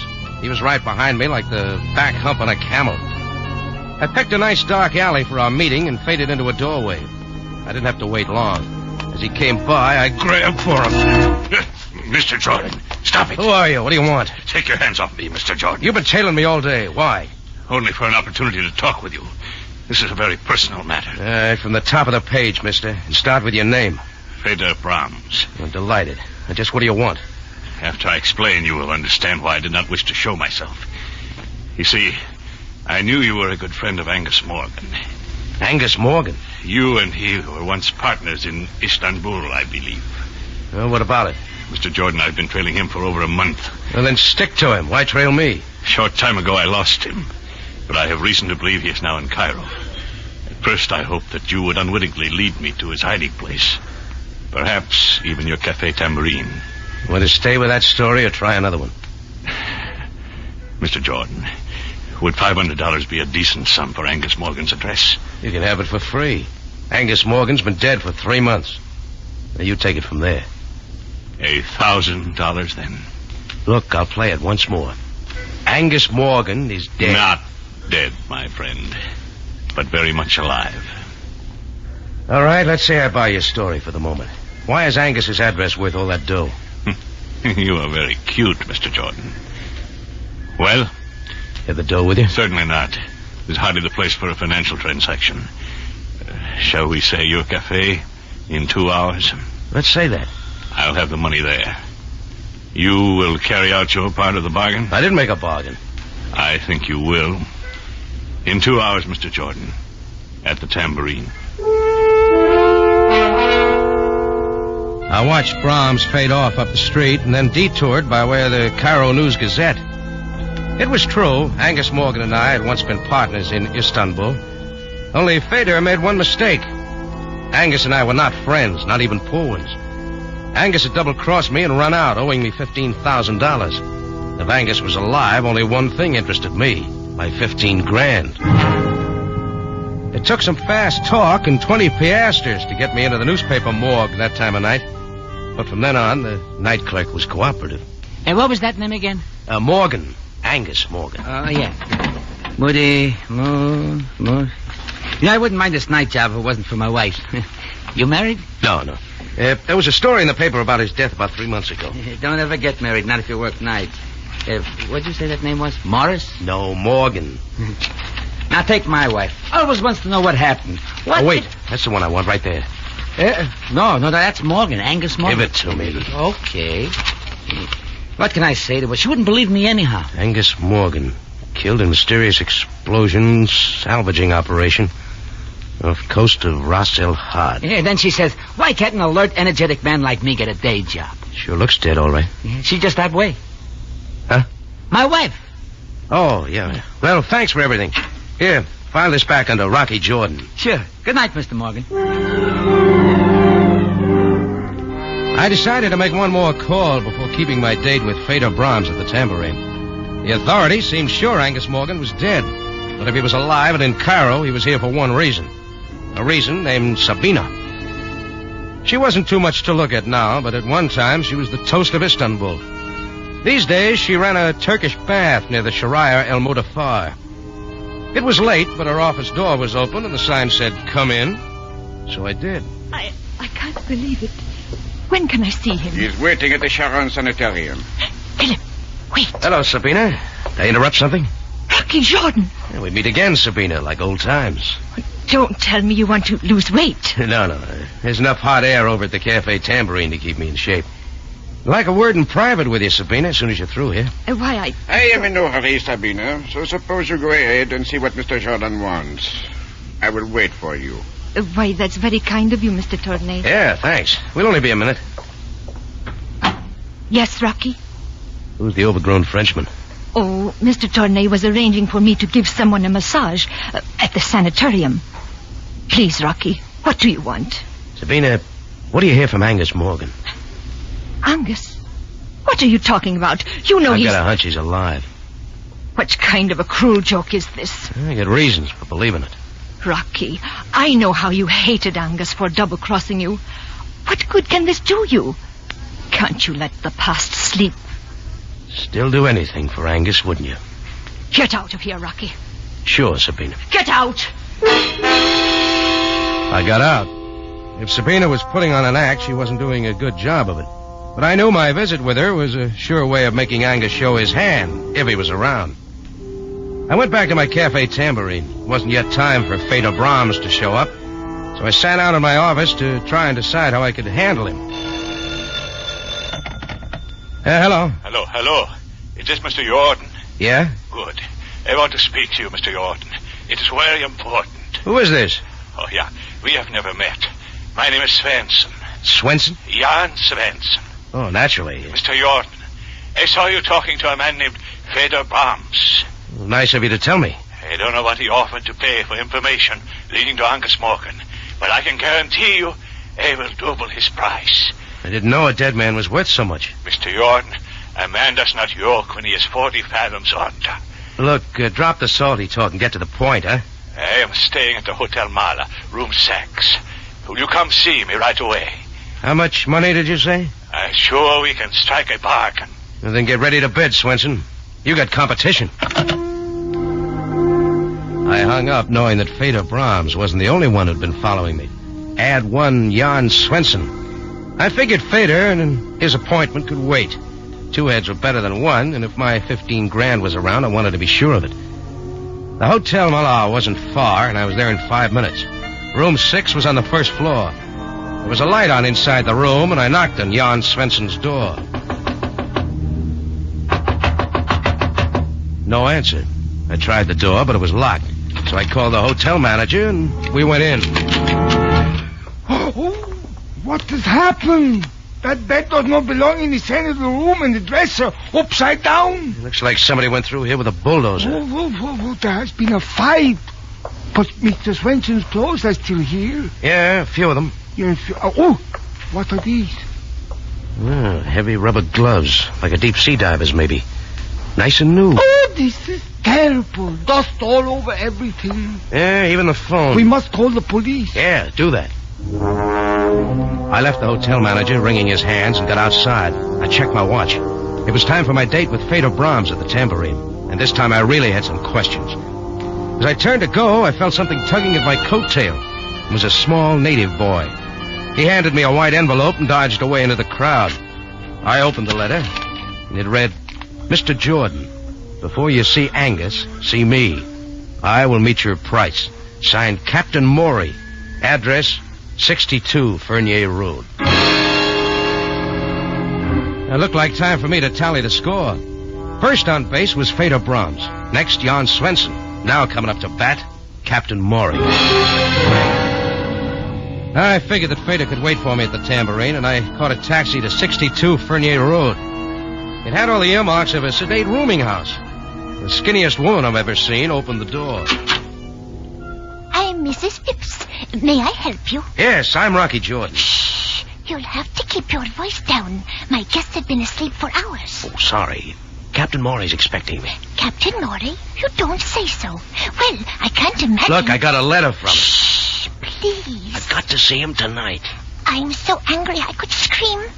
It couldn't have been 10 minutes ago. He skipped out of here bag and package. Out the window, if you please. And not paying me 1 cent for his board and room. Take his clothes with him? Yes, everything except these awful rubber boots. Here, you can have them. Forgot his sea boots, huh? Better give him to the police. The police will be here. I've already called them. Oh, just one more thing. What did Captain Maury look like? Simply horrible. Grotesque and horrible. Oh, thanks. Shh.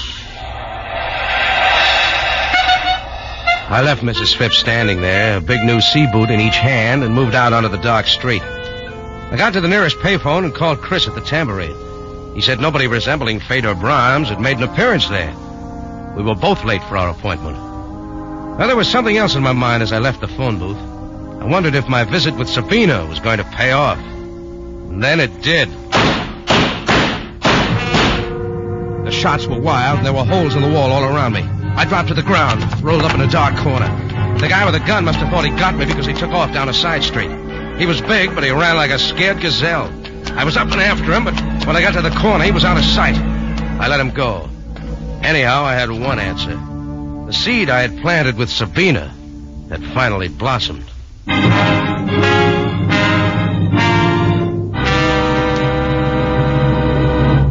Rocky Jordan returns in just a moment. On CBS, My Friend Irma is now one of the most popular comedies on the air, and the two characters, Irma and Jane, are familiar to millions. You'll enjoy Irma to her last dumb remark on My Friend Irma, following CBS Radio Theater Monday night. Now, back to Rocky Jordan with tonight's story, Strangers 3.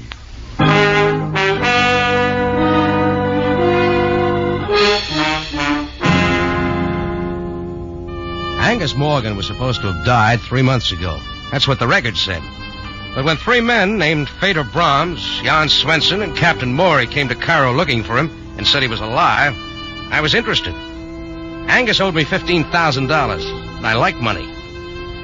My visit with Angus's old girlfriend, Sabina, paid off on the nose.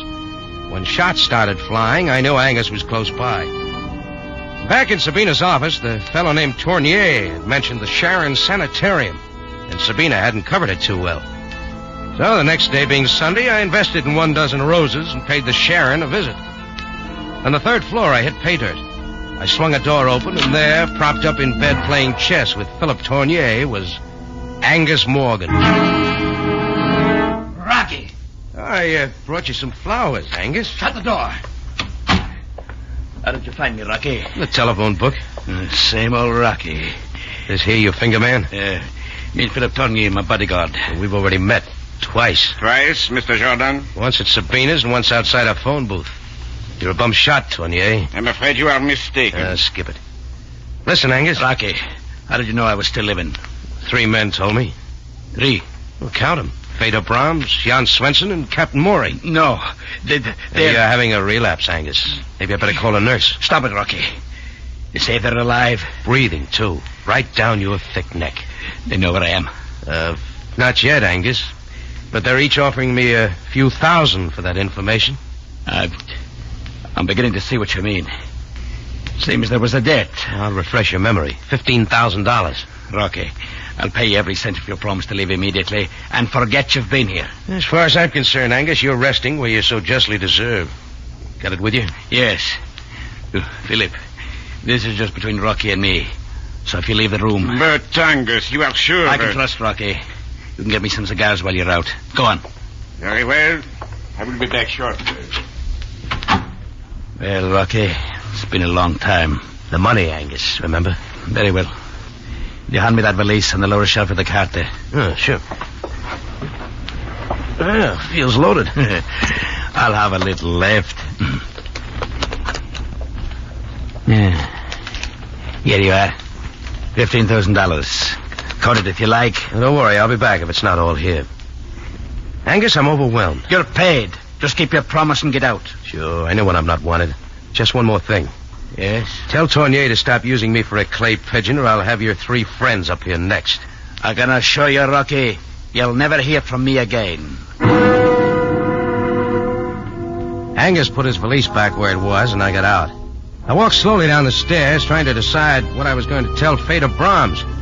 He still hadn't kept his date with me. Well, I had my dough. I promised Angus to keep my mouth shut, and that's the way it was going to be. I just about reached the main floor when Bedlam broke loose.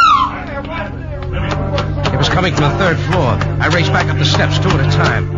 Down the hall, a crowd was gathering in front of Angus Morgan's room. I saw Philip Tournier come out of the elevator, and we reached the room together. We pushed through the crowd of Sunday visitors and into the room. And there was Sabina. Angus. Sabina, what is it? Pull yourself together, Sabina. What happened? I walked into the room and there he was. There's no doubt about it this time. Angus is dead. Stabbed to death. From there on, things moved fast. Sam Sabaya, captain of the Cairo police, took over. A very thorough man, he rounded up everyone connected with the case. Down at headquarters, I was kept cooling my heels while Sam talked to Sabina and Tournier. He called me in last. Well, Jordan, I am afraid you have a great deal to explain. By this time, Sam, I thought you'd have the murder solved. Jordan, this time, let's get to the point. I suppose Sabina told you I had it in for Angus Morgan. That is correct. And Tournier happened to mention that I threatened Angus. Just one more thing. In Angus Morgan's room at the sanitarium was a valise containing $300,000. $300,000? He is missing. I believe 15,000 of it is in your pocket. Tournier did talk, didn't he? May I see it? Sure. Thank you. Hey, what are you doing, Sam? That's my dough. We shall see. Right now, it is Exhibit A. Where is the rest of the money, Jordan? How should I know? Well, now, wait, Sam. You don't think... Would you like to tell me everything now, Jordan? Of course. I was as sure as anybody else that Angus Morgan was dead. Then people came to me looking for him, said he was alive and in Cairo. What people? Well, first a guy in a felt hat and tweeds named Feder Brahms. Then Jan Swenson and Captain Morey. They both skipped out, but I'll give you their former addresses. You better look them up, Sam. Getting back to Angus Morgan, how did you find him? Philip Tournier let his whereabouts out of the bag when I went to see Sabina. Oh, by the way, an hour later, somebody tried to kill me. I think it was Tournier. But about that $15,000, Angus owed it to me. I will do my best to find this threesome you speak of. But, Jordan, the facts remain incriminating. I was halfway out of the building when the murder took place. Save that part of your story for the inquest tomorrow. We will notify you of the time. Okay, Sam, we'll play it your way. Good night, Jordan. Good night, Sam. Oh, and by the way, when you give me back my money, I'm going to buy you a present. Oh? What, Jordan? A can of oil. Your chair squeaks. I went out into the street, and when the air hit me, I knew I was sweating. If we were all released, that meant Sam was playing cat and mouse with us. And everything pointed my direction, much too conveniently. I had to act quickly while I still had a few hours of freedom. I had a hunch the police were following me, but I didn't care. I had nothing to hide. Sabina was first on my list. She took my bait once before, and she might again. When I reached Sabina's Turkish baths, she was already there. Rocky, what are you doing here? Who let you in? I've got to talk to you. Haven't you caused enough trouble? Leave me alone. Who's Feder Brahms? Jan Swenson, Captain Morey. Why don't you ask Philip Tournay? I will. Where is he? He's staying at an apartment over the open-air market on Faran Street. Oh, thanks. I got a good hunch who killed your boyfriend, Sabina. Maybe you have, too. Who did it, Rocky? That's what I got to find out, Sabina. Or I may be next. I went to the open-air market on Ferran Street. Philip Tournier's room was on the second floor. I knocked. When he finally opened it, he was either out of breath or awfully scared. Jordan! I'm coming in, Tournier. Yes, of course. I thought you were in jail. Oh, weren't we all? There is a policeman watching my apartment? 2 of them now. 1 for each of us. All right, start leveling with me, Tournier. You tried to kill me last night, didn't you? I could have, Rocky, but I shot wild, purposely. I was Angus Morgan's bodyguard, not his finger man. When did Sabina arrive at the sanitarium Sunday? I do not know. You ever hear of Fedor Brahms? Why, I have never seen him. Well, try these for size. Jan Swenson, Captain Maury. Angus, Fedor, and Swenson hired Captain Maury's boat. They salvaged an army payroll from an American freighter that had been sunk during the war. Where? Off the coast of Ras El Had. The 4 of them were supposed to split the money between them. Knowing Angus, he changed his mind, wanted all of it. That is right. After they had hauled up $300,000 of the money, Angus sneaked off the boat, leaving a time bomb behind. Everyone was reported missing at sea, including Angus. Well, they're not missing now. They're in Cairo. They will kill me. Sure, if you took the $300,000. But I did not. What can I do? Just sit tight and don't talk to anybody. Especially not to Sabina. Tournier was halfway to his phone before I got out the door, but I didn't mind. At least now I had something to work with, if I could believe anything he said. I went out onto the street wondering if I'd ever see Fedor Brahms again, or Svensson, or Captain Maury. Why would anyone kill Angus, take the money, and stay around Cairo for the police to get at? I stood there trying to figure my next move, and then it was figured for me. The door of a car waiting at the curb swung open. Get in, Jordan. Fedor Brahms. Sure I'm not intruding. Get in, I said. Okay. But take that shiny cannon out of my face. It hurts my eyes. I may have to use it. I want that $300,000, Jordan. Oh, you haven't got it? No. And I want every cent of it. Tell me something, Fedor. How did it happen Angus Morgan didn't kill you like he planned? Perhaps I knew him too well. We were on the salvage boat, all 4 of us, lying 2 miles offshore. One night I heard a sound, went up on deck. Then I heard oars fading into the fog. It was Angus Morgan taking all the money we'd salvaged. Before I could do anything, there was a blast.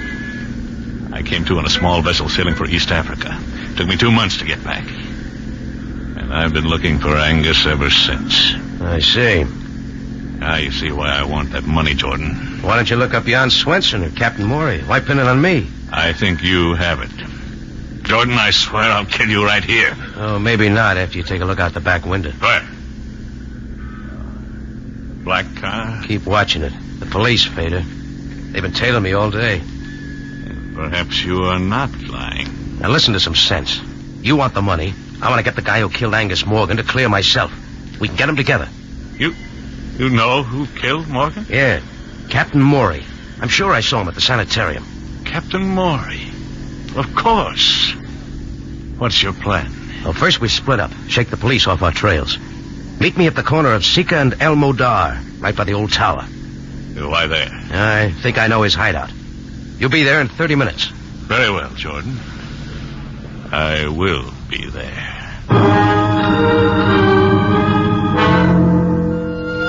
I waited till Fedor Brahms drove off around the corner. Then I got to a phone, called Sam Sabaya. Wasn't long till Sam's sleepy voice came on. Sabaya speaking. Listen, Sam, I think I got your man. You got... What is this? Captain Maury. If you'll be at Sika and El Modar in half an hour, I'll produce him. Jordan, go home and go to bed. Sam, listen to me. But I am glad you called, though. The inquest will be tomorrow at 11. Will you be there, or should I send an escort? Sam, I told you where to be. Now, don't let me down. Good night, Jordan. Listen, Sam. Sam! Okay, I'll go it alone. Sam was in no cooperative mood, but it was too late to change my plan now. My watch said 11 o'clock. That meant I had just 12 hours to dig up somebody to take my place at the inquest. I walked the whole way to our rendezvous spot, through the twisting, narrow streets that led to the old tower, a familiar, dismal landmark in the lower quarter of Cairo.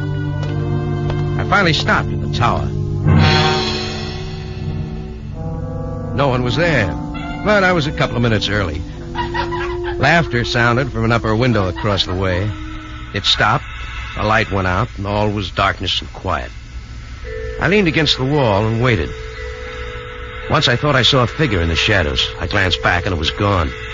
Shadows play tricks sometimes. Then I heard it. A quick rustling motion that resolved into a figure as I turned. I felt it coming, but I was too late. Pain stabbed my right shoulder. I tried to move, but the knife had me pinned to the wall. Through a blinding fight to keep my senses, I heard a confusion of sound. A pistol blazed almost in my face. And everything mixed into a whirlpool of shouts and footsteps and went spinning off into nothing. With Rocky Jordan right in the middle.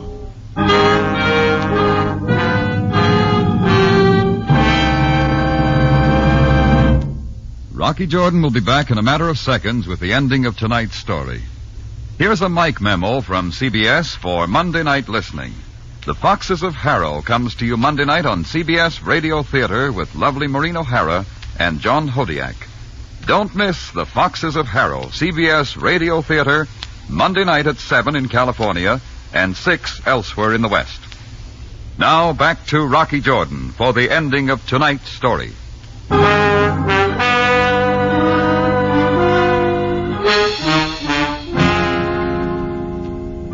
When I opened my eyes, the darkness of the night under the old tower had changed to all white. White walls, white sheets, white bedshirt. The sun was coming in the west window, and seated beside my bed, looking me over like a hound looks over a fresh bone, was Sam Sabaya. Well, Jordan, you missed the inquest. Oh, you're breaking my heart, Sam. Where am I? In the Sharon Sanitarium. Oh, the Sharon again. Why here? We thought you might feel right at home. Well, I'm not. Ooh. What happened? Only a knife wound. Your shoulder will heal. You were more fortunate than Angus Morgan. Yeah. Then all that shooting was the police. Sam, I thought you weren't coming to the party last night. Oh, Jordan, you wronged me. Fedor Brahms is now in the Cairo jail. A little worse for the wear.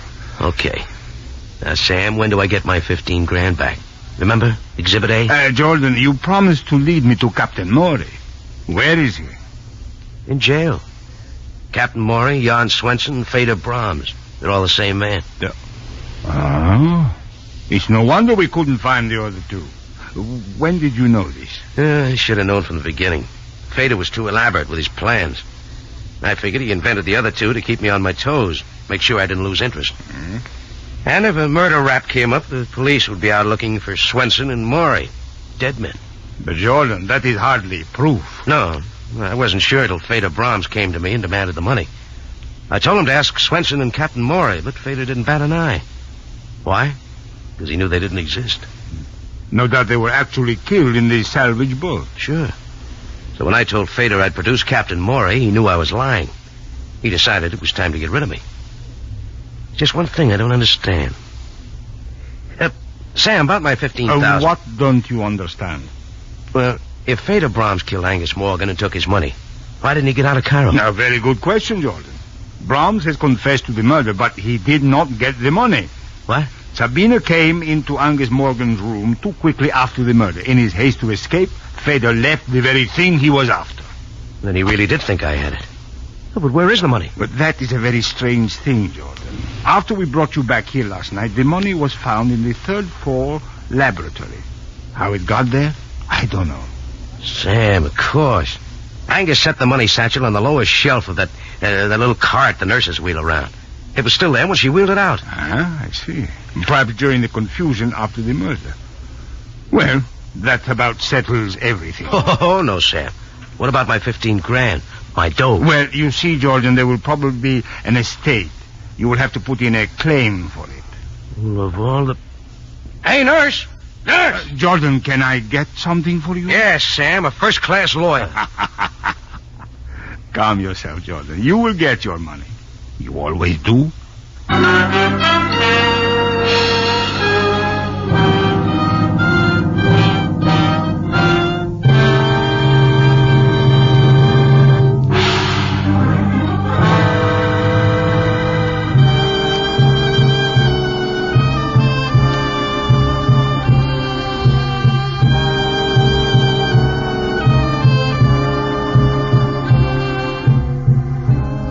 Jordan is presented from Columbia Square in Hollywood and stars Jack Moyles in the title role. Tonight's story was written by Bernard Girard and was produced and directed by Cliff Howell with original music by Milton Charles.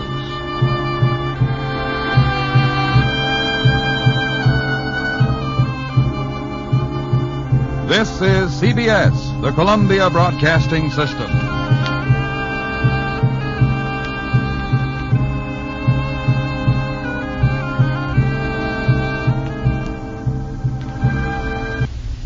The F.W. Fitch Company presents Dick Powell as Private Investigator Richard Rogue in Rogue's Gallery. Laugh a while, let a song be your style. Use Fitch shampoo. Don't despair, use your head, save your hair. Use Fitch shampoo. The F.W. Fitch Company, makers of Fitch's Dandruff Remover Shampoo and Ideal Hair Tonic, presents Dick Powell as Private Investigator Richard Rogue in Rogue's Gallery.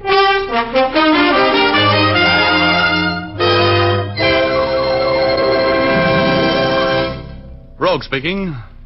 This Saturday night I'm going to spellbind you about. Caught me while spending a week and the fee from my last case in zestful living at a summer hotel, which was so swanky that the help hardly spoke to the guests. For $25 a day, I had one of the 50 bungalows on the hotel grounds.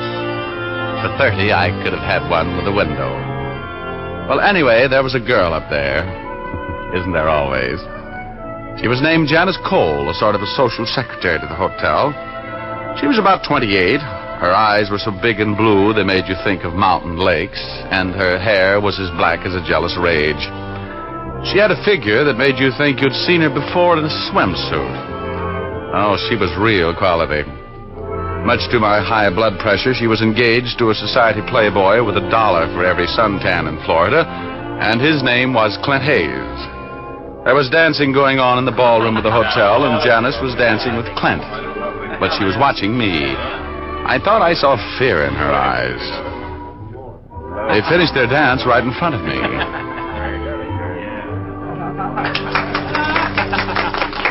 Well, I certainly enjoyed that exhibition, Clint. Glad you liked it, Rogue. Dancing with Janice is a wonderful way to spend an evening. I believe that. Well, how about the next one, Janice? Oh, I can't, Richard. I don't feel very well. Oh, really, darling? Yes, I think I'll go to my cabin, Clint. I have a terrible headache. Well, I'm sorry to hear that, dear. Is there anything I can get for you? I've got some aspirin. Oh, no. I think I'll just lie down for a while.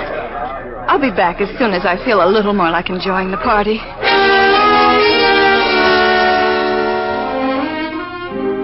After Janice Cole left, I ducked Clint and mingled with the crowd, fencing in and out of polite conversation and keeping up a gay front to cover the worry which was stampeding around in my mind. I couldn't forget the lost look in the eyes of Janice Cole, a look that was so full of fear and hopelessness that it haunted me. I decided, after sweating out 30 minutes of wondering why she was so frightened, to drop by her bungalow and have a fatherly chat with her. I casually worked my way along a chain of conversations to the open door and faded unobtrusively out into the night. There was a light in Janice's bungalow. I walked rapidly toward it. The door was ajar. When I knocked on it, it swung open. And I saw Janice lying there, a red pool expanding on the Navajo rug under her head. I took a few steps into the room. Oh! I was on the inside of a giant bell, clinging to the clapper with the strength of desperation. It swung through eternity like a giant pendulum, and at the end of every arc, the universe was shattered by the sound of the tolling. I couldn't stand the noise. I let go on the tremendous upsweep and was catapulted through space at a terrifying, breathless speed. The ringing of the bell grew fainter and fainter. And then, there was quiet. I drifted peacefully for a while and landed as gently as a snowflake on a sparrow's wing. And I rested on cloud 8 in the blackness of complete oblivion. Hey, Chiefy! Chief, You better come out of it. Oh, go away, Igor. No, I'm sorry, Rogie, but you've got to get back on the ball or you're going to find yourself behind it. Come on now. Come on. Igor, go away. I'm not well. I've been hurt. There are things going on that you ought to know about, Rogie. I don't care. I'm on my vacation. You're in trouble, Rogie. Bad trouble. Remember that dead girl? Yeah, I remember. Well, what are you going to do about it? Let him get away with it? Oh, I don't want to talk about it. Let me alone. Well, I guess you've been hit on the head once too often, Rogie. Lost your nerve, huh? What do you mean, midget? No fight left in you. It's too bad. I've got plenty of fight left in me. What's going on down there? Well, you better go down and see, Rogie. Come on. I'll help you over the side. Okay. Come on, give me a push, Igor. Oh, you're a fine alter ego, and I'm proud of you. I try to take care of you, Chiefy. Over you go, Rogie. Over you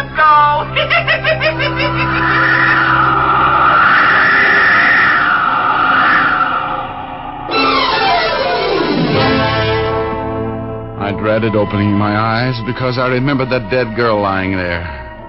But I opened them at last. And what I didn't see made me think I'd lost my mind. Where the body had lain, staining the Navajo rug, there was a Navajo rug, but no stain and no body. I wobbled to my feet. My knees were made of soup. I grabbed the bed for support and threw my massive intellect into high. There were strange things happening here, and they were happening to me. I decided to stay mum and get back to the dance to see what I could discover from the behavior of the inmates. I took out my pocket comb, dressed my hair around the bump on my head so I wouldn't look like I had two, wiped the bed and the doorknob clean of my fingerprints, and looking much better than I felt, rejoined the party. Clint was talking with Nancy Bowman, another luscious lady on the hotel social staff. Hello, Rogue. We've been looking for you. Oh, hi, Clint. Hello, Nancy. Hello, Richard. Where have you been? We're getting a little fresh air. How about this dance, Nancy? Can't. I promised Clint. Oh, go ahead. I'll be noble. Janice should be coming back soon anyhow. Well, all right then. You're on, Mr. Rogue. Oh, for you, my dear, both of them. See you later, Clint. Bye.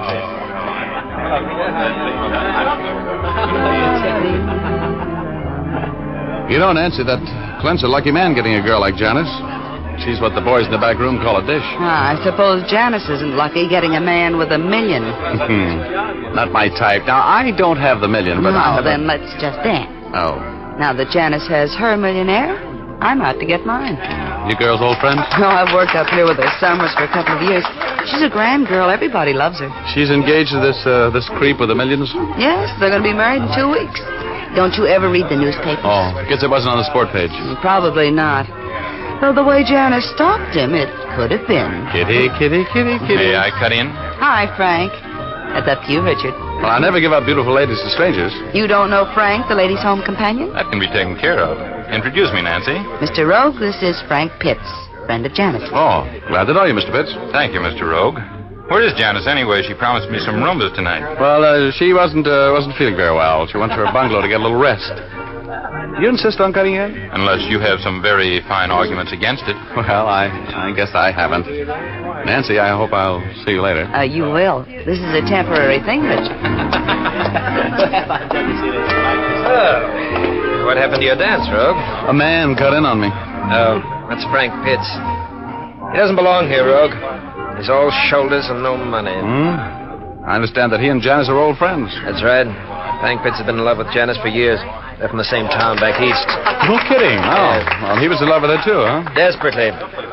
But I don't feel sorry for him. He's not good enough for a girl like Janice. No, Clint, a girl's entitled to old friends. You seem to be the jealous type. No, I used to be a little like that about Betty Callahan. I'm not jealous, Rogue. Just hate to see a girl like Janice making a fool of herself over a no-good like that Pitts. Ever since he arrived today, she's been moody and dejected. Oh, that's the way it is. Oh, that's the way it is, huh? You and Janice had a spat over the old flame. We did not. You're being most impolite, Mr. Rogue. Janice and I happen to be in love. Yes? There's a man outside who would like to talk with you for a minute. Why? It's most important, Mr. Rogue. Please come with me. Okay, excuse me, Clint.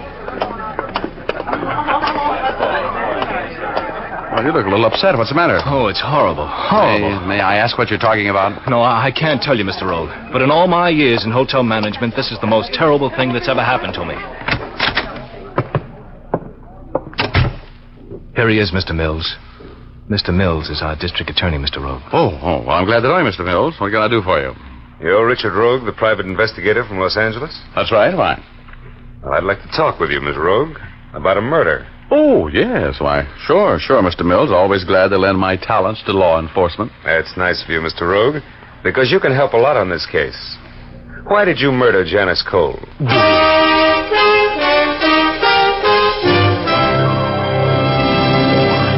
We'll return to our story in just a moment. First, dandruff on the shoulders and coat collar of a well-groomed person is as out of place as snow in July. That's why so many persons who want to have a smart, well-groomed appearance use Fitch's Dandruff Remover Shampoo regularly. For Fitch Shampoo has a special solvent action that dissolves unsightly dandruff. When you apply Fitch's to your hair and scalp before adding water, this solvent action goes to work. So it's important to remember not to wet your hair before the shampoo is applied. After massaging your scalp briskly for a few minutes, then apply water. An abundance of cleansing lather will form to carry away the dissolved dandruff. Then the lather rinses out easily and completely, leaves the hair immaculately clean without a trace of dandruff. Yes, Fitch's Dandruff Remover Shampoo is a real aid to good grooming. Use it regularly. You can buy an economical bottle of Fitch's Dandruff Remover Shampoo at your drug or toilet goods counter, or have a professional application at your beauty or barber shop. Now, back to Dick Powell as Private Investigator Richard Rogue in Rogue's Gallery.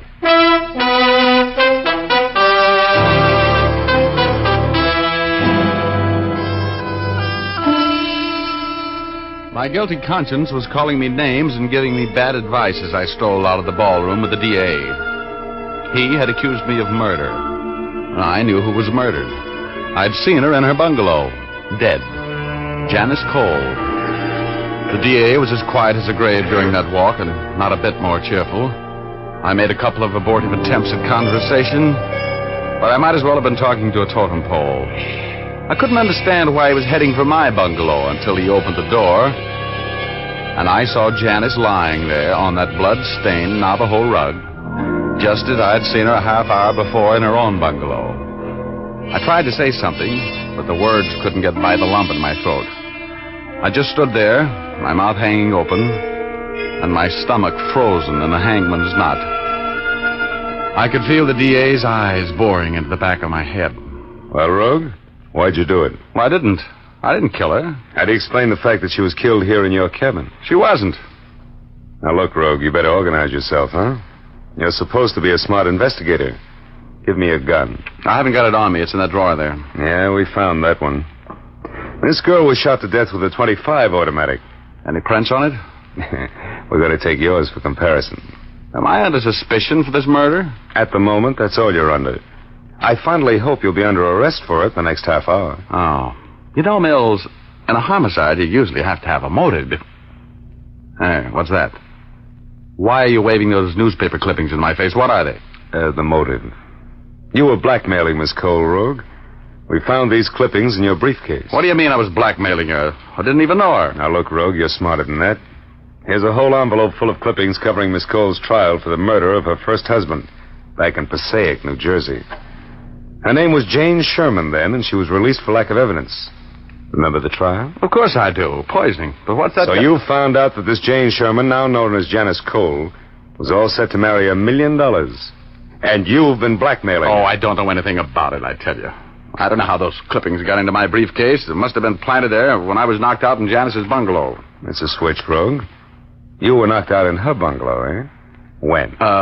Look, Mills, I know this whole thing's going to sound fantastic, but I want to tell you the whole story. I came up here on my vacation. I never saw Janice Cole or whatever her name was before tonight. Disbelief walked across the DA's face as I unspun the web of circumstances which tied me into this murder. As I listened to my own story, I knew I wouldn't believe it myself if I hadn't been there. I showed him the bump on my noggin. He just nodded. I talked on, and as I talked, I realized that I was acting like every murderer I'd ever questioned. I know my face was red, my eyes were shifting as I browbeat my brain into trying to think of some circumstance which would at least give me the benefit of a reasonable doubt. Finally, I stopped talking. He took my fingerprints, and we went to Janice Cole's bungalow. There I got my first break. All right, Rogue. Now, where was the body lying when you first saw it? Right here. Come here. Look here. Look under this rug. Uh-huh. And blood on the floor where it seeped through the rug that's now in my bungalow. Do you see it? Yeah. Blood, all right. Well, Rogue, that's the first thing that's made sense since we got together. I suppose there is an outside chance that somebody's trying to frame you. Enough of a chance so a conviction would be hard to get, Mr. D.A. Look, you know me. I've got a little standing in my profession, a little substance. Give me 24 hours to get this thing hung around the right man's neck. All right. If I don't have you locked up tonight, will you try and have the right man for me in the morning? I'll have him. Now, tell me, who knows about the murder? Well, the maid who went into your cottage to turn your bed down for the night, and the manager. Well, I've told them both to keep quiet until I give them the go-ahead to talk. Then none of the guests know about it yet, except the killer. That's right. As far as I know. Okay, Mels. Okay, now. You keep it that way until morning, and I'll come up with a guilty man for you.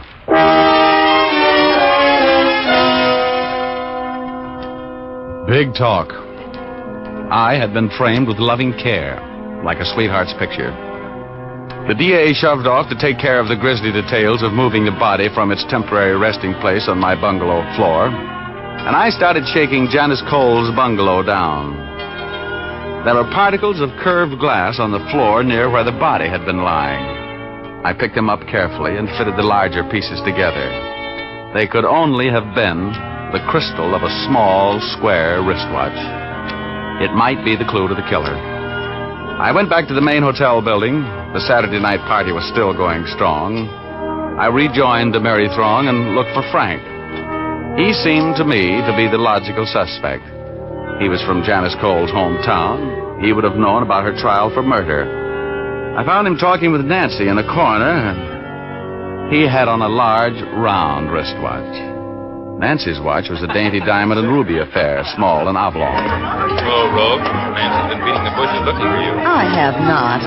I just was mildly curious about where you disappeared to. I wanted to get rid of Frank and finish that dance with you. Wow. This is as good a time as any. May I have the next one? You may have all the rest of them if you like. Oh, what's the matter, Richard? You have a pensive look. Well, I was just trying to figure something out. Oh? I was supposed to have a dance with you at 9 o'clock. Where were you? I was here. I got here just at 9. Didn't I, Frank? Don't try to prove anything by me, baby. I don't know. At 9 o'clock, I was having a drink with Clint Hayes in my bungalow. Well, there goes your alibi, Nancy. You weren't here. Alibi? Why would I need an alibi? I was here, you weren't. I looked all over for you. Oh, now, let's not argue about it. Let's have the next one, huh? I'll be right back. Okay. No tricks now. Hi, Clint. What? Oh, how come you're sitting this one out? Oh, hello, Rogue. Well, I'm sorry I startled you. I was just in a deep fog. Nancy come back yet? No. Nancy, I just changed her name there, if you don't mind. Yeah. I'm kind of worried about her. Well, she's subject to headaches like this, poor kid. Maybe you'd better run over and have a talk with her, huh? Oh, I hate to bother her when she's feeling bad. Look, Clint, just to settle a little argument, Yeah. were you and Frank Pitts having a drink in his bungalow at 9 o'clock? Oh, yes, matter of fact, we were. How'd you know that? He just told me. Just a silly little argument. I wish Janice would hurry back in time for the last dance, at least.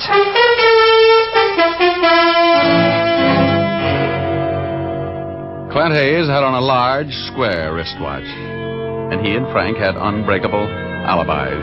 Nancy had none. They were my 3 prime suspects, and it looked to me like Nancy was about to be elected. I was sitting there looking for Nancy and carrying on a pointless discussion on headaches, their cause and cure, with Clint, when Nancy came running over.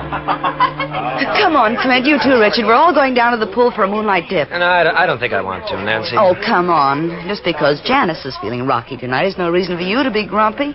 Come on, Richard. Get your swim trunks and give the girls a treat. Huh? All right, I'm in. Come on, Clint. A little dip or two you got. No, I don't think come on, Clint. Oh, might as well, Clint. Sounds like a good idea, doesn't it? Well, Nancy, we got it all organized? Yes, Richard and Clint are crazy about the idea, aren't you? Oh, okay. I'll join you for a while. Nice man, Clint. Hurry up now. See you at the pool.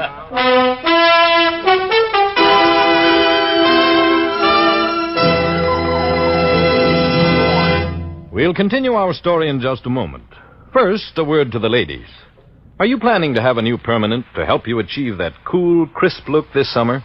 If you are, here's a good point to remember. Shampooing with Fitch's Dandruff Remover Shampoo will put your hair into grand condition for that cold wave or permanent. That's because Fitch's Dandruff Remover Shampoo is such a thorough cleansing agent. It gets the hair immaculately clean and dandruff-free. Then, since it's completely soluble in water, it rinses out easily, leaving no dull, soapy film. Your hair is left radiant with no dirt, dandruff, or soapy film clinging to the hair strands to obstruct the work of the waving solution. Yes, permanent wave equipment manufacturers, such as the Realistic Permanent Wave Machine Company, E. Frederick Incorporated, and Duart Manufacturing Company, all agree that really clean hair is the first requisite to a successful permanent wave. For a soft, natural-looking wave, prepare your hair first with Fitch, F-I-T-C-H, Fitch's Dandruff Remover Shampoo. Then use Fitch's regularly to keep your wave looking lovely. Now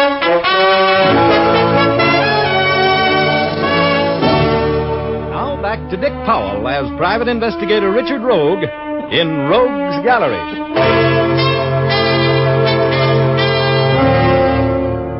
My performance in the pool that night made Nero's fiddle solo in the light of a burning Rome seem like the height of propriety. Here was Richard, the fall guy rogue, swimming and laughing with Frank, Clint, and Nancy, a bunch of murder suspects. A matter of hours before the law put a pair of stylishly plain bracelets on me and claimed me for its own if I hadn't solved the murder of Janice Cole. But there was method in my madness. That swim gave me the information I wanted. In fact, it gave me the murderer. I left before the swimming party broke up and went to one of the guest bungalows. An open window made the job of getting in as easy as falling in love. I found what I was looking for in a chest of drawers. Then I sat down and waited for my victim to come in and turn on the lights. Rogue, what are you doing here? Waiting to talk with you about a murder, Clint. Shut the door. Come in and sit down, Clint. I want to know all about what happened to Janice. Janice? Something's happened to Janice? Yes, Janice, and don't act so innocent. What do you know about her murder? Well, I didn't kill her. What makes you think I killed her? I didn't say you killed her, but I'm sure you know something about it. You know, you shouldn't get involved in murder, Clint. It's too complicated. You're just talking, Rogue. You killed her. You were blackmailing her and you killed her. Now, Clint. You weren't supposed to know anything about that. In fact, you couldn't have known anything about it unless you were the guy who framed me so nicely. I'm a little mad at you for that, you know. I'm going to get a confession of that murder out of you some way or other. Now, do you feel like talking, or do I have to beat it out of you? What makes you think I did it, Rogue? Take off your wristwatch. Now, look at your wrist. What? You see that small square of white skin where you used to wear your small square wristwatch? That was the giveaway, Clint. You see this watch here, the one I found hidden under the shirts in that chest of drawers there? The crystal's broken, Clint. That was broken in the struggle with Janice tonight just before you shot her. The broken glass was found on the floor of the cabin right where the body was before you moved it to mine. Now, do you feel any more like talking, Clint? Why did you kill her? I didn't kill her. I got until morning for you to start talking, and I've got more socks in a 10-story laundry. Now, let me know when you want to start singing. You know what happened in that room, and you're going to tell me. I didn't kill her. I swear. I didn't, Rogue. I was there. Sure, I was there, but If you didn't kill her, who did? I can't tell you. Come on, Clint. You're not smart enough to work out that frame on me. Who was in this with you? I wouldn't answer that if I were you, Clint. Drop the gun, Rogue. Hello, Frank. Well, you're mixed up in this, too, huh? Well, maybe we can arrange a double execution. I didn't tell him anything, Frank. I didn't tell him a thing. I know it. I was listening. Sit down, Rogue. Sure. Glad to. You were the brains of this deal, weren't you, Frank? It's pretty obvious that quivering mess over there wasn't, isn't it? It's a good thing I was keeping my eye on him tonight. You see, Rogue, when he opened the door and turned on the lights, I saw you sitting there, and that's why I came in the back way. I was afraid that Clint would talk too much. You think of everything, don't you? I try. What are we going to do now, Frank? This Rogue, he knows I was there when Janice was murdered. Knows you were there? Well, you might just as well know that you shot her then, huh? You did, you know. Well, it was an accident. Was it? I'll decide that. Aren't you forgetting me, fellas? Oh, no. No, we're not forgetting you, Mr. Rogue. It really doesn't make any difference who killed Janice as long as you disappear with all the evidence pointing to the fact that you did the job. No, Frank. I don't want any more killing. Shut up. I'm handling this affair. What? I'm going to keep you out of the gas chamber, Clint, if you'll just shut up and do as I tell you. Take Rogue's necktie off and tie his hands. We're going to knock him off and throw him over a canyon where he'll never be found. Oh, you are? Well, I might as well take a crack at it. Give me that gun. Grab him, Clint. Grab him. Well, thanks, Clint. You were very handy with that chair. How come you hit him? I couldn't let him kill you. I just couldn't. All right. Take his necktie off and tie his hands with it. We're going to take him for a ride down to see the district attorney. I killed her, Rogue. I killed Janice, but it was an accident. I swear it was an accident. Well, you'll have a dandy chance to explain that to a jury, Clint. Now, come here. I've got something for you. Oh! That's for helping to frame me. Oh, brother, is that DA going to love me? Well, that was the end of the case. Frank had been blackmailing Janice Cole ever since her engagement to wealthy playboy Clint Hayes was announced. And that night, when Frank went to Janice's cabin, Clint followed him. When Clint arrived on the scene, jealousy took over. Frank drew a gun, and Clint jumped him. In the struggle which followed, Janice was shot while the gun was in Clint's hand. Helpful Frank accused scared Clint of the murder and talked him into framing me. Frank saw lovely visions of many happy years of blackmailing a millionaire.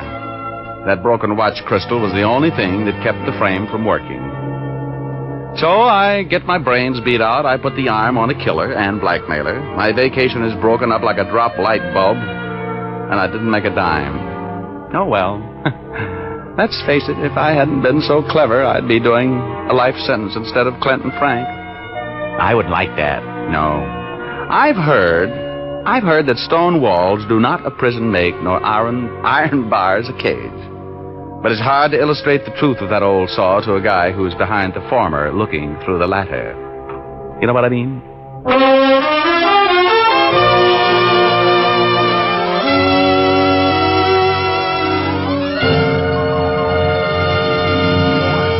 This is Dick Mushmouth Powell again, ladies and gentlemen. Hope you enjoyed our story tonight. Ray Buffum wrote it.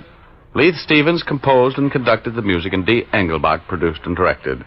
Be with us again next Sunday, will you? We have a story for you about a doctor, a dentist, and a miserly old lady who comes up dead. We call it, Where There's a Will, There's a Murder. Thanks for listening, and now here's James with a hair Doyle.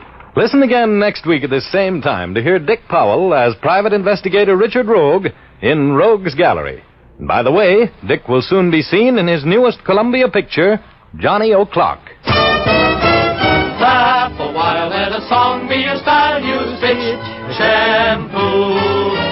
Don't despair, use your head, save your hair. Use Fitch shampoo. After and between Fitch shampoos, you can keep your hair shining and manageable by using a few drops of Fitch's Ideal Hair Tonic every day. Fitch's Ideal Hair Tonic is not sticky or greasy, yet it gives your hair that well-groomed look.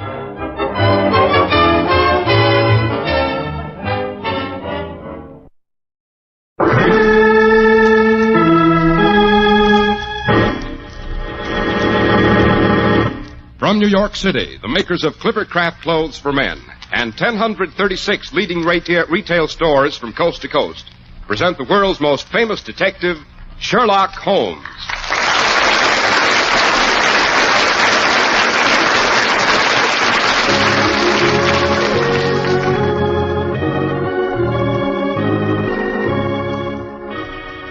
This week's adventure, the case of the complicated poisoning at Eel Pie Island.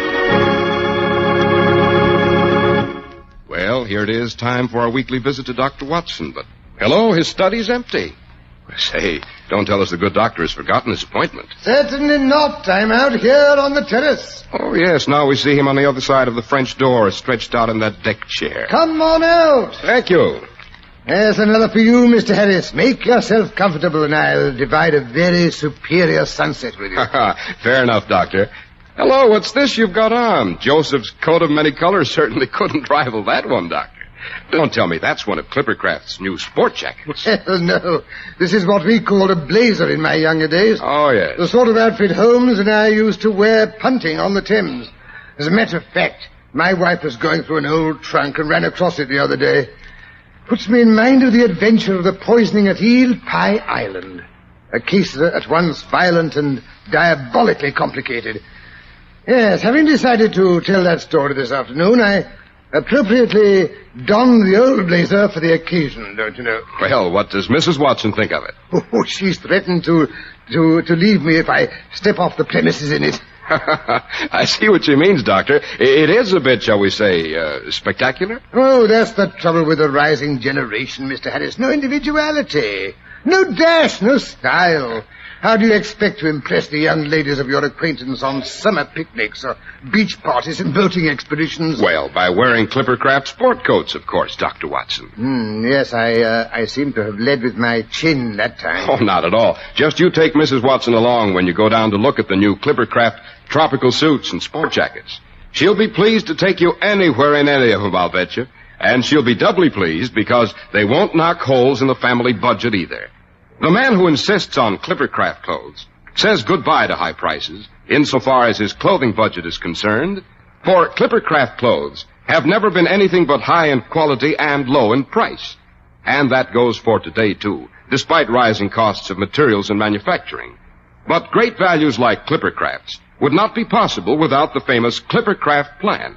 The plan's the reason you can buy high-quality Clippercraft suits for only $40 to $47.50. Find tropicals for summer wear for only $33.75 to $40, and smart sport jackets for only $26.50.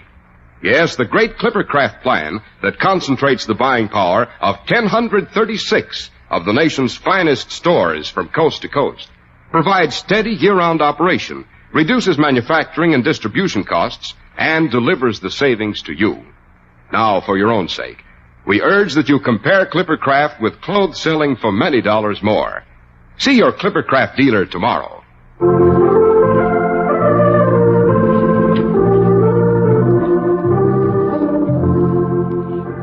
But now, back to the fatal poisoning on Eel Pie Island. The title sounds indigestible to begin with, Dr. Watson. Eel Pie Island. Look, is there really such a place? Oh, the ignorance of the man. If you'd ever been boating on the Thames, you'd know it well. Yes, Eel Pie Island lies in the prettiest stretch of the river between Richmond and Hampton Court. Furthermore, it has a very popular inn which is famous for its ale and its eel pie. Oh, naturally. A cold, refreshing mug of ale after a pull up the river in the hot sun and a delicious slice of cold eel pie. I could certainly go over the first item, Dr. Watson, but I'm not quite so sure about the second. You know, Mr. Harris, that's exactly what Holmes said some 20 or so years ago. It was Sunday afternoon, and Mary was expecting some relatives for tea.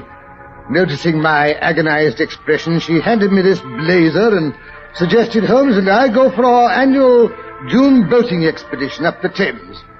Consequently, 4 o'clock found us in a 4-oared skiff, briskly skimming past Ham House, the Jacobean seat of the Earl of Dysart, back in 1610, of course. Oh, obviously. Yes, we were skimming. Holmes was as fresh as a daisy after a mile's pull up from Richmond.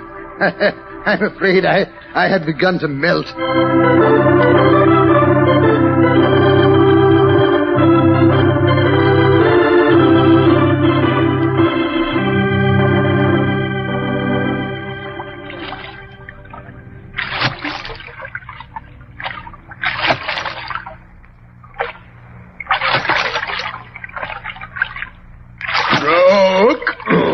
Get your back into it, Watson. Stroke. Watson, that's the third time you've missed count. Stroke. Sorry, Holmes. My stomach keeps getting in the way. That's what comes of being a married man. Meals at regular hours. Nothing to jolt you out of your rut. Oh, I was jolted out of it 4 years when I rejoined during the late war. I enjoy my rut, thank you. I don't wish to be jolted out of it again. You mean you don't ever miss the old Baker Street days? The excitement? The suspense? The danger? I enjoy it all, in retrospect. I say, Holmes, that's Eel Pie Island up ahead. What do you say we pull under those willows for a bit of a breather, eh? I don't need a breather. I wonder if the ale at the inn is as cool as I remember it. Brown, tangy, I can just feel it trickling down my throat. And the eel pie, crust all flaky and tender. I have no interest whatever in eel, Watson. Nasty, slimy fish. Besides, we're in duty bound to demolish the contents of the hamper Mrs. Watson prepared for us with such loving care. From the contents, I suspect she hoped we'd be gone a week. No, Watson, no eel pie. Stroke. Holmes, you unfeeling. However, I do think I could be interested in a mug of ale. Yes? Yes, Watson, they're right. Stroke. Thank God you have some human weaknesses.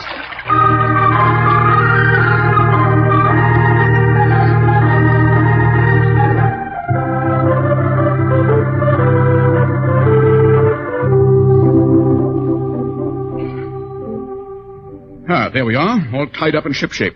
Watson, you unpack the hamper while I go for the ale. Oh, no, don't bother. I'll go. I want to stretch my legs. No, Watson, I'll go. I thought of it first. Oh, so you can have an extra mug while you're waiting. No, you don't. We'll both go for the ale. Come along, then. Oh, careful. You nearly landed in the river. Oh, it's these white trousers. They must have shrunk since last summer. Can't go bounding about like a mountain chamois the way you do. It's a perfect day. What is more charming than the Thames on a Sunday in June? The little boats filled with the flower of the countryside, the dainty parasols, the airy dresses, the lacy petticoats so coquettishly displayed. I thought you were supposed to be a woman-hater. I was admiring the scene quite impersonally, Watson, from the artist's viewpoint. I have artistic blood in my veins, you know, on my mother's side. Oh, balderdash. Help! Help! I've been poisoned. Holmes, did you hear that? Yes, it's a fat woman in the purple bombazine of the next punt. She's managed to terrify completely the little wispy man who's her escort. Walter, you fool! Get a doctor! You want me to die? I'm a doctor, madam. May I be of assistance? Oh, yes, please. Please help us. My sister thinks she's been poisoned. I know I've been poisoned. It's in my tea. I just made us a nice pot of tea. It was quite all right, Minnie. I drank some too, you know. My cup wasn't all right. It tasted bitter. Then why did you drink it? I didn't. Just a mouthful. Oh. My stomach. The pain in my stomach. My neck felt stiff all day. The pain in my stomach. Here, the diaphragm, it's contracting. I shall want hot water. The tea kettle is still half full. I can light the spirit lamp. We haven't time. Salt. Have you some salt or mustard? We have both. Minnie always brings everything. Good. We shall have to give her a good emetic. Clean out her stomach. An emetic? No, I won't take it. I won't. Minnie, don't. Oh, good Lord. I'm having convulsions. Yes, marked opisthotonos. That grin. Horrible grin. The rhesus sardonicus, Watson. Chronic spasm. I'm afraid we're too late.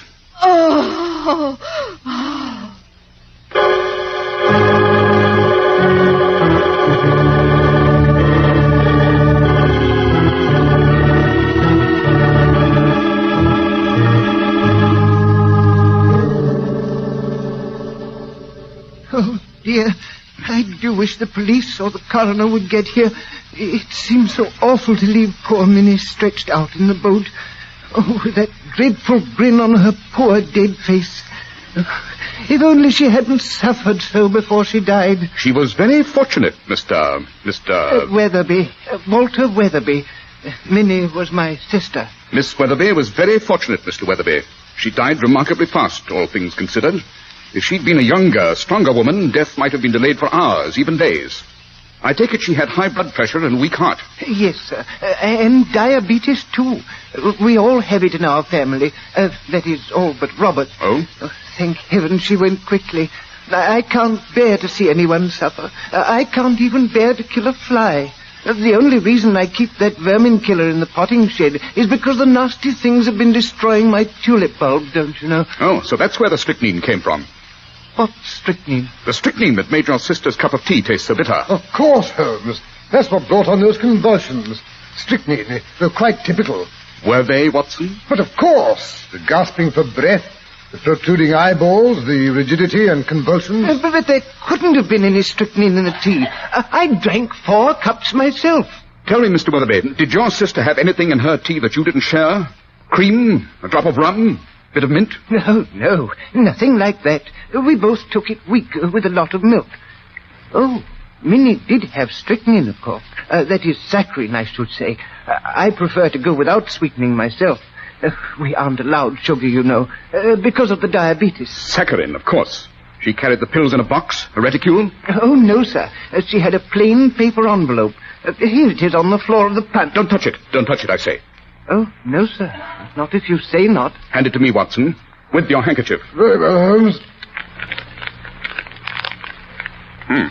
Empty. She used up all the pills, I guess. And no wonder she had 6 cups of tea. Minnie did enjoy her afternoon tea. She did enjoy all her meals. Poor Minnie. Holmes, how do you account for the fact that the 5 previous cups were drunk without complications? Probably because only the 6th saccharine pill was poisonous and bitter. The shock of finding it poisoned, you know, to a woman with her heart, that certainly helped to bring on the convulsions. It was undoubtedly pure accident that pill was saved to the last. You say your sister suffered from diabetes, Mr. Weatherby. She doesn't look it. Oh, that's because my brother Robert took such good care of her, of all of us. He gives us injections of that new drug, insulin. They discovered it last year. It does wonders for people with diabetes, Mr. Holmes. My brother's been lecturing on it at all the medical schools all over England. By Jove, of course your brother must be the famous Dr. Robert Weatherby. Obviously, Watson. Tell me, Mr. Weatherby, how long have you and your sister suffered from diabetes? Oh, only about 4 months. My other sister, Nellie, had it too. She died 2 months ago. Oh, dear, poor Nellie. She was really my favorite, you know. Too far gone for the insulin to do much good, I suppose. Oh, no, sir. We none of us had any symptoms of diabetes before last year. I did have my dizzy spells, of course, but we never thought it was anything like that. Oh, no. Thank heaven insulin was discovered in time for us. Not that it seems to have saved Minnie, or Nellie either. But surely you must realize that your sister didn't die of a diabetic seizure, Mr. Weatherby. Oh, no. Minnie went the same way as Nellie went, of poison. Only, I didn't do it. You must believe me. I didn't do it. I say, Holmes, here comes a boat. It's turning in here. Yes. It's the police launch. Oh, thank heaven for that. I thought they'd never get here. Hello there! Is this where there's been a murder? Well, if it isn't our old friend, the bellowing beagle of Scotland Yard, Inspector Lestrade himself.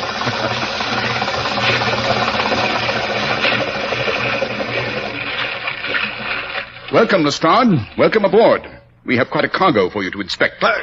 Hold! How in thunder did you get here? I am a bird of ill omen, Lestrade. I'm attracted to a crime like a vulture to carrion. Oh, Holmes, really? So you admit it is a crime, eh? A murder, Lestrade. A beautifully staged little murder. But look here. I didn't do it. I'm innocent. I wouldn't hurt a fly. Oh, so it's Mr. Walter Weatherby again. And I suppose this is another sister you've done away with so you could inherit her share of the Weatherby bills? No, I didn't do it. I didn't hurt Nellie either. I swear I didn't. I know. You slipped through our fingers the last time. We had our suspicions right enough, but we couldn't prove anything. The jury thought you looked so meek and mild butter wouldn't melt in your mouth, so they brought in a verdict of suicide. The poison was found in her cough medicine that time. Which poison, Lestrade? Strychnine, Holmes. What else gives people convulsions like the woman just had here, they tell me? This tap's got a potting shed of vermin killer all full of strychnine. But I've kept it locked up ever since Nellie killed herself. I carry the key with me. Interesting. We don't need any of your fancy deductions this time, Holmes. This time we caught him red-handed. There was no one in the boat but him and his sister. He gave her a cup of tea and it killed her. He gave her 6 cups of tea, Lestrade. Only the last one seems to have contained anything suspicious. There it is on top of the hamper, and still 3/4 full. Really? I'm surprised you didn't empty it out. I never tamper with clues, Lestrade. I merely point them out. It's up to you to draw your own conclusions. Well, don't worry. I've done that already. This Weatherby chap's guilty, and he won't wiggle out of it this time. Mm-hmm. By the way, Lestrade, what do you make of the wool scarf wrapped around the victim's neck?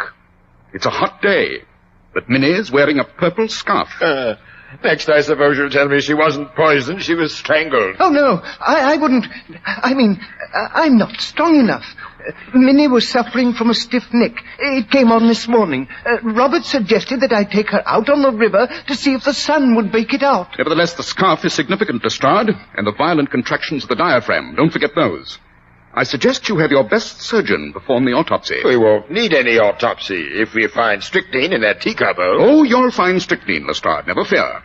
What makes you so sure? I tasted it, you know. I tasted it.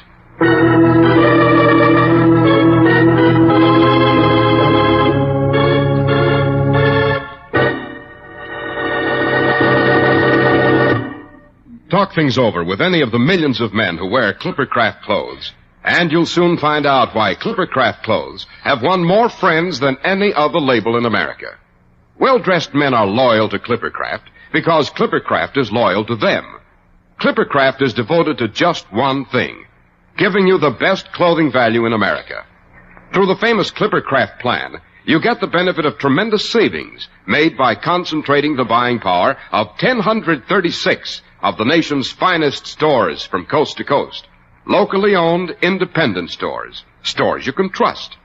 It's the biggest idea that ever hit the clothing industry and eased your clothing budget. Where else can you get such remarkably fine quality in suits for only $40 and $47.50, in tropicals for only $33.75 to $40, and in sport jackets for $26.50? The answer is nowhere else, except in the fine stores everywhere that feature the Clippercraft label. That's why men who know insist on Clippercraft clothes. So be sure to visit the Clippercraft store in your city. These leading stores in the metropolitan area are proud to add their names to Clippercraft in your suits, sport jackets, and tropicals. In Manhattan, John Wanamaker Men's Stores, Broadway at 8th and 67 Liberty Street. Saks 34th, Broadway at 34th. In Brooklyn, Abraham and Strauss. In Newark, New Jersey, Boulevard Men's Shop, Kresge Newark. And in Jamaica, the B&B Clothes Shop, 16408 Jamaica Avenue.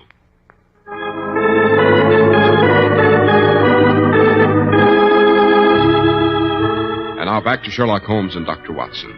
We find them in the waiting room of the famous Dr. Robert Weatherby. Watson is decidedly ill at ease.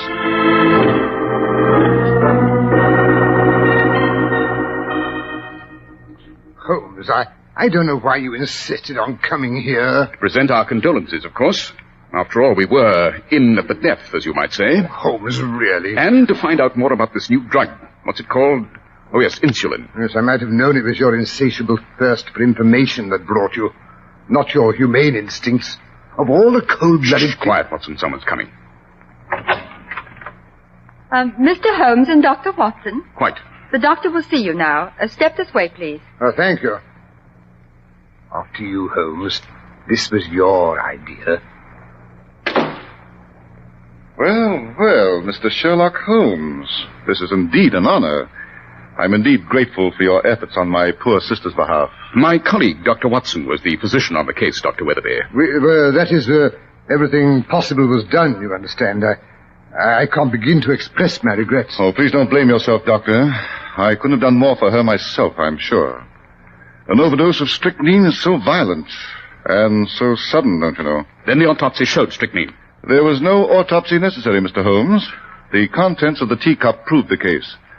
And then, of course, when my brother confessed... Confessed? Yes. It seems he had one of his dizzy spells while my sister was drinking her tea and lay down in the boat for a moment. He must have been unconscious for several moments. At least he doesn't seem to remember what happened during that length of time. Of course, a trance. Somnambulistic. He must have administered the poison while in a semi-conscious condition. Yes, poor Walter.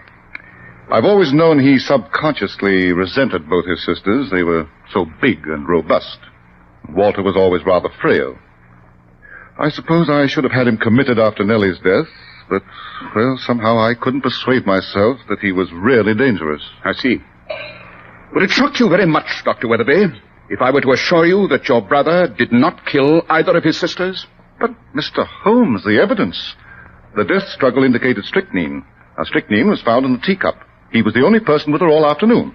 And then his confession. You can't get around that. I imagine your brother Walter takes rather easily to any form of suggestion, Dr. Weatherby. With your permission, I should like to have a talk with him. He's in Bow Street Jail, I understand. That's correct, Mr. Holmes. But I'm afraid you must postpone your interview until later in the day, when he's had time to recover from his insulin injection. He's already had it? No. As a matter of fact, I was just about to go around to the jail and give it to him. Splendid. We'll go with you. Dr. Watson is particularly anxious to learn this new technique of administering insulin. Oh, Holmes, really not. Some other time I shall be delighted. But what better time than the present? We promise not to discuss your sister's murder, Dr. Weatherby. But I understand... Well, that is, Scotland Yard is in charge of the case. Would they permit interference? Scotland Yard has learned it's always wise to allow me to interfere, Dr. Weatherby. It so frequently saves them from making fools of themselves.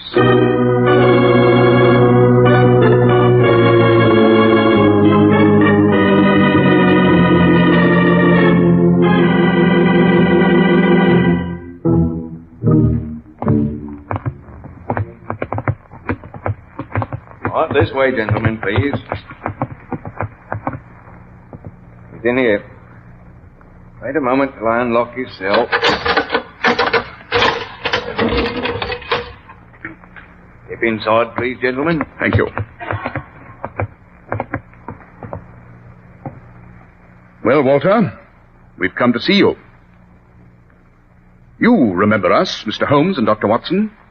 Oh, Robert, I didn't think you'd ever want to speak to me again. And these kind gentlemen, Robert, they did all that they could, Robert. Oh, it was too horrible the way she died. Easy, old chap, easy. Oh, but how could I? Oh, my mind is all blurry. Everything is all confused. Yes, that's because you haven't had your insulin. That's right, Walter. Now, you just wait till I fix the hypodermic. You'll feel better in no time after your injection. Just sit down, Walter. Roll up your sleeve. Well, quite a little party we're having here this morning. They told me you'd crashed in again, Holmes. Morning, Lestrade. Well, if it's against the regulations, Inspector Lestrade, I mean, it was his idea, not mine. He assured me... Quite all right, Dr. Weatherby. Scotland Yard grumbles a good deal about Sherlock Holmes's interference, but we found out it's sometimes a good idea to let him rave. Many thanks, Lestrade. As a matter of fact, you came just in time. We are about to witness a very interesting demonstration. An injection of insulin isn't as drastic as all that, Mr. Holmes. In a few years, thousands of people will be getting insulin daily, injecting it themselves in all probability. Now, hold out your arm, Walter. Then it's really quite harmless. I mean, even to a person not suffering from diabetes. Oh, yes. It might accelerate the rate of metabolism slightly for a time, but nothing to worry about. Then Nellie's death and Minnie's death couldn't possibly have been caused by the injection you gave each of them the morning of the day in which they died. Good Lord, no. What a fantastic idea. Not so fantastic, Dr. Weatherby. I'm quite convinced that neither Minnie nor your brother here suffer from diabetes. Your sister Nellie I didn't see, unfortunately. My dear Mr. Holmes, without a blood test, how can you possibly tell? I had the eye of the trained diagnostician, Dr. Weatherby. The tone of the skin was too healthy, particularly in Minnie's case. No. I suggest you were giving your brother and sister injections for a much more sinister reason, Doctor. But that's preposterous. Even if they proved not to be diabetic, insulin injections wouldn't harm them. I grant you all but the final injections were harmless, Doctor. Nonsense. My sister certainly didn't die from any injections I gave them. Death in both cases was later, much later. You're positive those injections were harmless? Positive. You wouldn't care to prove it by giving yourself the injection you've just prepared for your brother. Why, that is, if I do, I won't be able to give him his dose. I only have one with me. As you can see, Walter is near collapse. I won't be responsible if he doesn't get his insulin. I prepared for that emergency. Dr. Watson has brought along a small amount of the drug. I'm sure it'll suffice. Well, this is really too ridiculous. Well, now, I'm not so sure. You say it won't hurt you to take that insulin. Go ahead and take it. Why, I know it sounds silly, but I've never had the nerve to give myself an injection. Oh, I'll be happy to oblige. No, Watson, let me. I'm quite good at it. And I don't want any accidents with the contents of that hypodermic. Now then, give it to me. Give it to me, I say. No, you can't make me. You can't. Stand back. Don't anyone touch that broken hypodermic or the fluid it contained. Good Lord. Why not? Unless I'm very much mistaken. It's a particularly deadly culture of tetanus bacteria. I'll just take a sample. Carefully. Between these glass slides. Now, Lestrade, if you'll tell the guard to bring the strongest carbolic acid he can find, I'd say we'll have this case just about washed up.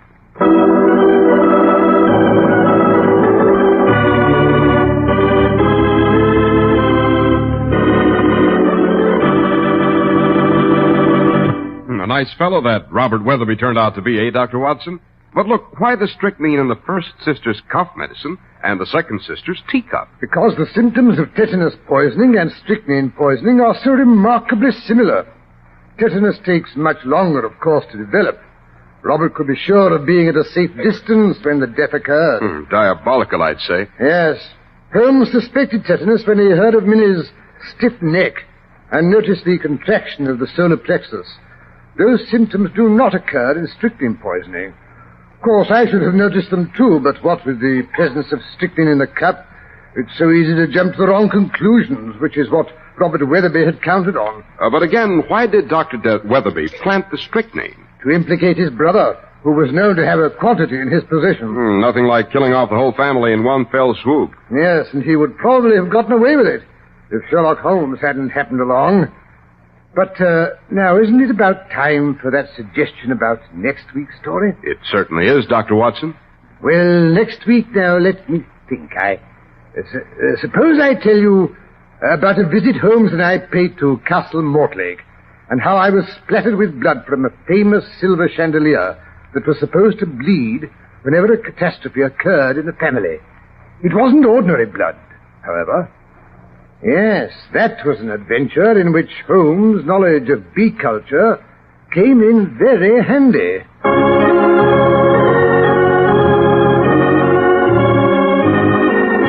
The makers of Clipper Craft Clothes and 1,036 leading stores from coast to coast have brought you another in the new series of broadcasts featuring the world's most famous detective, Sherlock Holmes. Our stories are based upon the character Sherlock Holmes, created by Sir Arthur Conan Doyle. Sherlock Holmes is played by John Stanley, Dr. Watson by Alfred Shirley, and the dramatizations are by Edith Meiser. Sherlock Holmes is produced and directed by Basil Lockram. Special music by Albert Berman. If you don't know your Clippercraft dealer, write Clippercraft, 200 Fifth Avenue, New York City. Be sure to listen next week to Sherlock Holmes in The Case of the Bleeding Chandelier. This is Cy Harris speaking for Clippercraft Clothes. This is the Mutual Broadcasting System.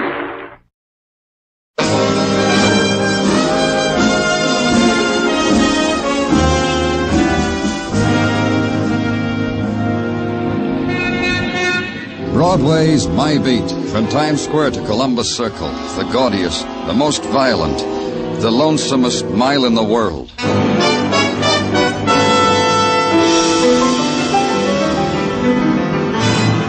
Broadway's My Beat, with Larry Thor as Detective Danny Clover.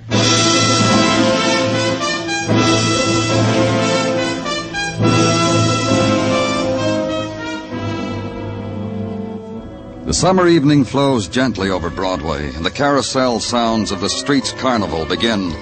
The brazen trumpet screams, calling the believers to the basement sanctuaries at a dime a prayer. The barkers of the night shout their spiels into passing ears.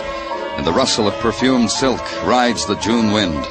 You're shoved and pushed and mauled, and there's no bitterness because the taste of night melts in your mouth. You ride the rides, walk the midway, toss the hoop to win the Cupid. You try not to notice the plucking at your sleeve, but finally you turn. Your palm is crossed with violence. You hold on to it until the man in the tweed jacket and the gray flannel slacks takes it away from you, gives death back to the other man, its owner, sprawled across the silk sheets of his bed, the blood from his bullet wound draining the sleep out of him.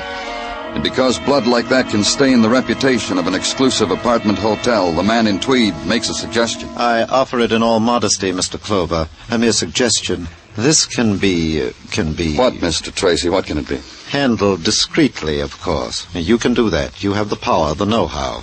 Keep it out of the papers. Treat the frightful mess with velvet gloves. Anything else? Nothing more I can think of at the moment. Not that I can bring to mind at the snap of your fingers. That's good. Now you can do something for me. Understand me, Mr. Clover. Managing this place is all-consuming. I spent years at school, here and abroad, learning the quirks, the ins and outs of the profession, All that education, maybe you can spell out for me the murdered man's name. Did I forget to introduce you? Pity. The fellow over there on our bed was once Frank Dunn, a bartender, of all things. A rather crude chap, I thought. But genteel enough to pay the tab in this slick joint of yours. They do bartenders like Dunn well at the trade winds, I hear. The club on West 52nd? I wouldn't know where the place was. Do you mind? Tell me more about Dunn. Well, he appealed to the female of the species, shall we say. They called on him constantly, at all hours. Tonight? Difficult to say. But do you not detect the faint odor of a lingering perfume? The aura a woman leaves? Pardon, I'll rid us of that. Never mind, I'll get it. Hello? Hello? Frank? Would you put Frank on the line, please? Frank just stepped out. Could I give him a message? Who are you? Why'd you answer for Frank? I know he's there. Does he not wish to speak with me? Who is this? Who shall I say is calling? No, there is something. This is not the way Frank would have it with me. Hello? Hello?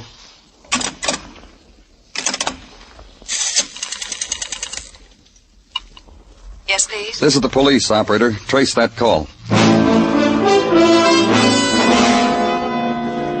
And the call was traced. Drugstore on 43rd and Broadway. A phone booth there. The third one from the left as you pass the Chiron reducing display. Only who knows who's been using the phone, the clerk in the white coat asked me. You don't have to have friends in Washington to use the phone, mister. You need a dime, that's all. Anyway, what was she, a spy or something? So if that's all, he had work to do. He left. So did I.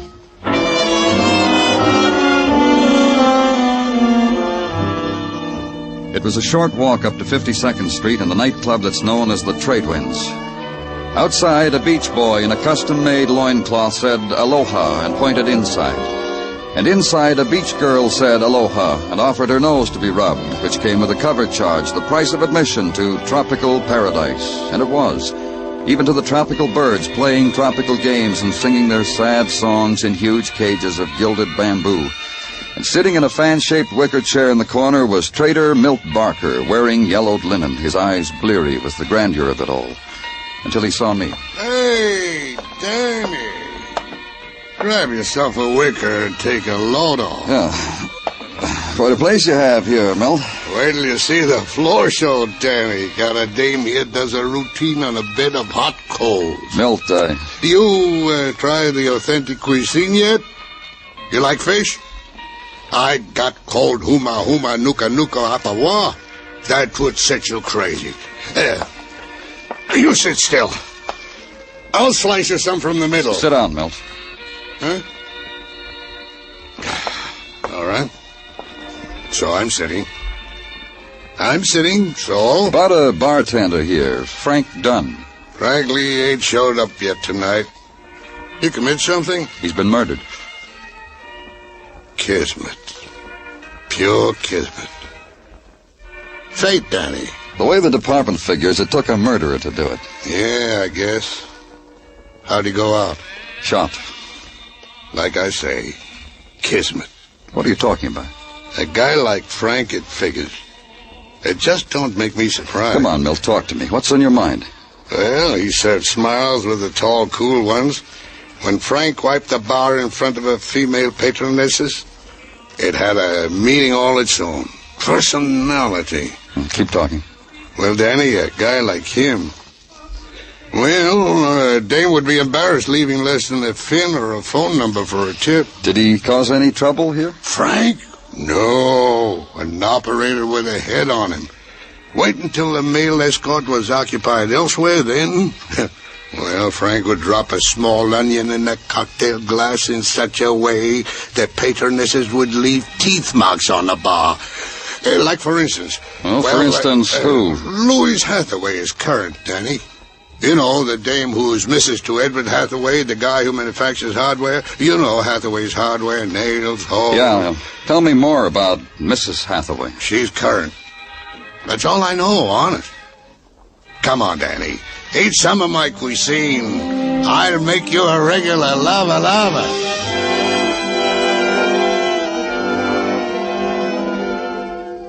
And so, as the surprise pink spotlight dimmed slowly over Trader Milt's paradise, I heaved a sigh for the regular lava that would never touch my lips, and bid a fond farewell to the land of the Huma Huma Kukanuka Apawa.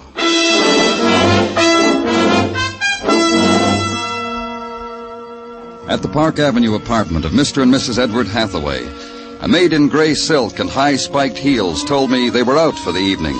She tightened a black shoulder strap to inform me that the Hathaways never informed a person in what glamorous places they were boozing it up, that this usually took till dawn. I said I'd come back in the morning. She said sometimes a person didn't know what side his evening was buttered on, and kicked the door shut with her heel.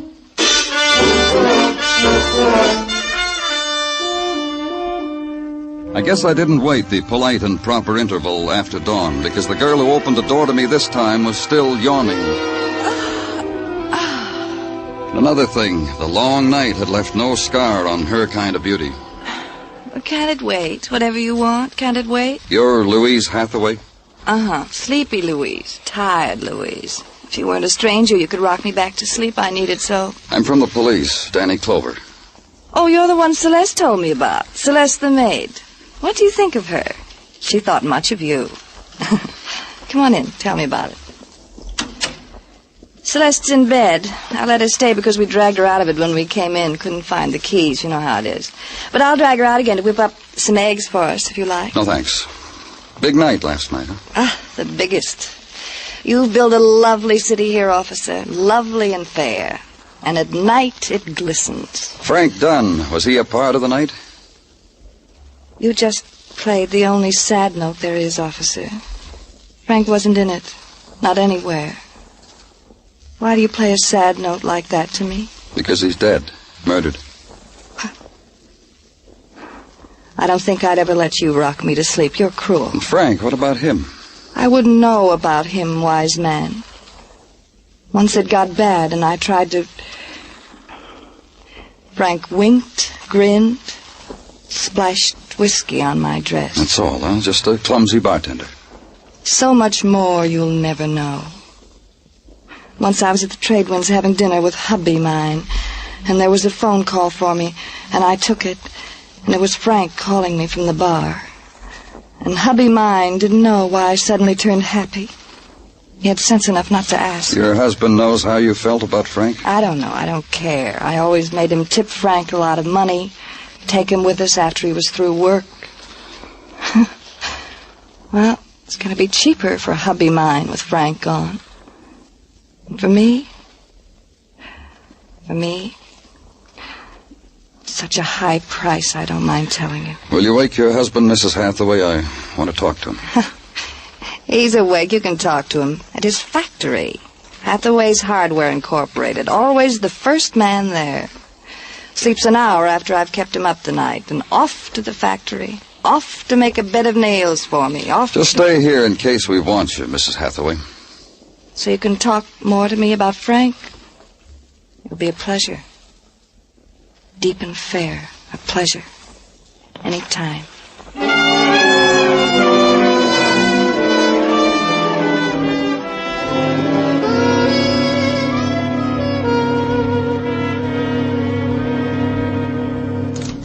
That'll be all, Miss Garvey. All right, sir. Who are you? I gave my name at the gate, Danny Clover. From the police, aren't you? That's right. What's on your mind? I just came from your house, Mr. Hathaway. My house? What's the big idea? What did you want there? I had a chat with your wife. My wife? You don't go to my house, policeman. No more. You understand that? You don't bother Louise. You want something? You got a ticket to sell? You got something that gives you worry? You come to me. Louise don't get bothered by police. She gets bothered, Hathaway, any time the department feels the need. Yeah, you think so, huh? You get bothered, too, mister. Go ahead, call your lawyer. Say murder to him, because that's what you and your wife are involved in. Murder? Call your lawyer, Hathaway. Look, now... The death of Frank Dunn, bartender, at the hands of person or persons unknown. Your hands, your wife's hands, both... I thought you were kidding. I'm not kidding. Louise is a kid. I got a young wife, Clover. Wild sometimes. Country kid come to the city wild. And not excusing her, understand? I like to watch it. She knew Frank Dunn. So she knew Frank Dunn. So I know Frank Dunn. 1,000 people know Frank Dunn. She didn't kill him. Why should she kill him? What could he do for her? Give her a double martini? A couple of those go a long way. Look, Frank Dunn was a joke passed over the bar to Louise. Louise is married. So that settles that. All right. Who killed Frank Dunn? I'll tell you this. If he would have put a finger on Louise, I'd have killed him. One finger on Louise. I've told her that time and time again. And she and Lily think Lily. They think it's smart. They got to have cocktails at 5. They go in by themselves. Who's Lily? Lily. Lily Prokosh, a dopey dame who writes poetry, wears glasses that goes like this. Lily Prokosh. Prokosh? Foreign? Yeah, talks accent talk. Where do I find her? Lily. Sometimes I pick up Louise at Lily's place in the village hotel. Yeah, I know where it is. Good. Maybe you're onto something, Clover, huh?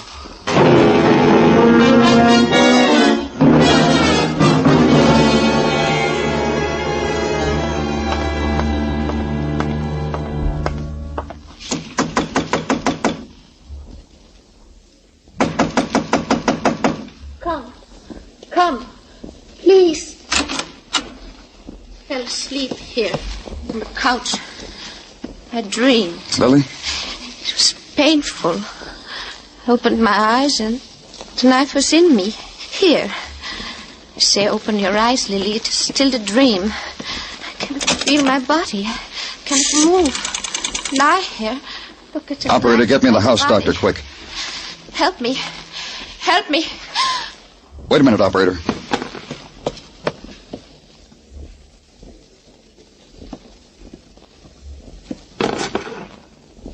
Never mind, operator.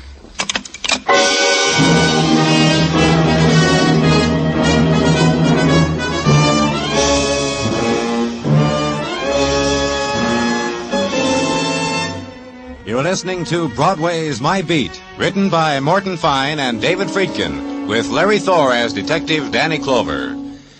This combination is your open sesame to Sunday night musical delight. CBS Guy Lombardo time, featuring the sweetest music this side of heaven. And the Mario Lanza Show. Enjoy Guy Lombardo's music. Enjoy vocals, old and new, by Mario Lanza. Mario, singing sensation, called both the new Caruso and the hottest singer in a decade, may be heard Sunday nights on most of these same CBS stations.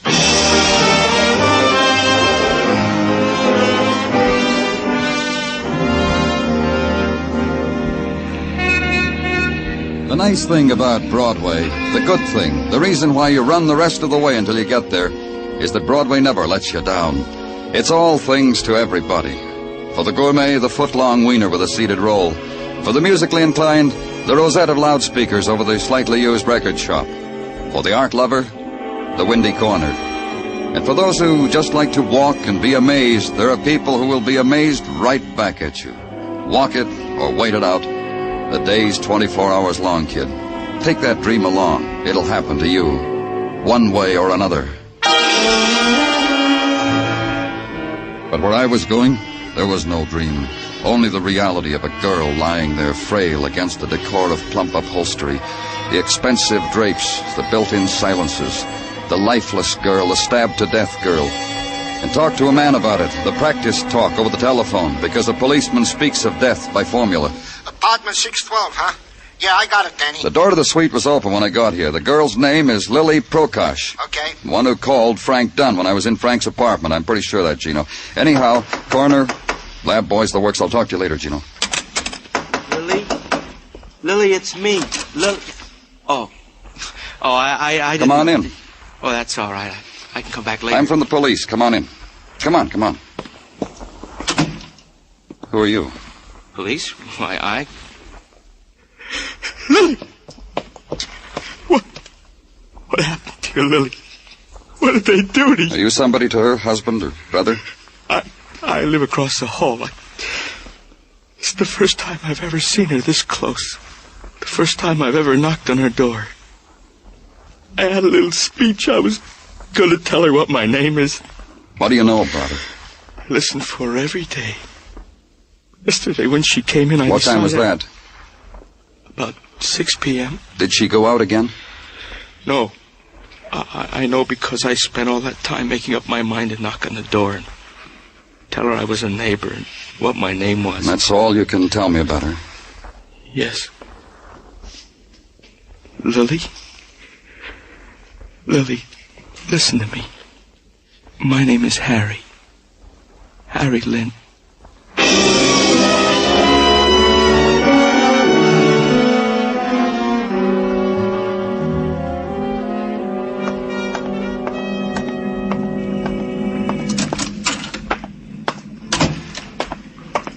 Tartaglia.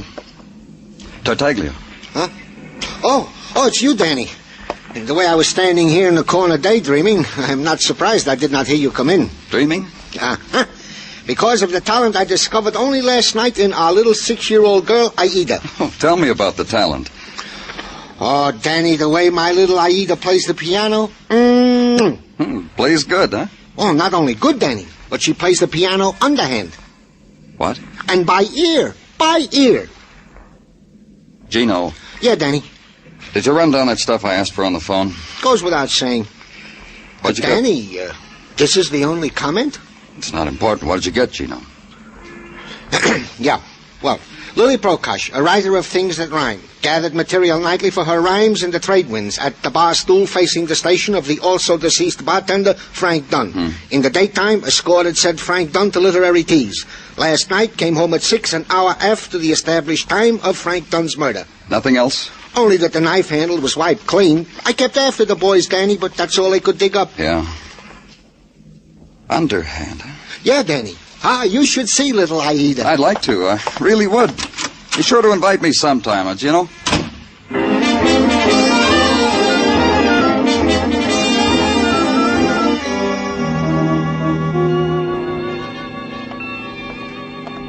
I see the wicker chair is still open, Milt. Danny, sit in it, kid. 2 nights, I see you each time. To what is due this sudden harvest of Danny Clover? Not that the trade wind ain't humored, but to what is due. You know a girl named Lily Prokosh? Names don't register with me, Danny, unless for a reason. Is there a reason? A tall girl, blonde, harlequin glasses, spoke with a little bit of an accent. The one who wrote lousy sonnets on my napkin? She was a poet. The one who always comes in here with Mrs. Hathaway? That one, Danny. Well, what about her? You tell me. Lily Prokosh and Frank Dunn. Hey, yeah. Yeah, what? The other day. What are you talking about? The other day, yesterday, the day Frank met his kismet. She was in here with Mrs. Hathaway about 5:30. Asked for Frank. I told her he wasn't to work yet. I started to tell her where Frank lived, but she said never mind, she already knew. Left. And then what? Then what? Yes, she left. Left Mrs. Hathaway with a martini at half-mast. The poet walked out. To see Frank? Yeah. She bumped Frank, huh? A doll like her. What do you know?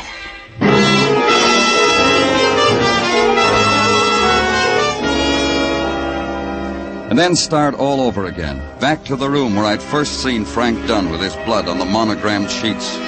Back to the room where this particular set of violence had begun to shape itself. And touch once more the things that had belonged to a man who had been well loved. The gold money clip with his initials written in chipped emerald, the gold cigarette case, the gold keychain, the silk robe that hung in the scented closet.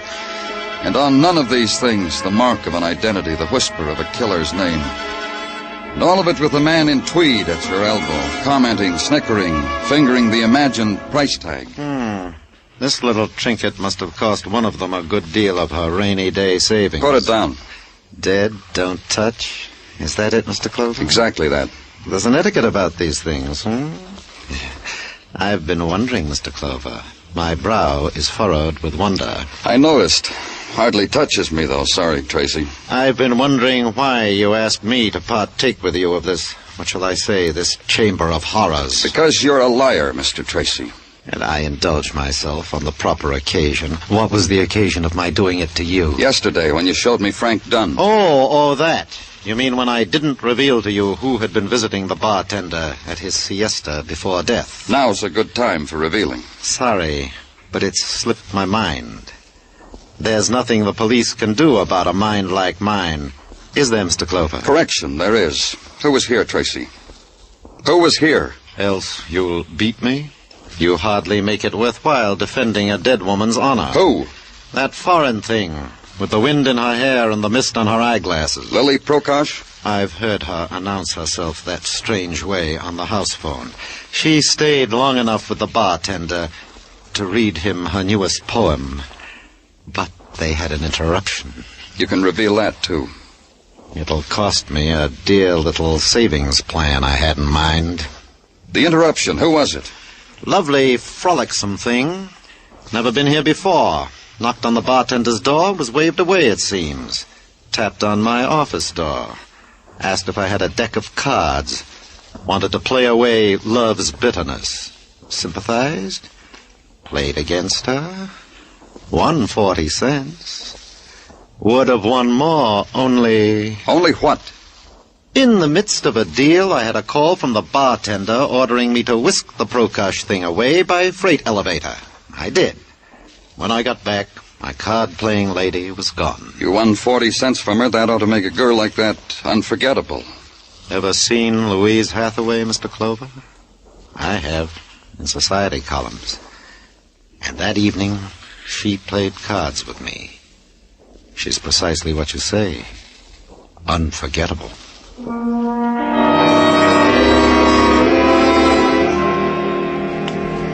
And walk the night streets and try to figure, why did Louise Hathaway call on Frank Dunn and, not being able to see him, content herself with playing cards with a hotel manager? Why had she gone to see Frank? She knew her friend Lily Prokosh was there. A lot of whys. And keep on walking, east from Broadway to Park and up to the 70s, and stop in front of the canopied apartment house. Pause, smoke a cigarette, then go in. And on the second floor, ring a bell.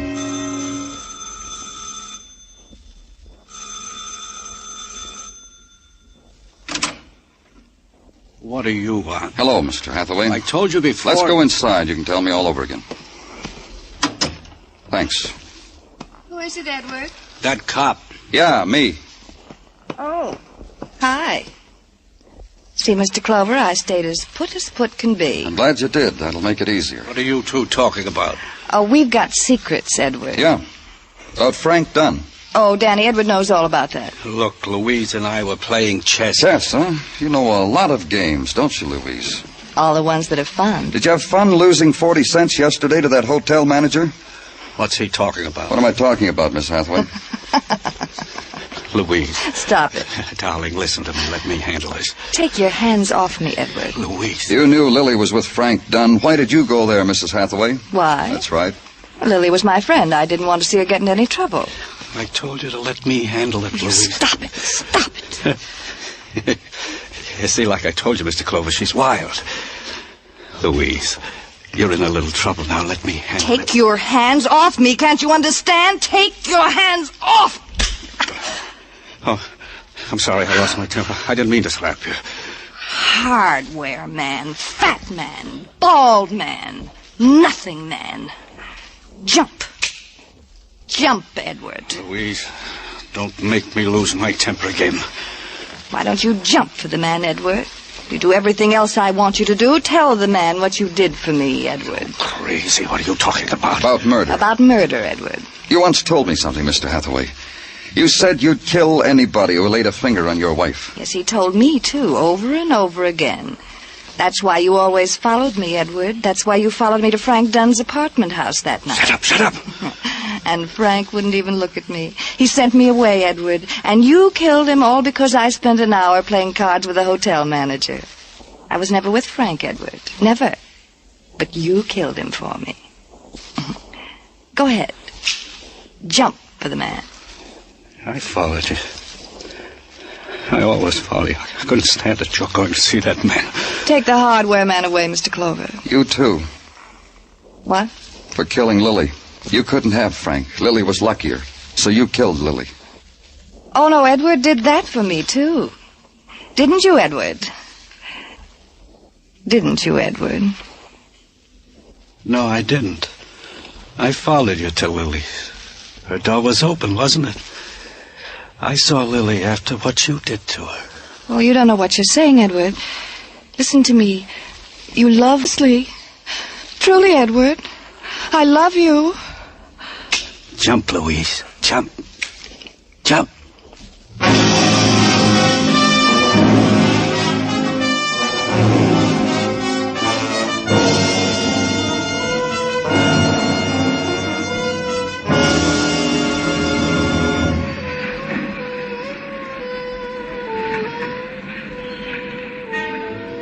Broadway's quiet now. It's the 4 o'clock in the morning hour, the hour without color. But in a while, dawn will dip down, and there'll be fury again, and roar again, and crowd. The restless wandering, the puppet dance, the running after nothing at all. It's Broadway, the gaudiest, the most violent, the lonesomest mile in the world. Broadway, my beat.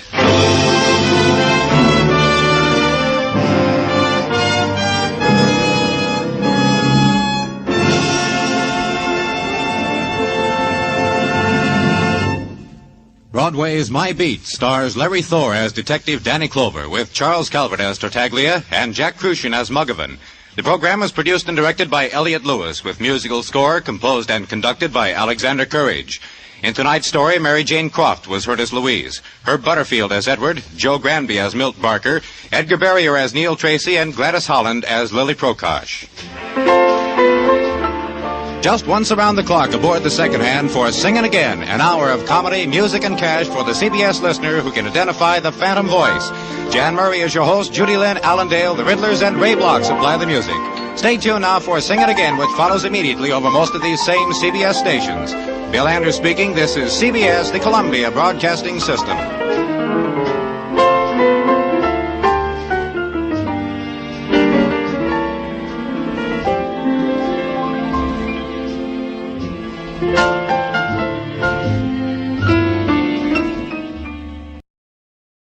The Adventures of Michael Shayne, Private Detective.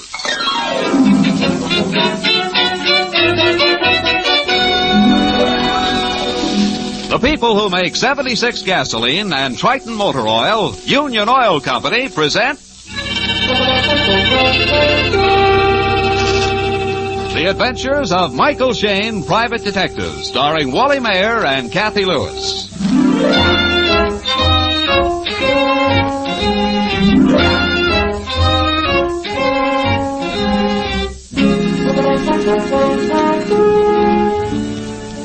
If some of you have wondered where Mike Shayne has been during regular office hours the past few days, you'll find the answer on the front page of this evening's San Francisco papers.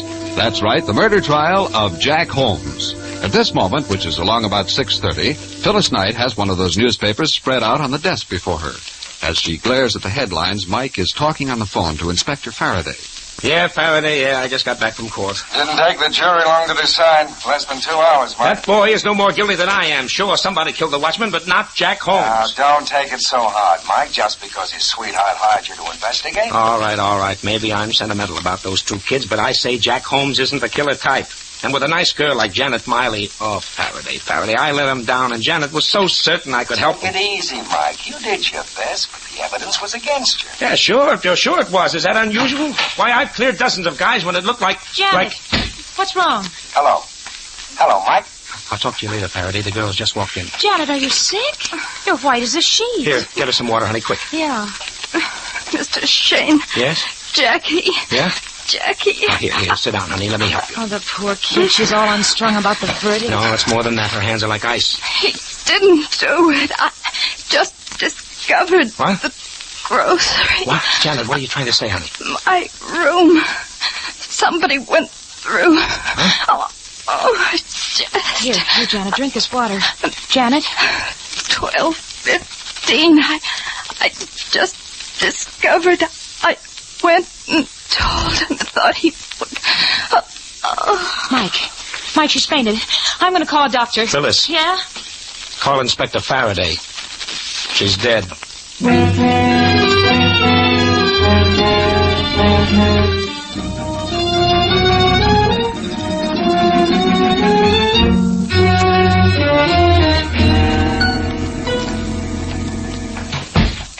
Okay, Mike, I fixed it. We can go to Jack's cell now. All right. Now remember, honey, not a word about Janet's death. Jack will go all to pieces and we'll learn nothing. I know, but it seems so hard-hearted. This way, kids. Ah, boy. Sad business, I guess the girl figured after that jury's verdict she didn't have anything left to live for. Suicide? No. If Janet found something she thought would clear Jack, she certainly wouldn't take poison. Unless she took the poison before she got the information that would clear Jack. No, then she would have called a doctor.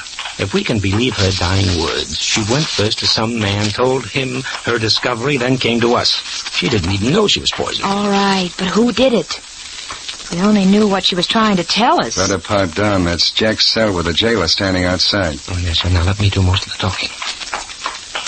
All right, Morrissey. Open it up. Yes, Inspector. Hello, Jack. Hello. How do you feel, Jack? Top of the world. It's so cheering to be condemned to death for a crime you didn't commit. You had a fair trial, my boy. The jury could decide only on the evidence presented. I told them I left the warehouse that night way before it happened. At 12:15 I was at home. But no, they take the word of that cab driver. He did pick you up at the warehouse door, and he said the clock in the drugstore read 12:15. I checked the clock myself the next day. It was an electric, right on time. So did I, Jack. Unless the cab driver was lying, and he seemed like an honest guy. I see. Even my loyal detective, Mr. Shane, says I'm guilty. Oh, no, Jack, you don't understand. Go ahead. Say I killed the watchman. Say I stole the diamonds. You never were working for Janet and me. Yes, we were, Jack, and we still are. That's why we're here. It's about Janet. She's not so good. What? What are you trying to say? She came to the office a little while ago and tried to tell us something, some new evidence she had found, but, well, she got sick. What's wrong? Is she all right? Where is she? Now, easy, son, easy. She's still at the office. She said a lot of mixed-up things, Jack. Her room had been ransacked, something about a grocery, that you weren't guilty, and she had discovered proof and told him so. Him? Who's him? Oh, that's what we don't know. Does Janet have any close men friends she might go to? Not that I know of. We've been engaged for almost a year now. She never mentioned any. Our boss, Mr. Phillips, is a good friend of both of us. Yes, he's paying the fee on the case. She might have gone to him. Or maybe to his partner. Mr. Russell? Oh, no, not that old crap. Well, why come to me? Janet's the one to tell you. Well, as we said, Jack, she's all busted up over this thing, and she isn't well. Well, she can talk, can't she?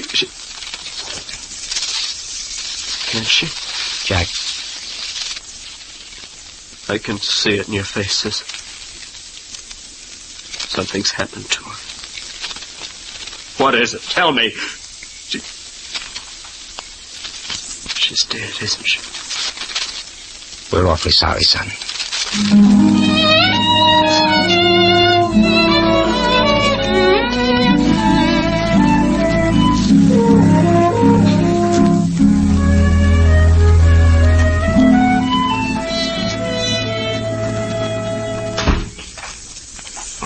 I see you went out to my home, Mr. Shane. That's right, Mr. Phillips, and your wife told us you were working at the office this evening. Yes, Russell and I spent so many days in court on the trial. We had to work evenings to keep up with business. Now, I wouldn't imagine there'd be such a turnover in the wholesale jewelry line. You'd be surprised. Our firm cuts and mounts gems for at least half the better jewelry stores in the city. And the robbery and loss of the diamonds didn't hurt your trade? It would have, Inspector, except for the capture and trial of Jack Holmes. Of course, we're covered by insurance. If you'll step into the office. Oh, Mr. Phillips. Mr. Phillips. Yes, Bauer? May I see you a moment, sir? Yes, excuse me, please. Go right into the office. Okay, sure. Thank you. Well, good evening, Mr. Russell. Miss Russell. Good evening. I believe you and your sister know Inspector Faraday. Of course. Yes. How are you, Inspector? Fair enough, thanks. So the lady executives work nights around this company, too. If she's the treasurer, she does. I'm sorry to keep you waiting. And now, Mr. Shane, I suppose you'd like your fee, now that nothing more can be done for poor Jack. Well, I'd hardly bring Inspector Faraday along just to collect the check, Mr. Phillips. Well, I assume... The case is cracked wide open again. Janet Miley has just died. What? Janet? She was poisoned. She staggered into our office about an hour ago, gasped out a few words, and she died. I was afraid of this. Remember, Anne, I said to you, if the jury brought in a guilty verdict... It wasn't suicide, Mr. Russell. I said she was poisoned. Poisoned? Her dying words were that she'd found new evidence, and that she had gone to him, some man, and told him. Well, of course, she came to me, but she didn't say anything about evidence. What time was this, Mr. Phillips? About 6 o'clock. She was crying and hysterical. Begged me to help Jack to get a retrial or an appeal. I tried to comfort her. Excuse me, Mr. Phillips, but I thought you'd like these invoices. I'm very busy, Mr. Bauer. Oh, yes, sir. I'll leave them here on the desk. If Janet found any new evidence, it'd hardly be likely to clear Jack Holmes. I'm pretty well convinced that young man is a born criminal. Mr. Russell, that's unfair. Is it? Look at the court testimony. Phillips and I found shortages in Jack's account books. We called him back to the office that night to explain. He couldn't. Said he wanted to spend the night checking back through his records. Phillips and I left. Next thing we know, 1,300 carats worth of diamonds are missing. Night watchman's found dead. You never found the diamonds? Of course not. He hid them. I'm afraid it's true. The watchman's clock was smashed. It stopped at 12:10. The cab driver picked up Jack at 12:15. Mr. Bauer, would you mind leaving the room? Oh, yes, sir. I'm sorry. He's new here. Bauer is the nosiest secretary I've ever hired. Now I remember. Remember what? Well, I was in the outer office this evening. When Janet came out of this room, Bauer stopped her. I heard him say something about going out to a bar and having a little chat. I'm going to call him back. A bar, eh? Do you suppose the poison was slipped into a drink? Mr. Bauer! Oh, Mr. Bauer, hold on. Stop! Inspector, what's wrong? He's running for the front door.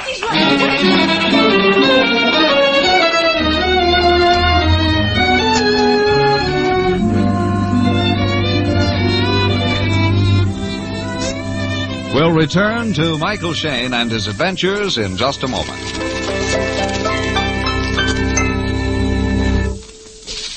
Week in and week out, a lot of motorists go along wondering why their engines lack power without realizing that much of their trouble may be due to dirty or worn-out spark plugs. Yes, that's right.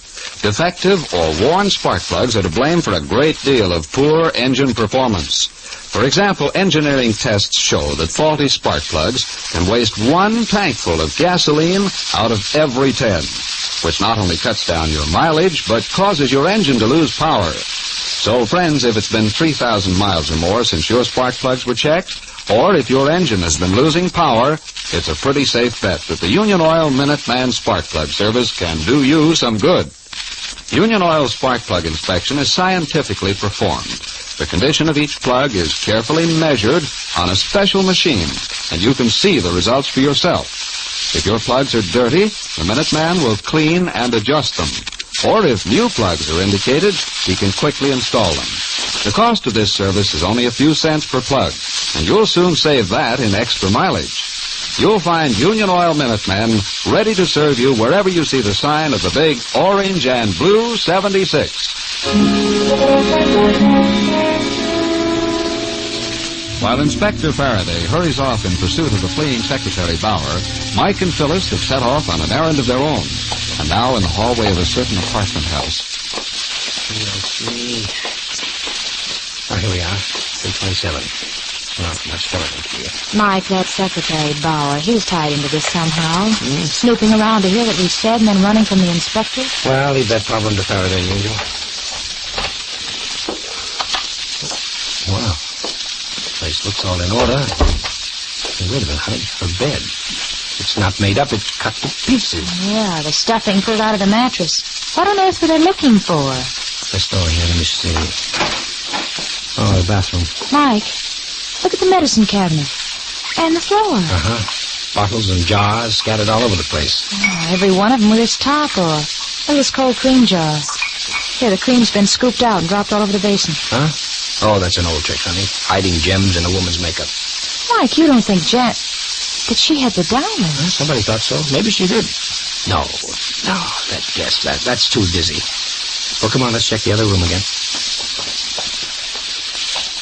Here, there's something worth looking into. A desk. Yeah, somebody else found it, too. drawers yanked out, everything's a mess. I doubt if there's anything left for us, but I'll just double check. Bills, circulating. No, just the usual stuff. Say, how about that wastebasket, honey? How about it? Here. Huh? Put in my thumb and pulled out a plum. What a big girl am I. Yeah. A check torn in half. Paid to the order of Janet Miley. $2,000. And signed by... Well, I'll be a... Anne Elizabeth Russell. I think this note went with it, Mike. It's the same handwriting. Janet, take this and do as I say. That's all. Take this and do as I say. Which apparently Janet did not. $2,000 is a rather expensive no thanks. Well, stuff this in your purse, Angel. We're about to go places and ask questions. You know, if you ask me, Miss honey, Russell... quiet. Somebody's at the door. Quick, snap off the lights. I'll flatten against the wall. I'll jump him when he comes in. No, don't like. All right, buddy. Come on, up with your hand. What? Let go of me, you dope. What? Faraday. You? Yeah, me. Oh, I thought you were chasing Bauer. Got away. I phoned Phillips for Bauer's home address. Turned out to be a gas station. Oh, a phony, eh? Well, we've got a lead that may be better. Come on, let's go.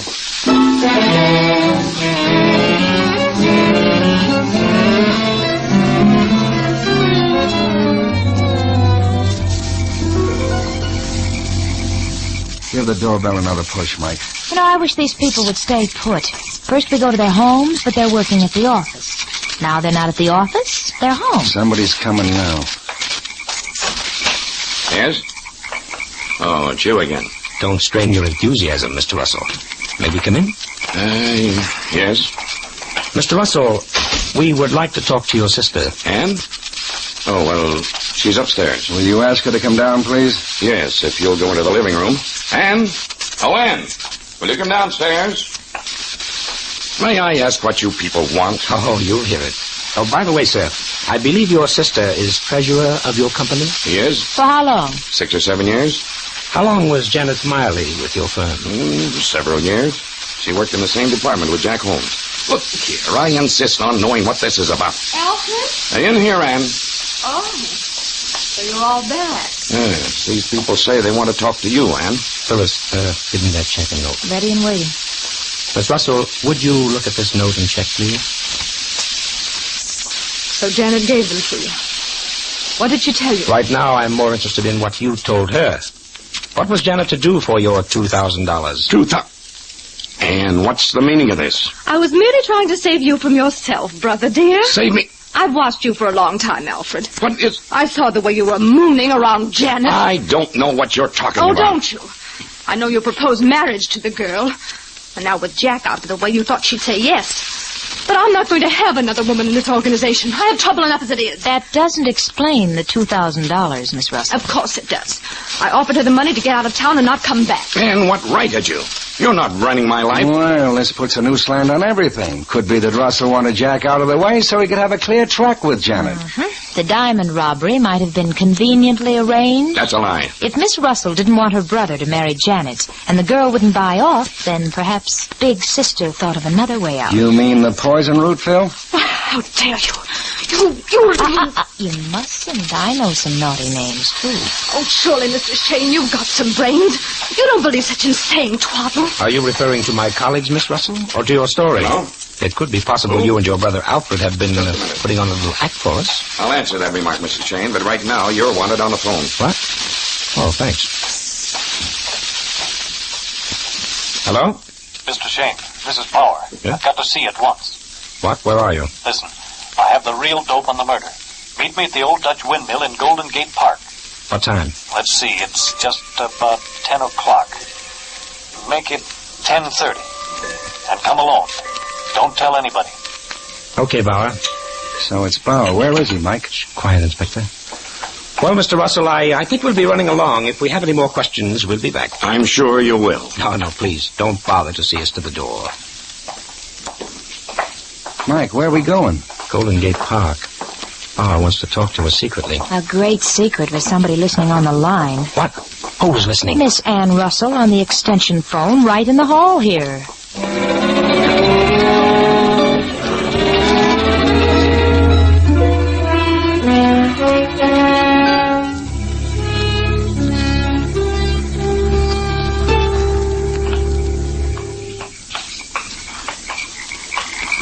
time is it, Mike? 10:28. Now keep back in the shadows with Faraday. This guy Bauer certainly picked a romantic spot to meet the old Dutch windmill in the loneliest corner of the park. Not to mention spooky. Look at those four huge veins above us, like the arms of a giant hovering over our heads. Oh, Angel, your poetry picks the doggonedest times to bust loose. But I can't help it. I'm nervous. What time is it now?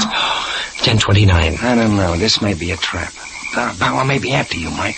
I don't like anything about that bird. I don't like anything about tonight, period. I see a light through the bushes. Car's coming around the turn. Got your gun, Mike? I'm all set. Now keep back in the shadows. This sounds like he's driving fast. What was that? Sounded like a gun. Why, Grandma Faraday, your nerves. Here he comes. Mike, he's passing you. Mike? Hey, Bauer! Bauer! He's skidding.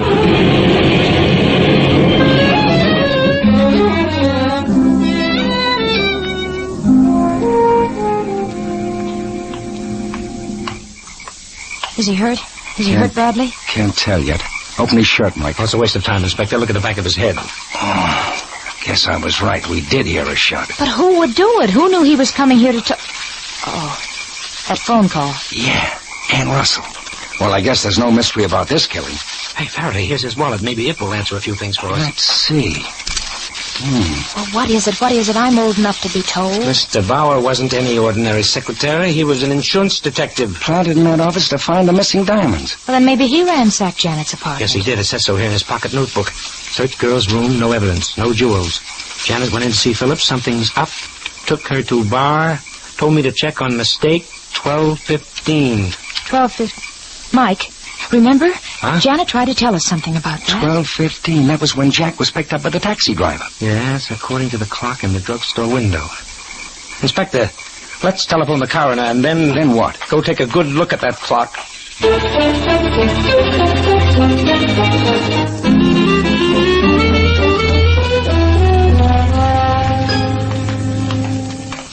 Oh, this is a waste of time, Mike. I checked that clock the day after the robbery. So did we, Inspector, before the trial began. It's an electric. It keeps perfect time. It couldn't be wrong. Save your breath, pal. Mike's in another stubborn spell. Oh, the drugstore's closed for the night. Yeah, but there's the clock. You can read it 100 feet away. Neon hands, neon numerals. It says 11:10. What time have you got, Faraday? 11:10. Now are you satisfied? Jack came out of the jewelry place 2 doors north of the drugstore. The taxi picked him up. The driver saw the clock in the window. The window! What are you staring at, Mike? The grocery store over there. Inspector, call a cab and get the driver who picked up Jack Holmes.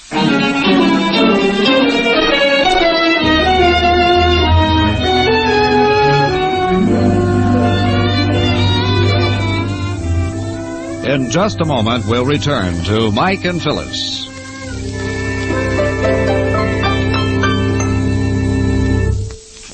A few minutes ago, we mentioned some of the advantages of Union Oil's spark plug service. As a featured part of this service, the Minutemen also inspect your ignition cables. These cables are the small, fine wires which deliver electricity to the spark plugs. Normally, they give little trouble. But if anything happens to them, if they get broken or frayed, or if the insulation is damaged, even brand new spark plugs won't help your driving. In other words, a faulty ignition cable will leak electricity. And by the time the charge gets to the spark plug, there isn't enough juice left for the rich, full spark needed for complete combustion. So for a careful check and double check on your car's firepower, have a Union Oil Minuteman service your spark plugs and ignition cables. You'll get honest, accurate work, and you'll notice the increased power and snap from your engine as soon as you drive away. You'll find Union Oil Minuteman ready to serve you wherever you see the sign of the big orange and blue 76.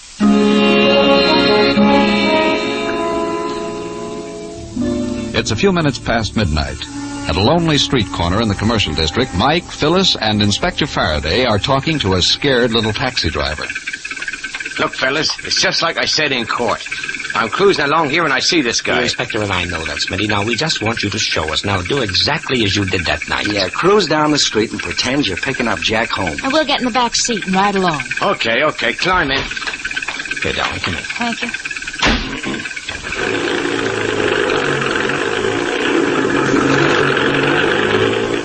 I turns this corner here, see? And I'm moseying along when I spots him crossing the street. He waves at me, so I slows down. I stops right about here. Jack was standing in the middle of the street. You opened the door. Which one? The right one. He climbs in and gives me the address. Well, go ahead. Open the door, Smitty. See, ain't you got no imagination? Now, Smitty, when did you see the clock? Right now, when I leans over to close the door. There it is in the window, see? All lit up with neons. Okay, look at it. What time does the clock say? Gee, it's just like that night. 12:15. Mike, you were right. He made the same mistake all over again. Look at it again, Smitty. Look hard. Now, come on, look hard. What do you mean, look hard? The clock says, hey, there's something screwy. The numbers, they're backwards. Right, Smitty, right. You're not looking at the clock. You're looking at the reflection in the grocery store window. The real clock is across the street in the drugstore. The drugstore clock reads 11:45, but the reflection looks like 12:15. 30 minutes difference, Smitty. Gee, I could have sworn. Say, I did swear. You ain't gonna pinch me, are you? No, Smitty. Now, are you willing to do something for us? Me? Yeah, sure. Anything, fellas. All right. We're going to pick up 3 passengers, and one of them is the murderer.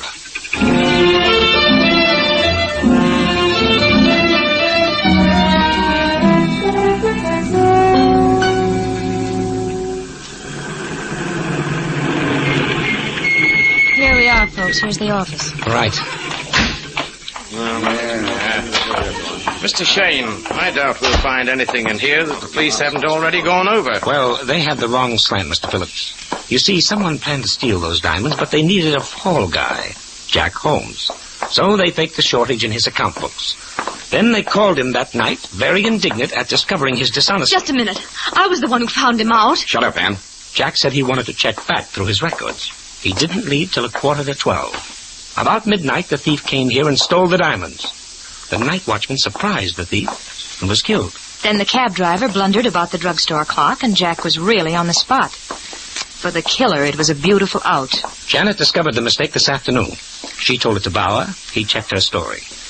When he discovered Janet was dead, he tried to tell me what Janet told him.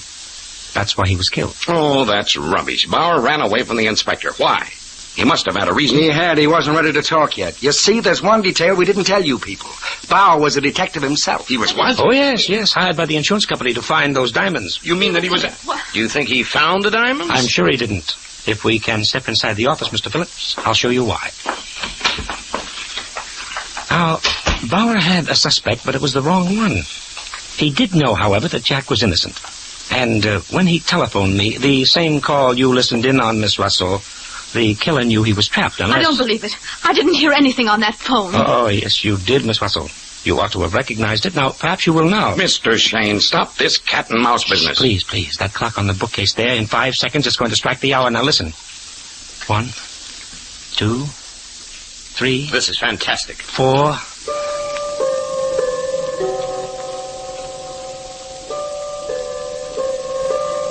Well, distinctive chimes, aren't they?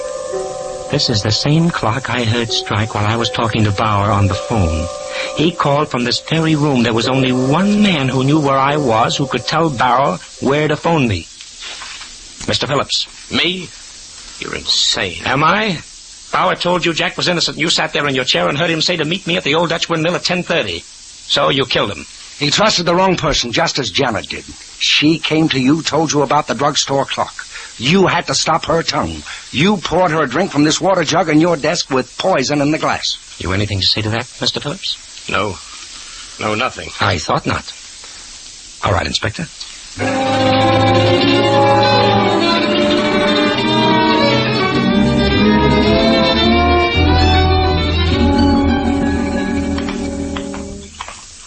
Oh, come on in the house, kid. Mrs. Faraday will be glad to fix us some eggs and coffee. Oh, no, it's pretty late, Faraday, and I think we all better get to bed.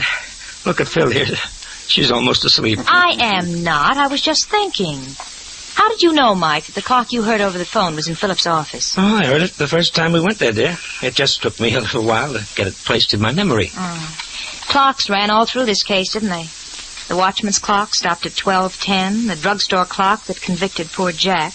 The office clock that caught the murderer. Yeah, sometimes a clock can tell more than the time of day. Oh, Mike, that's corny, but I knew you'd say it. I was just waiting for it. Well, I guess Michael's entitled to a little corn off the cob tonight. That was neat thinking, my boy. A clock reflected in the window and the hands reversed by 30 minutes. Doubt if I'd have thought of it myself. Oh, Faraday, please, Mike's ego. Huh? Besides, I think I know why he's so leery of clocks lately. Oh, now listen here, honey, if you mean Go yesterday, on, please. Phil, let's have it. Well, Mike had a date with me for 6 o'clock, and he was an hour late. No, Angel, please, and no. guess what his alibi was? What? He thought he saw a clock that said 5 p.m. It was a grocery scale with 5 pounds of potatoes in it.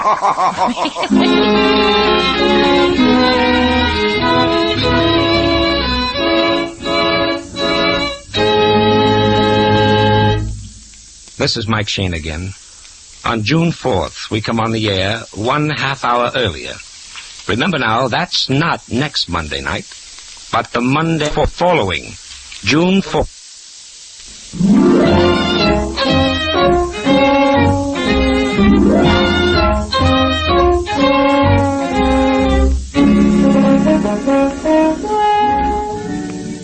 Tune in again next week at 8:30 for another adventure with Michael Shane, Private Detective, starring Wally Mayer and Kathy Lewis, with Joe Forte as Inspector Faraday. Tonight's story was written by Richard DeGraff and based on the character created by Brett Halliday.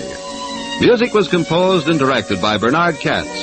This is John Lang saying goodnight for the people who make 76 gasoline and Triton Motor Oil, Union Oil Company. This is the Mutual Don Lee Broadcasting System.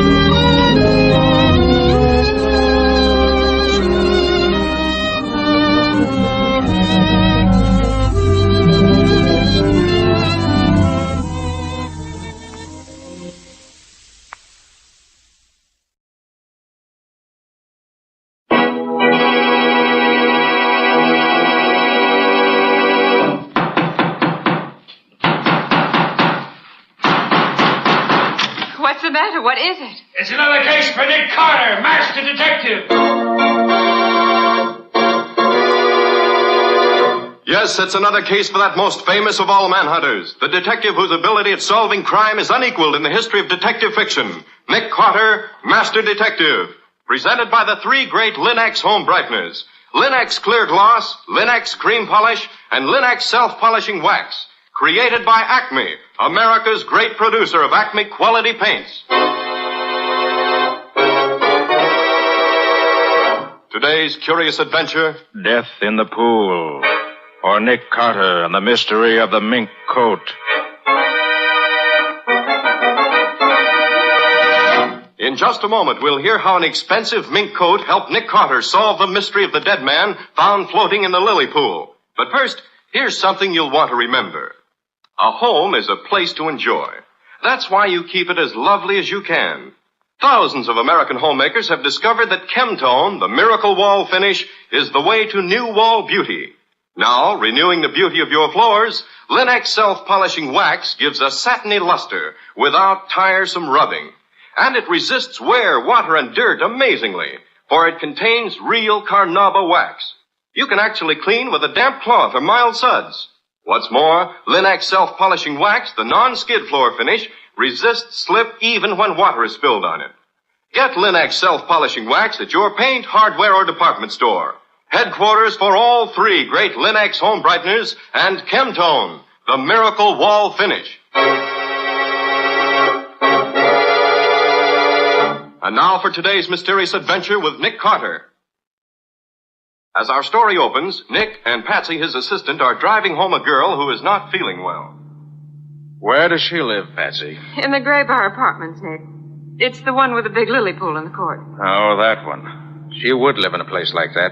All show, nothing else, just like Sally. I wish you wouldn't talk that way about her, Nick. She used to be one of my best friends years ago. Well, she's no friend of mine. I've no use for girls that drink the way she does. She's had a lot of trouble recently, Nick, and she just drinks to make herself forget. Her husband divorced her about a year ago just because she went out on a few parties he didn't approve of. She's been alone ever since. Funny, you standing up for her, Patsy. Usually you'd be the first to condemn anyone who plays around the way I understand she does. All right, Nick, think what you like. Just as long as we get her home to her apartment so I can put her to bed. Who's going to bed? Even's young yet. Let's go somewhere. The only place you're going, young lady, is home to bed. Well, who's that? Well, I don't know him. Oh, yes, you do, Sally. That's Nick Carter, the man I work with. Never heard of him. This the place? Just ahead, Patsy? Yeah, stop at this first entrance. She lives on this side. Okay. Come on now, Sally. This is where you live. I'll get out first and give you a hand. Get out myself. Don't need a hand. Can take care of myself. Want me to go up with you? No, Nick, you wait here. She'll be all right. All right. But don't let her keep you up there all night. I won't. I better go after her. She'll fall in the lily pool if she's not careful. Yeah. She's getting pretty close to the edge of it. Here, Ben. What in heaven's name? She sounds terrified. Come on. What's the matter, Sally? What is it? Man in the pool. A man. He's dead. Dead!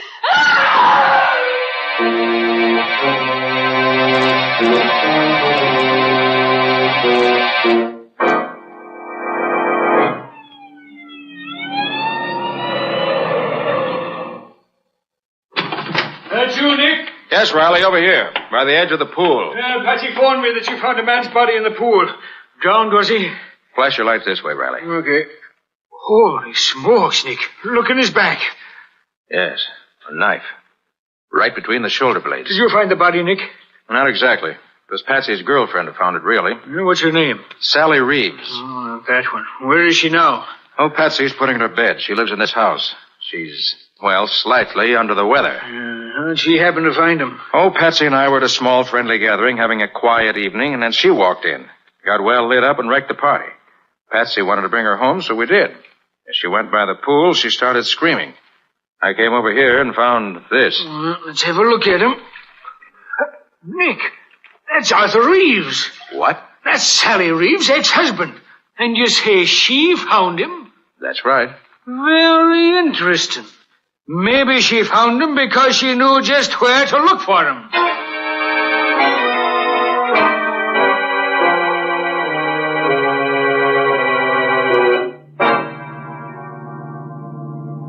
Lieutenant Riley seems to think Sally did it herself. He's a dope. Well, you said she's hated her husband ever since he divorced her, Patsy. Maybe she did kill him. Oh, Nick. Well, she certainly acted guilty enough when they questioned her. That doesn't mean anything, and you know it. Well, maybe and maybe not. Well, Riley'll find out. Oh, Nick, you can't leave it to Riley. Well, that's certainly what I'm going to do. This is none of my affair. Nick Carter, you've got to make it your affair. Now, Patsy. But I'm not going to see Sally put in jail for something she didn't do. You've got to help her, Nick. And why? Because I asked you to, that's why. Oh, Patsy. Oh, Nick, will you do it? Well, I suppose I'll have to if you put it that way. Oh, Nick, I knew you would. But it's against my better judgment. I don't care why you do it, just as long as you do it. Now, where do we start? Well, I guess the best thing is to go down and see Riley in the morning. We'll find out just how the case against her stacks up so far. Then we'll see where we go from there.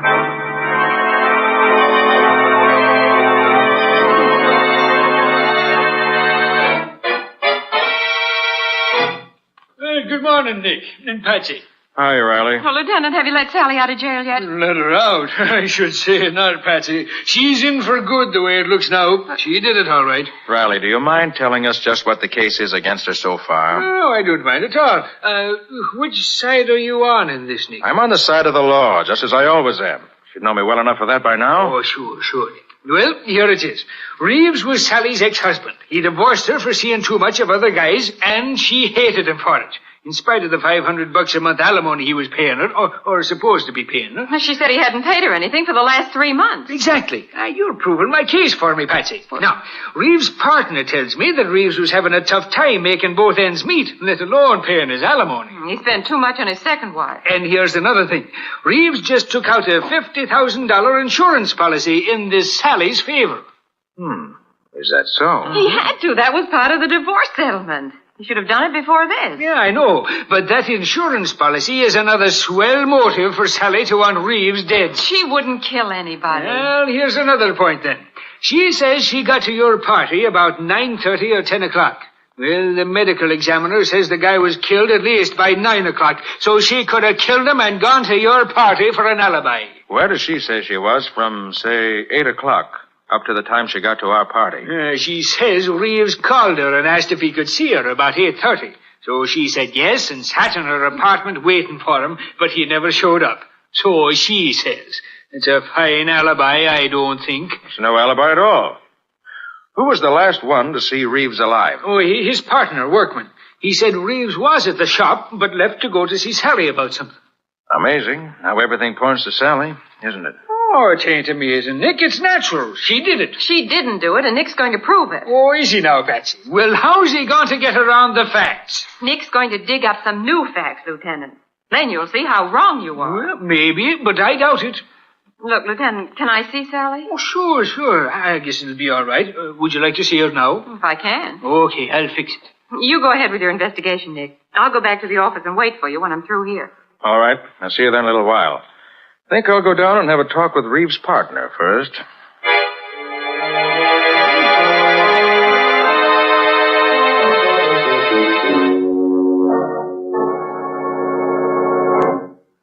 Now, Mr. Workman, you say Reeves was here in the store last night after dinner? Yes, Mr. Carter. He was checking stock with me. Then he left to see Sally. That was about 8:30. He said he'd be right back to help me finish checking. Did he say why he wanted to see her? He said he was going to ask her to let him out of some of the alimony he owed her. I see. But he didn't come back. No. I stayed here by myself until about 1 o'clock. Mm-hmm. I should judge by the type of furs you carry here, Mr. Workman, that you must do a pretty good business. That's right, Mr. Carter. Then how do you account for Mr. Reeves having such a hard time keeping up his alimony payments? Well, Mr. Reeves is a heavy spender. He spent money freely himself, and his second wife was extravagant. Did Reeves have any insurance of the partnership? The kind, I mean, that leaves you any money if he dies. Oh, no, Mr. Carter. We talked about it, but decided it wasn't necessary. Have you and he ever had any trouble? Oh, not the slightest. We've always been the best of friends. Mm-hmm. Well, thanks for your trouble, Mr. Workman. I guess that's all for now. Anytime I can help you, you let me know. Oh, by the way, mind if I use your phone? Oh, not at all. It's on the desk over there. Thanks. Just want to call my office. I'll be in the back room if you want me. Thank you. Nicholas Carter's office. Oh, Patsy, how'd you find Sally? Oh, better than I expected, Nick. She's so mad at Riley for thinking she did it that she hasn't had time to be depressed. How'd you make out? Nothing new. That is, nothing definite. I'm going to see Reeves' wife. Then I have to drop in on the DA, so I may be tied up the rest of the day. Oh, that's good, Nick, because Sally wants me to go and stay in her apartment while she's away. She has a cat and a canary, and she wants me to take care of them. And I think that's a swell idea. What's so swell about it? Well, don't you see? It'll give me a chance to go all through her things. I bet you I find something to help prove she's innocent. Or guilty. Now, Nick, don't be like that. If you'll drop over there around 8 o'clock tonight, I'll show you what I found. Okay, see you about 8 then. At Sally's apartment.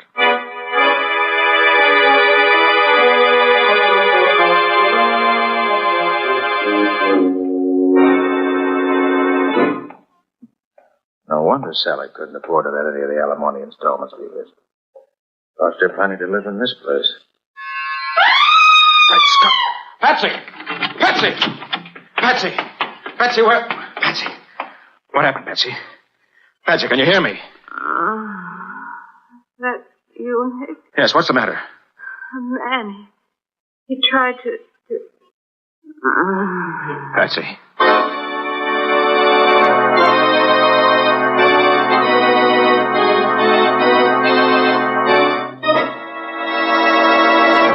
Well, what started out to be, for Nick at least, a routine investigation has suddenly taken a strange turn. What's happened to Patsy? And what does this have to do with Nick's attempts to find out who really killed Arthur Reeves?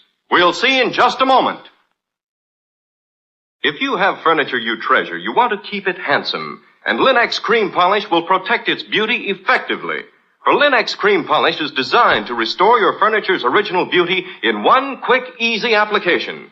Yes, Linex Cream Polish actually cleans as it polishes, removing the cloudy accumulation of dust and polish, banishing messy fingerprints, helping conceal ugly scratches. And it dries to a hard, lustrous finish that leaves no oily film to attract more dust. This makes less work for you. Linex Cream Polish, the creamy white preparation that saves you one whole step in your furniture upkeep, is truly the modern way to protect the things in your home. Depend on it to give you added leisure, to give your furniture added loveliness. Ask for it by name. Linex. L-I-N-X. Linex Cream Polish. One of the 3 great Linex home brighteners. Get it now at your nearest paint, department, or hardware store, where you'll find it together with Linex self-polishing wax, Linex clear gloss, and Chemtone, the miracle wall finish that covers in one quick coat and dries in 1 hour. And now, back to our story. We left Nick trying to revive an unconscious Patsy so he could find out what had happened to her in Sally Reeves' apartment. Feeling better now, Patsy? Yes, Nick, I'm all right. Except for that crack on the head. Well, what happened? Can you tell me? I don't quite know, Nick. I was standing here in front of the bedroom mirror trying on Sally's new fur coat. Oh, Nick, isn't it heavenly? Yes, it's certainly a valuable piece of fur, but what happened, Patsy? Well, as I was trying on the coat, a man came through the door. He was wearing a mask. He told me to take off the coat and give it to him or he'd kill me. I told him I wouldn't do it. Did he have a gun? Oh, I didn't see one. How'd he talk? Why, it was sort of funny, as if he were trying to disguise his voice. Sounded as if he might have had something in his mouth. Probably did. It's an old trick.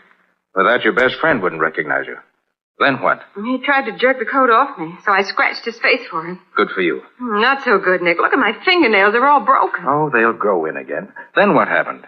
Well, he hit me and knocked me down just as you rang the buzzer. Must have gone out the back door as you came in the front. Then I must have gone out cold. You were certainly completely out when I found you. What does all this mean, Nick? Where did Sally get this coat? You know? Oh, yes, her ex-hubby gave it to her instead of some back alimony that he owed her. He took it out of the stock at the store about 2 weeks ago and brought it to her. Took it out of the stock at the store, huh? Well, does that mean something to you? I don't know, Patsy.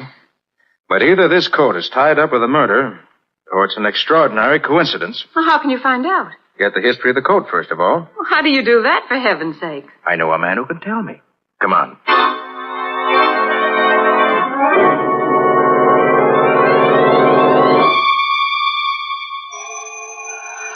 Well, I'm glad you phoned him in advance. I'd hate to have made all this trip for nothing. Hello, Mo. Nick, how are you? Come in, come in. This is Patsy Bowen, my assistant, Mo. How do you do? Hello, glad to see you. And now, what is this puzzle you say you got for me, eh? Here's a fur coat, Mo. Have a look at it. Why, it's beautiful, Nick. Beautiful. What can you tell me about it? Well, it's worth at least $4,000. No, that isn't what I mean. What can you tell me about the coat itself? Everything I could tell you about it, Nick. But I might have to rip it apart a little here where it's sewed. Go ahead. I want to know as much as you can tell me. Sure, Nick, sure. Now, I rip a little of the lining here, and I cut a few of the stitches here, if the skins are sewed together. Now, look, Nick. Mm-hmm. Yeah. You see this little blue mark on the skin here? Yes. That means the coat was sold by Fishburne Brothers. At their mark. The skins were sewed together by Herman Schultz, who works for them. Nobody else in the business stitches like Herman. Anything else? Fishburne Brothers make up the coat, they sell it to a retailer. That's all I could tell. Suppose they could tell me anything else about it? You can ask them. They got a store right down the block from me. I could telephone them that you are coming, and they should take good care of you right away. Thanks, Mo. Oh, by the way, that knife there on the counter, is that any particular kind of knife? All for us who make garments use them, Nick. That is a good knife for trimming the skins. Why do you ask? Oh, just saw one while ago, and I was curious. Come on, Patsy. Let's go see Fishburne Brothers.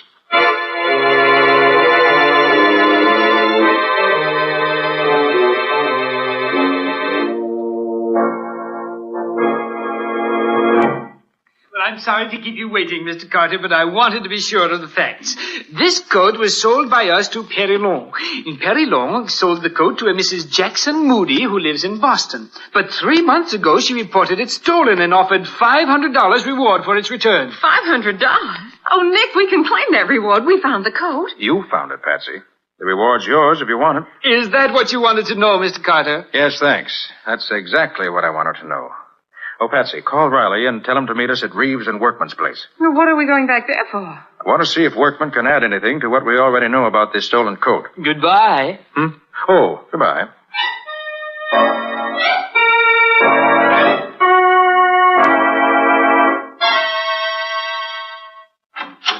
Why, Mr. Carter, I didn't expect to see you again tonight. I just want to ask you a few more questions, if you don't mind. No, not at all. Come in, all of you. Working pretty late, aren't you? Yes, I am. You see, without Mr. Reeves, there's so much more for me to do. Pretty dark in here for you to be working, isn't it? No, I can see plenty well in this light. Well, Lieutenant Riley has to make some notes, so... Make notes? On what, Nick? Why, in Mr. Workman's answers to my questions, naturally. Sure you won't mind if I turn on another light, will you, Mr. Workman? Oh, now, really, Mr. Carter, I don't think... look. His face is scratched right across the cheek.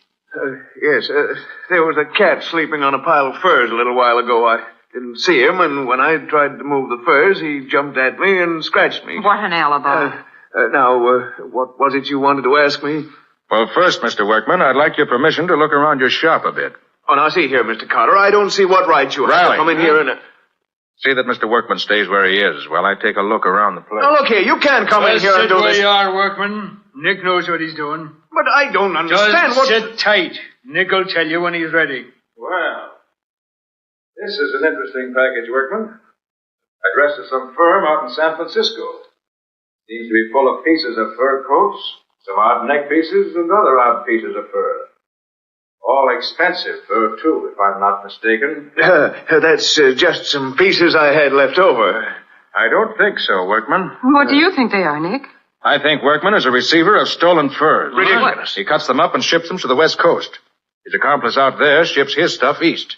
Then they put them together and mix the furs up so they can't be identified. You're crazy. I wouldn't get mixed up in anything like that. Riley? Ever see a knife like this one before? By golly, Nick, that's the same kind of knife that killed Reeves. You're quite sure? Of course I am. That same dark-colored handle, the same two metal bands around it, I'd know that anywhere. That's the same kind of knife we saw at Moe's a little while ago, Nick. Except that the handle is different. Exactly, Patsy. The knife's a regular furrier's knife.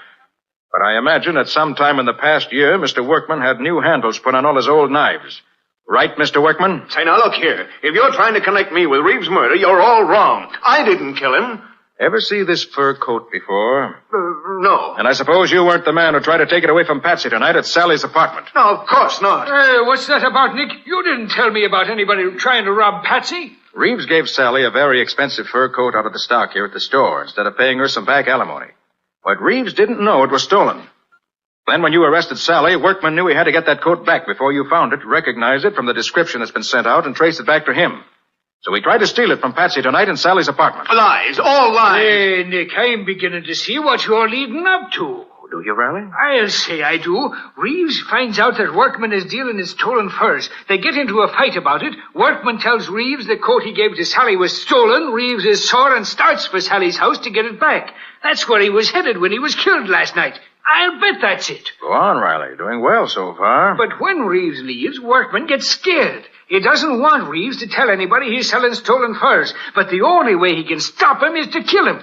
So he grabs one of his fur knives, beats it up to the apartment house before Reeves gets there, waits for him, and kills him. Why, it's as plain as the nose on your face. You're crazy, all of you. I didn't kill Reeves. Where were you between 8 and 10 last night? I told you I was here in the store, taking stock, alone. That ain't no alibi. Come on, Workman. I'm taking you down to headquarters. We got ways of making fellas that have nothing to say talk a lot down there. So I was right, Nick. Sally didn't do it. Oh, Nick, you're wonderful. Well, thanks for those few kind words, Patsy. Okay, Riley. Take him down to headquarters and wait for me there. Ain't you coming, Nick? Now, there's one last bit of evidence that'll clinch this case, Riley, and I think I know right where to put my hand on it. Meet you in your office in about half an hour.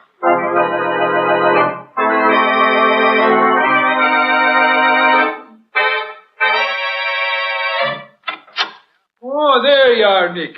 Well, glad to see the four of you gathered here to welcome me. Riley, Patsy, Sally, and Mr. Workman.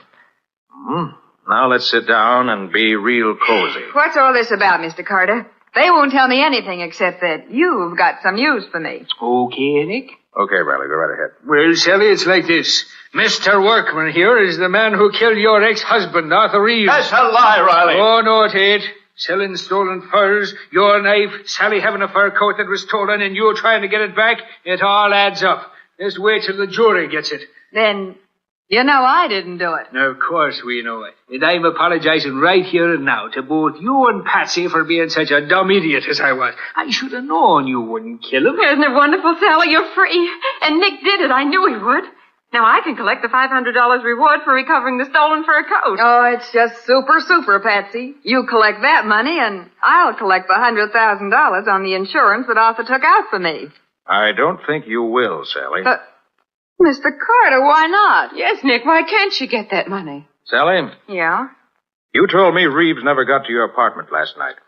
But you didn't see him at all, didn't you? Yeah, that's right. I waited and waited, but he didn't come. Riley. Got the things you found in Reeves' pocket? Well, sure, Nick. Right here. There you are. Sally, in Reeves' pocket was a bill for women's clothes, addressed to you, postmarked the morning of the murder. It must have been delivered to you that afternoon. Now, if you didn't see Reeves, how did that bill get in his pocket? Why... You did see him, didn't you? Yes, he tried to take my fur coat away from me, but I wouldn't let him. And you got into an argument about money, didn't you? He was broke and couldn't give you any, so you gave him this bill and said he could at least pay that, right? Well, And by the time he left you, you were so mad you could have killed him, weren't you? But I didn't kill him. Workman did. Workman didn't kill him, Sally. You did. After he left, you grabbed up that furrier's knife, ran down the stairs, rushed over to where he was still standing beside the pool, and plunged the knife in his back before he knew you were there. No, I never owned a knife like that. I couldn't have done it. Ever see this picture, Sally? Huh? I found it in your apartment a few minutes ago. A flashlight shot of a tea party you had in your apartment. Dated 3 months ago. And on the table is one of Workman's fur knives being used as a cheese knife. So you did own a knife like that. All right, I did kill Arthur. I had to have money quick. Got a lot of bills that have to be paid. He wouldn't give me any money. Insurance was all I could get. So I killed him. Well, Nick, so she did do it. I was right all the time. I told you I didn't do it. I knew you didn't do it all along, Workman. But I had to do it this way to break down the case against Sally. Sorry. You say you knew all along, Nick? Certainly. I knew Workman couldn't have done it because he'd never have chosen such a public place as the court inside a large apartment house at 9 o'clock on an early fall evening. There's altogether too much chance of his being seen. He'd have picked a much safer spot. Furthermore, he never would have killed him before he got that stolen coat back from Sally. Oh. No, Riley, only someone who was so mad they didn't stop to think would kill a man in such a public place. Well, then I gotta let Workman go? He was dealing in stolen furs, wasn't he? Oh, by golly, you're right, Nick. I'll see that he gets his for that, I will. Come along, you. And you too, Sally Reeves. I'm going to push you both right where you belong. I knew it was you right from the very first. And you can't going to show me up. Well, Nick, I was certainly wrong that time. You certainly were, Patsy. Completely wrong. She wasn't like that when I knew her years ago. Well, times change. So do people. You couldn't know what she's like now. I'm sorry, Nick. Gee, I suppose I'll never hear the end of this. You probably won't, Patsy. But don't feel too bad. If it hadn't been for you, we'd never have caught Workman and broken up his racket and stolen furs. And the right person is going to pay for Reeves' murder. Those are the things that really matter. Always.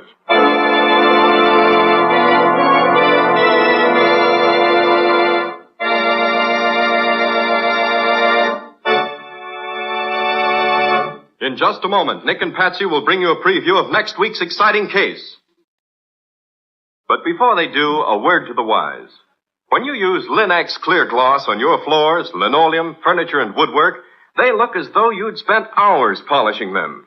And yet Linex Clear Gloss is so easy to apply, so easy to keep clean. Linex Clear Gloss is a durable, protective coating which is brushed on easily, drying without brush marks to a tough, transparent surface that sturdily resists alcohol, perfume, fruit acids, boiling water, and hot grease. The brilliant beauty of Linex Clear Gloss is a constant source of satisfaction to every homemaker, for it wears and wears, keeping its good looks for a long, long time. Linex Clear Gloss keeps dirt on the surface, too, where it's easily wiped away. So protect and beautify every wood and linoleum surface in your home with Linex Clear Gloss. It'll add sparkle to your home and save you hours of housework. Thousands of American homemakers have already learned what a time-saving, labor-saving product Linex Clear Gloss is. Learn for yourself what a household help it can be. Ask for it by name. Famous Linex Clear Gloss. Available at your paint, hardware, or department store. If your dealer hasn't received his supply of the 3 great Linex home brighteners, he'll have them soon. Ask him to save one or all of them for you. Acme will see that he gets them, and you get them, as quickly as possible. And now let's hear from Nick Carter himself. What exciting story have you got for us next week, Nick? Can you tell us a little about that? Well, Ken, next week I'm going to tell you about a murder in a little country town. Patsy and I had gone there for our vacation. But for that one day, we got very little vacation. A friend of the sheriff's was shot to death in his home in the early morning, and the sheriff made Nick take over. The sheriff found one big clue that satisfied him, but Nick found a number of small clues that really solved the murder. What do you call the story, Nick? I call it Murder in the Night. Or the mystery of the milkman's discovery. So long for now. So long, everybody. And so long to you, Nick and Patsy. We'll be looking forward to seeing you again next week.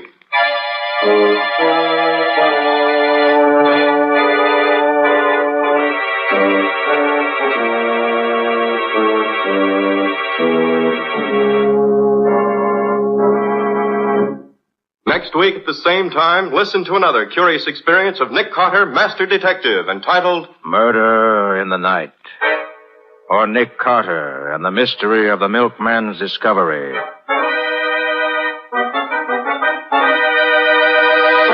Nick Carter, Master Detective, is a copyright feature of Street and Smith Publications, Incorporated. It is presented at this same time and over these same stations by the three great Linex home brighteners.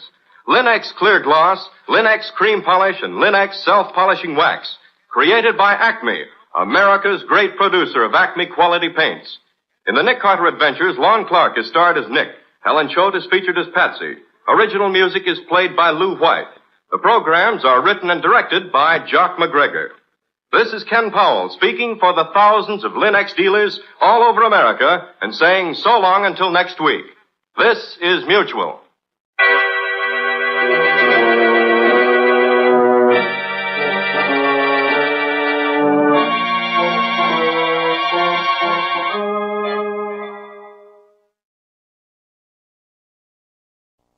Seven o'clock by the Longines Presentation Watch. The finest watch ever offered under the Longines banner.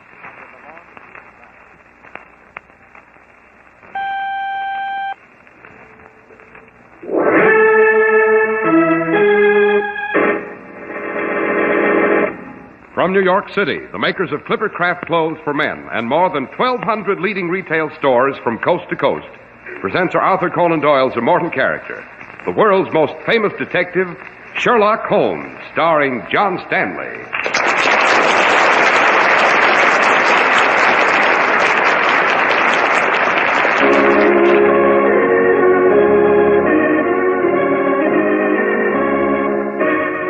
This week's adventure, the case of the well-advertised murder.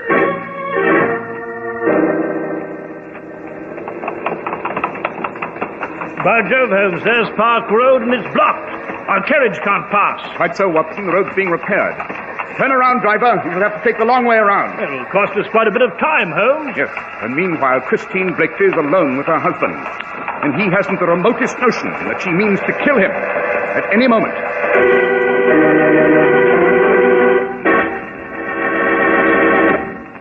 Do you mind if I take a moment, Mr. Holmes, to tell our listeners that Clipper Craft clothes are priced like sale merchandise? Just a second, Mr. Harris. My name is Behrens, and I like sales as well as the next guy. But how about the quality of these Clipper Craft clothes? Well, I'm glad you asked, Mr. Behrens, because Clipper Craft quality is superb. Luxuriously tailored, of really fine, long-wearing fabrics, and only $40 and $45. Imagine this. A truly expensive-looking Clipper Craft worsted suit costs only $45. Well, how come? That doesn't seem reasonable to me. Well, you see, Mr. Behrens, more than 1,200 of America's fine independent stores combine their purchasing power. That makes for enormous savings in production and distribution. Well, granted, but I want to see before I buy. Where do I see these Clipper Craft clothes? Right in your own community at the friendly independent store that sells Clipper Craft suits and topcoats and overcoats, too. Just you compare Clipper Craft with clothes selling for many dollars more. Thanks, I will. I like good clothes, but I like to save money, too.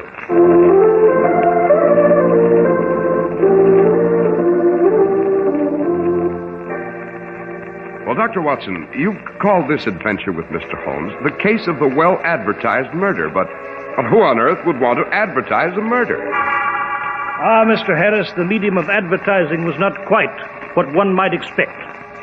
It was 1902. We medical men were just breaking fresh ground on the problem of mental disorder. It was late afternoon at the office of Dr. John Kemmel. The doctor's nurse, Patricia, was announcing a patient.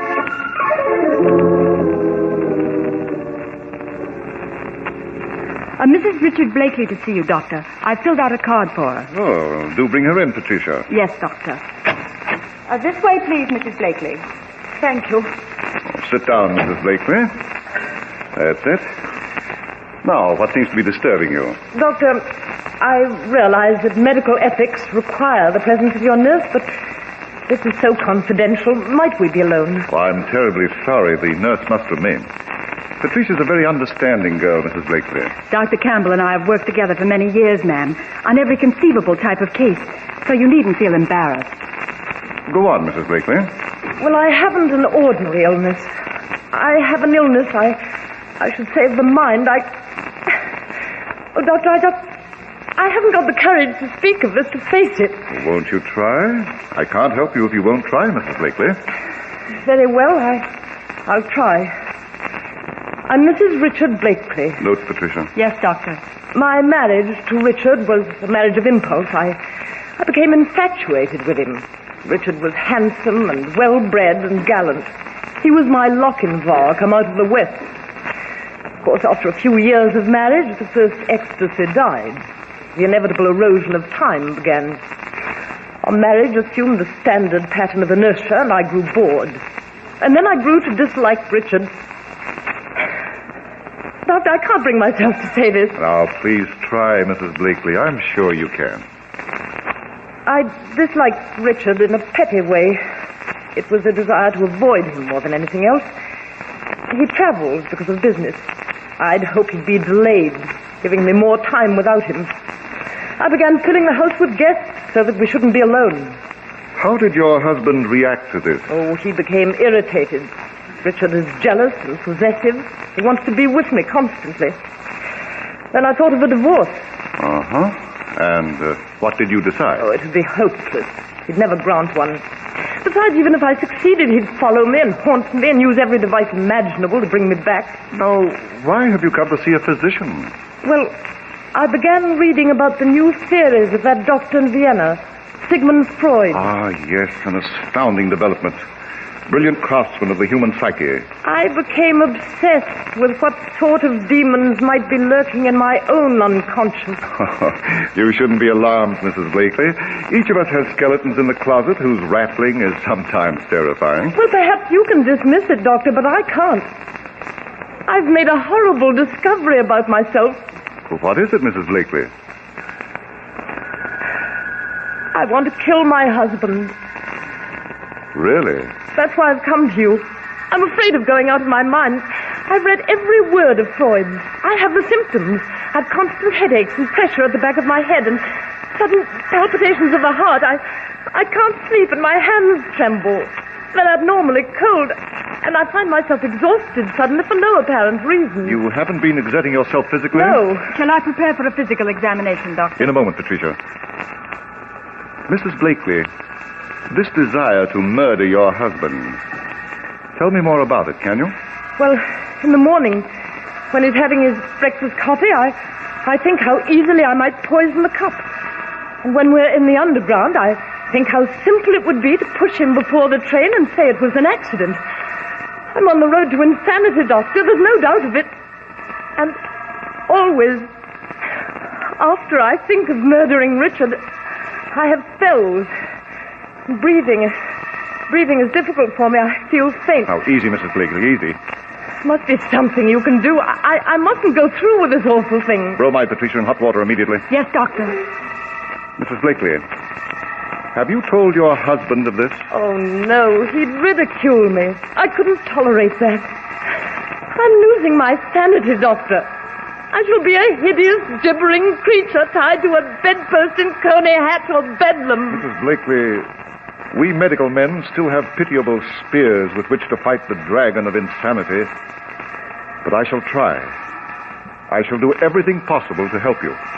I've had even more ghastly thoughts, Dr. Campbell. I've thought killing him just once wouldn't satisfy me. I've had a lust to take a knife and plunge it into his body, over and over and over.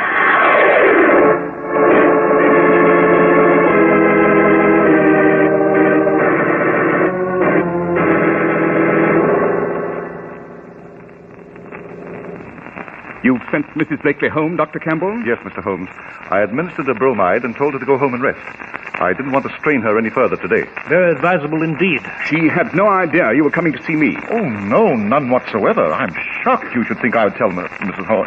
The woman is infinitely ashamed of this fear that possesses her. And immediately after you packed her off, you came here to Baker Street? Well, I made just one stop, to see a patient at Upper Gloucester Place. I've a confession, Mr. Holmes. Oh? I've come to tell you about this case as fast as I could because the great psychoanalyst Sigmund Freud of Vienna is attracting a great deal of attention. But we doctors are still quite helpless in the face of mental aberration. You agree, Dr. Watson? Unquestionably. You see, Freud has opened a door for our profession, but we've years of research ahead. I thought you might advise me, Mr. Holmes. It's so dangerous a situation. Yes. Dr. Campbell, are you at all familiar with Mrs. Blakely's home? Her family, her husband, perhaps? Oh, no. This afternoon was the first time I'd ever seen or heard of Christine Blakely. Oh, tragic figure, that woman. I wouldn't admit it to her, but I do believe she's on the verge of losing her mind. And of murdering her husband. You've been shockingly careless, Doctor. Fetch your things, Watson. I've what? Where are we off to her? Mrs. Blakely's house. Immediately. Well, I wouldn't disturb her now, Mr. Holmes. She's so distracted. Now, perhaps tomorrow... No, we must see her tonight. She must be removed from the house before she has further opportunities for murdering Richard Blakely. As a matter of fact, we've lost precious time already. Where is Mrs. Blakely's residence, Dr. Campbell? Across Regent's Park, St. James Terrace. We'll fetch a carriage and hurry over. Well, the quickest way is by Park Road, past Hanover Gate. Right you are, Dr. Watson. I'm ready, Holmes. Then quickly, gentlemen, quickly.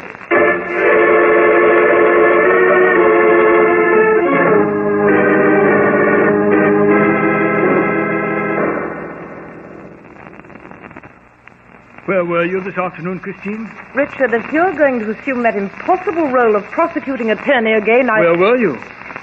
Shopping. You're lying. I was shopping. Now, will you finish your dinner? The roast will be cold. Tell me the truth. If you don't stop persecuting Were you me... with a man? Richard. Christine, I know you so well. You're the cool, statuesque mistress of the household. But in your heart of hearts, you're a cheap, scheming little... You foul mouth! Does it please you to slap my face? Does it add to your feeling of superiority? Speak out, Christine. I know what you really are. Well, then why don't you do what any man with pride would do and get out? Or let me get out? No. You're going to stay here. You're going to go on living with me. I'd never let you wander off. You're the prisoner of St. James Terrace. It's humiliating and unbearable to you, and that is just what I want. It delights me to have this tigress caged and restless in my home. Richard, this endless battling is so absurd. Can't we stop it? We're so weak. Perhaps we should go away together to some spot we knew when we first met.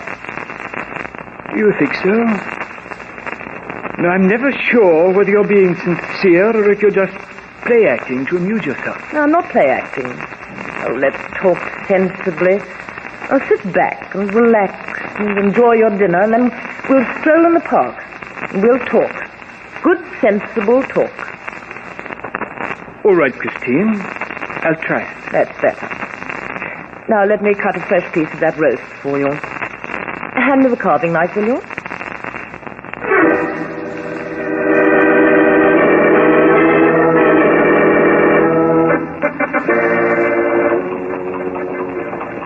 By Jove, Holmes, there's Park Road. And look, it's blocked. Quite so, Watson. It's being repaired. You see the sign? It's blocked as far as Hanover Gate. We shall have to turn about, Mr. Holmes.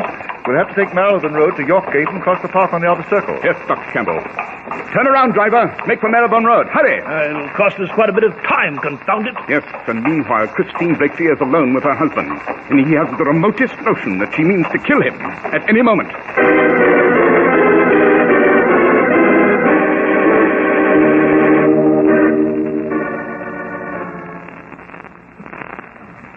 There you are, Richard. I've cut a very tempting piece of the roast for you. You can be considerate, Christine. And I do appreciate the rare moments when you are Now put down the carving knife. You'll cut yourself. I've given a great deal of thought to us, Richard. Of course. I've made a decision. You have, Christine? What is it? What is it, Christine? I can only be happy. Yes? I can only be happy if... If what? If you're dead. If you're dead, if you're dead, if you're dead!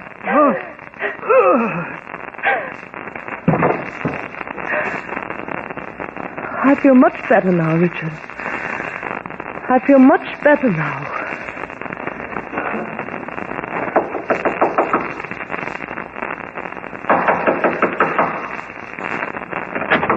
Mrs. Blakely, Good Lord! We're too late, Dr. Campbell. Holmes, don't tell me that... Oh. Mrs. Blakely.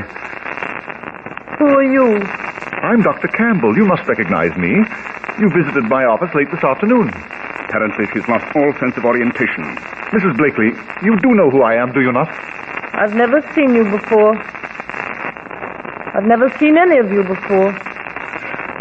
I know who the gentleman is lying on the floor, though. That's my husband. He's dead. I killed him. With this knife. The knife is still in my hand, dripping his blood.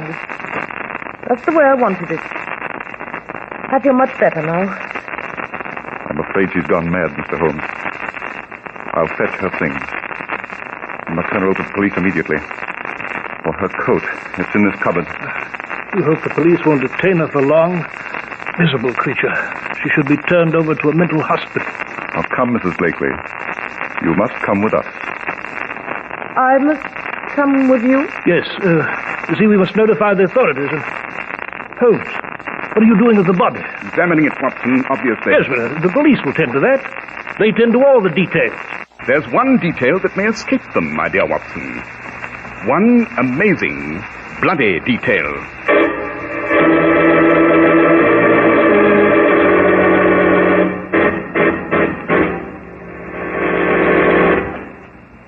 Look, Mr. Barons, let's hold that detail a minute. I'd like to talk to you some more. About Clippercraft clothes? Why, say, you've already sold me. But did I tell you about the You mean fact how over 1,200 fine independent stores from coast to coast gang up their buying power? Yes, and combine on manufacturing and distribution so that they can give values that are simply fabulous. Sure, I know. That's why Clippercraft top coats and overcoats look so expensive. But actually, Clippercraft top coats and overcoats only cost $40 to $47.50. Oh, I was coming to that. They're a terrific buy. Zipper lining top coats and those smart Clippercraft overcoats. You've really got to see them to believe they're only $40 to $47.50. That's why men who know insist on Clippercraft clothes. So be sure to visit the Clippercraft store in your city. These leading stores in the metropolitan area are proud to add their names to Clippercraft in your suits, top coats, and overcoats. In Manhattan, John Wanamaker Men's Stores, Broadway at 8th and 67 Liberty Street. Saks 34th, Broadway at 34th. In Brooklyn, Abraham and Strauss. In Newark, New Jersey, Boulevard Men's Shop, Kresge Newark. And in Jamaica, the B&B Clothes Shop, 16408 Jamaica Avenue.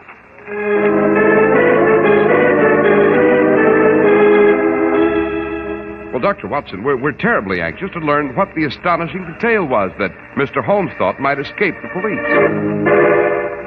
Yes, of course, Mr. Harris. Well, Sir, Holmes, as usual, refused to elaborate at that point.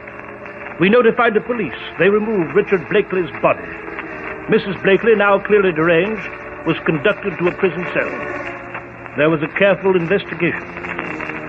Finally, she was committed to Bedlam, that awful asylum for the insane in Kent. You know, I'd regarded the case as a simple tragedy that had moved to its inevitable end. But not Holmes. He paid a visit to Mrs. Blakely in her room at Bedlam.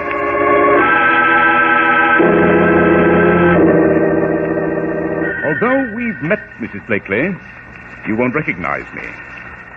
I am Mr. Sherlock Holmes. Yes, they mentioned your name to me. I don't seem to recall what your profession was, Mr. Holmes. I frankly don't recall who you are other than the name. Mine is the profession of criminal detection, Mrs. Blakely. You're with the police? Not at all. I function entirely upon my own. I've no official position, no staff. I've no weapons, other than my brain.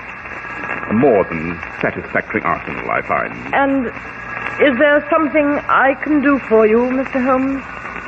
I have an insatiate curiosity, Mrs. Blakely. I wanted to inquire further about your husband's death. Well, really, unless this is absolutely necessary... I merely wanted to ask if you could recall the exact sequence of events, beginning with the moment when you returned to your home after leaving Dr. Campbell's office. Oh, please don't ask me to do that. I'll become ill again. Why do you ask that question? Simply my own desire to understand every crime in which I'm involved. The last minute design of the grotesque pattern. Well, I really don't remember much. When I came home, all sorts of thoughts ran through my mind. My visit to Dr. Campbell that afternoon, the fact that he was on the way with you, but that I could defeat everyone by killing Richard then and there. Oh, please, unless it's most urgent, I can't reenact that awful night. I just can't. Very well, Mrs. Blakely. I regret disturbing you. I thought they were finished with me. I thought they'd allow me to rest. You're like desert birds picking ghoulishly at the dead. It's over, and it had best be forgotten. Had it, Mrs. Blakely?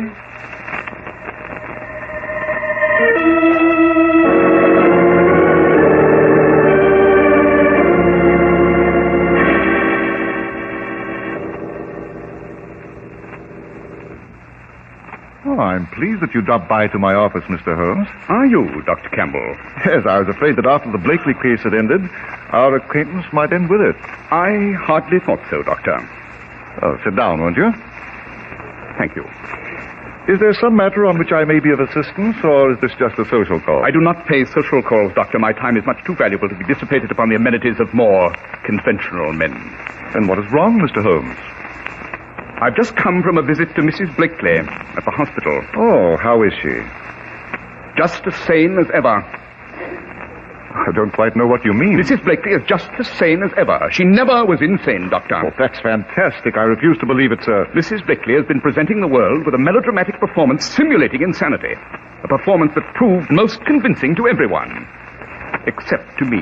You're talking nonsense, Mr. Holmes. I'm a physician. Oh, you must recognize my ability to judge the symptoms of my patients. Christine Blakely intended for a long time to do away with her husband.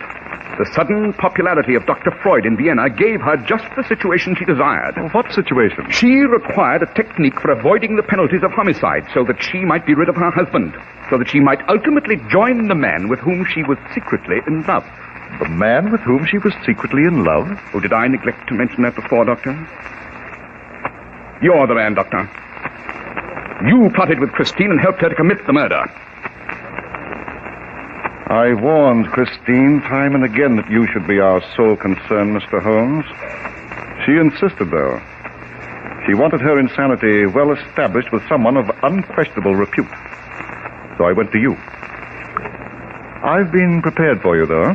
With that revolver? Oh, the revolver is merely to detain you, Mr. Holmes. I shan't kill you that way. You shall have a most regrettable heart attack while paying me this visit. You came to consult with me about chest pains. Then you died. Interesting plan. Of course, consulting you on medical matters would be foolish. I've looked into your background, sir, and it seems you have no legal right to practice. Your title of doctor is pretense. You never earned it. I've been well prepared for your accusations, Mr. Holmes. Look, in this drawer. This hypodermic contains a drug, an overdose. I shall inject it into your arm. The needle prick is almost invisible. The injection will strain your heart to the bursting point. Most unfortunate. Now, you were saying about Christine. Oh, yes. She has been conducting a clandestine affair with you. Her late husband traveled on business. You imparted that information to me yourself. While he was away, you visited the Blakely home. You found evidence to that? I never indulge in idle conjecture. Of course I have evidence. You and Christine concocted what you believed was an ingenious idea. You would establish that she was losing her mind. She would publicize the murder in advance. Your nurse was most important. My nurse? Yes. You insisted she remain and hear every word of Mrs. Blakely's. She was an indispensable witness. Mrs. Blakely would then kill her husband, plead insanity, be committed to a hospital rather than to the gallows, and within a short time she'd be cured, released, and would join you. That was the plan, yes. But you made your first error, Doctor, when you mentioned that you stopped to see a patient at Upper Gloucester Place. That is on Park Road. You couldn't have avoided noticing the road was blocked. Yet, when Watson suggested we dash to the Blakeley's via Park Road, you accepted the suggestion. Why, Doctor? Because you were afraid Christine wouldn't have time to kill Richard before he arrived. You wanted the delay at the blocked road. Excellent, Mr. Holmes. Surprising powers of observation. When we arrived and found Christine with the body of her husband, you said you'd fetch Mrs. Blakely's things. You knew where they were. You knew the clothes cupboard she used, although you were never supposed to have been to the house before. I was so right in warning Christine. Now I shall inject this hypodermic. If you resist, I shall be forced to shoot. I'd rather not do that. Naturally. When I examined the body, sir, I mentioned finding an amazing detail. It was the fact that Christine had killed her husband with surgical precision. It's very difficult to plunge a knife into someone's heart directly without the blades being deflected by the ribs or the chest wall. But hers was masterly strokes. It required some knowledge of anatomy to place the knife so neatly into the center of the heart. It confirmed my previous suspicion. Christine had been coached by someone rather learned in such matters. By you, Dr. Campbell, by you. May I ask, Mr. Holmes, why you allowed the investigation to proceed? Because although the evidence was heavily weighted against you, I do not make accusations unless I am upon extremely firm ground. So, I waited to visit Mrs. Blakely. And she provided me with a final bit of information that I needed. Did she? Yes. You told me Mrs. Blakely had no idea that you'd come to see me about her case. You were appalled at my question. But, sir, just a few minutes ago, Mrs. Blakely inadvertently mentioned that the night she killed her husband, she sat in the dining room thinking of the fact that you were on your way with me. Again, undeniable proof that this homicide was carefully prearranged. She knew exactly what you were doing. A superb series of deductions, Mr. Holmes. Thank you. Now we shall have our unavoidable disaster. Your heart attack. Roll up your sleeve, Mr. Holmes. You're forcing me to remind you that at this range, if I pull the trigger of this gun, it'll blow your head off. I've the needle ready. I said roll up your sleeve, Mr. Holmes. I assure you, your death from the drug in this hypodermic will neither be long nor painful. I'm quite familiar with the effects, Doctor. Then you must know you will experience a sudden shooting pain, very short-lived, and then oblivion. Rather a pleasant way to die, I should say. Roll up your sleeve. That's it. Now raise your arm. Raise your arm. I'll just take this needle this way. Find a vein. Clench your fist, Mr. Holmes. Good. Good. Now the needle so. Drop that needle, Dr. Campbell. Dr. Watson! Inspector Lestrade of Scotland Yard is with me, Doctor. I'll take that gun, Dr. Campbell. I began to believe you'd never step inside, Watson. Campbell, give your gun to Inspector Lestrade. Come on. Come on. No! No! Oh, my hand! I'll take that gun. There we are.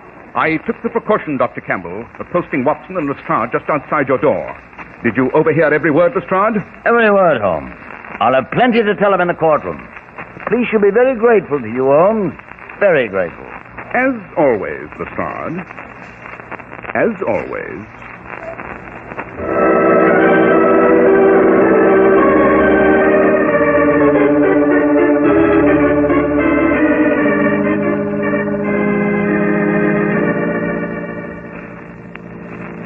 The Persian slipper, Watson. My pipe needs tobacco. Well, here you are, Holmes. Nothing quite like the armchair here at Baker Street, eh? You know, I've seen in the newspapers that Dr. Campbell, Mrs. Blakely will go on trial next week. Both for premeditated murder. Excellent. A full-blown trial with a noose in the offing. None of your gentle medical inquiries into the dark recesses of Christine Blakely's mind. Amazing, Holmes, amazing. The facility with which you take a seemingly clear-cut case of insanity and prove that it was a scientifically outlined murder. By George, I know there may have been countless other cases that passed unnoticed, and the killer's now scot-free. Conceivable, don't you think, Holmes? A murder that defies cold logic? It is beyond understanding? I beg to differ, my dear Watson. Any murder that defies explanation just requires time for me to smoke and think. To me, a case that's supposedly beyond human understanding is simply a three-pipe case. Match, please, Watson.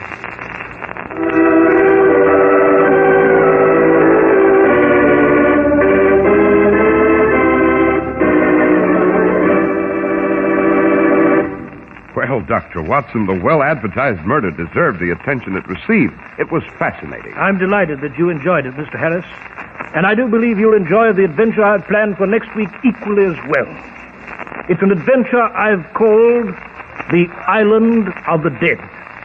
And it concerns the ancestor of one of history's most ruthless pirates. An uncharted, uninhabited island and a ship with a dead pilot at the wheel.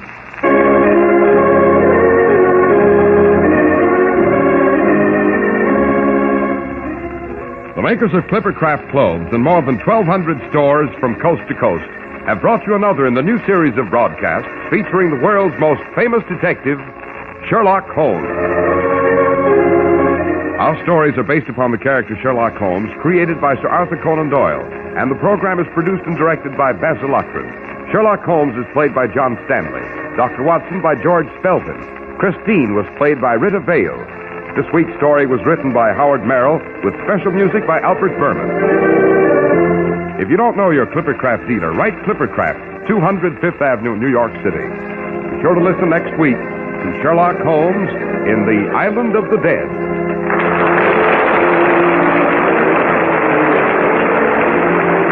This is Cy Harris speaking for Clippercraft Clothes. This is the Mutual Broadcasting System. Next, it's Behind the Front Page with Gabriel Heater. Send your merchandise and Christmas gifts the fast way. Use Eastern Airlines Air Parcel Post Services. Packages up to 70 pounds. Contact your local post office for details.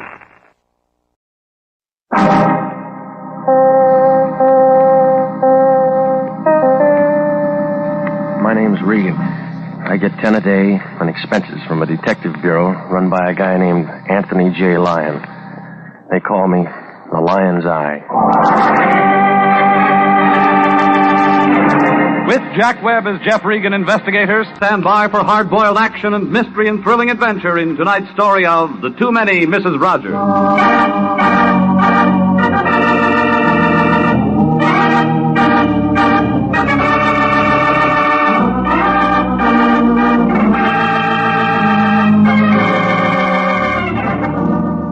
7th Street, near Olive. That's where it stands, downtown L.A. Cosmopolitan Building. A big chunk of granite poking its way up through a parking lot. That's where you'll find International Detective Bureau, Suite 308. A good bargain counter if you're shopping around for trouble. Anthony J. Lyon, the guy I work for, pays the rent. Can't be very much because sunlight and those office walls have never said hello. The Cosmopolitan Building. An air shaft runs right up the middle of it. Suite 308 is wrapped around that ventilator like a donut around a hole. Figures that the Weather Bureau ought to run a separate survey on that office. Because we get all the blow-by from the Acme Incense Company, 3 doors down the hall. Los Angeles smog had come in second best if they knew about it. Well, it was last Tuesday, the day that Cleveland won the pennant, that I walked in. The Lion was there pecking around on that same old Remington.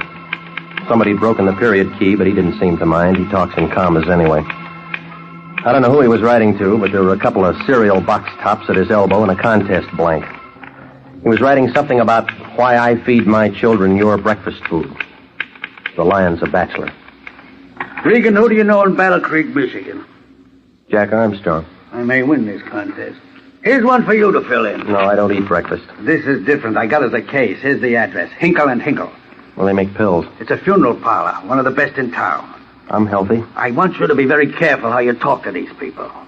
Ooh, the customers? Hinkle and Hinkle, father and son. They got a fine establishment, and all the best people go to them for the final right. Well, I'm fresh out of Shroud. They got problems, Hinkle and Hinkle have. What's the trouble? Hop over there and they'll tell you. I'd rather get it from you. Regan, I can't do that. Why? You've read our business card. Anything told to an international man is in the strictest confidence. I wrote that and won't double-cross a client. Well, that's a new twist for you. What do you mean? Every day you dump these phony cases in my lap and I go out on them. All I do is play tag with homicide. You won't get caught. A lot of canned tuna felt that way. You know I take care of you. That's what I don't like. Hinkle and Hinkle are expecting you right now. Yeah. Jump in your car and get over there. What do I say to them? Just say hello. They'll pick it up from there. You know, someday I'm going to quit. If you do, you'll starve. So what? You'll still wind up at Hinkle and Hinkle.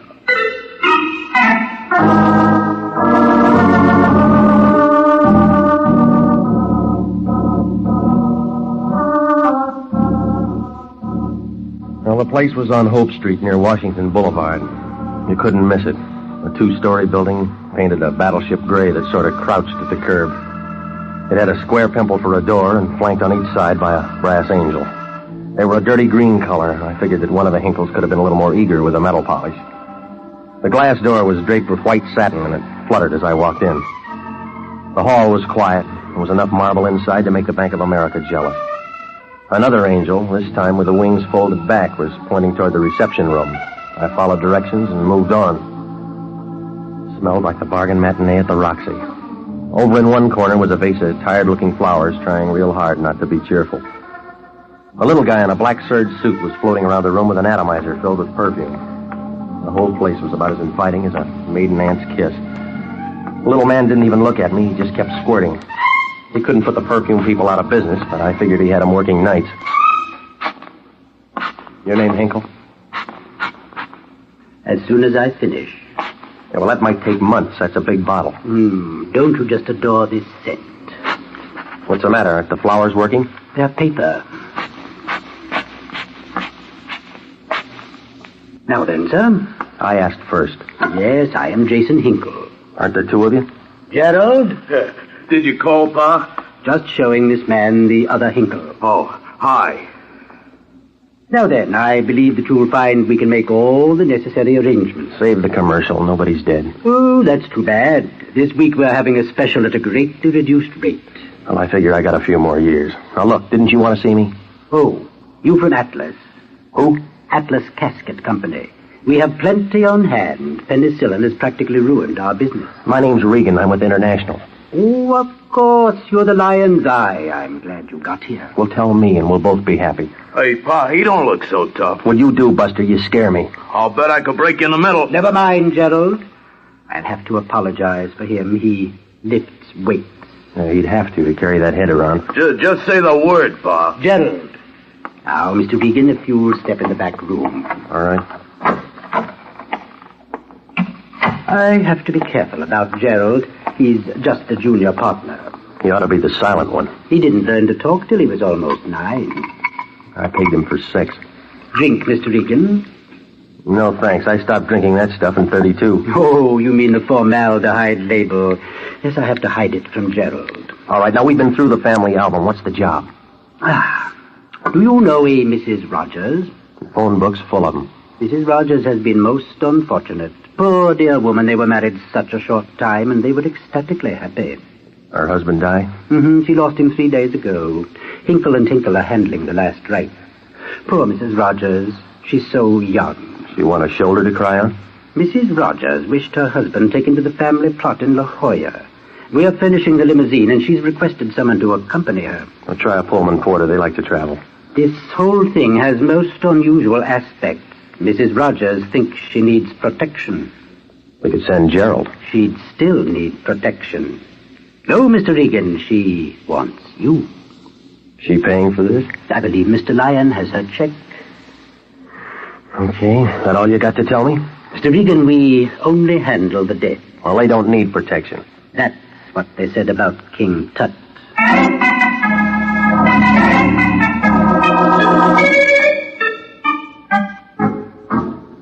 Hinkle gave me her address. It was over near Westlake Park. It was one of those new modern apartment houses painted an elephant pink. It was around 6 o'clock when I rang the bell. While I waited, I Tried to figure this protection angle. I thought maybe I could talk her out of it and wind up the whole thing right here. I kind of figured that she was just upset and needed a man around. When she opened the door, I knew I was right. You could see she was in mourning. She was wearing black lipstick. She was tall and thin, with long blonde hair. She made Mr. Peabody's mermaid look like a beginner. Right then, I knew that this case was about as much on the level as the city of San Francisco. She needed protection, all right, but so did I. When she said hello, it melted all over you like honey on a hot biscuit. You're standing in a draft. Well, it's a warm night. Oh, come in. You, Mrs. Rogers? That's right. My name's Regan. The man from International. You're more than I paid for. Well, prices are coming down.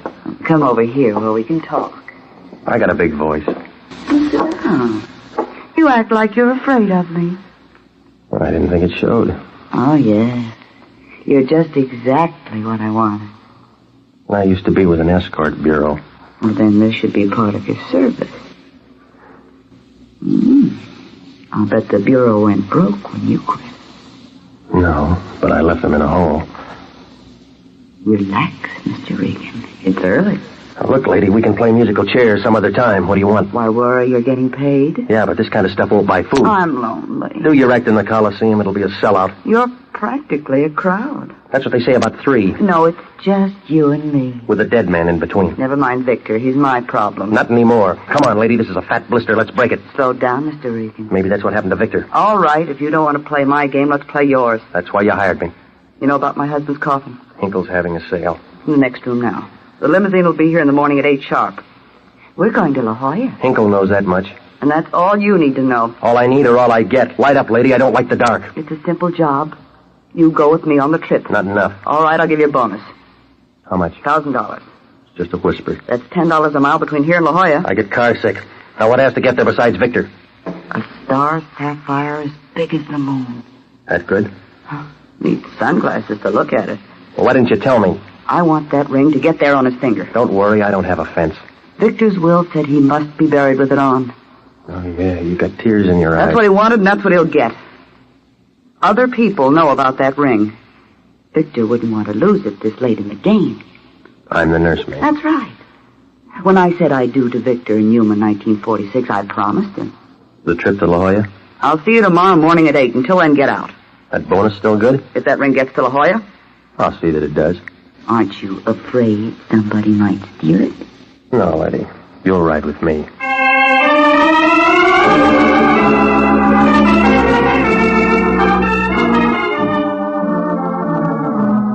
Well, I began to get an uneasy feeling, like a steer on the way to Kansas City. I left Helen Rogers and walked outside. There wasn't much traffic. It was a warm night, and all the canoes in Westlake Park were full. I headed for an all-night coffee spot on the corner. If I'd have taken one more step, I'd have been in the back seat of a new Nash convertible with the top down. There was a brunette with long black hair in the driver's seat. She was thin and figured to be tall the way she was wrapped around the wheel. There were 2 things different. She had bright red lipstick, and her hair was black. She was wearing a dress the color of a boulevard stop, and she flipped the right door open. One look at her, and you knew that Dallas was wrong about their women. Want a lift, soldier? No, I only got a weekend pass. Plenty of time. You can go AWOL. No, I'm bucking for sergeant. Get in and I'll tell you about the atomic bomb. Short ride? No, I think a long one. Okay, I'll buy the gas. Won't have to, Mr. Regan. I've got a credit card. Now, don't tell me you're lonely. You're in trouble.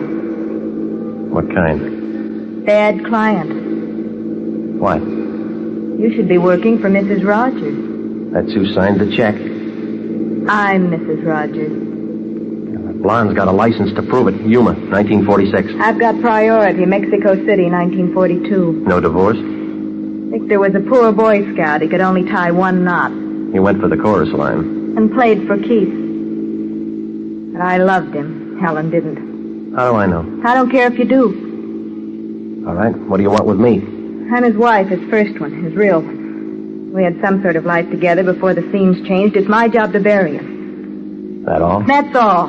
The corkscrew. Straighten it out, sis. I'm telling you the truth. You left out one item. Tell me that sapphire's got nothing to do with the affection. It hasn't. That's what the other Miss Rogers said. She's a liar. A blonde one. She'll run out of bleach. You're trying too hard. I'm telling you, Regan, I'm not going to sit by and do nothing. I believe you. You're letting your fingernails grow.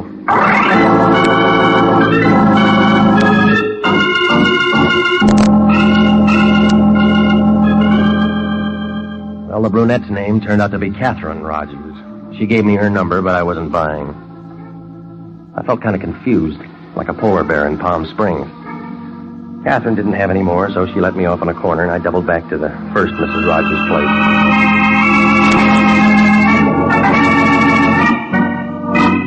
It was about 20 minutes later when I rang Helen's bell. No answer. The door was unlocked, so I went in. The room was dark, except for the neon sign outside the bedroom window. I could see Victor Rogers' coffin banked up with flowers. The biggest blossom was already wilted. It was Helen. She was lying on the floor and her fire was out. I went back to the living room to call homicide. Then I smelled taboo perfume. She made a real good reflection in the mirror behind me. This one was a redhead. She had long hair. She was tall and thin enough to slip under the door. She had a little hand, but her finger could reach the trigger of the gun that she had in my back. I couldn't tell too much about it, but if I'd known her in college, my homework would have suffered. Don't make a date. You're not going to make it. She'll wait. It may be forever. Hang it up. Did you do the job on the blonde? Maybe. Too many going for that sapphire. Maybe. Which one are you? Rita. Where'd he find you? South America. Different places, different girls. That's it. He'd make a good advance man for the United Nations. Just the female department. All right. When'd you win your letter? Havana, 1944. You're right in the middle. No, you are. Well, the Andrews sisters did all right. I want to duet with you. I'll sing off key. That's all right. It's the style. No music. You're not listening hard enough.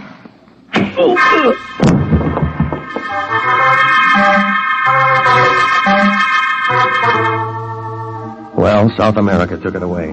When I came out of it, I was all head, like tapped beer in a cheap saloon. The room was full of homicide. They must have got a hotshot call, because they were all there. All I could see was the seats of their pants. I picked out the shiniest pair, and I knew it was Sergeant Sanducci. He was standing over me with a notebook. The way he was sucking on that pencil, I figured he must have been a lollipop man in his youth. Everybody was there. All the newspapers, the fingerprint men were dusting everything. I had about as much chance as a Christmas tree salesman in July. Sanducci leaned into me. Borderline anemia? Oh, huh? Kind of tired? Yeah. Anybody would get tired lugging a heavy gun. What gun? This 38. It pushed a hole in that blonde. That's not mine. Who cares? The hand is yours. That's where we found it. Hey, Sanducci, let me shoot a picture of the eye, will you? Go ahead. Look happy, Regan. I got a bad smile. Oh, we'll retouch it. Good. Now look like a killer. That's enough. Oh, come on. Let's see your teeth. Beat it, punk, or you'll spend the rest of the night picking yours up. How do you like that for gratitude? Okay, Regan. Now, why'd you do it? You tell me. I'm working on it. You're out of your mind. I blow a hole in her, then crack myself in the head? I'm working on that, too. We're working a redhead named Rita Rogers. I'm going steady. She rapped me. It's her gun. Your forehead is wet. Work on a brunette named Catherine Rogers. She's grubbing around, too. I told you I already got a date. You couldn't see a frame in a picture gallery. You walk in and find a warm blonde in a deep freeze. You're lying there with the murder gun in your hand and you're yelling Patsy. What were you doing here? I was on a job. Yeah. The Lions sent me over to Hinkle & Hinkle, 2 needle pushers out in Washington. They sent me over here. I was supposed to go to La Jolla with that blonde. On Lions' time? I said it was a job. She was taking her dead husband down to the family plot. She was worried about a sapphire ring. Look in the coffin, you'll see. We already did. Well, what'd you find? Air. The coffin was empty.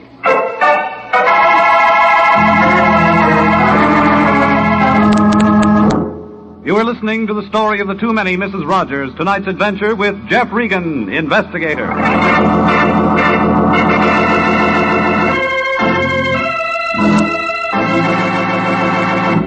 Commissions are still available in the Army Nurse Corps Reserve. If you're a graduate registered nurse between the ages of 21 and 45, you may be eligible for a commission in the Army Nurse Corps section of the Regular Officers Reserve. These commissions are still available, and those who meet the high standards and qualify with this fine organization may elect active or inactive status. If you believe you qualify for a commission in the Army Nurse Corps Reserve, apply to the Adjutant General, Washington, D.C. And now back to the story of the too many Mrs. Rogers and Jeff Regan, investigator.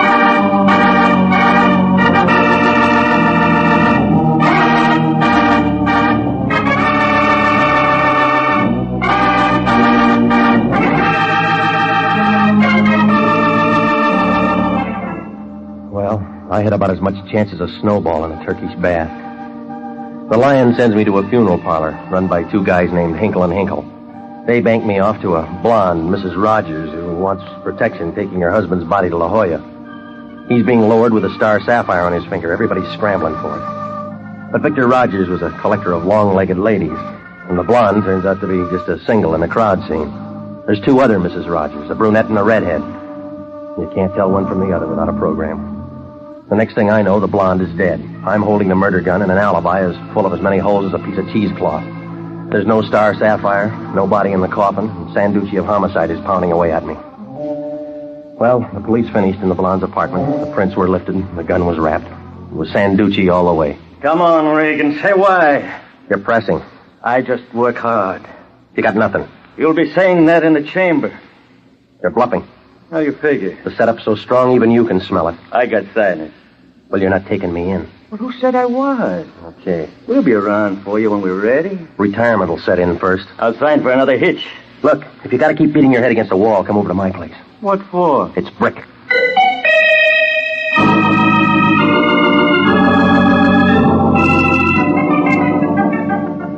I left Sanducci still chewing his pencil and headed back for the office. I knew homicide wouldn't let the matter drop, so I wanted to see if maybe the Lion could do me any good. I didn't have any supper, but somehow I'd lost my appetite. When I walked in, the Lion was still working on that contest blank. He was keeping late hours, and the only reason he doesn't go to his hotel room is he gets a reduction in his weekly rate if he doesn't sleep in the bed. Regan, where you been? Beating Sanducci. You're in trouble. Yeah. How many times have I told you to watch your step? Well, you never check before you send a guy out on a job. What have you got? Well, she's beautiful. What else? She's dead. That's no way to run a business. You got your advance. I was thinking of public relations. Oh, stop it, will you? Somebody mentions dough and you're there with a basket. That's enough. Let's drop this case. Not until the wind dies down. I got another job for you. I'm still with the old one. The case is closed. Oh, I'm opening You it. do as you're told. Now, listen, big shot. You eased me in on that hook. Now, let's see you work backwards. Regan, you're getting out of line. Get a trace on Catherine and Rita Rogers. Who are they? A brunette and a redhead. What else? Victor Rogers' wives. What about Helen? His record broke on I Do. We'll get going and clear this thing up. Would you like to give it a whirl? Regan, don't you like working for me? I'll answer that when we both got more time. Well, I left the line, picked up a cup of coffee and a sandwich, and went home. Then I tried to figure the mess. A guy with 3 wives drops dead and is going to be buried with a fortune on his finger. All the hens start clawing around. That figures. One of them gets the axe. I happen him. A setup for a patsy. That figures. But what doesn't is why is the coffin empty? Somebody pulls a knockoff to grab a sapphire and takes the stiff with it. Oh, I was getting nowhere, like a pickpocket in a nudist colony.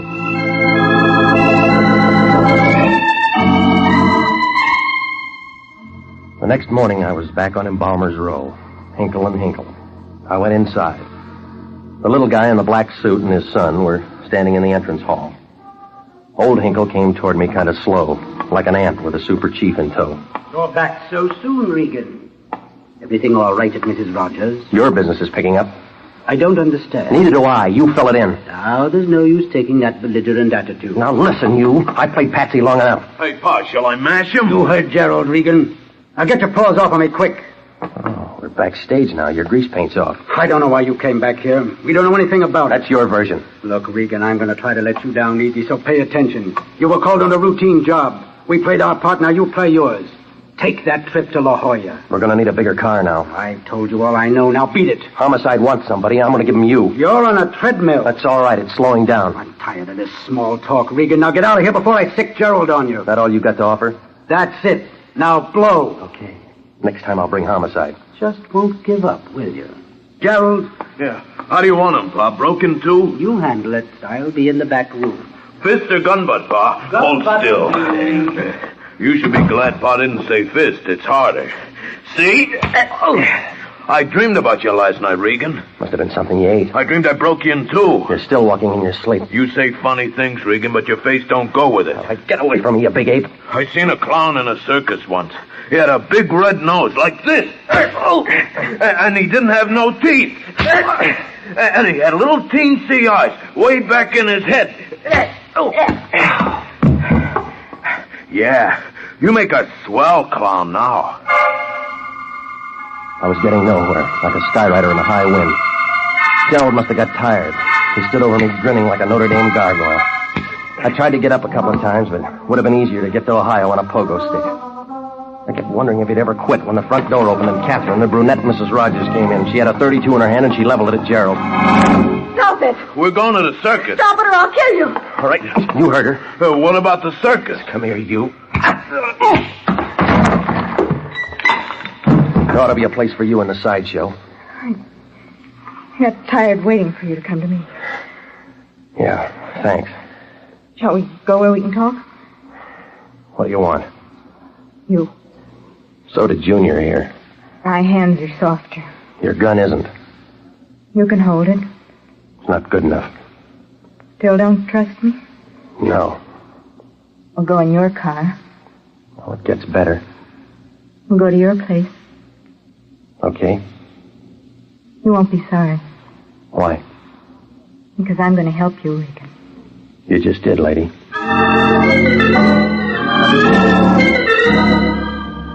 We left Hinkle and Hinkle and drove up Washington to Vermont and then north toward Hollywood. Above Beverly, we had to detour for the freeway coming in. It made me kind of mad. I'd been detouring since the beginning. Well, she didn't say much, and I tried to figure. The last time I saw her, she gave me a choke act about being the only one who ever loved Victor. And the next thing I knew, I was set up like pins in a bowling alley, and Sanducci was going for 300. We pulled to a stop in front of my place and went in. Inside, there was company. She wasn't invited. But the red-headed Rita, the South American bombshell, was lying on my bed. Somebody had set her off. She was dead. This the kind of help you mean? I didn't know she was here. Oh, come off it. You're not Bergman. I didn't. She's past convincing. I'm talking to you. So am I. Regan. No go, lady. You knocked her off, got me over here, worked the gun into my hand. No. You did the first job, too. You let me out of your car, doubled back to Helen's before I got there and fogged her. No, you're wrong. Right me. I did double back to Helen's apartment and got there before you. Looking for that sapphire. Looking for a showdown on Vic's burial. It was my job. You said that before. We argued. Pulling hair. I didn't touch her. Go on. When I left, Rita was coming up the stairs. She didn't see me. I stepped into the shadows and watched her go into Helen's apartment. They began screaming. I looked in and saw Rita kill her. Then I heard someone coming and ran. That'd be me, huh? Yes. Moving in to play Patsy. And I heard the police thought you did it. That's right. So I looked for you. Tell that to homicide. I will. You make it sound good. It is. Cleans up one, but you're not through. Why? It's a doubleheader. Who killed Rita? I don't know. What happened to the sapphire? I don't know. Where's Victor's body? What do you mean? It's not in the box. I Oh, sure. Wind it up and make it good. I don't know. The wrong pitch.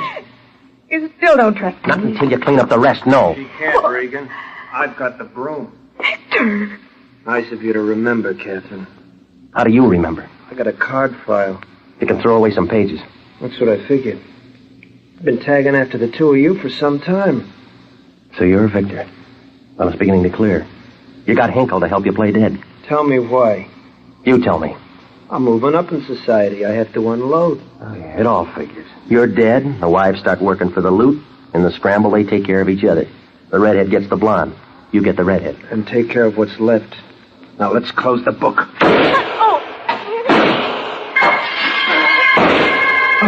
Victor's aim was good. Catherine went down. Sanducci got Victor from the bedroom window. His sapphire ring caught the light as he sprawled on the floor. And then Sanducci climbed in off the fire escape. Catherine's hair was still long, but she wasn't tall anymore. Regan. Yeah, baby. Victor. He's through. He was no good. Yeah. But I loved him. Uh-huh. We should have met sooner. So long, soldier. That's it, Regan? Yeah. She seemed like a nice kid. Yeah. It's going to be a long trip, but she'll make it.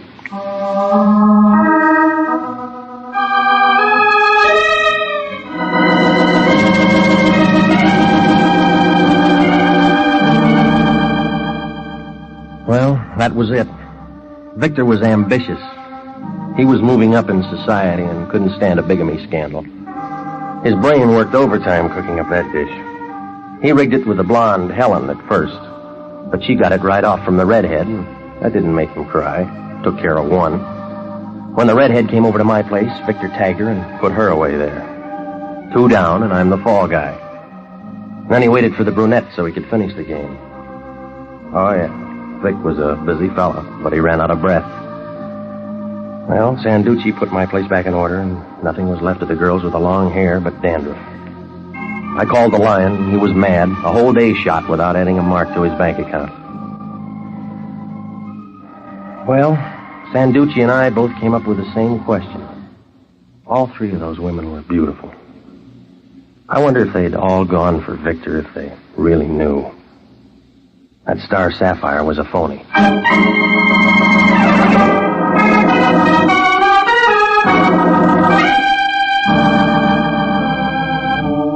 Jack Webb is featured as Jeff Regan, with Herb Butterfield as Anthony J. Lyon. Jeff Regan, Investigator, written by Larry Roman and D. Jack Newman, produced by Sterling Tracy, is heard each week at this time over CBS. Tonight's cast included Grace Leonard, Gloria Blondell, Laurette Philbrandt, John Hoyt, Jack Petrucci, Paul Frees, and David Ellis. If you're a graduate registered nurse, please listen carefully to this important message. 29,000 nurses are needed to join the new Army Nurse Corps Officers Reserve. For the first time in history, qualified nurses have the opportunity of receiving commissions in the regular Army Reserve. These nurses will remain on inactive status, ready to serve their country in time of emergency. For further information, drop a card to the Adjutant General, Washington, D.C. Original music for this program is by Milton Charles. Bob Stevenson speaking. This is CBS, the Columbia Broadcasting System.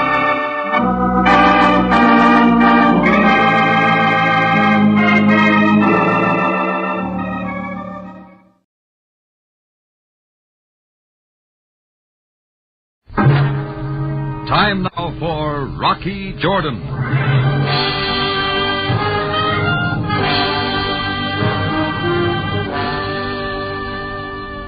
There's nothing I like better than a good game of poker. But I get tired of always drawing to straights that never fill. You have to keep throwing your chips on the table. Only the last card pays off if you're lucky enough to get it. This time I had to fill my straight. The stakes were too high.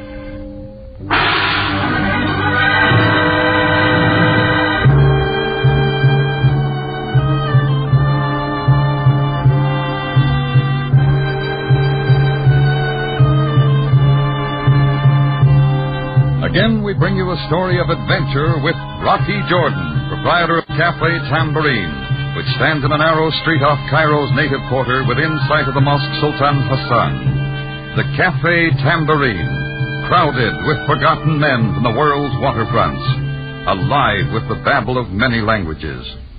Now, Rocky Jordan, and tonight's story, Ace High Straight.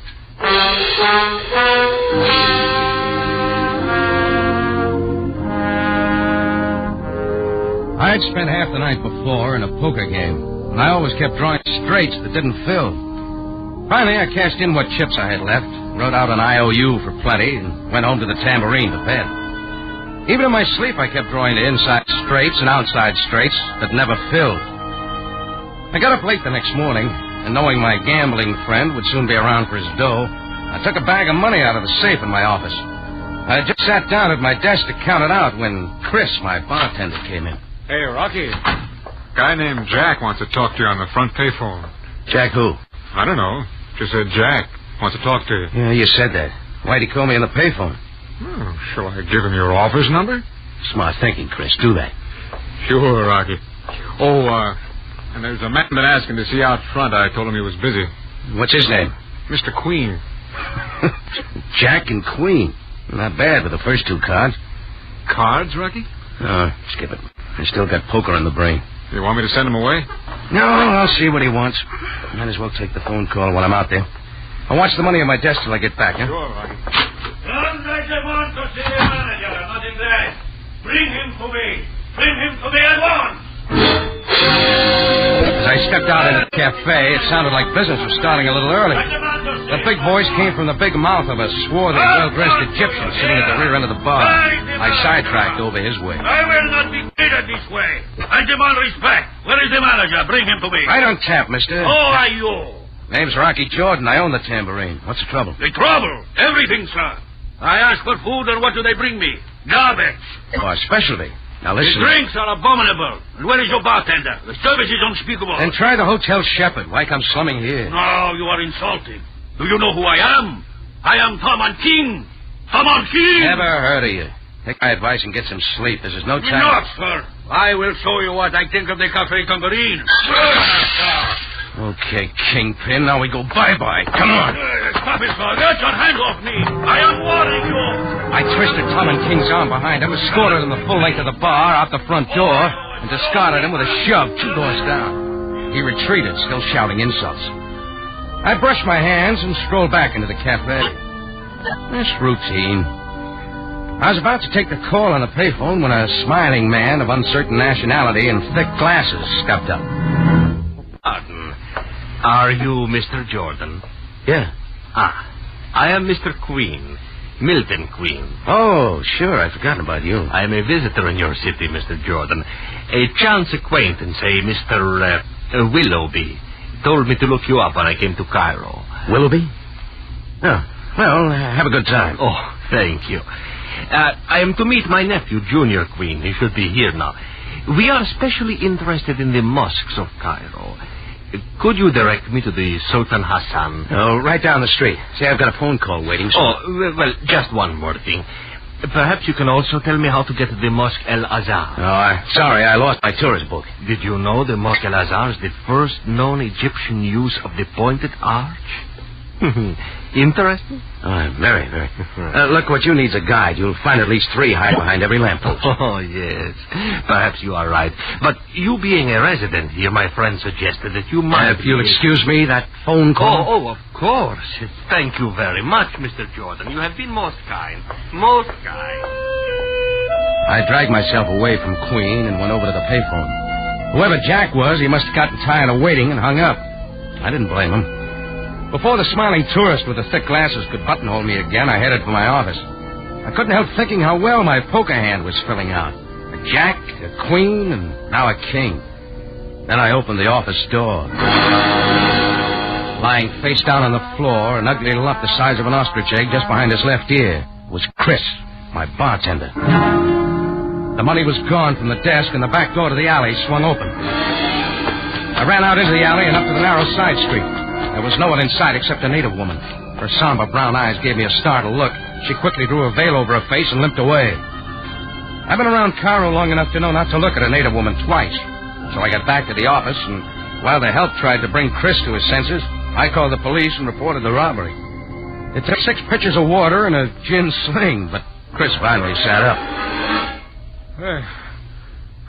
Hey, Rocky, you all right? Hey, of course I am, Chris. What happened? I don't know. Well, come on, you got to remember. I left you here to watch the money on my desk. Huh? Oh, yeah.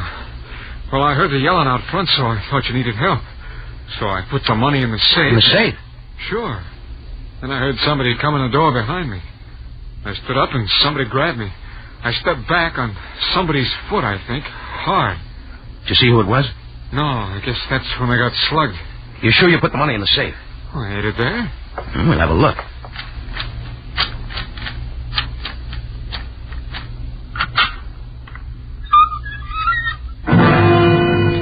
Rocky. Well, what do you know?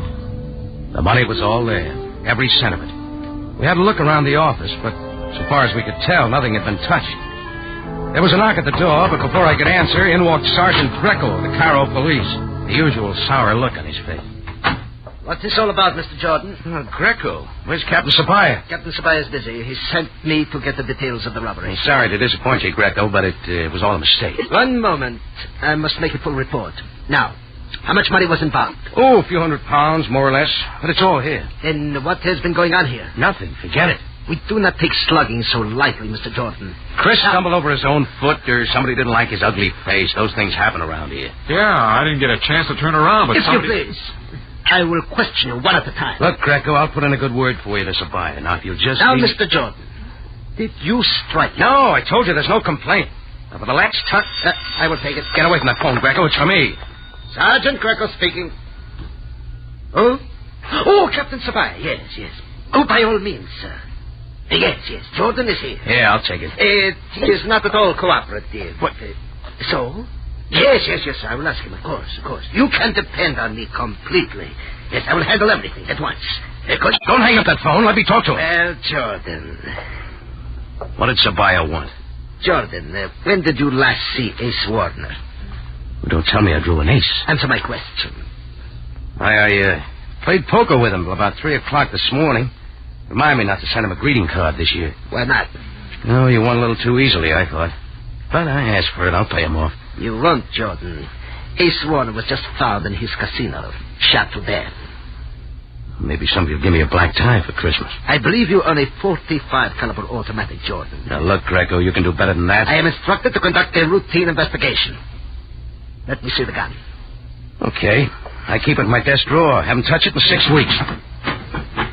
Well, Jordan? Here you are, Greco. And you'll find my fingerprints on it. Thank you. Having fun, Greco? He has not been fired recently. Oh, disappointed? Now, what is in this other drawer? Greco, get out of those drawers or get a search warrant. Another gun, Jordan. What? How did that get there? Let me see it. Don't touch it. A definite smell of cordite. 2 shells missing. This automatic has been fired within the last 12 hours. So bland if I ever saw one. I would deliver this gun to Captain Sabaya for his inspection. And under the circumstances, you, Jordan, will accompany me to the Cairo jail.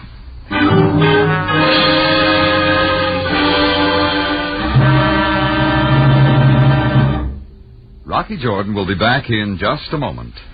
Remember, over your CBS station every Sunday night, you'll hear not only Rocky Jordan, but Sam Spade, Dashiell Hammett's Great Private Eye, and The Whistler, one of the most popular shows on the air. Remember, this half hour each Sunday evening is the time for Rocky Jordan. Now, back to tonight's story, Ace High Straight.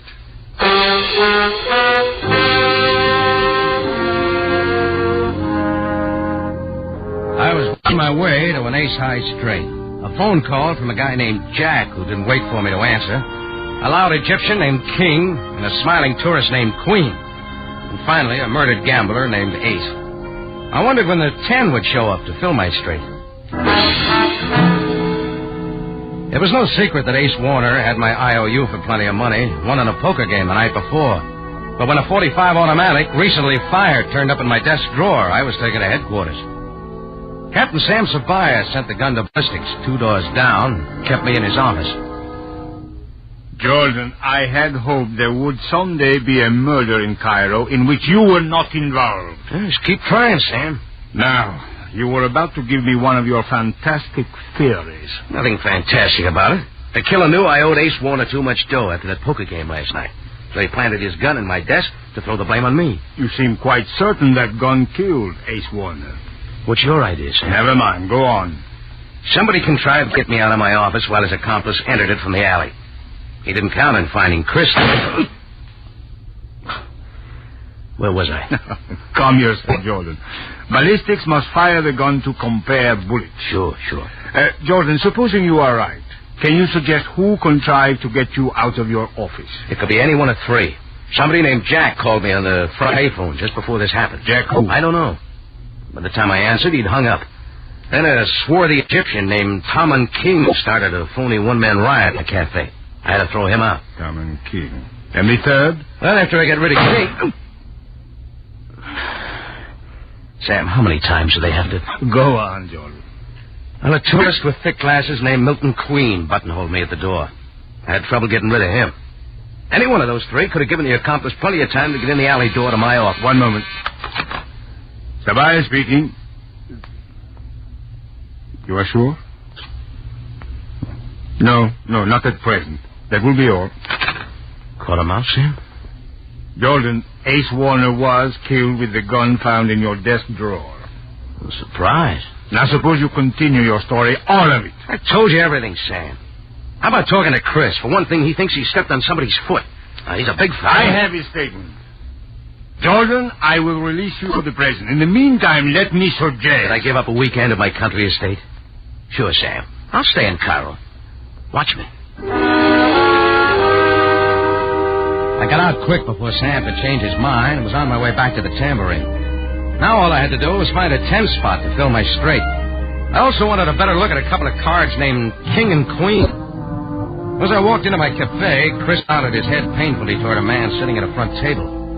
The man got up and drooped his way toward me, like an underfed dog with its tail between its legs. The Egyptian one-man riot, Tom and King. Mr. Jordan, I've been waiting to see you. Get the glasses off the bar, Chris. No, please, Mr. Jordan, I want to apologize. Why didn't you bring your whole card with you? I don't understand. Your helper who delivered the gun. Mr. Jordan, I am afraid you are confused. I created a disturbance here this morning. My actions were inexcusable. Well, I could phrase it a different way. See, I had been drinking all night.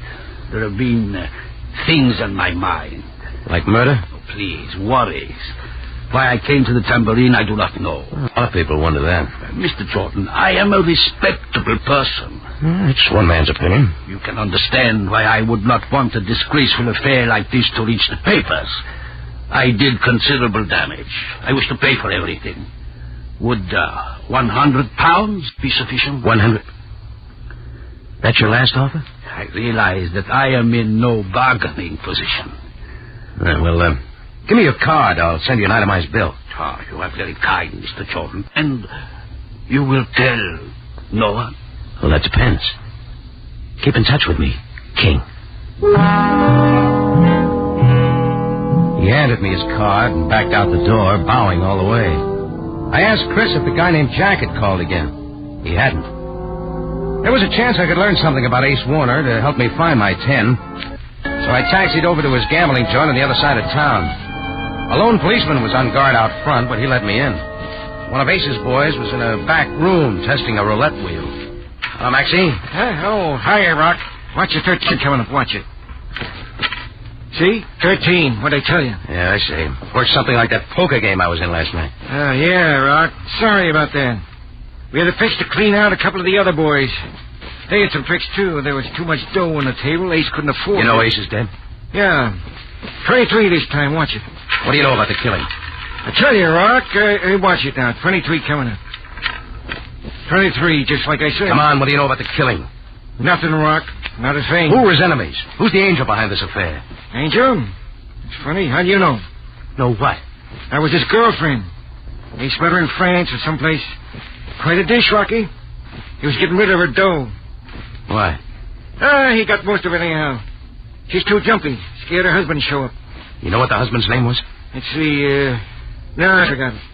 4 this time. Try to remember, Maxie. Was it King, maybe? King? Yeah, King, that's it. How do you know? I didn't. Where's Angel hiding these days? Got no idea. Hey, wait, Rock. Watch this. Sorry, Maxie. Time for the next deal. Things were beginning to gel now, but I still needed a 10 to fill my straight. I figured I'd find it back-to-back with a King. Tom and King had given me his address down toward the river on the other side of the bazaar. It takes a taxi all day to get through the bazaar, so I walked. Ordinarily, I like to take in the bazaar, get a kick out of the snake charmers, who always play a little louder when a tourist walks by. I tossed a tattered musician a couple of piastres, and I saw a familiar-looking veiled native woman coming up from behind. She limped, like the one I saw on the side street off the tambourine that morning. I wasn't sure she saw me, so I dodged into a booth and waited for her to pass. Effendi, you like my rod? Yeah, sure, but not this time. Only 2 Egyptian pounds, Effendi, for this. Think of it. No, not interested, sorry. I see you bargain well, Effendi. Only for you 1 pound. Look, I got a rug. Now, don't bother me. Effendi, you will ruin me. £1 and 40 piastres. I'm not buying anything. Let it go of me, will you? Very well, but only for you, Effendi. £1. No less, not a million less. Wait, come back. By the time I got out of the booth and shook the excited peddler off, the veiled native woman was way down the street. I thought I saw her turn in somewhere, but I wasn't sure. Anyhow, I couldn't have followed her. Like I said, a foreigner doesn't look at a veiled woman twice if he values his life. So I hurried on down the street. As I passed an open-air cafe, I changed my course again. Another one of my cards had turned up. He sat at a secluded table sipping tea. Across from him sat a shy, brown-eyed boy of uncertain age. I went up to that table. By Mr. Jordan. Mr. Milton Queen, I believe. This is a pleasure. May I present my nephew, Junior Queen? How do you do, sir? Oh, yes, we've met. We have? Why, oh, no, I was to meet him this morning, but he had not arrived when I talked to you. Oh, yeah, of course. A logical mistake. Ever played poker, Mr. Queen? Poker? No, I'm so sorry. It's so kind of you to invite me. I just thought you might know Ace Warner. Warner? Ace? No, I'm afraid not. But I would enjoy meeting him. There are so many friendly people in Cairo. Oh, Mr. Jordan, I must confess a very foolish mistake. You must?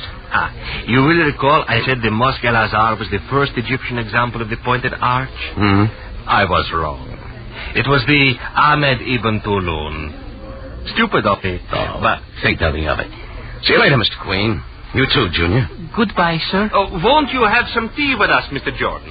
Tea? No, thanks. Kills the taste of the lemon. As I left the table, I wondered why I said I had met Junior before. I thought I had a good memory for faces. Well, I found Tom and King's address, a large brownstone modern apartment house, but King wasn't in. The clerk said he'd been out most of the day. I waited around the lobby for a while, then stepped into a phone booth and called the tambourine.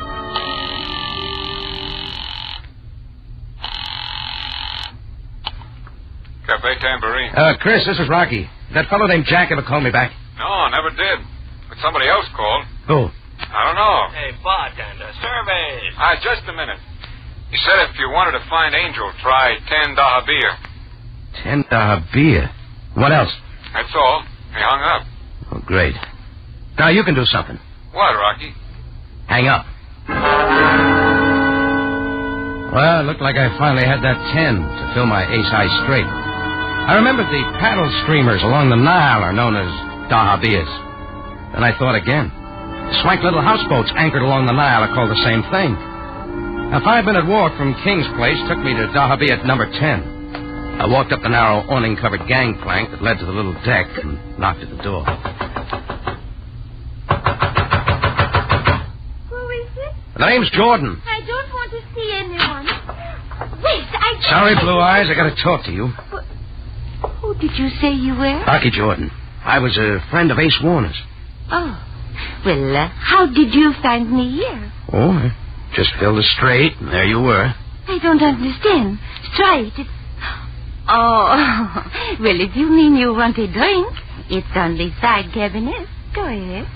Thanks. I believe I will. I'm sorry I couldn't get it for you, but you see, my foot. Yeah, I noticed it. Why did you come here, Mr. Jordan?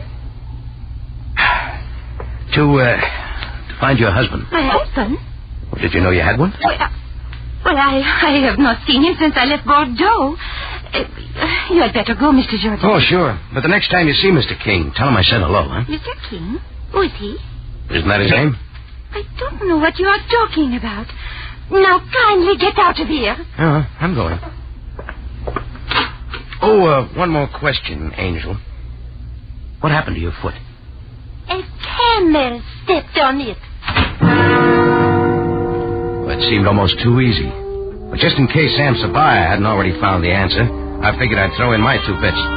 So at the nearest payphone, I put in a hurry-up call to headquarters. Captain Sabaya speaking. Sam, it's Rocky. Well, Jordan, you did stay in Cairo. I'll make it short and sweet in case you still want to know who killed Ace Warner. You mean you can tell me? All wrapped up neat like a package from Santa Claus. Try a man named Tom and King at 1114 Fingal Place. Jordan, I have already talked to Mr. King. And next, look up a blue-eyed beauty named Angel. Or didn't you know Tom and King was her husband? This is news, Jordan. All right, add it up, Sam.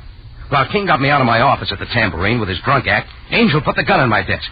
She still has a sore foot. That lovely creature knocked Chris out? Well, she had to. Then made her getaway disguised as an Arab woman, maybe. Ridiculous, Jordan. How do you explain Sam, if I figured this any farther, you'd have to put me on your payroll. Come on, better be on your way. Well, from there on, it was Sam's baby. 10 dahabir did it. My first 4 cards had been people instead of a house address, but I was satisfied. I found myself walking back through the bazaar, and this time I was enjoying it. I slowed down to listen to the tattered beggar musician. I was about to put in a request for the St. Louis Blues when I saw her again, right behind me this time, still following me, the veiled native woman who limped. But this time I figured I knew who she was. She hesitated. Her somber brown eyes flicked my way. Then she quickened her pace and went on by. I stood there, puzzled. Then it hit me. My house of cards collapsed like a tent in a sandstorm. Rocky Jordan, the prize sucker of Cairo. Sure, I figured it. Just enough to leave a girl named Angel at the mercy of a killer and get another murder rap pinned on me. This time I didn't dare let the veiled woman get out of sight again. I turned and started after her. 3 natives eyed me suspiciously and fell in behind. She saw me coming and limped faster. Then she began running. So did I. And with every step, I picked up another native bent on mayhem. There we went. The veiled woman, followed by me, followed by a pack of Muslims, right through the bazaar of Cairo.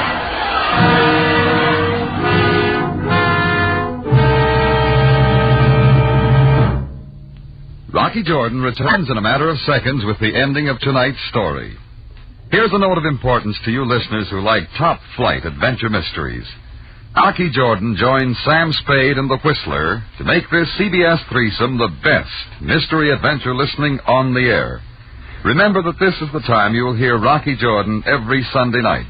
And you'll want to hear, too, Sam Spade and the Whistler, top-notch mystery on CBS.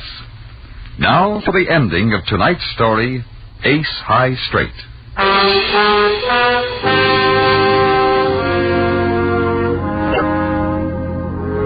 If you're ever in Cairo and crave excitement, try following a veiled woman. You'll get it. I did better than that. I chased this woman at a dead run, past the beggars and the snake charmers and the street vendors of the crowded bazaar. A pack of natives on my tail were beginning to close in. One big boy tried to block my path. I bowled him over and gathered speed again. I picked up 3 blocks and 30 more natives when I caught her. She gave me quite a tussle. Let go! Let go of me! Turn around and face me. No! No! My veil! Coming off quick and everything.